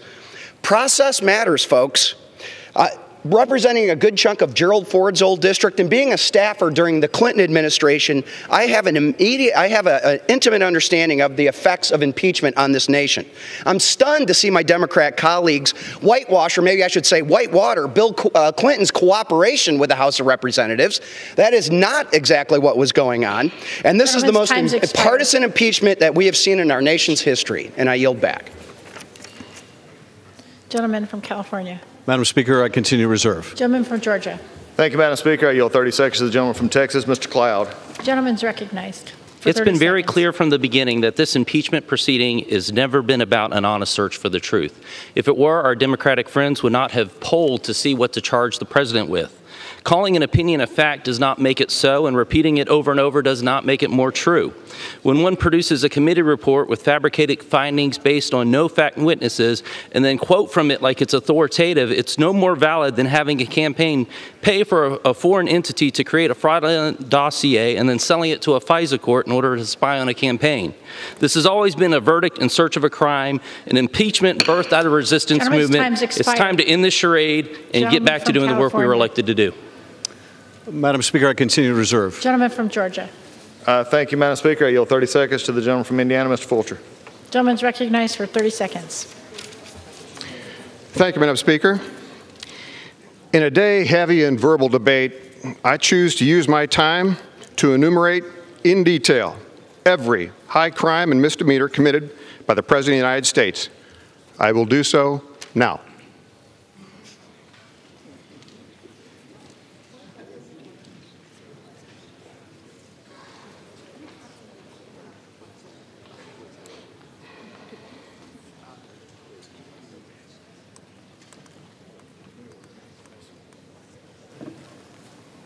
Gentleman's time's expired. Yield back. Gentleman from California. Gentleman reserve. Madam Speaker, I continue to reserve. Thank Gentleman you. from Georgia. Madam Speaker, I yield 30 seconds to the gentleman from Tennessee, Mr. Fleshman. Gentleman's recognized for 30 seconds. Madam Speaker, in my 30 seconds, my heart aches for our great republic today. I implore my Democratic colleagues in this House, we're not Republicans or Democrats, we are Americans. This is not the right place. This is not the right procedure. Settle our political differences politically. We owe the American people a great duty to come together. Don't give the Senate the victory lap. Give the House the victory lap. Vote no to impeach. We owe it to the American people. They want so dearly for us to come together for our great republic and thank our great president. Thank you. I yield back. And members are reminded to address their remarks to the chair. Gentleman from California. Madam Speaker, I continue to reserve. Gentleman from Georgia. Thank you, Madam Speaker. While we get to catch our breath, could you give us the time for both the majority and the minority? It has 43 minutes. Gentleman from California has 29 minutes. Gentleman from Georgia. Thank you, Madam Speaker. I appreciate that. I yield 30 seconds to the gentleman from Florida, Mr. Waltz. Gentleman's recognized for 30 seconds. Madam Speaker, I'm a Green Beret and a proud veteran, but this process does not make me proud. I've fought all over the world, from Africa to Afghanistan, and seen fairer and more transparent processes than this. Since the Democrats lost the election in 2016, they've been focused on impeaching this president. Meanwhile, we have not solved the problems America entrusted us to solve: immigration, healthcare, infrastructure. Nothing in President Trump's call rises to the level of high crimes and misdemeanors worthy of impeachment. For that reason, I'll be voting against impeachment Gentleman from today. California continues to reserve. Yes, Madam Speaker. Gentleman from Georgia. Thank you, Madam Speaker. I yield 30 seconds to the gentleman from Kentucky, Mr. Guthrie. Gentleman's recognized for 30 seconds. Thank you, Madam Speaker. I rise today in opposition to the articles of impeachment on President Trump. My Democratic colleagues have been planning to impeach President Trump since he took office. After months of wasting House time on partisan investigations, they've been unable to produce evidence that President Trump committed a crime. I will vote no on today's articles of impeachment. I look forward to getting back to the business on behalf of Kentuckians. I yield back. Gentleman from California. Madam Speaker, I'm proud to recognize the gentleman from New York, Mr. Maloney, for 2 minutes. Gentleman is recognized for 2 minutes. Madam Speaker, the facts and the evidence establish beyond peradventure that the president abused the power of his office for personal gain and sought to cover up his misconduct by obstructing the Congress. What we do today goes to the heart of the oath we take to support and defend the Constitution. These actions are as necessary as they are heartbreaking. It is the president, not any member of this House, who has brought us to this sad place. His actions echo in this chamber, and like a tin can tied to his leg, will rattle behind him through the pages of history. For in the final analysis, none of us will escape the truth. It will come for us all in this world or the next. What is the truth? The president used taxpayer money and official acts to pressure a foreign government to help him win re-election by slandering a fellow American. How do we know this truth? We know because brave Americans, soldiers, and public servants came forward to reveal the president's misconduct. And the president, he continues to undertake an unprecedented cover-up to stonewall the public and obstruct their representatives in Congress. He withholds access to documents and records belonging to the public that would further establish his mendacity. He blocks his advisors and associates from testifying before the public to conceal the wrongs they witnessed. His actions are unworthy of the presidency. Today is about right and wrong and whether we still know the difference. Today we hold the president accountable. If we failed to do so, future presidents would see corruption as without consequence. And there, our democracy goes to die. We inherit this republic from our ancestors and we borrow it from our children. With humility, we pray that the history of this day will guide us to a better future for our nation. I yield back. Gentleman from Georgia. Thank you, Madam Speaker. I yield 30 seconds to the gentleman from Missouri, Mr. Long. Gentleman's recognized for 30 seconds. Thank you, Madam Speaker. And we have never, ever in the history of this country seen a presidency like this one. Once the president was sworn in, 19 minutes later, the Washington Post said impeachment begins today. 1 million women marched the next day on Washington. Bank of America, Starbucks, both that supported Hillary Clinton, had their windows broken out here in Washington because people were so upset that this man was elected president of the United States. He's had his head held underwater for almost 3 years now, never coming up for a breath of air. Just keep pushing him down. Lowest black unemployment ever, lowest Hispanic unemployment ever, highest stock market ever, Gentleman's time's very expired. lowest unemployment in years, and Gentleman from Reserve the balance California. of my time. I yield back. Reserves? Yes. Gentleman from Georgia. Madam Speaker, I yield 30 seconds to the gentleman from Nebraska, Mr. Fortenberry. Gentleman's recognized for 30 seconds.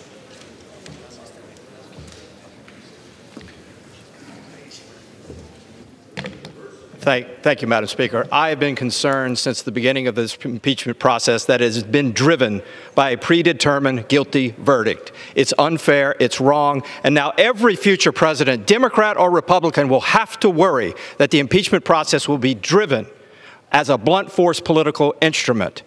It's been said that this day is sad. It's not sad, it's regrettable, but this day will end shortly. The House has had its cathartic moment. Tomorrow will begin a new day. Let's get back to work. I yield back. Gentleman yields back. Gentleman from California. Madam Speaker, we continue to reserve. Gentleman from Georgia.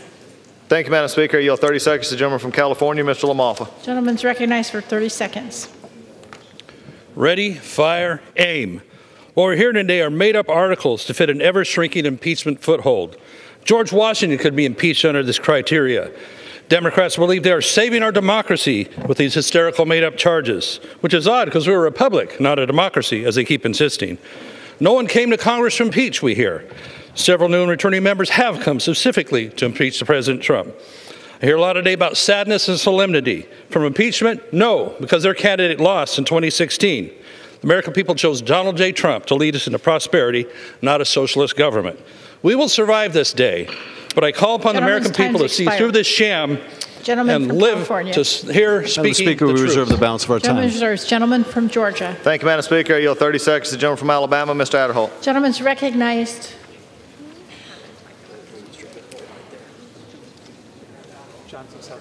Mr. Johnson from South Dakota, I yield 30 seconds. Mr. Johnson's recognized for 30 seconds. Madam Speaker, I'm voting no. Impeachment is not in the best interest of this country, and in fact, it has only deepened the partisan divide that truly plagues this country.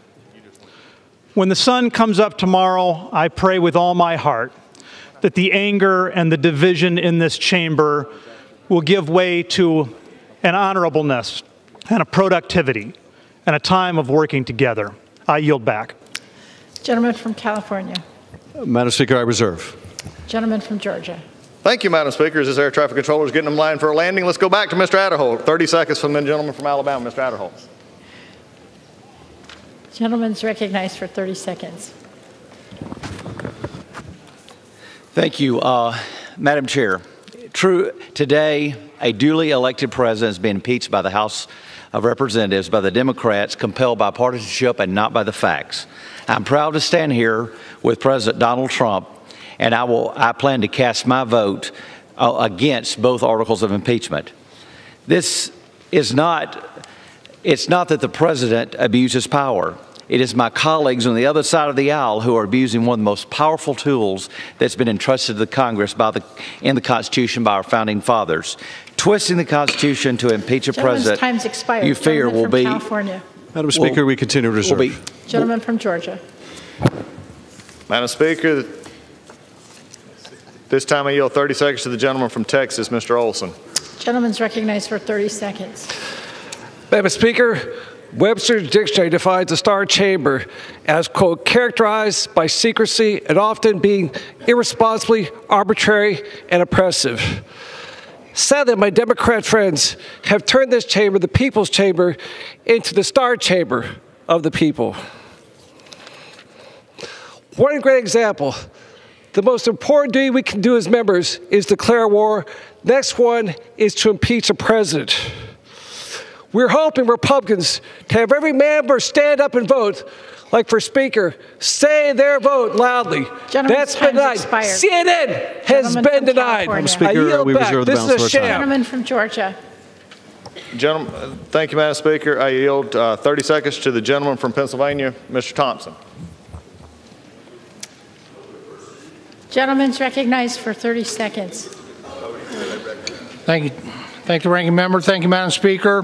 While this institution should rightfully ensure that the law is faithfully executed by the administrative branch, this exercise has shown itself to be the ultimate manipulation of the legislative branch's oversight powers in order to achieve political gain.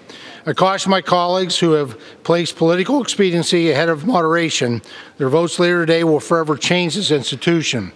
Imagine a future where this body utilizes the most severe of its constitutional tools to continually put the oppositional party on trial. And with that, I yield back. California. Madam Speaker, it's my pleasure to yield 1 minute to the gentleman from Maryland, Mr. Brown. Gentleman's recognized for 1 minute.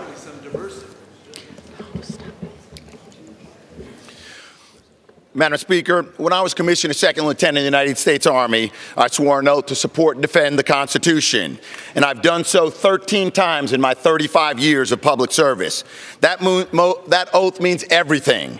To serve and fight for our country, to protect and promote our values. Yet President Trump betrayed his oath. He abused his power, the immense power of the presidency. He threatened our elections by inviting foreign interference. He chose investigating a political rival over defending our national security. So today, we must use our power, the extraordinary power endowed by our Constitution and entrusted by the people, the power to impeach. We must hold President Trump accountable, or else we will be complicit in undermining our democracy, our security, and our dignity. His conduct demonstrates his unfitness to serve as Commander-in-Chief and warrants removal from office.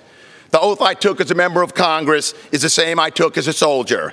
An oath that reminds me values matter, duty, honor, and the rule of law matter. To keep my oath to the people I serve and the country I love, today I will vote to impeach the President of the United States. I yield back. Madam Speaker, I yield 30 seconds to the gentleman from Illinois, Mr. LaHood. Gentleman's recognized for 30 seconds. Thank you, Madam Speaker. I've said from the beginning of this process, impeachment is and should be the nuclear option, reserved for the most treasonous activity and the most serious activity. Clearly, that has been not met here. As I've reviewed the facts and evidence as a former federal prosecutor, I've read the transcripts, I've watched the hearings, I've read the whistleblower report. That has not been met here. In addition, this process has lacked fairness, due process, and transparency. We shouldn't be here tonight doing this. This is a travesty. Gentleman yields back. Gentleman from California. Madam Speaker, I reserve the balance of our time. Gentleman from Georgia. Thank you, Madam Speaker. I yield 30 seconds to the gentleman from Maryland, Mr. Harris. Gentleman's recognized for 30 seconds. Thank you, Madam Speaker. You know, it's unbelievable. The few Americans that are going to be watching this, because they know what the outcome is. We all know what the outcome is. They're wondering why are we trying to negate the vote of 63 million Americans instead of talking about the things that Americans care about. Prescription drug coverage, the high cost of prescription drugs, the high cost of health care, securing our borders, keeping our economy going. These are the things we should be talking about. No, instead, we're going to pass this resolution tonight and then go home for Christmas vacation instead of doing the job of America. I yield back. Gentleman from California. Madam Speaker, we continue to reserve. Gentleman from Georgia. Thank you, Madam Speaker. I yield 30 seconds to the gentleman from Kansas, Mr. Watkins. Gentleman's recognized for 30 seconds. Madam Speaker, I was a political newcomer before this, and just like President Trump, perhaps like me, he was naive to think that this House, that in the people's house, everybody was true and just. It's not the case. Democrats weren't saddened by this solemn day. They weren't waiting for all the evidence. This was always about politics, because they loathe the president, because he didn't play by their Beltway rules. I should have known. But the fact is, Kansas is better, the U.S. is better, and the world is better because of Donald Trump. Gentleman's time's expired. Gentleman from California. Madam Speaker, we continue to reserve. Gentleman from Georgia. Thank you, Madam Speaker. I yield 30 seconds to the gentleman from California, Mr. Calvert. Gentleman's recognized for 30 seconds. Thank you, Madam Speaker. My friends on the other side of the aisle have been clamoring for this day since President Trump was elected. The refusal to accept the election results and later the findings of the Mueller investigation have brought forth articles of impeachment that are negated by two simple facts. Namely, the military aid to Ukraine was provided and no investigation was ever started. The real offense is that the president won the election, and their fear is that he'll win again despite all their efforts. I will vote against the partisan attempt to overturn the election. Thank you, and I yield back. Gentleman from California. Madam Speaker, I continue to reserve the balance of our time. Gentleman from Georgia. Thank you, Madam Speaker. I yield 30 seconds to the gentleman from Tennessee, Mr. Burchett. Gentleman's recognized for 30 seconds. Madam Speaker, I rise today in opposition to impeachment against President Donald Trump. This is based on hearsay that were made by partisan witness behind closed doors. This impeachment is a sham, Madam Speaker, and has divided this country. Congress has wasted time on this impeachment and would have been better used on addressing issues that are facing Americans, like securing our southern border, the opioid epidemic, or establishing a constitutionally mandated budget. And now American workers have to wait until the Senate trial to pass the USMCA that the President and the House Republicans have been working on for over a year. I'm disappointed in the path Congress chose to go down, Madam Speaker. And for the record, Madam Speaker, I think you're doing a wonderful job. Madam Speaker, I reserve the balance of our time. Gentleman from Georgia. Thank you, Madam Speaker. I yield 30 seconds to the gentleman from Arizona, Mr. Gosar. Gentleman's recognized for 30 seconds. Thank you, Ms. Speaker. It's obvious today that there's an intense hatred from the Democrats of President Donald Trump. Why do they hate the man so much? Maybe it's because of the out-of-control government gone wild, the abuses of FISA, the abuses by the FBI, the abuses in the State Department. Many of these, maybe it's just the previous administration they're trying to cover up. It's sad. This is a shameful act of what we're doing today. Shame on the Democrats. Shame on pursuing this. I ask everybody to vote no and to take notice of who votes for these articles of impeachment. Gentleman from California. Madam Speaker, I reserve the balance. Gentleman from Georgia. Thank you, Madam Speaker. I yield 30 seconds to the gentleman from Florida, Mr. Posey. Gentleman's recognized for 30 seconds. Thank you, Madam Speaker. This is a sad day for America. We know this impeachment is a sham. They know this impeachment is a sham. They know we know this impeachment is a sham. And they know that most of the American people know that this impeachment is a shameful sham. We know that it began the moment the president was elected, long before he ever had a telephone call with any foreign leaders. We've heard the numerous quotations from them that validate those very points. And yet they persist in trying to overturn the duly elected president of the United States of America's election. When the president calls for Gentleman from California.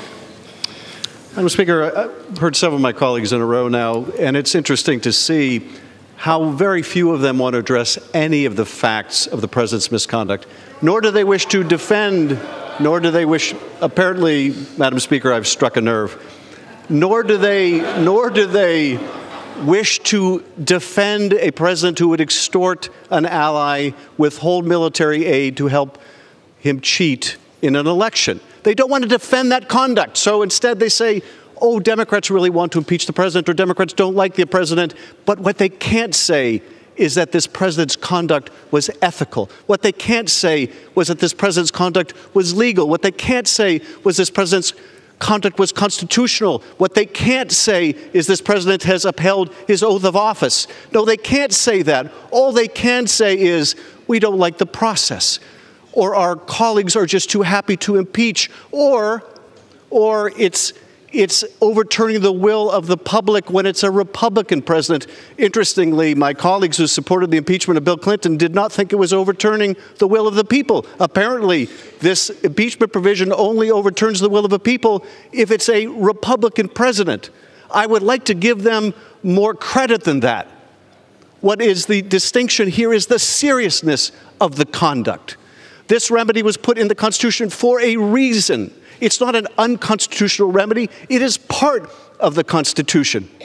The only way you can conceive of this remedy as being unconstitutional is if you believe, as the president does, that he is the state, that anything that opposes him opposes the state, is by definition anti-constitutional. But that, of course, is nonsense. But it is more than nonsense. It is dangerous nonsense. Madam Speaker, I'm proud to recognize the gentlewoman from Washington, Ms. Schreier, for 1 minute. Gentlelady is recognized for 1 minute.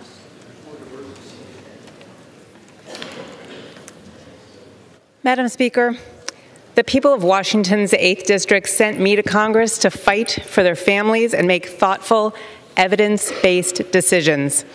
I did not come to Congress to impeach a president, but evidence is evidence. And a balance of powers is fundamental to our democracy. On my first day in office, like everybody else here, I took an oath to uphold the Constitution and protect our country. History will judge this moment. Given all the facts before us, impeachment is the only remedy. I yield back. Gentleman from Georgia. Thank you, Madam Speaker. I'm sure it did strike a chord with the chairman since, he showed up a little late, hadn't heard all the arguments. We beat the facts back all the time. It is the majority side that had to run through this. That clock and that calendar are killing him, and it's killing him because his arguments are falling flat. And to speak of evidence, yeah, we look at the evidence. The evidence doesn't fit anything. And by the way, if he had extortion, put it in articles. He can't because he can't make the case. He can only put it in his notes and then come to the mic when he can't be questioned and talk about it. That's the problem, and that's the chord that's been struck. With that, I yield 2 minutes to the gentleman from North Dakota, Mr. Armstrong. Gentleman's recognized for 2 minutes. Thank you, Madam Speaker. Once President Trump was sworn in, articles of impeachment were introduced almost immediately. In 3 years, House Democrats have introduced 10 resolutions, gaining support of over 100 of their members, and all of that before a July 25th phone call. But also during that time, the Russia conspiracy hoax was exposed. Obstruction of justice charges were abandoned after the Mueller hearings fell flat.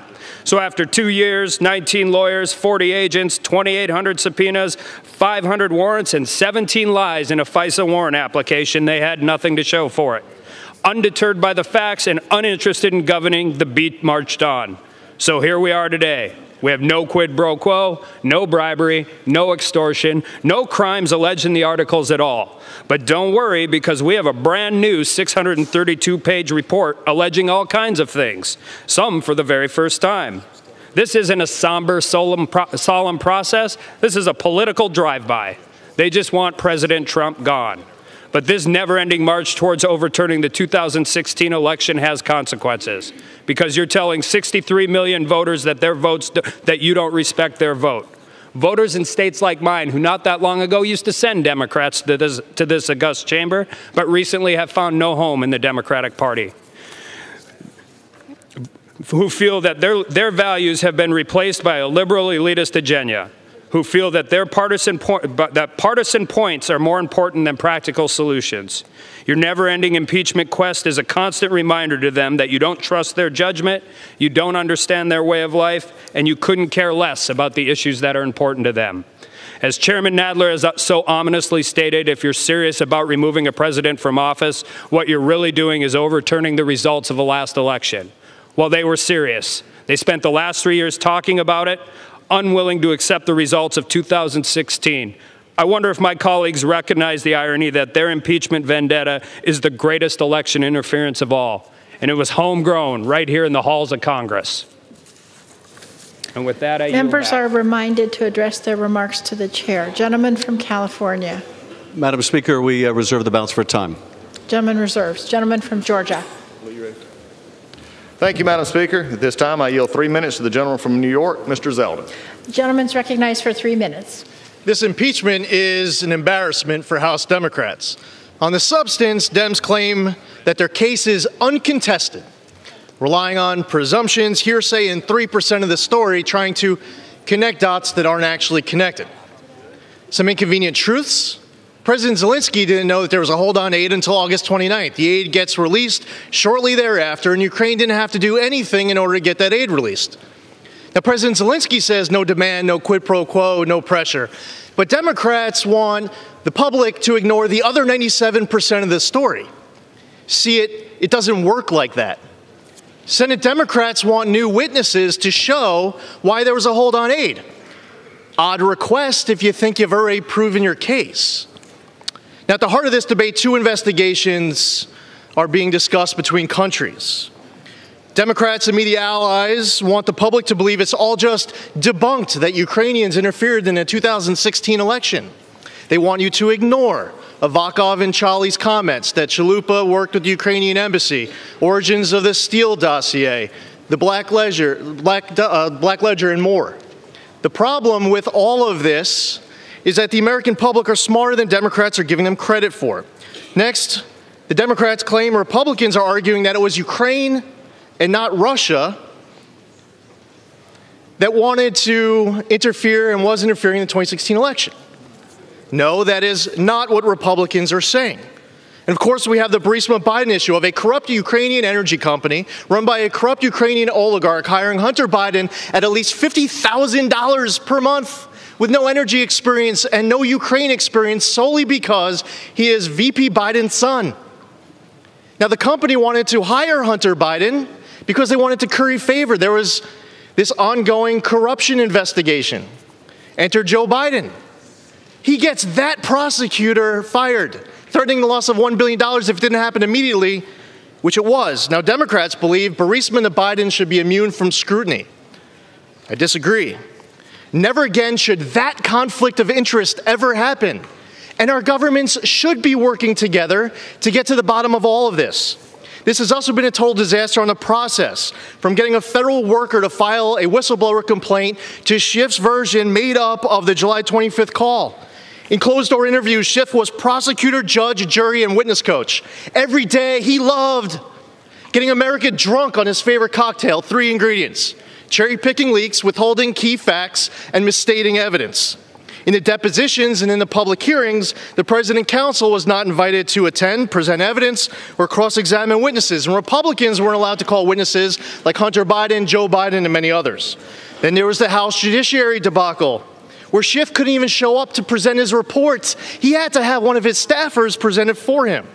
This impeachment is ripping our country in half. It's fatally flawed on the process, the substance, the intentions, and the consequences. Gentleman's time to It's a total Schiff show. I encourage all my colleagues to vote Gentleman no. from California. I thank the Speaker. We continue to reserve the balance of our Gentleman time. reserves. Gentleman from Georgia. 3. Madam Speaker, I yield 3 minutes to the gentleman from North Carolina, Mr. Meadows. Gentleman's recognized for 3 minutes. Thank you, Madam Speaker. You know, today, as we sit here debating impeachment, you know, they all want to talk about it's the Constitution. It's Alexander Hamilton. You know, the last 30 days, I've heard more about Hamilton from my Democrat colleagues, and until then, the closest they ever came to Hamilton was a $10 bill. I mean, you know, all of a sudden, what we have is these strict constitutionalists on the other side of the aisle. Listen, this has nothing to do with the Constitution. It has nothing to do with anything but raw politics. You know, there's only one person on the other side of the aisle that got 7 Pinocchios for not telling the truth. No one on this side of the aisle got that during this impeachment process, Madam Speaker. And the American people need to understand 2 key facts. The Democrats in control set their own rules of evidence. They said what we need to do for impeachment is to have compelling evidence and bipartisan support. Well, they don't have either of those 2 things. They failed the rules that they made up themselves. We've got President Zelensky of Ukraine saying there was no pressure. We've got the #2 guy in Ukraine saying there was no pressure. We've got the number 3 guy in Ukraine, no pressure. These are the supposed victims of this alleged crime. And yet here we are, supposedly having this compelling evidence and facts when the best witness they have, the very best witness they had to change his testimony twice. They mentioned him 611 times. And ultimately, he said, I presumed that that's what the president meant. You know, I can tell you that there are not facts here to support it, but what is more important than that, Madam Speaker, is this. Because here we are today, we have bipartisan opposition to impeachment, not bipartisan support. You know, my colleagues opposite want the American people to think that this is a sad and somber day. Well, this is a sad day. It's a sad day for this institution because we've lowered the bar to impeach a president that continues to give us an economy that not only is growing, but growing at levels that we have never seen in the history of our country. When we look at unemployment at a level that is truly remarkable, they want to impeach. But it's another sad day because now what they're doing is they're telling the American people that 233 Democrats deserve to decide who the President of the United States should be and disenfranchise 63 million voters. When all is said and done, when the history of this impeachment is written, it will be said that my Washington Democrat friends couldn't bring themselves to work with Donald Trump, so they consoled themselves instead by silencing the will of those who did, the American people. And I yield back. Gentleman from California. Madam Speaker, I'm proud to recognize the gentleman from California, Mr. Sherman, for 1 minute. Gentleman's recognized for 1 minute.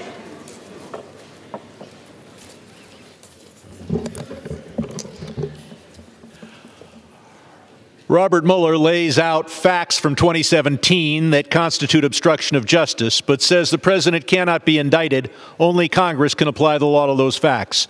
Many of us have been talking about impeachment since those facts emerged in 2017. Of course, today we focus on more recent crimes.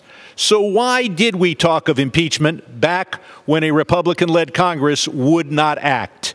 Why do we impeach today when a Republican-led Senate is unlikely to act? First, because it is our constitutional duty, no matter what the political consequences. Second, because it is the most effective tool to chasten and restrain a president who is not naturally feel constrained by the rule of law. I would note that the president's attempt to extort Ukraine was secretive and furtive, far different from his modus operandi of brazen threats that we saw in 2017. We can only imagine what high crimes and misdemeanors this president would have boldly committed had no one been talking about impeachment then, had he felt immune from impeachment. Today we will demonstrate that the president is not above the law.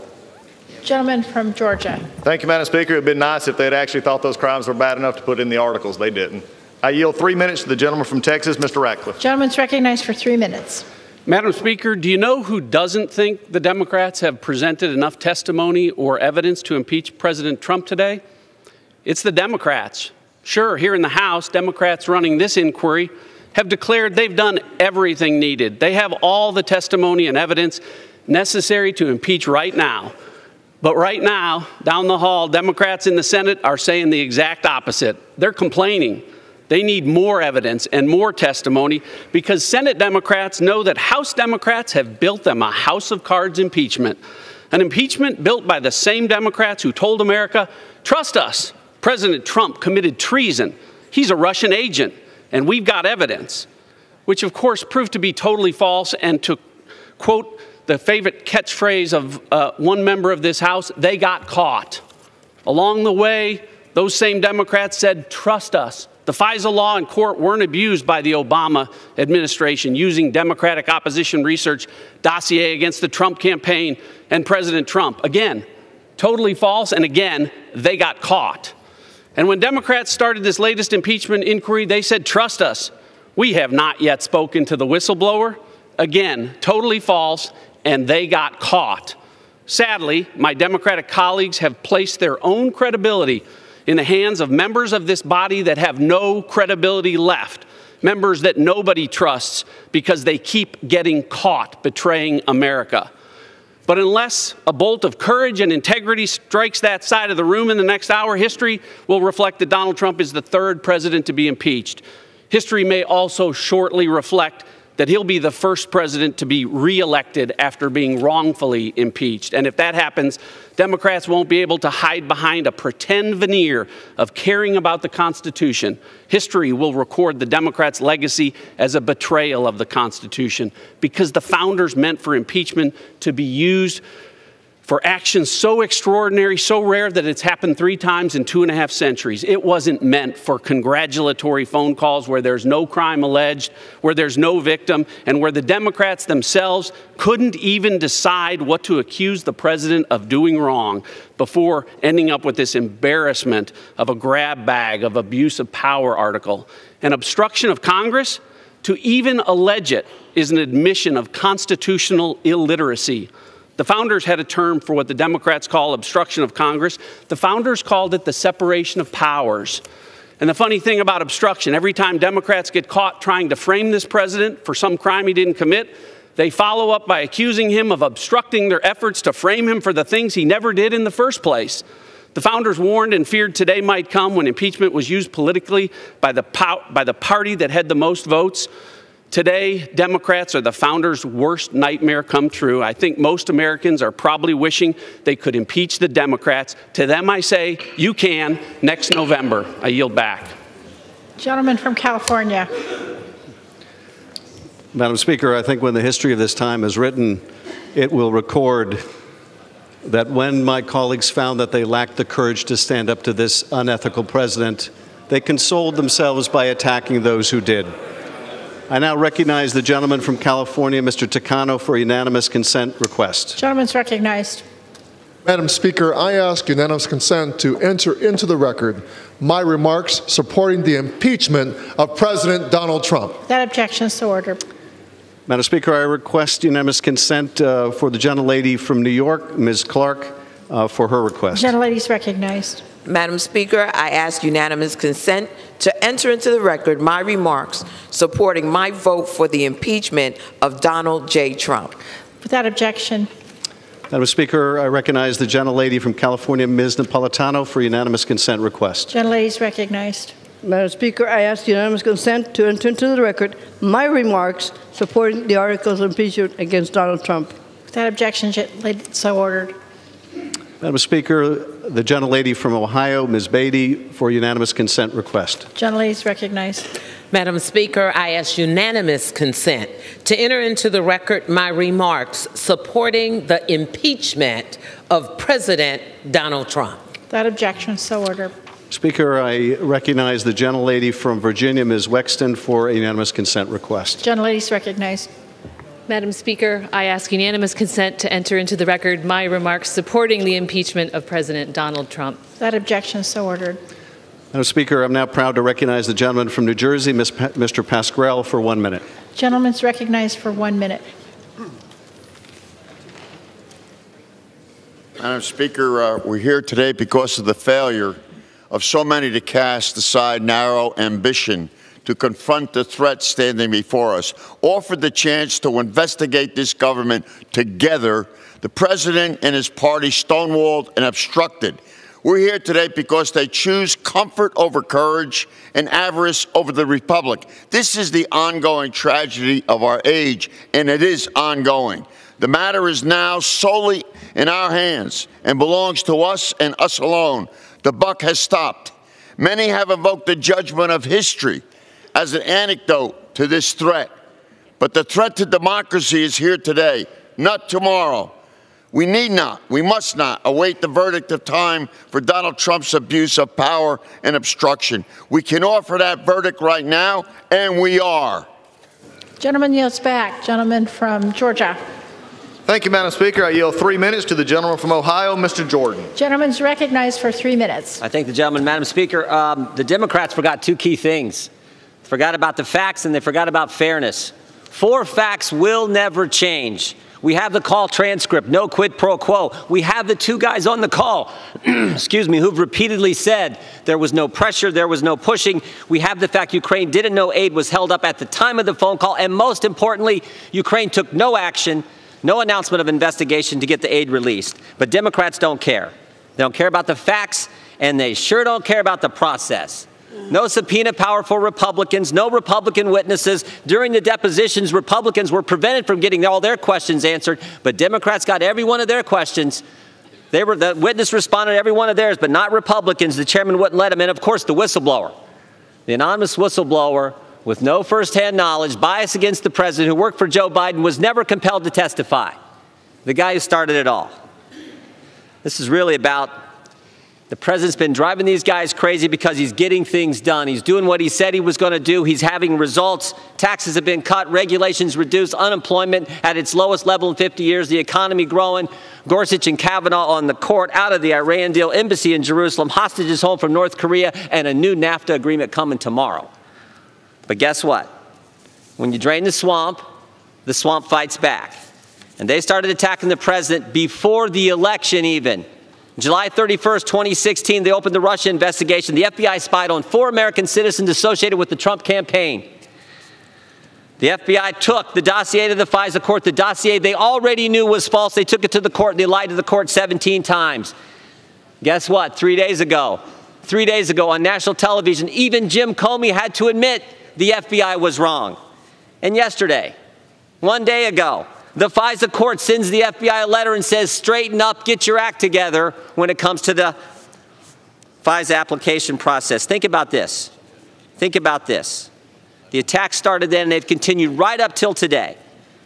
But I want you to think about something. The individual who said the FISA process was fine, the dossier was fine, the Russian investigation was fine, that same individual ran the impeachment process. That same individual's staff met with the whistleblower. That same individual is the only guy in Congress who knows who the whistleblower is for sure. And that same individual released the phone records of the president's personal attorney, released the phone records of a member of the press, and released the phone records of a Republican member of the United States Congress. This process has been unfair, it's been dangerous, and it has been harmful to our country. Democrats have never accepted the will of the American people. Nancy Pelosi made that clear 4 weeks ago when she called the President of the United States an imposter. The will of we the people, the 63 million folks who voted for this guy and made him president in an electoral college landslide. They've never accepted that fact. We are less than 11 months away from the election. Let the American people decide who should be president. Let the American people decide. I yield back. Gentleman from California.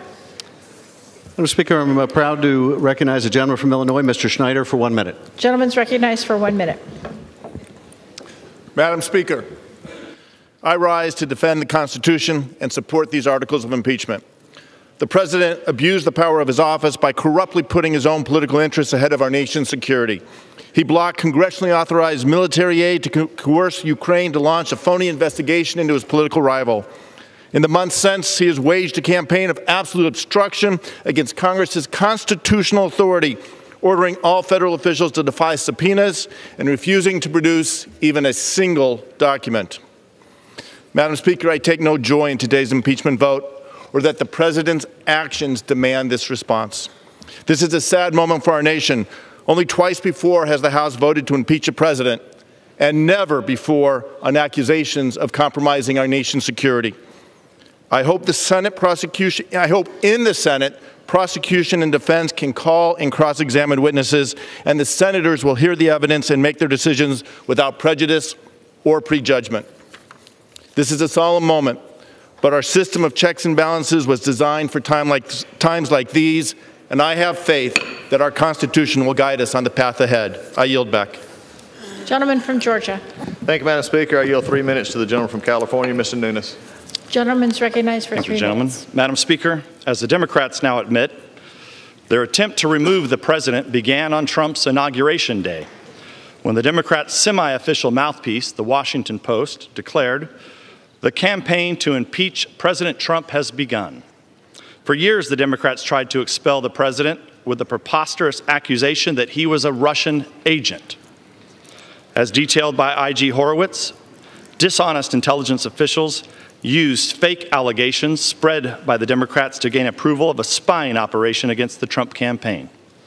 As they falsely accused the Trump campaign of colluding with Russians, the Democrats themselves colluded with Russians to manufacture these allegations in the infamous Steele dossier. They even tried to get nude pictures of Trump from Russian pranksters. With the Russian collusion hoax, the Democrats had everything going for them. Federal investigations run by Trump haters, an endless supply of media cheerleaders, and a galaxy of left-wing interest groups amplifying their ridiculous message. And yet, even with all those weapons at their disposal, the Russia conspiracy theory collapsed. So they quickly concocted Plan B. The Ukraine hoax was based on a supposed whistleblower who colluded beforehand with the Democrats. The Democrats then prevented Congress from interviewing the whistleblower while conducting bizarre, secret depositions and selectively leaking testimony to discredited media hacks. The Democrats showcased the most useful witnesses in public hearings that somehow reduced support for impeachment. It's not easy to make a coup attempt boring, but the Democrats found a way. As it turns out, the American people don't think a routine phone call with a foreign leader is a good basis for ousting a U.S. president. The Democrats also put forth ever-changing accusations against the president, including campaign finance violations, quid pro quos, election interference, bribery, extortion. Eventually, they ended up with the ridiculous charges we consider today: abuse of power, an utterly meaningless term, and obstruction of Congress. One Democrat has pronounced the president guilty simply because he won't cooperate with their plan to railroad him. But the only thing President Trump is guilty of is beating Hillary Clinton. The Democrats refused to accept that loss, and now they're indicating they'll continue their impeachment efforts even after this one fails in the U.S. Senate. Madam Speaker, after all their deceit, phony investigations, ginned-up crises, and manufactured outrage, the Democrats need a long period of rehabilitation. They must learn how to do something productive for the American people instead of ripping the country apart in their lust for power.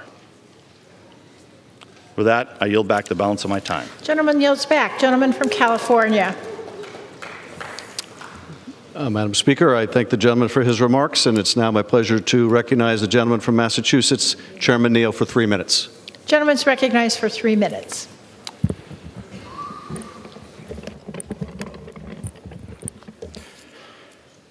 Thank you, Madam Speaker.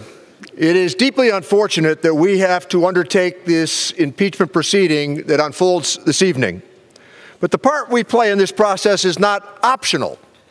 Among other things, as the Intelligence and Judiciary Committees have painstakingly documented, the President has indeed abused his authority, and he has indeed obstructed justice. He threatened to withhold congressionally appropriated U.S. taxpayer dollars from an ally under attack from Russia unless they agreed to interfere in our election on his behalf. He has expressed no remorse, and he continues to maintain that his behavior was, quote, perfect, while simultaneously obstructing legitimate congressional oversight and subpoenas and blocking members of his administration from providing truthful testimony to investigators. His actions are so far beyond the pale that they have left us with no remaining recourse except impeachment, and so we shall impeach. Because as drastic and as unwelcome as this step is, our country faces even greater long-term risk if we fail to respond. We cannot excuse a president who feels entitled to disregard or break the law with impunity. We are a nation built upon the rule of law, not the law of rulers. The framers gave us their best effort in 1787, and indeed it was an extraordinary one. The Constitution they set down wasn't perfect, but it founded a republic that has endured and thrived with exceptional stability. As the late Senator Moynihan pointed out, only 2 countries in the world both existed in 1800 and have never had their governments changed by violence since then, the United States and Britain.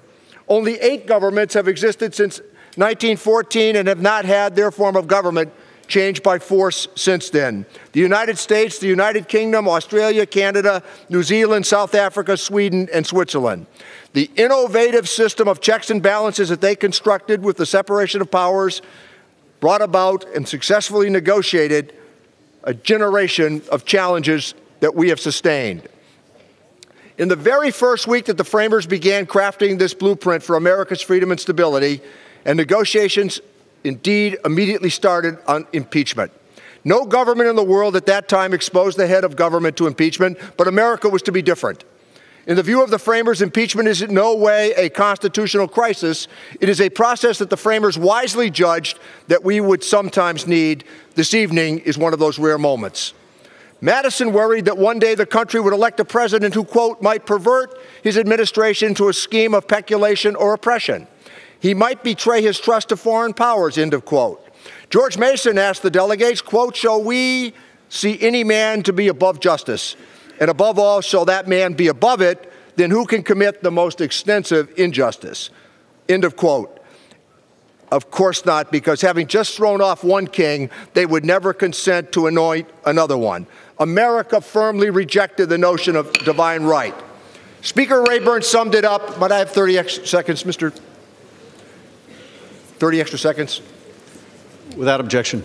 Thank the gentleman. Gentleman's recognized. Article 1 of the Constitution prescribes Congress as the first branch of government. And just as importantly, let me quote Speaker Rayburn, who was asked, how many presidents did you serve under? And Speaker Rayburn answered, none.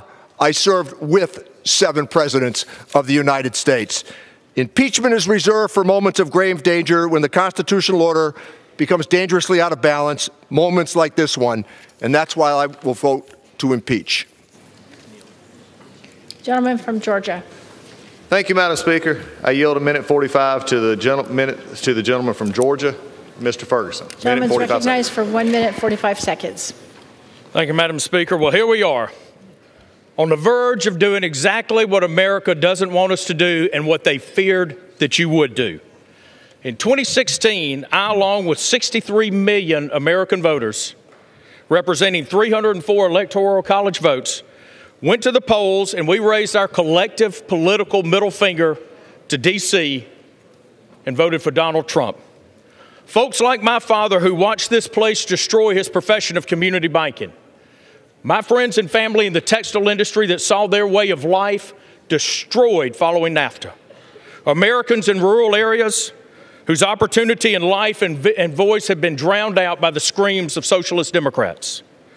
Our friends and neighbors living in poverty and crime, broken down, project-based public housing, who for generations have been told by this place, this is the best that we think that you can do. Here's your check. God bless you. Now move along. Those voters. And now you want to remove our voice from office.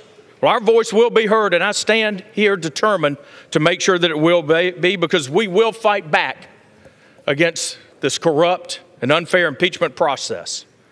How dare you, the liberal elites, the condescending bureaucrats, and every other kind of swamp critter in this godforsaken place tell the American public who the president should be. That's the job of the American voter, not yours. This whole flipping goat rodeo is a sham and a shame, and it will not be forgotten. Mr. Speaker, I yield back. Gentleman yields back. Gentleman from California. Madam Speaker, I'm proud to recognize the gentleman from Washington, Mr. Heck, for 2 minutes. Gentleman's recognized for 2 minutes.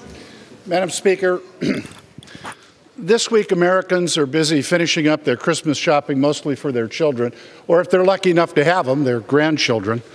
And high school and college students are taking final exams and sweating out the results. And that got me to thinking about those who follow and what our obligation is to them. And that got me thinking about those who came before and how they might have seen their obligation to us. People like my grandfather, whom our family believes literally was born on the boat on the way over here from Germany. Or my father, who fought in World War II against the very people that his grandfather had left. We are all here today, all of us, because someone before us sacrificed so that they could journey here and build a new life in this unique land. And we are here today because those immigrants and their children were dedicated not just to the land of America, but to the idea, freedom and opportunity secured by self-government, choosing our own leaders in free and fair elections, and the rule of law under the Constitution. Gentleman's time's expired. 2 minutes? Madam Speaker, happy to yield another 30 seconds to the gentleman from Washington. Gentleman's recognized. This idea of America is in peril, brought about so by this president who sought to cheat in an election. A president who puts himself above the law and attacks the bedrock constitutional precept of checks and balances. Yeah, the question is, can America survive this behavior? What idea will we hand down to those who follow us? And finally, what is our obligation to those who would follow? It is simply this: to do our duty, to defend the Constitution and the values underpinning it by voting yes on the articles of impeachment. I yield back the balance of my time. Gentleman from Georgia. I reserve, Madam Chair. Gentleman reserves. Gentleman from California. Sure. Madam Speaker, I'm proud to yield to the gentlelady from Florida, Ms. Demings, for 2 minutes. Gentlelady is recognized for 2 minutes. Madam Speaker, we live in the greatest democracy in the world, and I am convinced that the overwhelming majority of Americans are good, decent people who work hard and play by the rules. But then we have people who have no respect for the law, people who have little regard for the rules, people who spend a lot of their time trying to figure out how to game the system. Law enforcement officers call them habitual offenders. And the more they get away with, the more likely they are to engage in misconduct.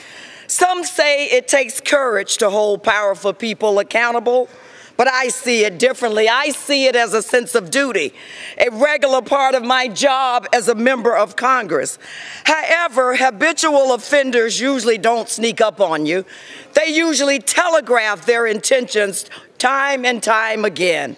On July 27th of 2016, in my home state of Florida, then candidate Trump said, "Russia, if you're listening, I hope you will be able to find the 30,000 emails, thereby inviting foreign interference into U.S. elections."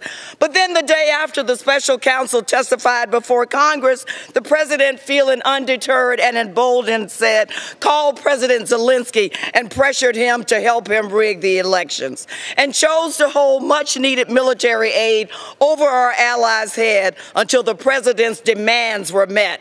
Now, I served 12 years on the hostage negotiations team, and I know that pressure and demands come in many forms. And in this scheme, we had both.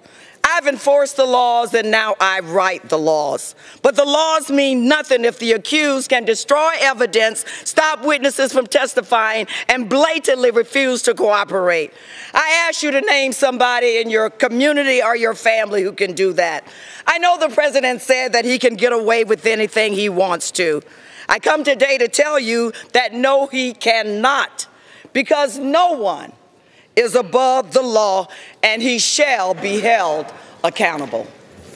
Gentleman from Georgia. Thank you, Madam Speaker. At this moment, I yield for a unanimous consent request. The gentleman from Arkansas. Gentleman's recognized. Madam Speaker, I ask unanimous consent to enter my remarks into the record in opposition to this sham impeachment. Without objection, so ordered. Gentleman's recognized. Thank you, Madam Speaker. At this time, I yield 4 minutes to the gentlewoman from Wyoming, Ms. Cheney. Gentlelady is recognized for 4 minutes. Thank you very much, Mr. Collins. And Madam Speaker, I rise today on the floor of this magnificent chamber, the very heart of our democratic republic. And I would imagine, Madam Speaker, that every one of us in this chamber, regardless of party, understands, shares a common view that being citizens of this great republic is among life's most tremendous blessings. We all know that no force on earth is more powerful than the force of freedom. It is our miraculous constitutional system, Madam Speaker, defended by our men and women in uniform, that has safeguarded that freedom for 230 years. Each one of us in this chamber bears a sacred duty, passed down to us through generations and affirmed in our oath of office, to preserve and protect our Constitution. Madam Speaker, our nation's framers recognized that this republic is fragile and that extreme partisanship can be among the most severe threats to its survival. That is why in Federalist 65, Alexander Hamilton wrote, quote, "There will always be the greatest danger that the impeachment decision will be regulated more by the comparative strength of parties than by real demonstrations of innocence or guilt." Here, Madam Speaker, our Democratic colleagues have been working to remove this president since the day he was elected, searching for an offense on which they could impeach. Failing to find one, Madam Speaker, they have decided to assume one. Rather than attempting to enforce their subpoenas in court, they have also decided to declare it a high crime and misdemeanor when the President of the United States asserts his constitutional privileges. The Democrats are asking members of this body to impeach, despite the fact that they have presented no direct evidence of any impeachable offense. Let me say it one more time, Madam Speaker. They have presented no direct evidence of any impeachable offense. If anyone in this chamber still believes the Democrats have proven their case, I would urge those members to ask the chairman of the Intelligence Committee, Mr. Schiff, why he failed to appear to answer questions about his report. Before members vote for impeachment, they might want to know why the author of the impeachment report will not defend it under questioning. If the House impeaches here, Madam Speaker, it will create exactly the type of risk the framers cautioned us to avoid. It will mean that divided government can imperil a democratically elected president based on unproven allegations and innuendo in the absence of direct testimony. Despite all the rhetoric you've heard today, Madam Speaker, passage of these articles of impeachment may permanently damage our republic. From this day forward, a hyper-partisan, bare majority can cite this precedent to try to remove a future commander-in-chief. I urge my colleagues on both sides of the aisle, Madam Speaker, think of our republic, think of the Constitution, think of the oath that we all swore to protect and defend that Constitution, and vote against these partisan, reckless, and dangerous articles of impeachment. I yield back. Gentleman from California. Madam Speaker, I'm proud to recognize the gentleman from Michigan, Mr. Levin, for 1 minute. Gentleman's recognized for 1 minute.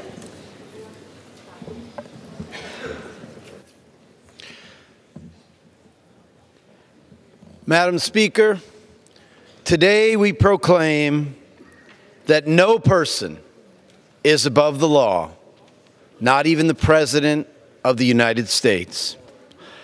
Donald J. Trump abused the power of his office and violated his oath of office by extorting a new and inexperienced president of a vulnerable foreign ally to dig up dirt on Mr. Trump's domestic political opponents.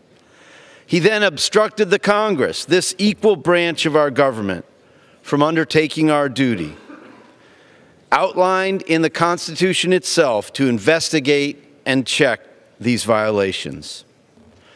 Today, we do nothing more and nothing less than fulfill our duty to our country and to our Constitution. Mr. Trump has allowed foreign powers to interfere in our domestic affairs. He has endangered our national security and our democracy itself. For those reasons, we must impeach this president. Thank you, Madam Speaker. I yield back. Gentleman from Georgia. Madam Speaker, at this point I have a yield for a unanimous consent request to the gentleman from Oregon. Gentleman's recognized. Thank you, Madam Speaker. I'd pose this resolution on impeachment and ask that my words be put in the record. Without objection, so ordered. Madam Speaker, I have unanimous consent request from the gentleman from South Carolina. Gentleman's recognized. Madam Speaker, I oppose these resolutions. I ask for my comments to be admitted into the record. Without objection, so ordered. Thank you, Madam Speaker. I ask unanimous consent for the gentleman from Mississippi. Gentleman's recognized. Thank you, Madam Speaker. I oppose the articles of impeachment and like my comments be entered into the record. Without objection, so ordered. I reserve. Gentleman reserves. Gentleman from California. Madam Speaker, reserve the balance of my time. Who seeks recognition? Madam Speaker, I ask of the gentleman, is he ready to close? No, we have a few more speakers. Then I reserve. Madam Speaker, I recognize the gentleman from New York, Mr. Espaillat, for 1 minute. Gentleman's recognized for 1 minute. Madam Speaker, if you live in Lenox Avenue in the village of Harlem in my district, you are not above the law. If you live on Webster Avenue in the Bronx part of my district, you are not above the law. If you live in Washington Heights, the immigrant neighborhood in my district, you are not above the law. So I submit to you that if you live on 1600 Pennsylvania Avenue, you are not above the law, and you will be held accountable. President Donald Trump asked Ukrainian president to do us a favor and look into the Biden. That's abuse of power. President Trump used the official White House meeting to extort a Ukrainian president. That's abuse of power. President Trump ordered White House staff to withhold $400 million in aid to the Ukraine. That's abuse of power. President Trump and his staff defied multiple subpoenas from Congress. That's obstruction of Congress. He blocked witnesses from testifying before this body. That's obstruction of Congress.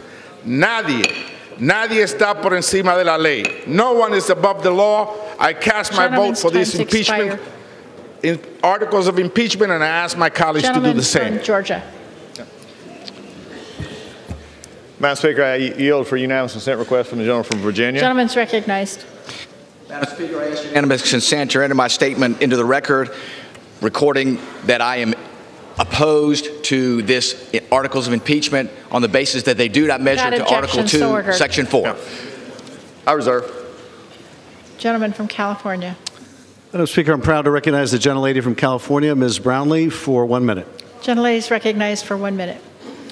Madam Speaker, as the chair of the Women's Veterans Task Force, I see every single day the immense sacrifice our women veterans and all of our nation's veterans have made in service to our country, in service to our Commander-in-Chief, our Constitution, to protect our democracy, and for every single man, woman, and child in our country.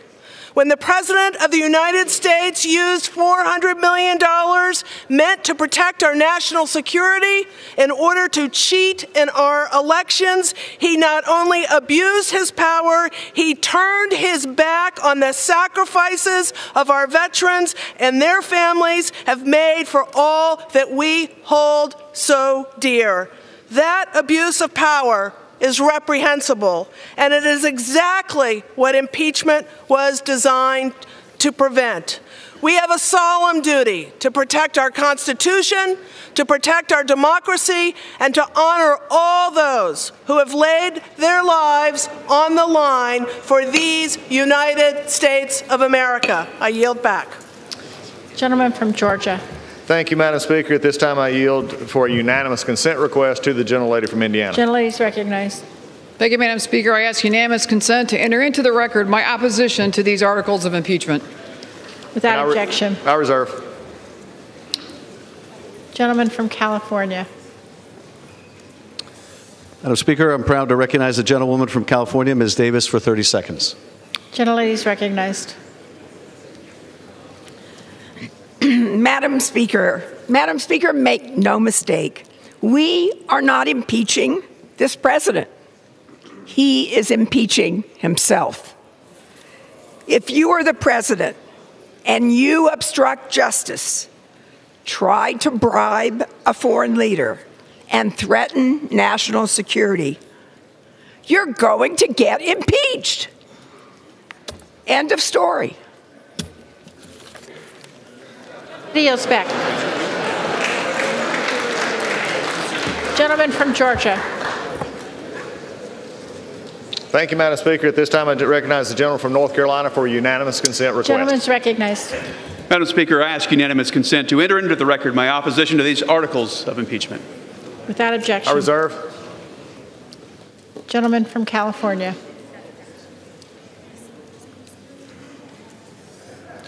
Madam Speaker, I'm proud to recognize the gentlewoman from New Mexico, Ms. Holland, for 1 minute. Gentlelady is recognized for 1 minute. Madam Speaker, I stand before you as a representative of New Mexico, a place where we believe in dignity and respect for all. In Congress, I've been fighting for them. We've been working to make health care more affordable, education accessible, and move our country forward for the people. But today, this president has forced us into a serious debate. We're talking about a president who used the power of the presidency for his own political gain, risking our national security and putting the integrity of the next election at risk. It's a sad day when a president shows complete disrespect for Congress as a co-equal branch of government and for the American people who elected us. We collected the evidence and the facts are indisputable. We all took an oath to protect and defend our Constitution. We have the solemn responsibility to hold this president accountable because it's our job. I urge my colleagues to live up to our responsibility and show our fellow Americans that no one, not even the president, is above the law, and I yield. Gentlelady yields back. Gentleman from Georgia. Thank you, Madam Speaker. At this moment, I yield to the gentleman from Oklahoma for a unanimous consent request. Gentleman's recognized. I ask unanimous consent to enter into the record my opposition to these articles of impeachment. Without objection. And I reserve. Gentleman from California. Madam Speaker, I recognize the gentlelady from North Carolina, Ms. Adams, for a unanimous consent request. Gentlelady is recognized. Thank you. Madam Speaker, I ask unanimous consent to enter into the record my statement in support of the articles of impeachment against President Donald J. Trump. Without objection, so ordered. I reserve the balance of our time. Gentleman reserves.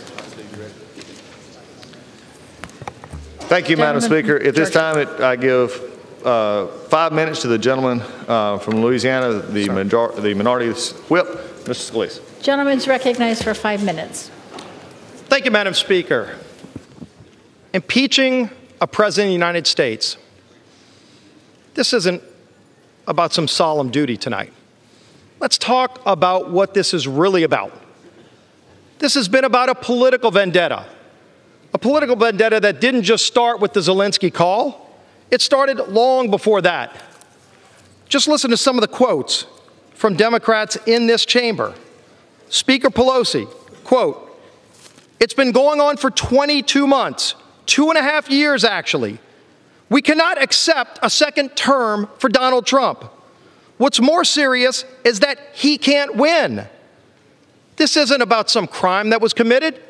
It's about fear that he might win re-election. That's not why you impeach a president."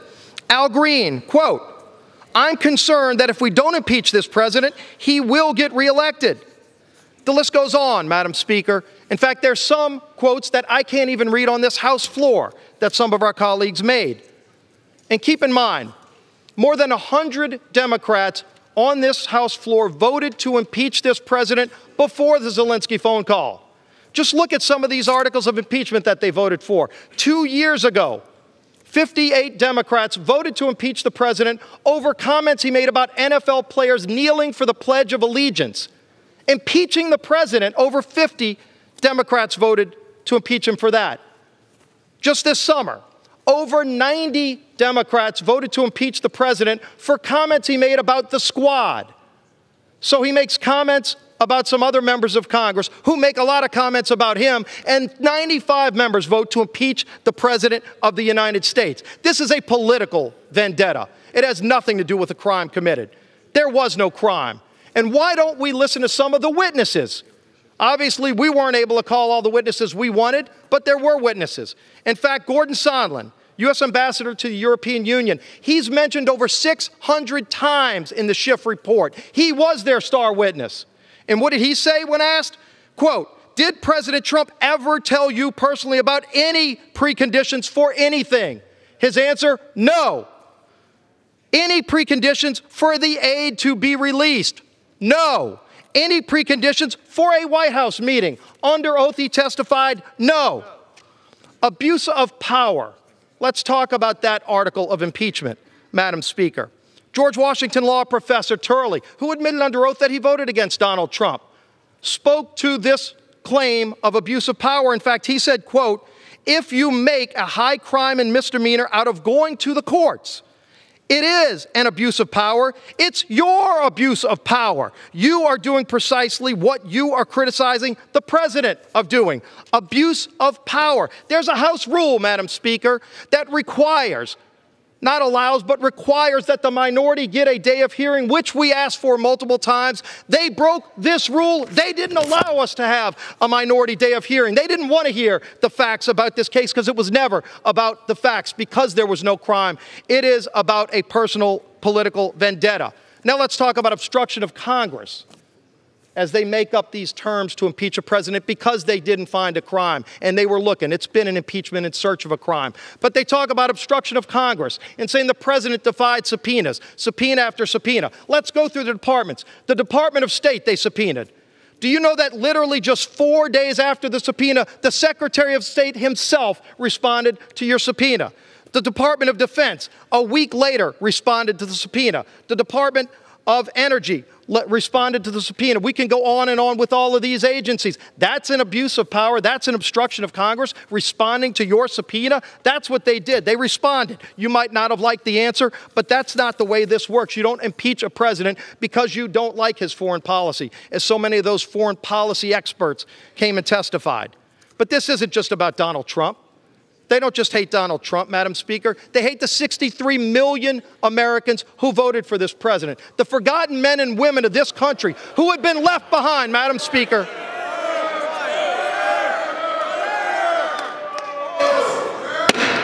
House will be in order. Gentlemen may proceed.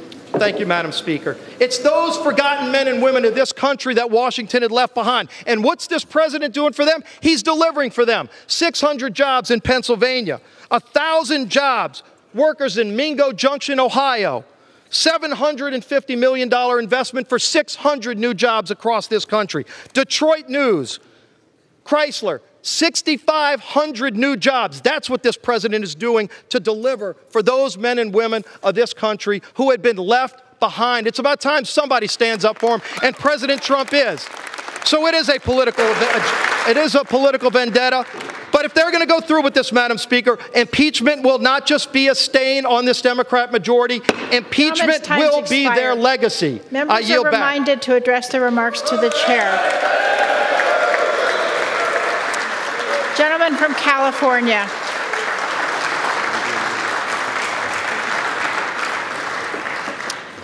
Madam Speaker, I recognize Ms. Custer from New Hampshire for unanimous consent request. Gentlelady is recognized. Madam Speaker, I request the unanimous consent for enter in my statement into the record regarding the 75th anniversary of the Battle of the Bulge in favor of articles of impeachment. Thank you.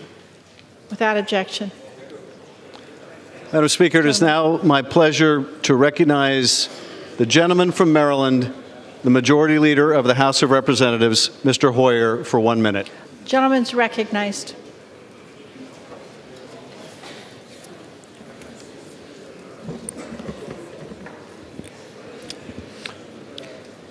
My colleagues.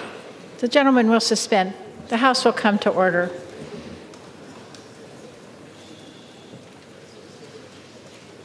Gentleman's recognized. Madam Speaker, I have had the honor of serving in this House for over 38 years. I've served during 6 presidencies. I've been here through moments of tremendous progress and terrible tragedy. I've seen periods of rank partisanship and patriotic bipartisanship. I've seen our two-party system work, and I've seen it break down. Never, in all my years of serving in this great institution that I love, and the people of my district, did I ever expect to encounter such an obvious wrongdoing by a President of the United States.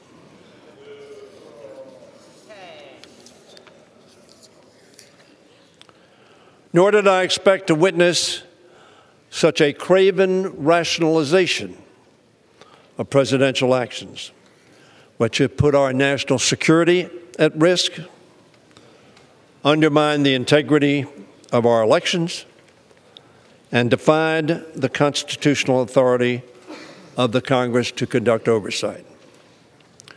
We've heard from Republicans that this impeachment really has to do with policy differences or how we feel personally about the president,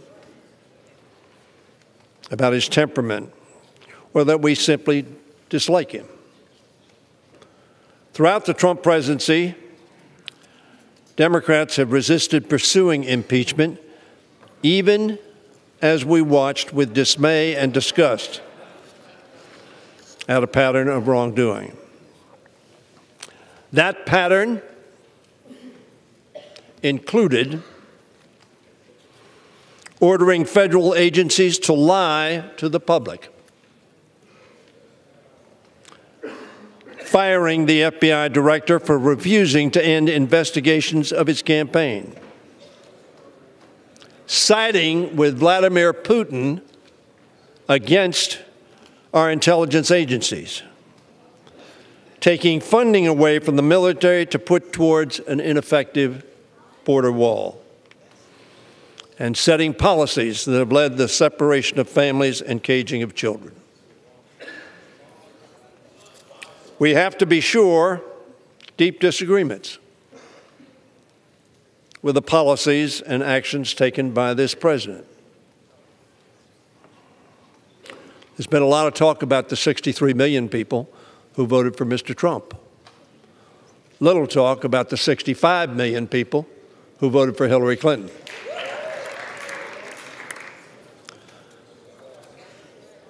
The policy difference, or those votes, this president was elected legitimately.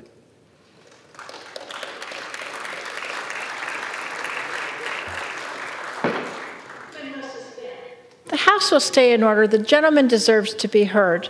Gentleman's recognized.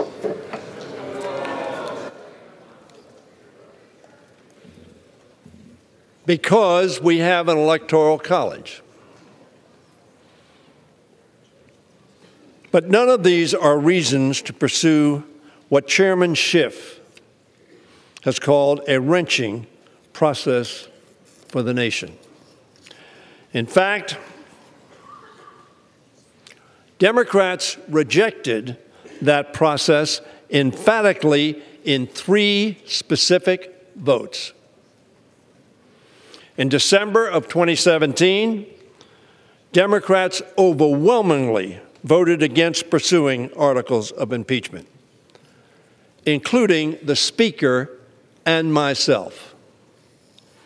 We did so again in 2018, with over 60% of the Democrats rejecting pursuing articles of impeachment. And again, just months ago, in July of 2019, 60% of the Democrats said no to pursuing articles of impeachment. Just days before the infamous July 25th telephone call. We did the same with 60% of Democrats voting not to proceed. Credible witnesses, many of whom were appointed to office by President Trump, have corroborated the details and timeline of his abuse of presidential power, which forms the basis of the first article of impeachment in this resolution. Instead,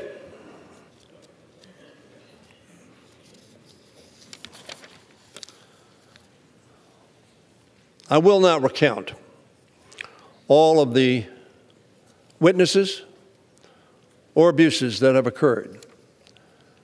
I congratulate my colleagues and Mr. Nadler and his committee and Mr. Schiff and his committee for setting forth a compelling case. They've been laid out fully in the articles before us and by colleagues in their remarks. What I will do is remind Americans that the House provided President Trump every opportunity to prove his innocence, but the witnesses were precluded from coming forth. The witnesses who have personal knowledge did not come,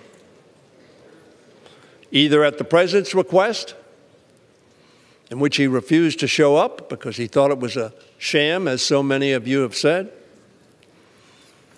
or to the committees. Instead, he ignored congressional subpoenas for documents and for testimony by White House officials and ordered his subordinates not to cooperate. Perhaps they could have exonerated him. This itself, I suggest to you, is unprecedented. When President Nixon and Clinton were asked to hand over documents and allow officials to testify, ultimately both complied because it is the law. Such actions of the President can be taken as further evidence of his obstruction and abuse of power. It is, in and of itself, impeachable conduct, the subject of the second article of impeachment.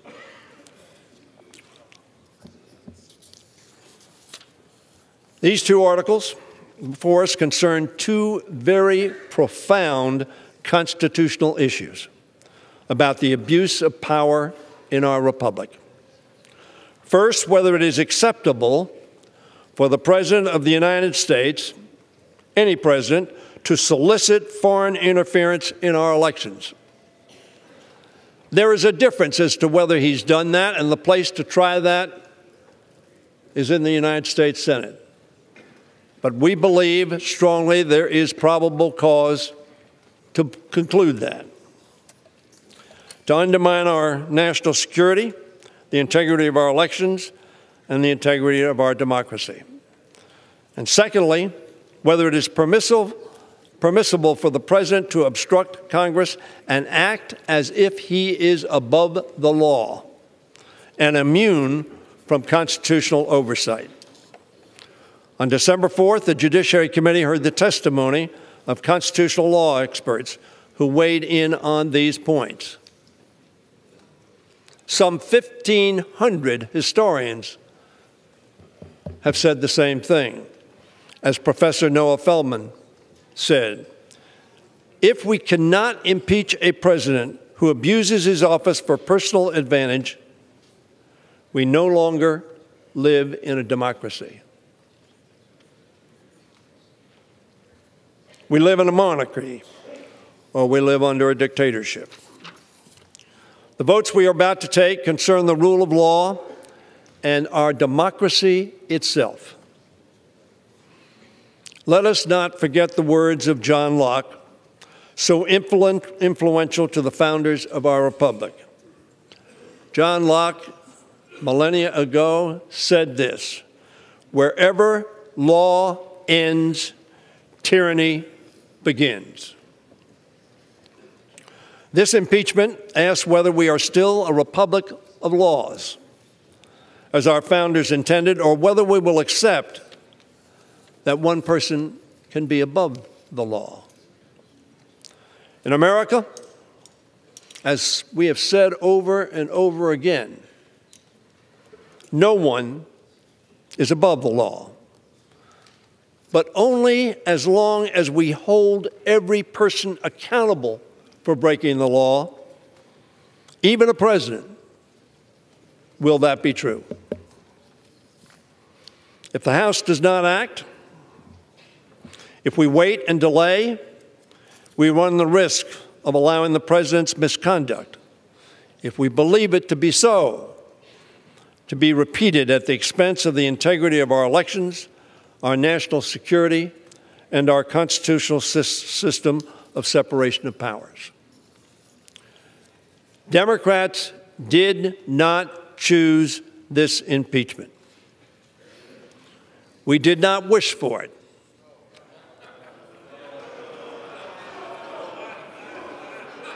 We voted against it. We voted against it once. We voted against it twice. We voted against it 3 times as recently as July. We did not want this. However, President Trump's misconduct has forced our constitutional republic to protect itself. These votes that we are about to take and the process that will follow in the Senate are not only an assessment of the President's commitment to the Constitution or to his oath of office, it is, as well, a test of our own. Damning evidence of the President's high crimes has emerged. Nevertheless, Republican members of this House and of the Senate have continued to defend a President whose actions seem to many of us to be indefensible. All of us feel a sense of loyalty to party. It's what makes our two-party system function. It's what helps hold presidents and majorities accountable.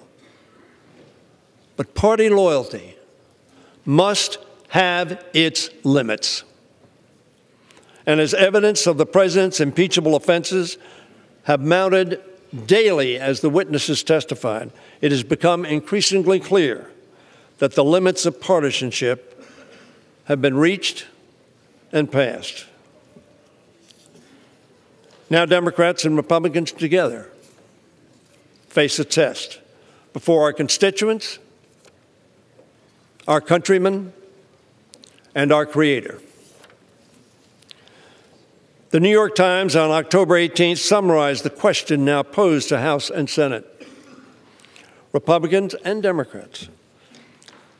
Compromise by compromise, Donald Trump has hammered away at what Republicans once saw as foundational virtues: decency, honesty, responsibility, and yes, even civility.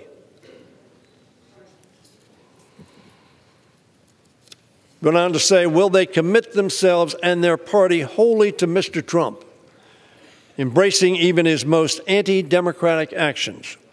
Or will they take the first step towards separating themselves from him and restoring confidence in the rule of law? Madam Speaker, we have seen Republican courage throughout our history, from the Civil War to the Cold War. In 1950, Margaret Chase Smith, the senator from Maine, a Republican, spoke bravely against the cancer of McCarthyism in her party, leading 6 of her Republican colleagues in a declaration of conscience against their own leadership. We are Republicans, they declared, but we are Americans first. In 1974, one congressman took the brave and principled step of becoming the first Republican on the Judiciary Committee to support impeaching President Nixon. He said to his colleagues and to the country, and I quote, "It isn't easy for me to align myself against the president to whom I gave my enthusiastic support, on whose side I've stood in many legislative battles, whose accomplishments in foreign and domestic affairs I've consistently applauded. But it is impossible," he went on to say, "for me to condone or ignore the long train of abuses to which he has subjected the presidency and the people of this country. The Constitution and my own oath of office," he said, "demand that I bear true faith and allegiance to the principles of law and justice upon which this nation was founded." And he concluded, "And I cannot, in good conscience, turn away from the evidence of evil that is to me so clear and compelling." My colleagues, that congressman's name was Larry Hogan Sr. He represented the 5th District of Maryland, which I now represent. His son is presently the second-term Republican governor of our state. When Larry Hogan Sr. died in 2017, every obituary led with praise for his act of political courage. Who among us, many years from now, will receive such praise as a man or woman of courage? Who will regret not having earned it? We've talked a lot about partisan differences. There is one person who has spoken today who is neither a member of the Republican Party nor the Democratic Party. His name is Justin Amash, who represents a Republican district.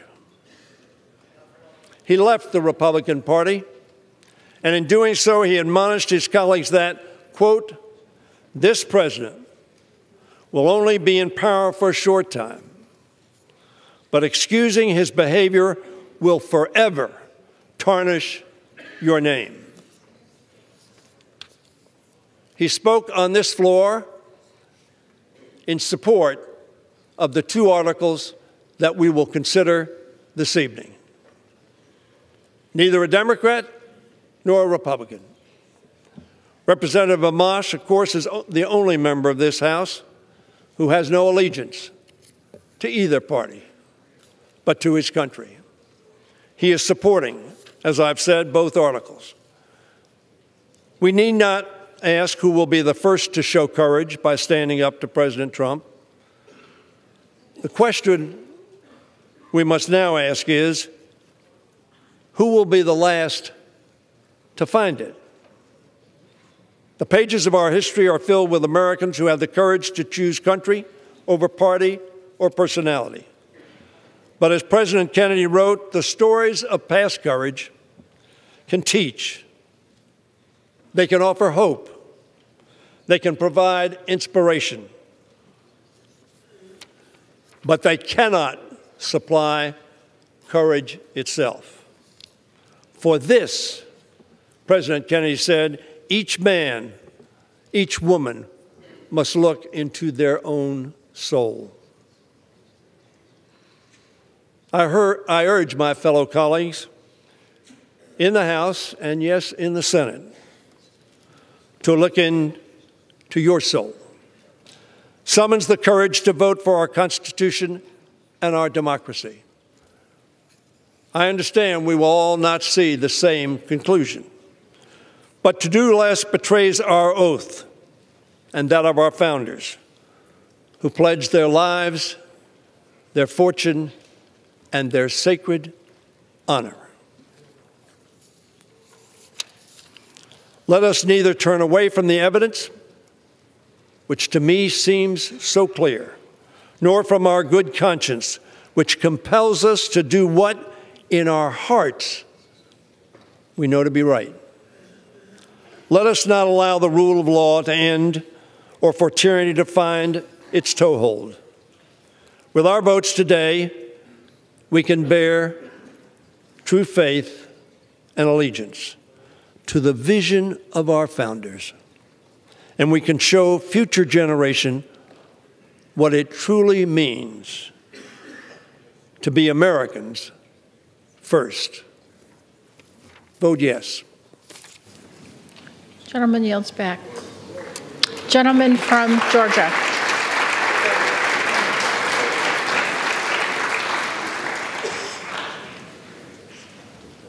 Madam Speaker, a few weeks ago, just off of this floor, I said that a dark cloud was descending upon this body. And today, because of the clock and the calendar, it is closing.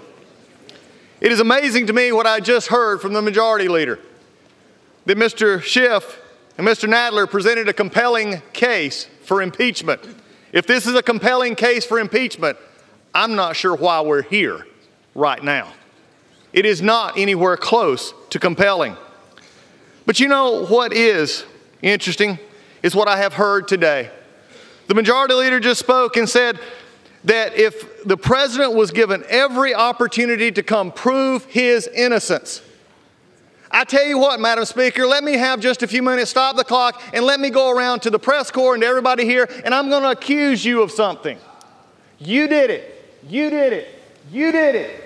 You did it. Now prove it's wrong. You did it. Guess what? You don't want to, because deep down you know that that's turning the entire jurisprudence of this country upside down. You're not guilty until you're proven. You're innocent. And today from this floor, we have heard the majority leader say this president is guilty and not the other way around. He is innocent, and these come nowhere close to proving it. But what is left of this body? Let's have an honest conversation, Madam Speaker. What we have found over the past few weeks is it is okay for the majority to tear down a foreign leader because they can't make their case. They've called him a liar or weak or worse, or as it was called in the committee, even looked like a battered wife. It is below the dignity of this body and this majority to tear down a foreign leader because they can't make their case against this one. We have broken rules in this House, even to this moment. Chairman Schiff and the others have broken House Resolution 660 by not turning over the things that they should be turning over. I still have not got a transcript. We still don't know what we got. And the White House still has not got their stuff. I guess minority hearing rule days don't matter either. You see, there is a problem here because we're going to vote this tonight while breaking the rules. What a shameful incident. But we also found in creative interpretation of minority rights. We saw the rise of partisanship because of things that have been done even further. And we've even seen members smeared in reports by drive-by political hacks when they matched numbers of the majority or the ranking member and the members of the press. That ought to concern every one of you as much as it concerns every one of us. Nothing but a drive-by hit. But you know something? This majority leader also just said, wherever law ends, tyranny begins. But I will say this, in this House, wherever the rules are disregarded, chaos and mob rule actually begin, and the majority has taken that to a new level. It has been said today, where is bravery? I'll tell you where bravery is found and courage is found. It's found in this minority who has lived through the last year of nothing but rules being broken, people being put down, questions not being answered, and this majority say, be damned with anything else, we're going to impeach and do whatever we want to do. Why? Because we won an election. I guarantee you, one day you'll be back in the minority and it ain't going to be that fun. Because when you look at it, when you actually trash the rules of this House, you ought to really look at what did you gain at the end by trashing the institution you claim to love. That's the things we found out so far. But you know, they're really careful of saying, oh, you want to deal in process and process. As I said last night in the Rules Committee where they didn't want to listen, I'll win on process and I will win on facts because we have the truth on our side. Let me remind you that here's what the process actually says. There was no pressure. Look at the call. President Zelensky, President Trump, no pressure. There was no conditionality. There was nothing done to get the aid, and the aid actually came. There were 5 meetings. But when you look at it right now, none of which matter, because right now the dark cloud is descending upon this House. And I am fearful, Madam Speaker. When I look out in that abyss, I don't know what I see, but I tell you what I do see. I see coming up a president who will put his head down even through this sham impeachment, and he will do his job. He will put the American people first. He will tell them that I care about you. He will still put the economy first, and he will make sure this country stands strong. That's what I see in this abyss. That's where we're going. And Madam Speaker, it is with that hope in the future that I recognize right now that I yield 1 minute to the Republican leader of this House, the Republican from California, Mr. McCarthy. Gentleman's recognized. Madam Speaker, I must warn you, I'm about to say something my Democratic colleagues hate to hear. Donald J. Trump is President of the United States.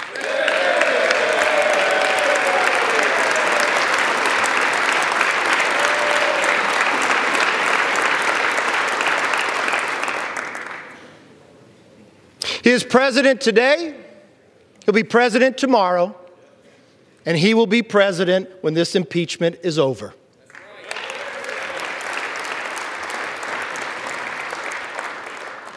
Madam Speaker, when they accept that, maybe this House can get back to work for the American people.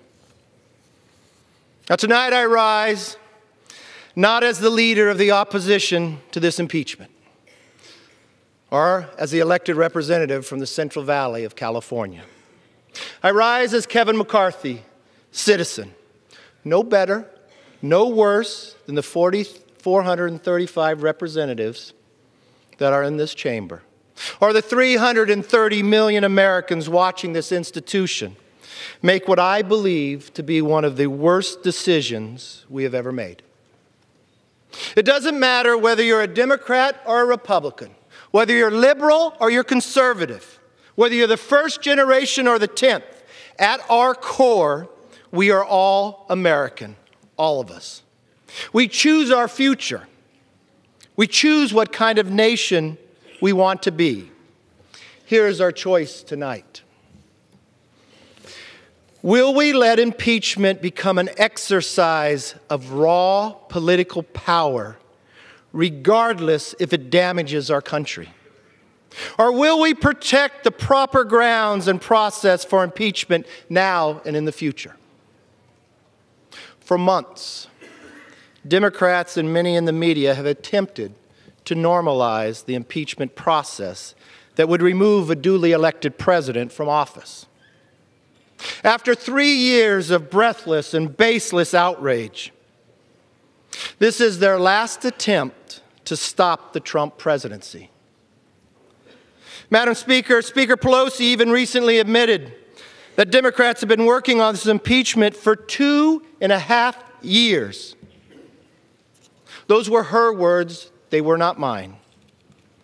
Because they lost to him in 2016, they'll do anything or say anything to stop him in 2020. That's not America.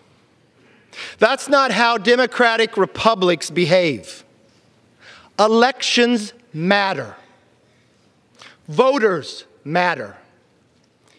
And in 11 months, the people's voice will be heard again. Impeachment is the most consequential decision Congress can make other than sending our men and women into war. Yet 85 days ago, Speaker Pelosi chose to impeach the President of the United States. She wrote the script and created an artificial timeline to make the details fit. Why else are we doing this just hours before Christmas? If that's all it was, a rush to judgment, she could be forgiven. But before the Speaker saw one word or one shred of evidence, she moved to impeach. In the past, in this body, such a step demanded a vote from all of us from the start. But not only did she move to impeach before she gave this House and the hundreds of millions of people we represent a say in whether to pursue an impeachment inquiry, she threw out the bipartisan standards this House gave President Nixon and Clinton. That is why I immediately sent Speaker Pelosi a letter asking her to follow the rules of history, of tradition, and follow those standards that have served America well. What did she say? She rejected it. She rejected it because Democrats knew a fair process would crumble their case.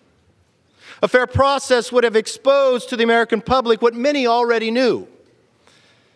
Democrats have wanted to impeach President Trump since the day he was elected. And nothing was going to get in their way, certainly not the truth. Madam Speaker, Chairman Schiff said he had evidence, more than circumstantial, of collusion. That was false. In January, where we all stood in this body, we stood up, we raised our hands, we swore that we'd uphold the Constitution.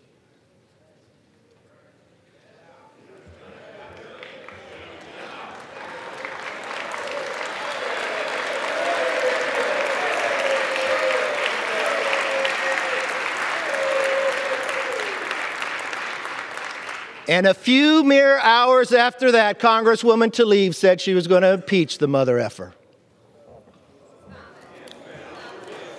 Those are not my words. A year before taking the majority, Chairman Nadler campaigned to the Democrats that he wanted to be chairman of the Judiciary Committee where impeachment is. New York Times writes, Madam Speaker, because he is the strongest member to lead a potential impeachment. And Congressman Raskin, a leading Democrat on the Judiciary Committee, one that the Democrats had represented in the Rules Committee for these articles just yesterday, told a crowd he would impeach President Trump 2 days before he was ever sworn into office. What we've seen is a rigged process that has led to the most partisan and least credible impeachment in the history of America. That is this legacy. Any prosecutor in this country would be disbarred for such blatant bias, especially if that prosecutor was the fact witness, the judge, and the jury.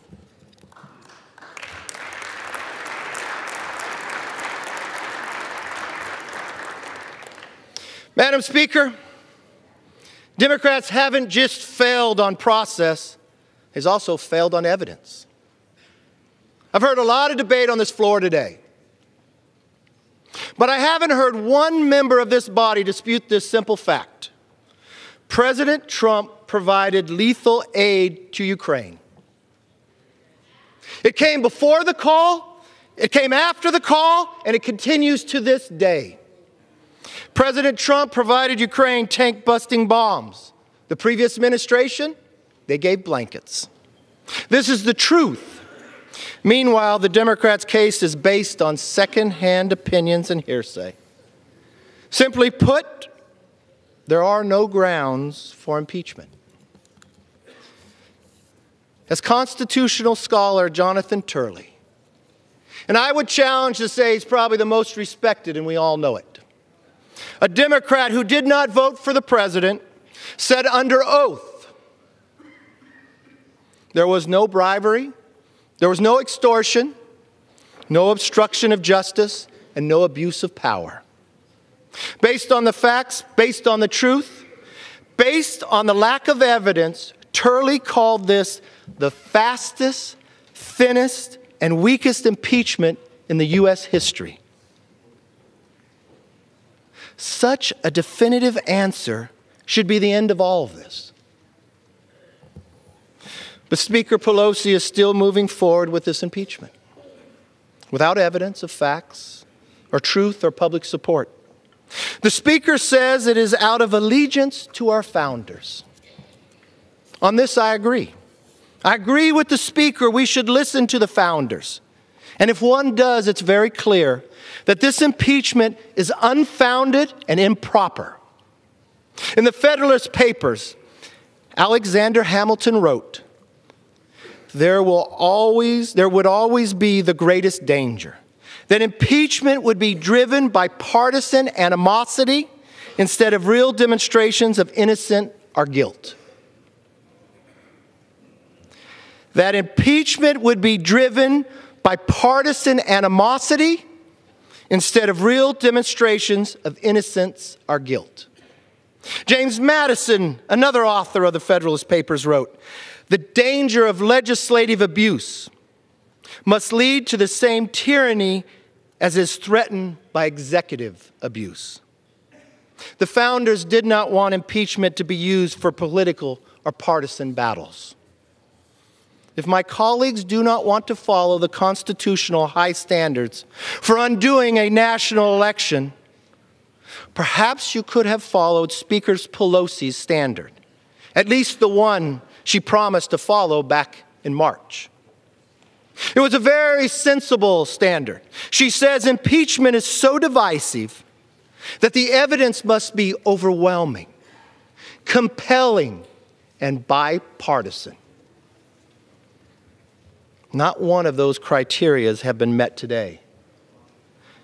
Based on the facts, based on the evidence, based on the truth, this impeachment even fails that Pelosi test. Those now who say removing President Trump would protect the integrity of our democracy have it backwards.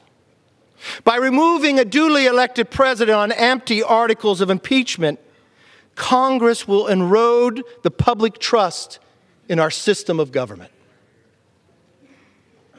I understand you dislike the president, his beliefs, the way he governs, and even the people who voted for him. How do I know this? Because you say so day in and day out. In 2016, they even dismissed his supporters. Remember calling us deplorables? Now they are trying to disqualify our voice before the 2020 election. They want to undo the results of the last election to influence the next one. As I've said, President Trump will still be president when this is all over. But Congress will have wasted months of time and taxpayers' dollars on impeachment rather than doing what America's people want us to do. It didn't have to be this way. Is this why we came here to serve? To trample on due process rights? To issue more subpoenas than laws? To appease the new Democrat socialist base?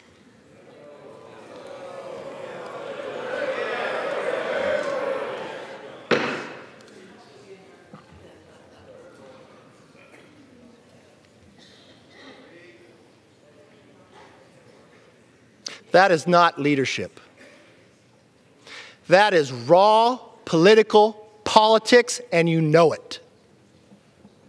By refusing to acknowledge the truth or follow the facts, by substituting partisan animosity for real demonstration of innocence or guilt, and by continuing a 3-year effort to undermine the president, this impeachment has divided this nation without any concern for the repercussions.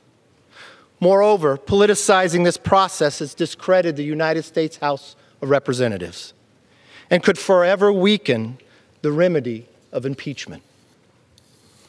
To again quote Professor Turley, "It is the Democrats' rush to impeachment on these grounds with unfair procedures that is an abuse of power." History will write that. Madam Speaker, as I said at the beginning, we face a choice. Do you trust the wisdom of the people, or do you deny them a say in their government? Fortunately, the people will have the opportunity to speak up and render their verdict in 11 months to my fellow Americans. To my fellow Americans, if you approve of the way of this House has conducted their business, if you want to see your tax dollars go forward to endless investigations, support this impeachment. But if you want to restore a working Congress, like the previous Congress that listened to you and worked to bring the best economy in this country has ever seen,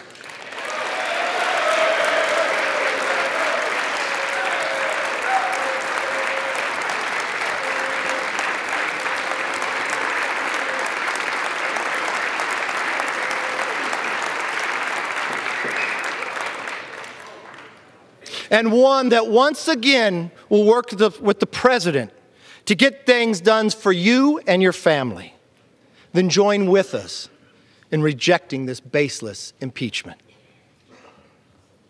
That's what's wonderful about this system of ours. We are a government of, by, and for the people. Always remember, we work for you, not the other way around. Now, I will say this stronger and with more conviction than I have ever said it before. In this time of great trial and tribulation, may God bless America. I yield back.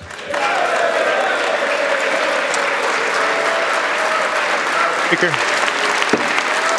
I yield back. gentleman from California is recognized.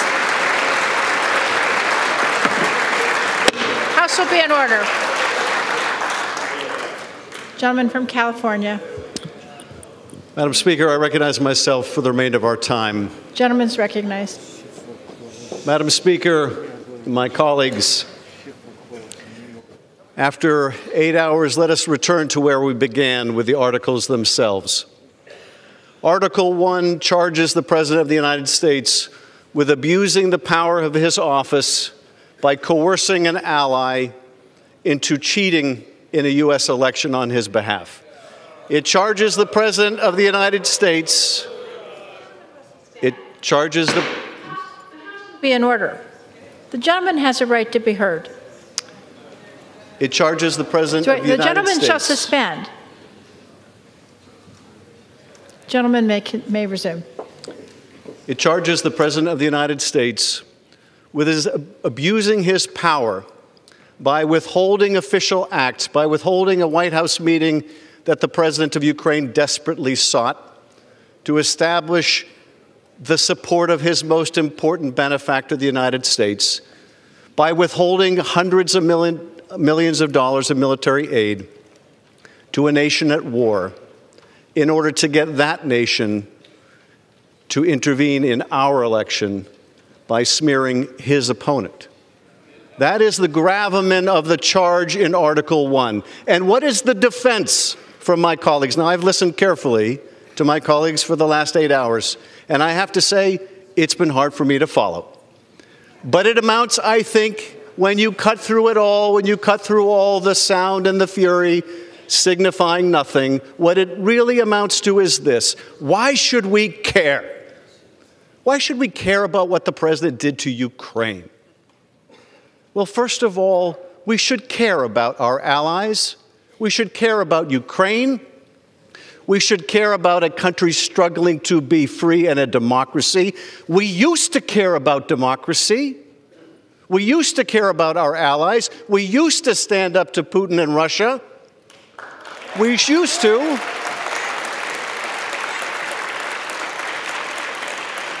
I know the party of Ronald Reagan used to. Why should we care about Ukraine? But of course, it's about more than Ukraine. It's about us. It's about our national security. Their fight is our fight. Their defense is our defense. When Russia remakes the map of Europe for the first time since World War II by dint of military force, and Ukraine fights back, it is our fight too. And when the President sacrifices our interests, our national security for his election, he is sacrificing our country for his personal gain. That is the gravamen of Article 1. Article 2. Article 2 charges the President of the United States with obstructing the Congress, with denying the Congress any witness, any document, by telling all of his administration people, you will not appear. You will ignore a co-equal branch of government. And what is the defense to this from my colleagues? Again, it is, why should we care? He is the president of our party. Why should we care if he ignores this Congress? Well, I remind my friends that he will not be the last president. There will be another president. And you may be one day, although you do not act like it, you may one day be in the majority. And you will want to hold a president accountable. And what will you say when that president says, you are a paper tiger, you have no oversight, I can ignore your subpoenas? What will you say? What will you argue? Well, no, that was different. Then we were in the minority. Then it was a Republican president. Will that be your argument? Is that how little faith you have in our democracy, in our Constitution? Is that how poorly you defend and uphold that Constitution? But finally, let me ask this question that overrides it all. Why should we care about any of this? And I will bring you to one conversation that came to light, because it's not the most important conversation, but in many ways, it is the most revealing. It took place on September 14th in Ukraine when Ambassador Volker sat down with Andrei Yermak, the top advisor to Zelensky. And he did what he should do. He supported the rule of law, and he said, you, President, you, Andrei Yermak, should not investigate the last president, President Poroshenko, for political reasons. You should not engage in political investigations. And you know what Yermak said? Oh, you mean like you want us to do with the Bidens and the Clintons? And in that abrupt, brutal retort, we see why we should care. Because what he was saying is, you, America, have forgotten what it means to uphold the rule of law. You have forgotten what it means to say that no one is above the law. We are a struggling democracy, but even we know better than that. What is at risk here? What is at risk here is the very idea of America. That idea holds that we are a nation of laws, not of men.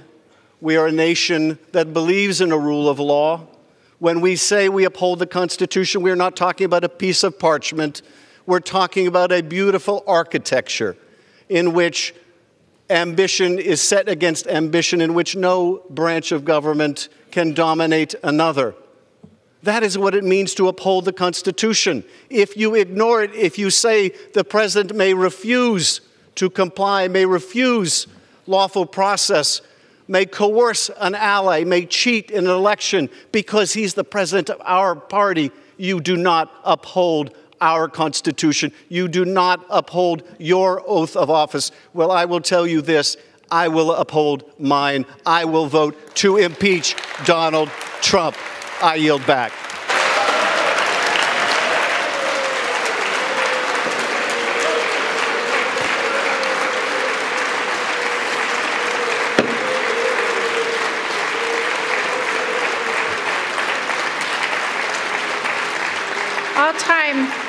All time for general debate has expired. Pursuant to House Resolution 767, the previous question is ordered on the resolution as amended. The question of adoption of the resolution as amended shall be divided between the two articles. The question now occurs on the adoption of Article 1. All in favor, say aye. Aye. Opposed, no. The ayes have it. Gentleman from Georgia. Speaker. Madam Speaker, I ask the ayes and nays on that vote. The yeas and nays are requested. Those favoring a vote by the yeas and nays will rise. A sufficient number having risen, the yeas and nays are ordered. Members will record their votes by electronic device. This will be a 15-minute vote.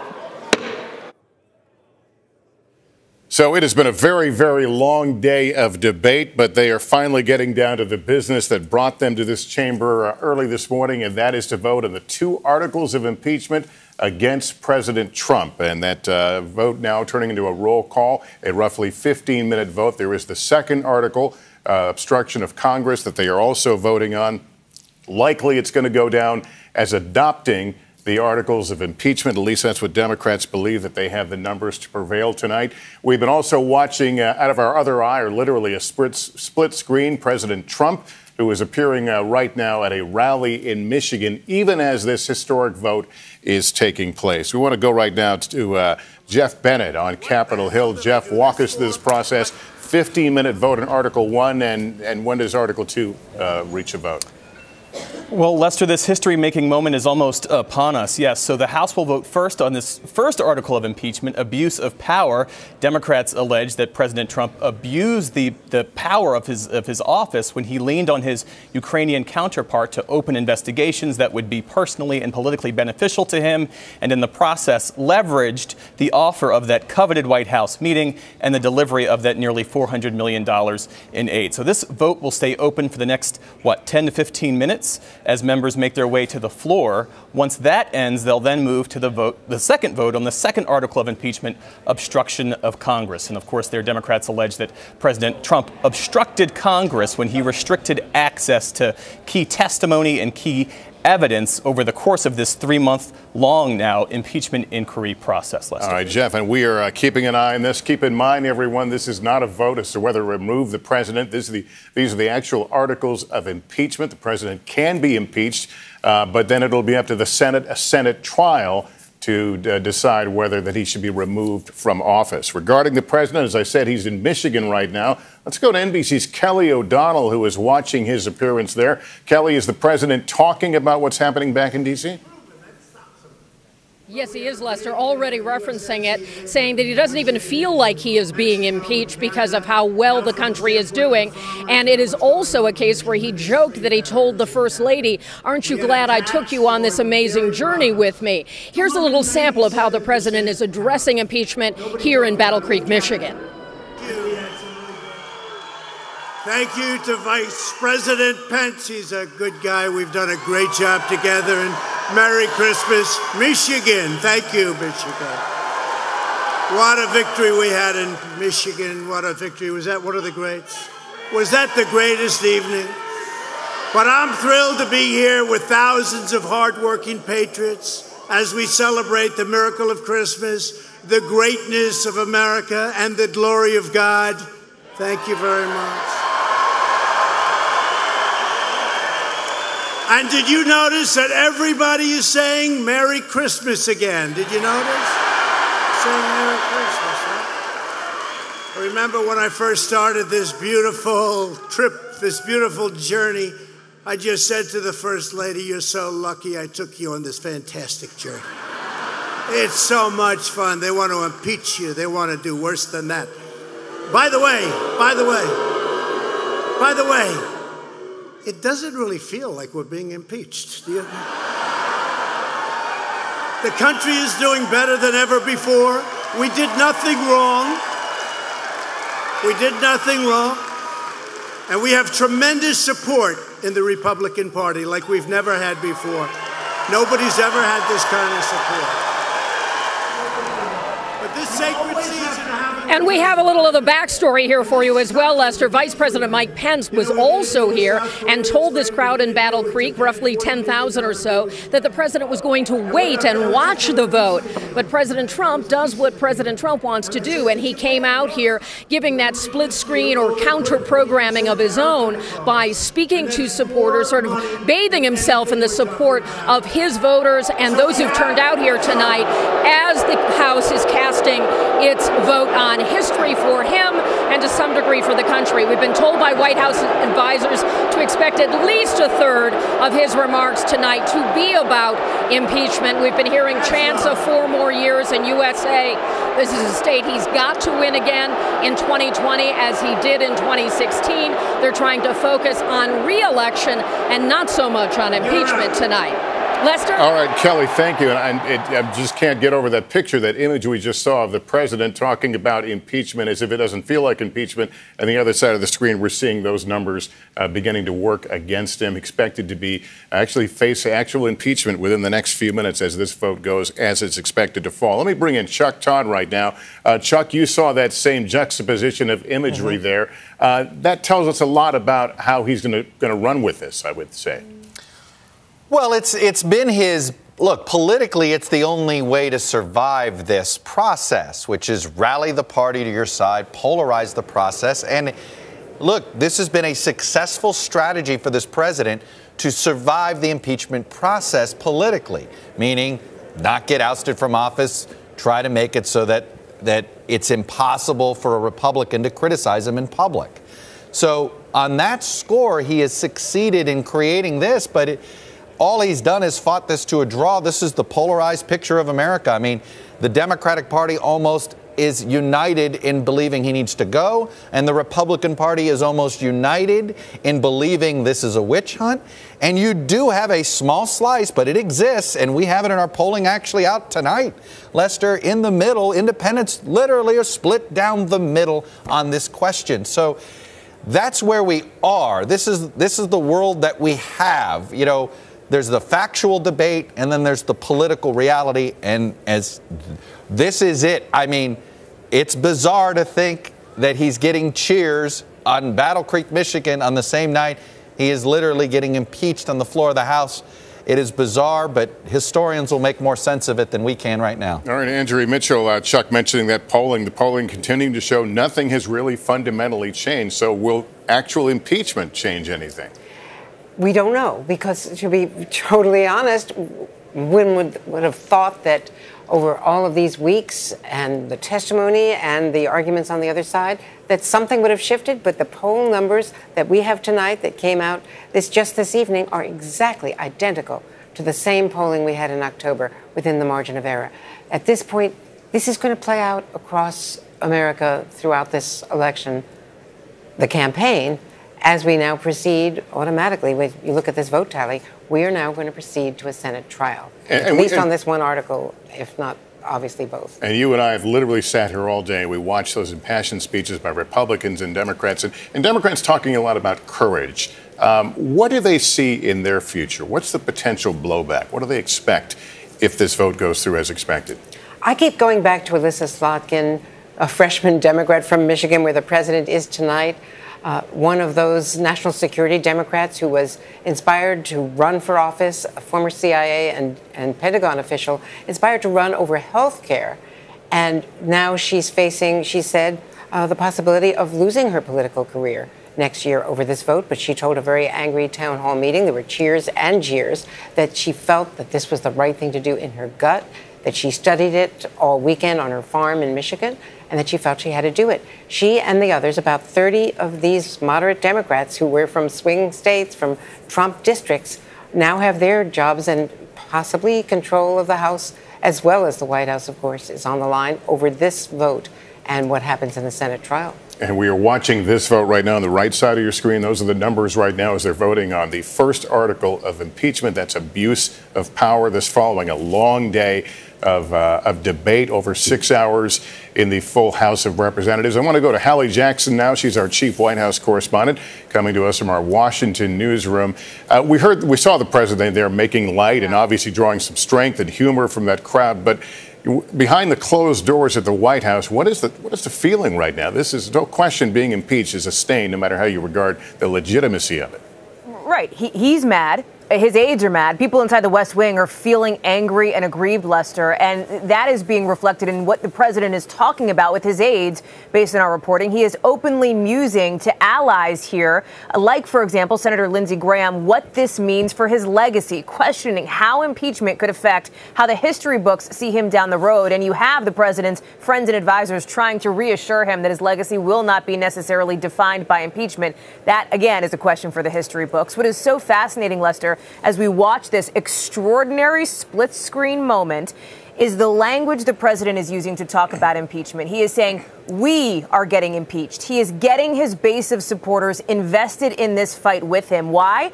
Because he thinks, it's my understanding and it's my analysis here based on covering this president since his last campaign, that will help rally his supporters around him, help create enthusiasm. Senior campaign officials are already expecting that over the next 48 hours or so, they are going to get gangbusters fundraising numbers out of this. They're very pleased to see something the president has already referenced tonight, which is that strong wall of Republican support.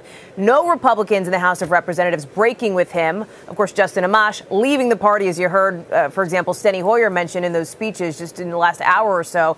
But at this point, the president is going to be leaning into the fight. Let's be clear, though. It is not a fight he wants. He is making history, and not in the way he wants to make history. This is a president, this is a person who ran for office, who continues to have hopes of winning the Nobel Peace Prize, right? This is not that. And the president doesn't want it, but he knows he's going to have to lean into the fight. He likes an opponent. And right now, with the Democrats in the House of Representatives, that is what he has on, frankly, an incredibly historic night.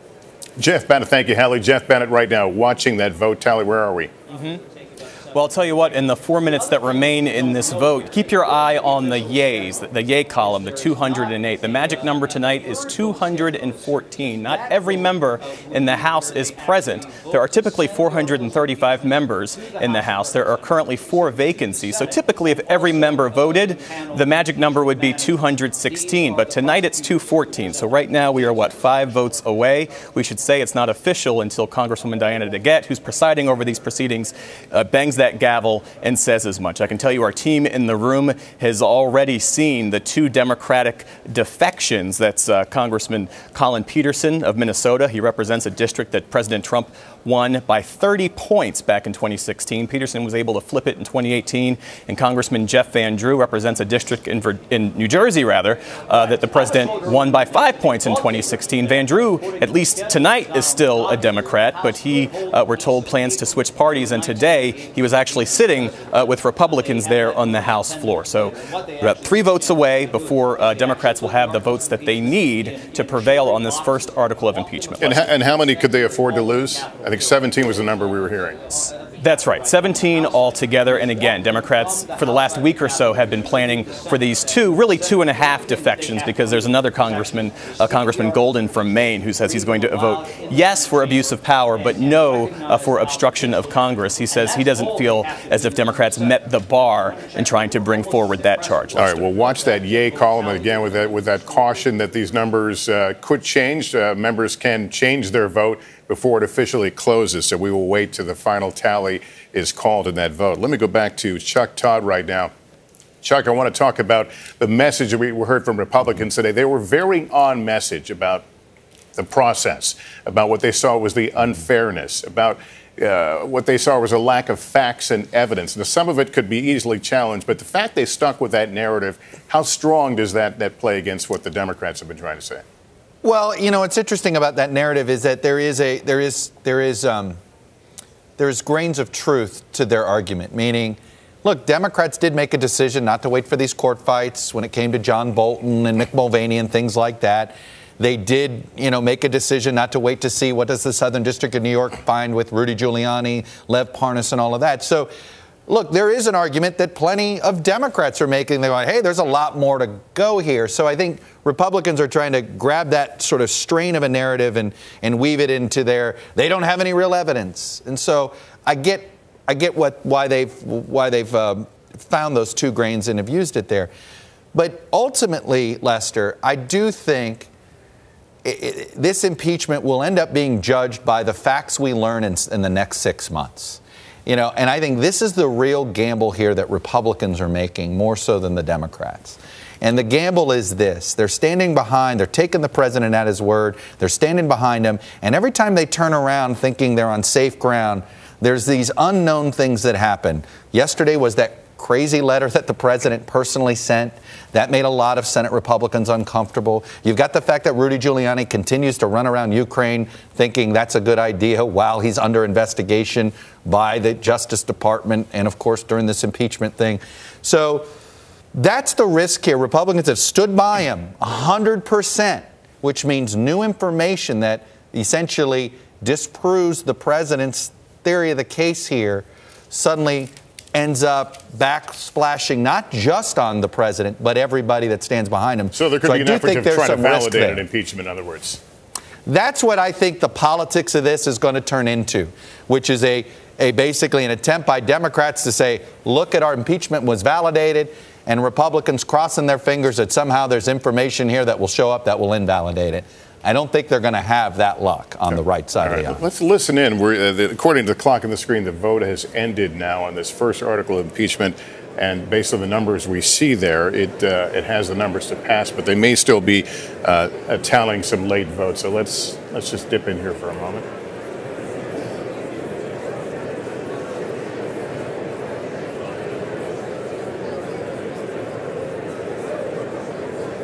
All right, as we said, Democrats appear to have enough votes to adopt the first article of impeachment, but we are waiting for some official word. Andrea. Well, they can, in fact, hold that vote open as long as they want. Well, you see a lot of people milling around. This is clearly a moment of history. They're talking amongst themselves. You also see that 40 people are still listed as not voting. And so It's now down to 39. We're seeing the tallies go. It's 223 to 169 as we're seeing it on the board here.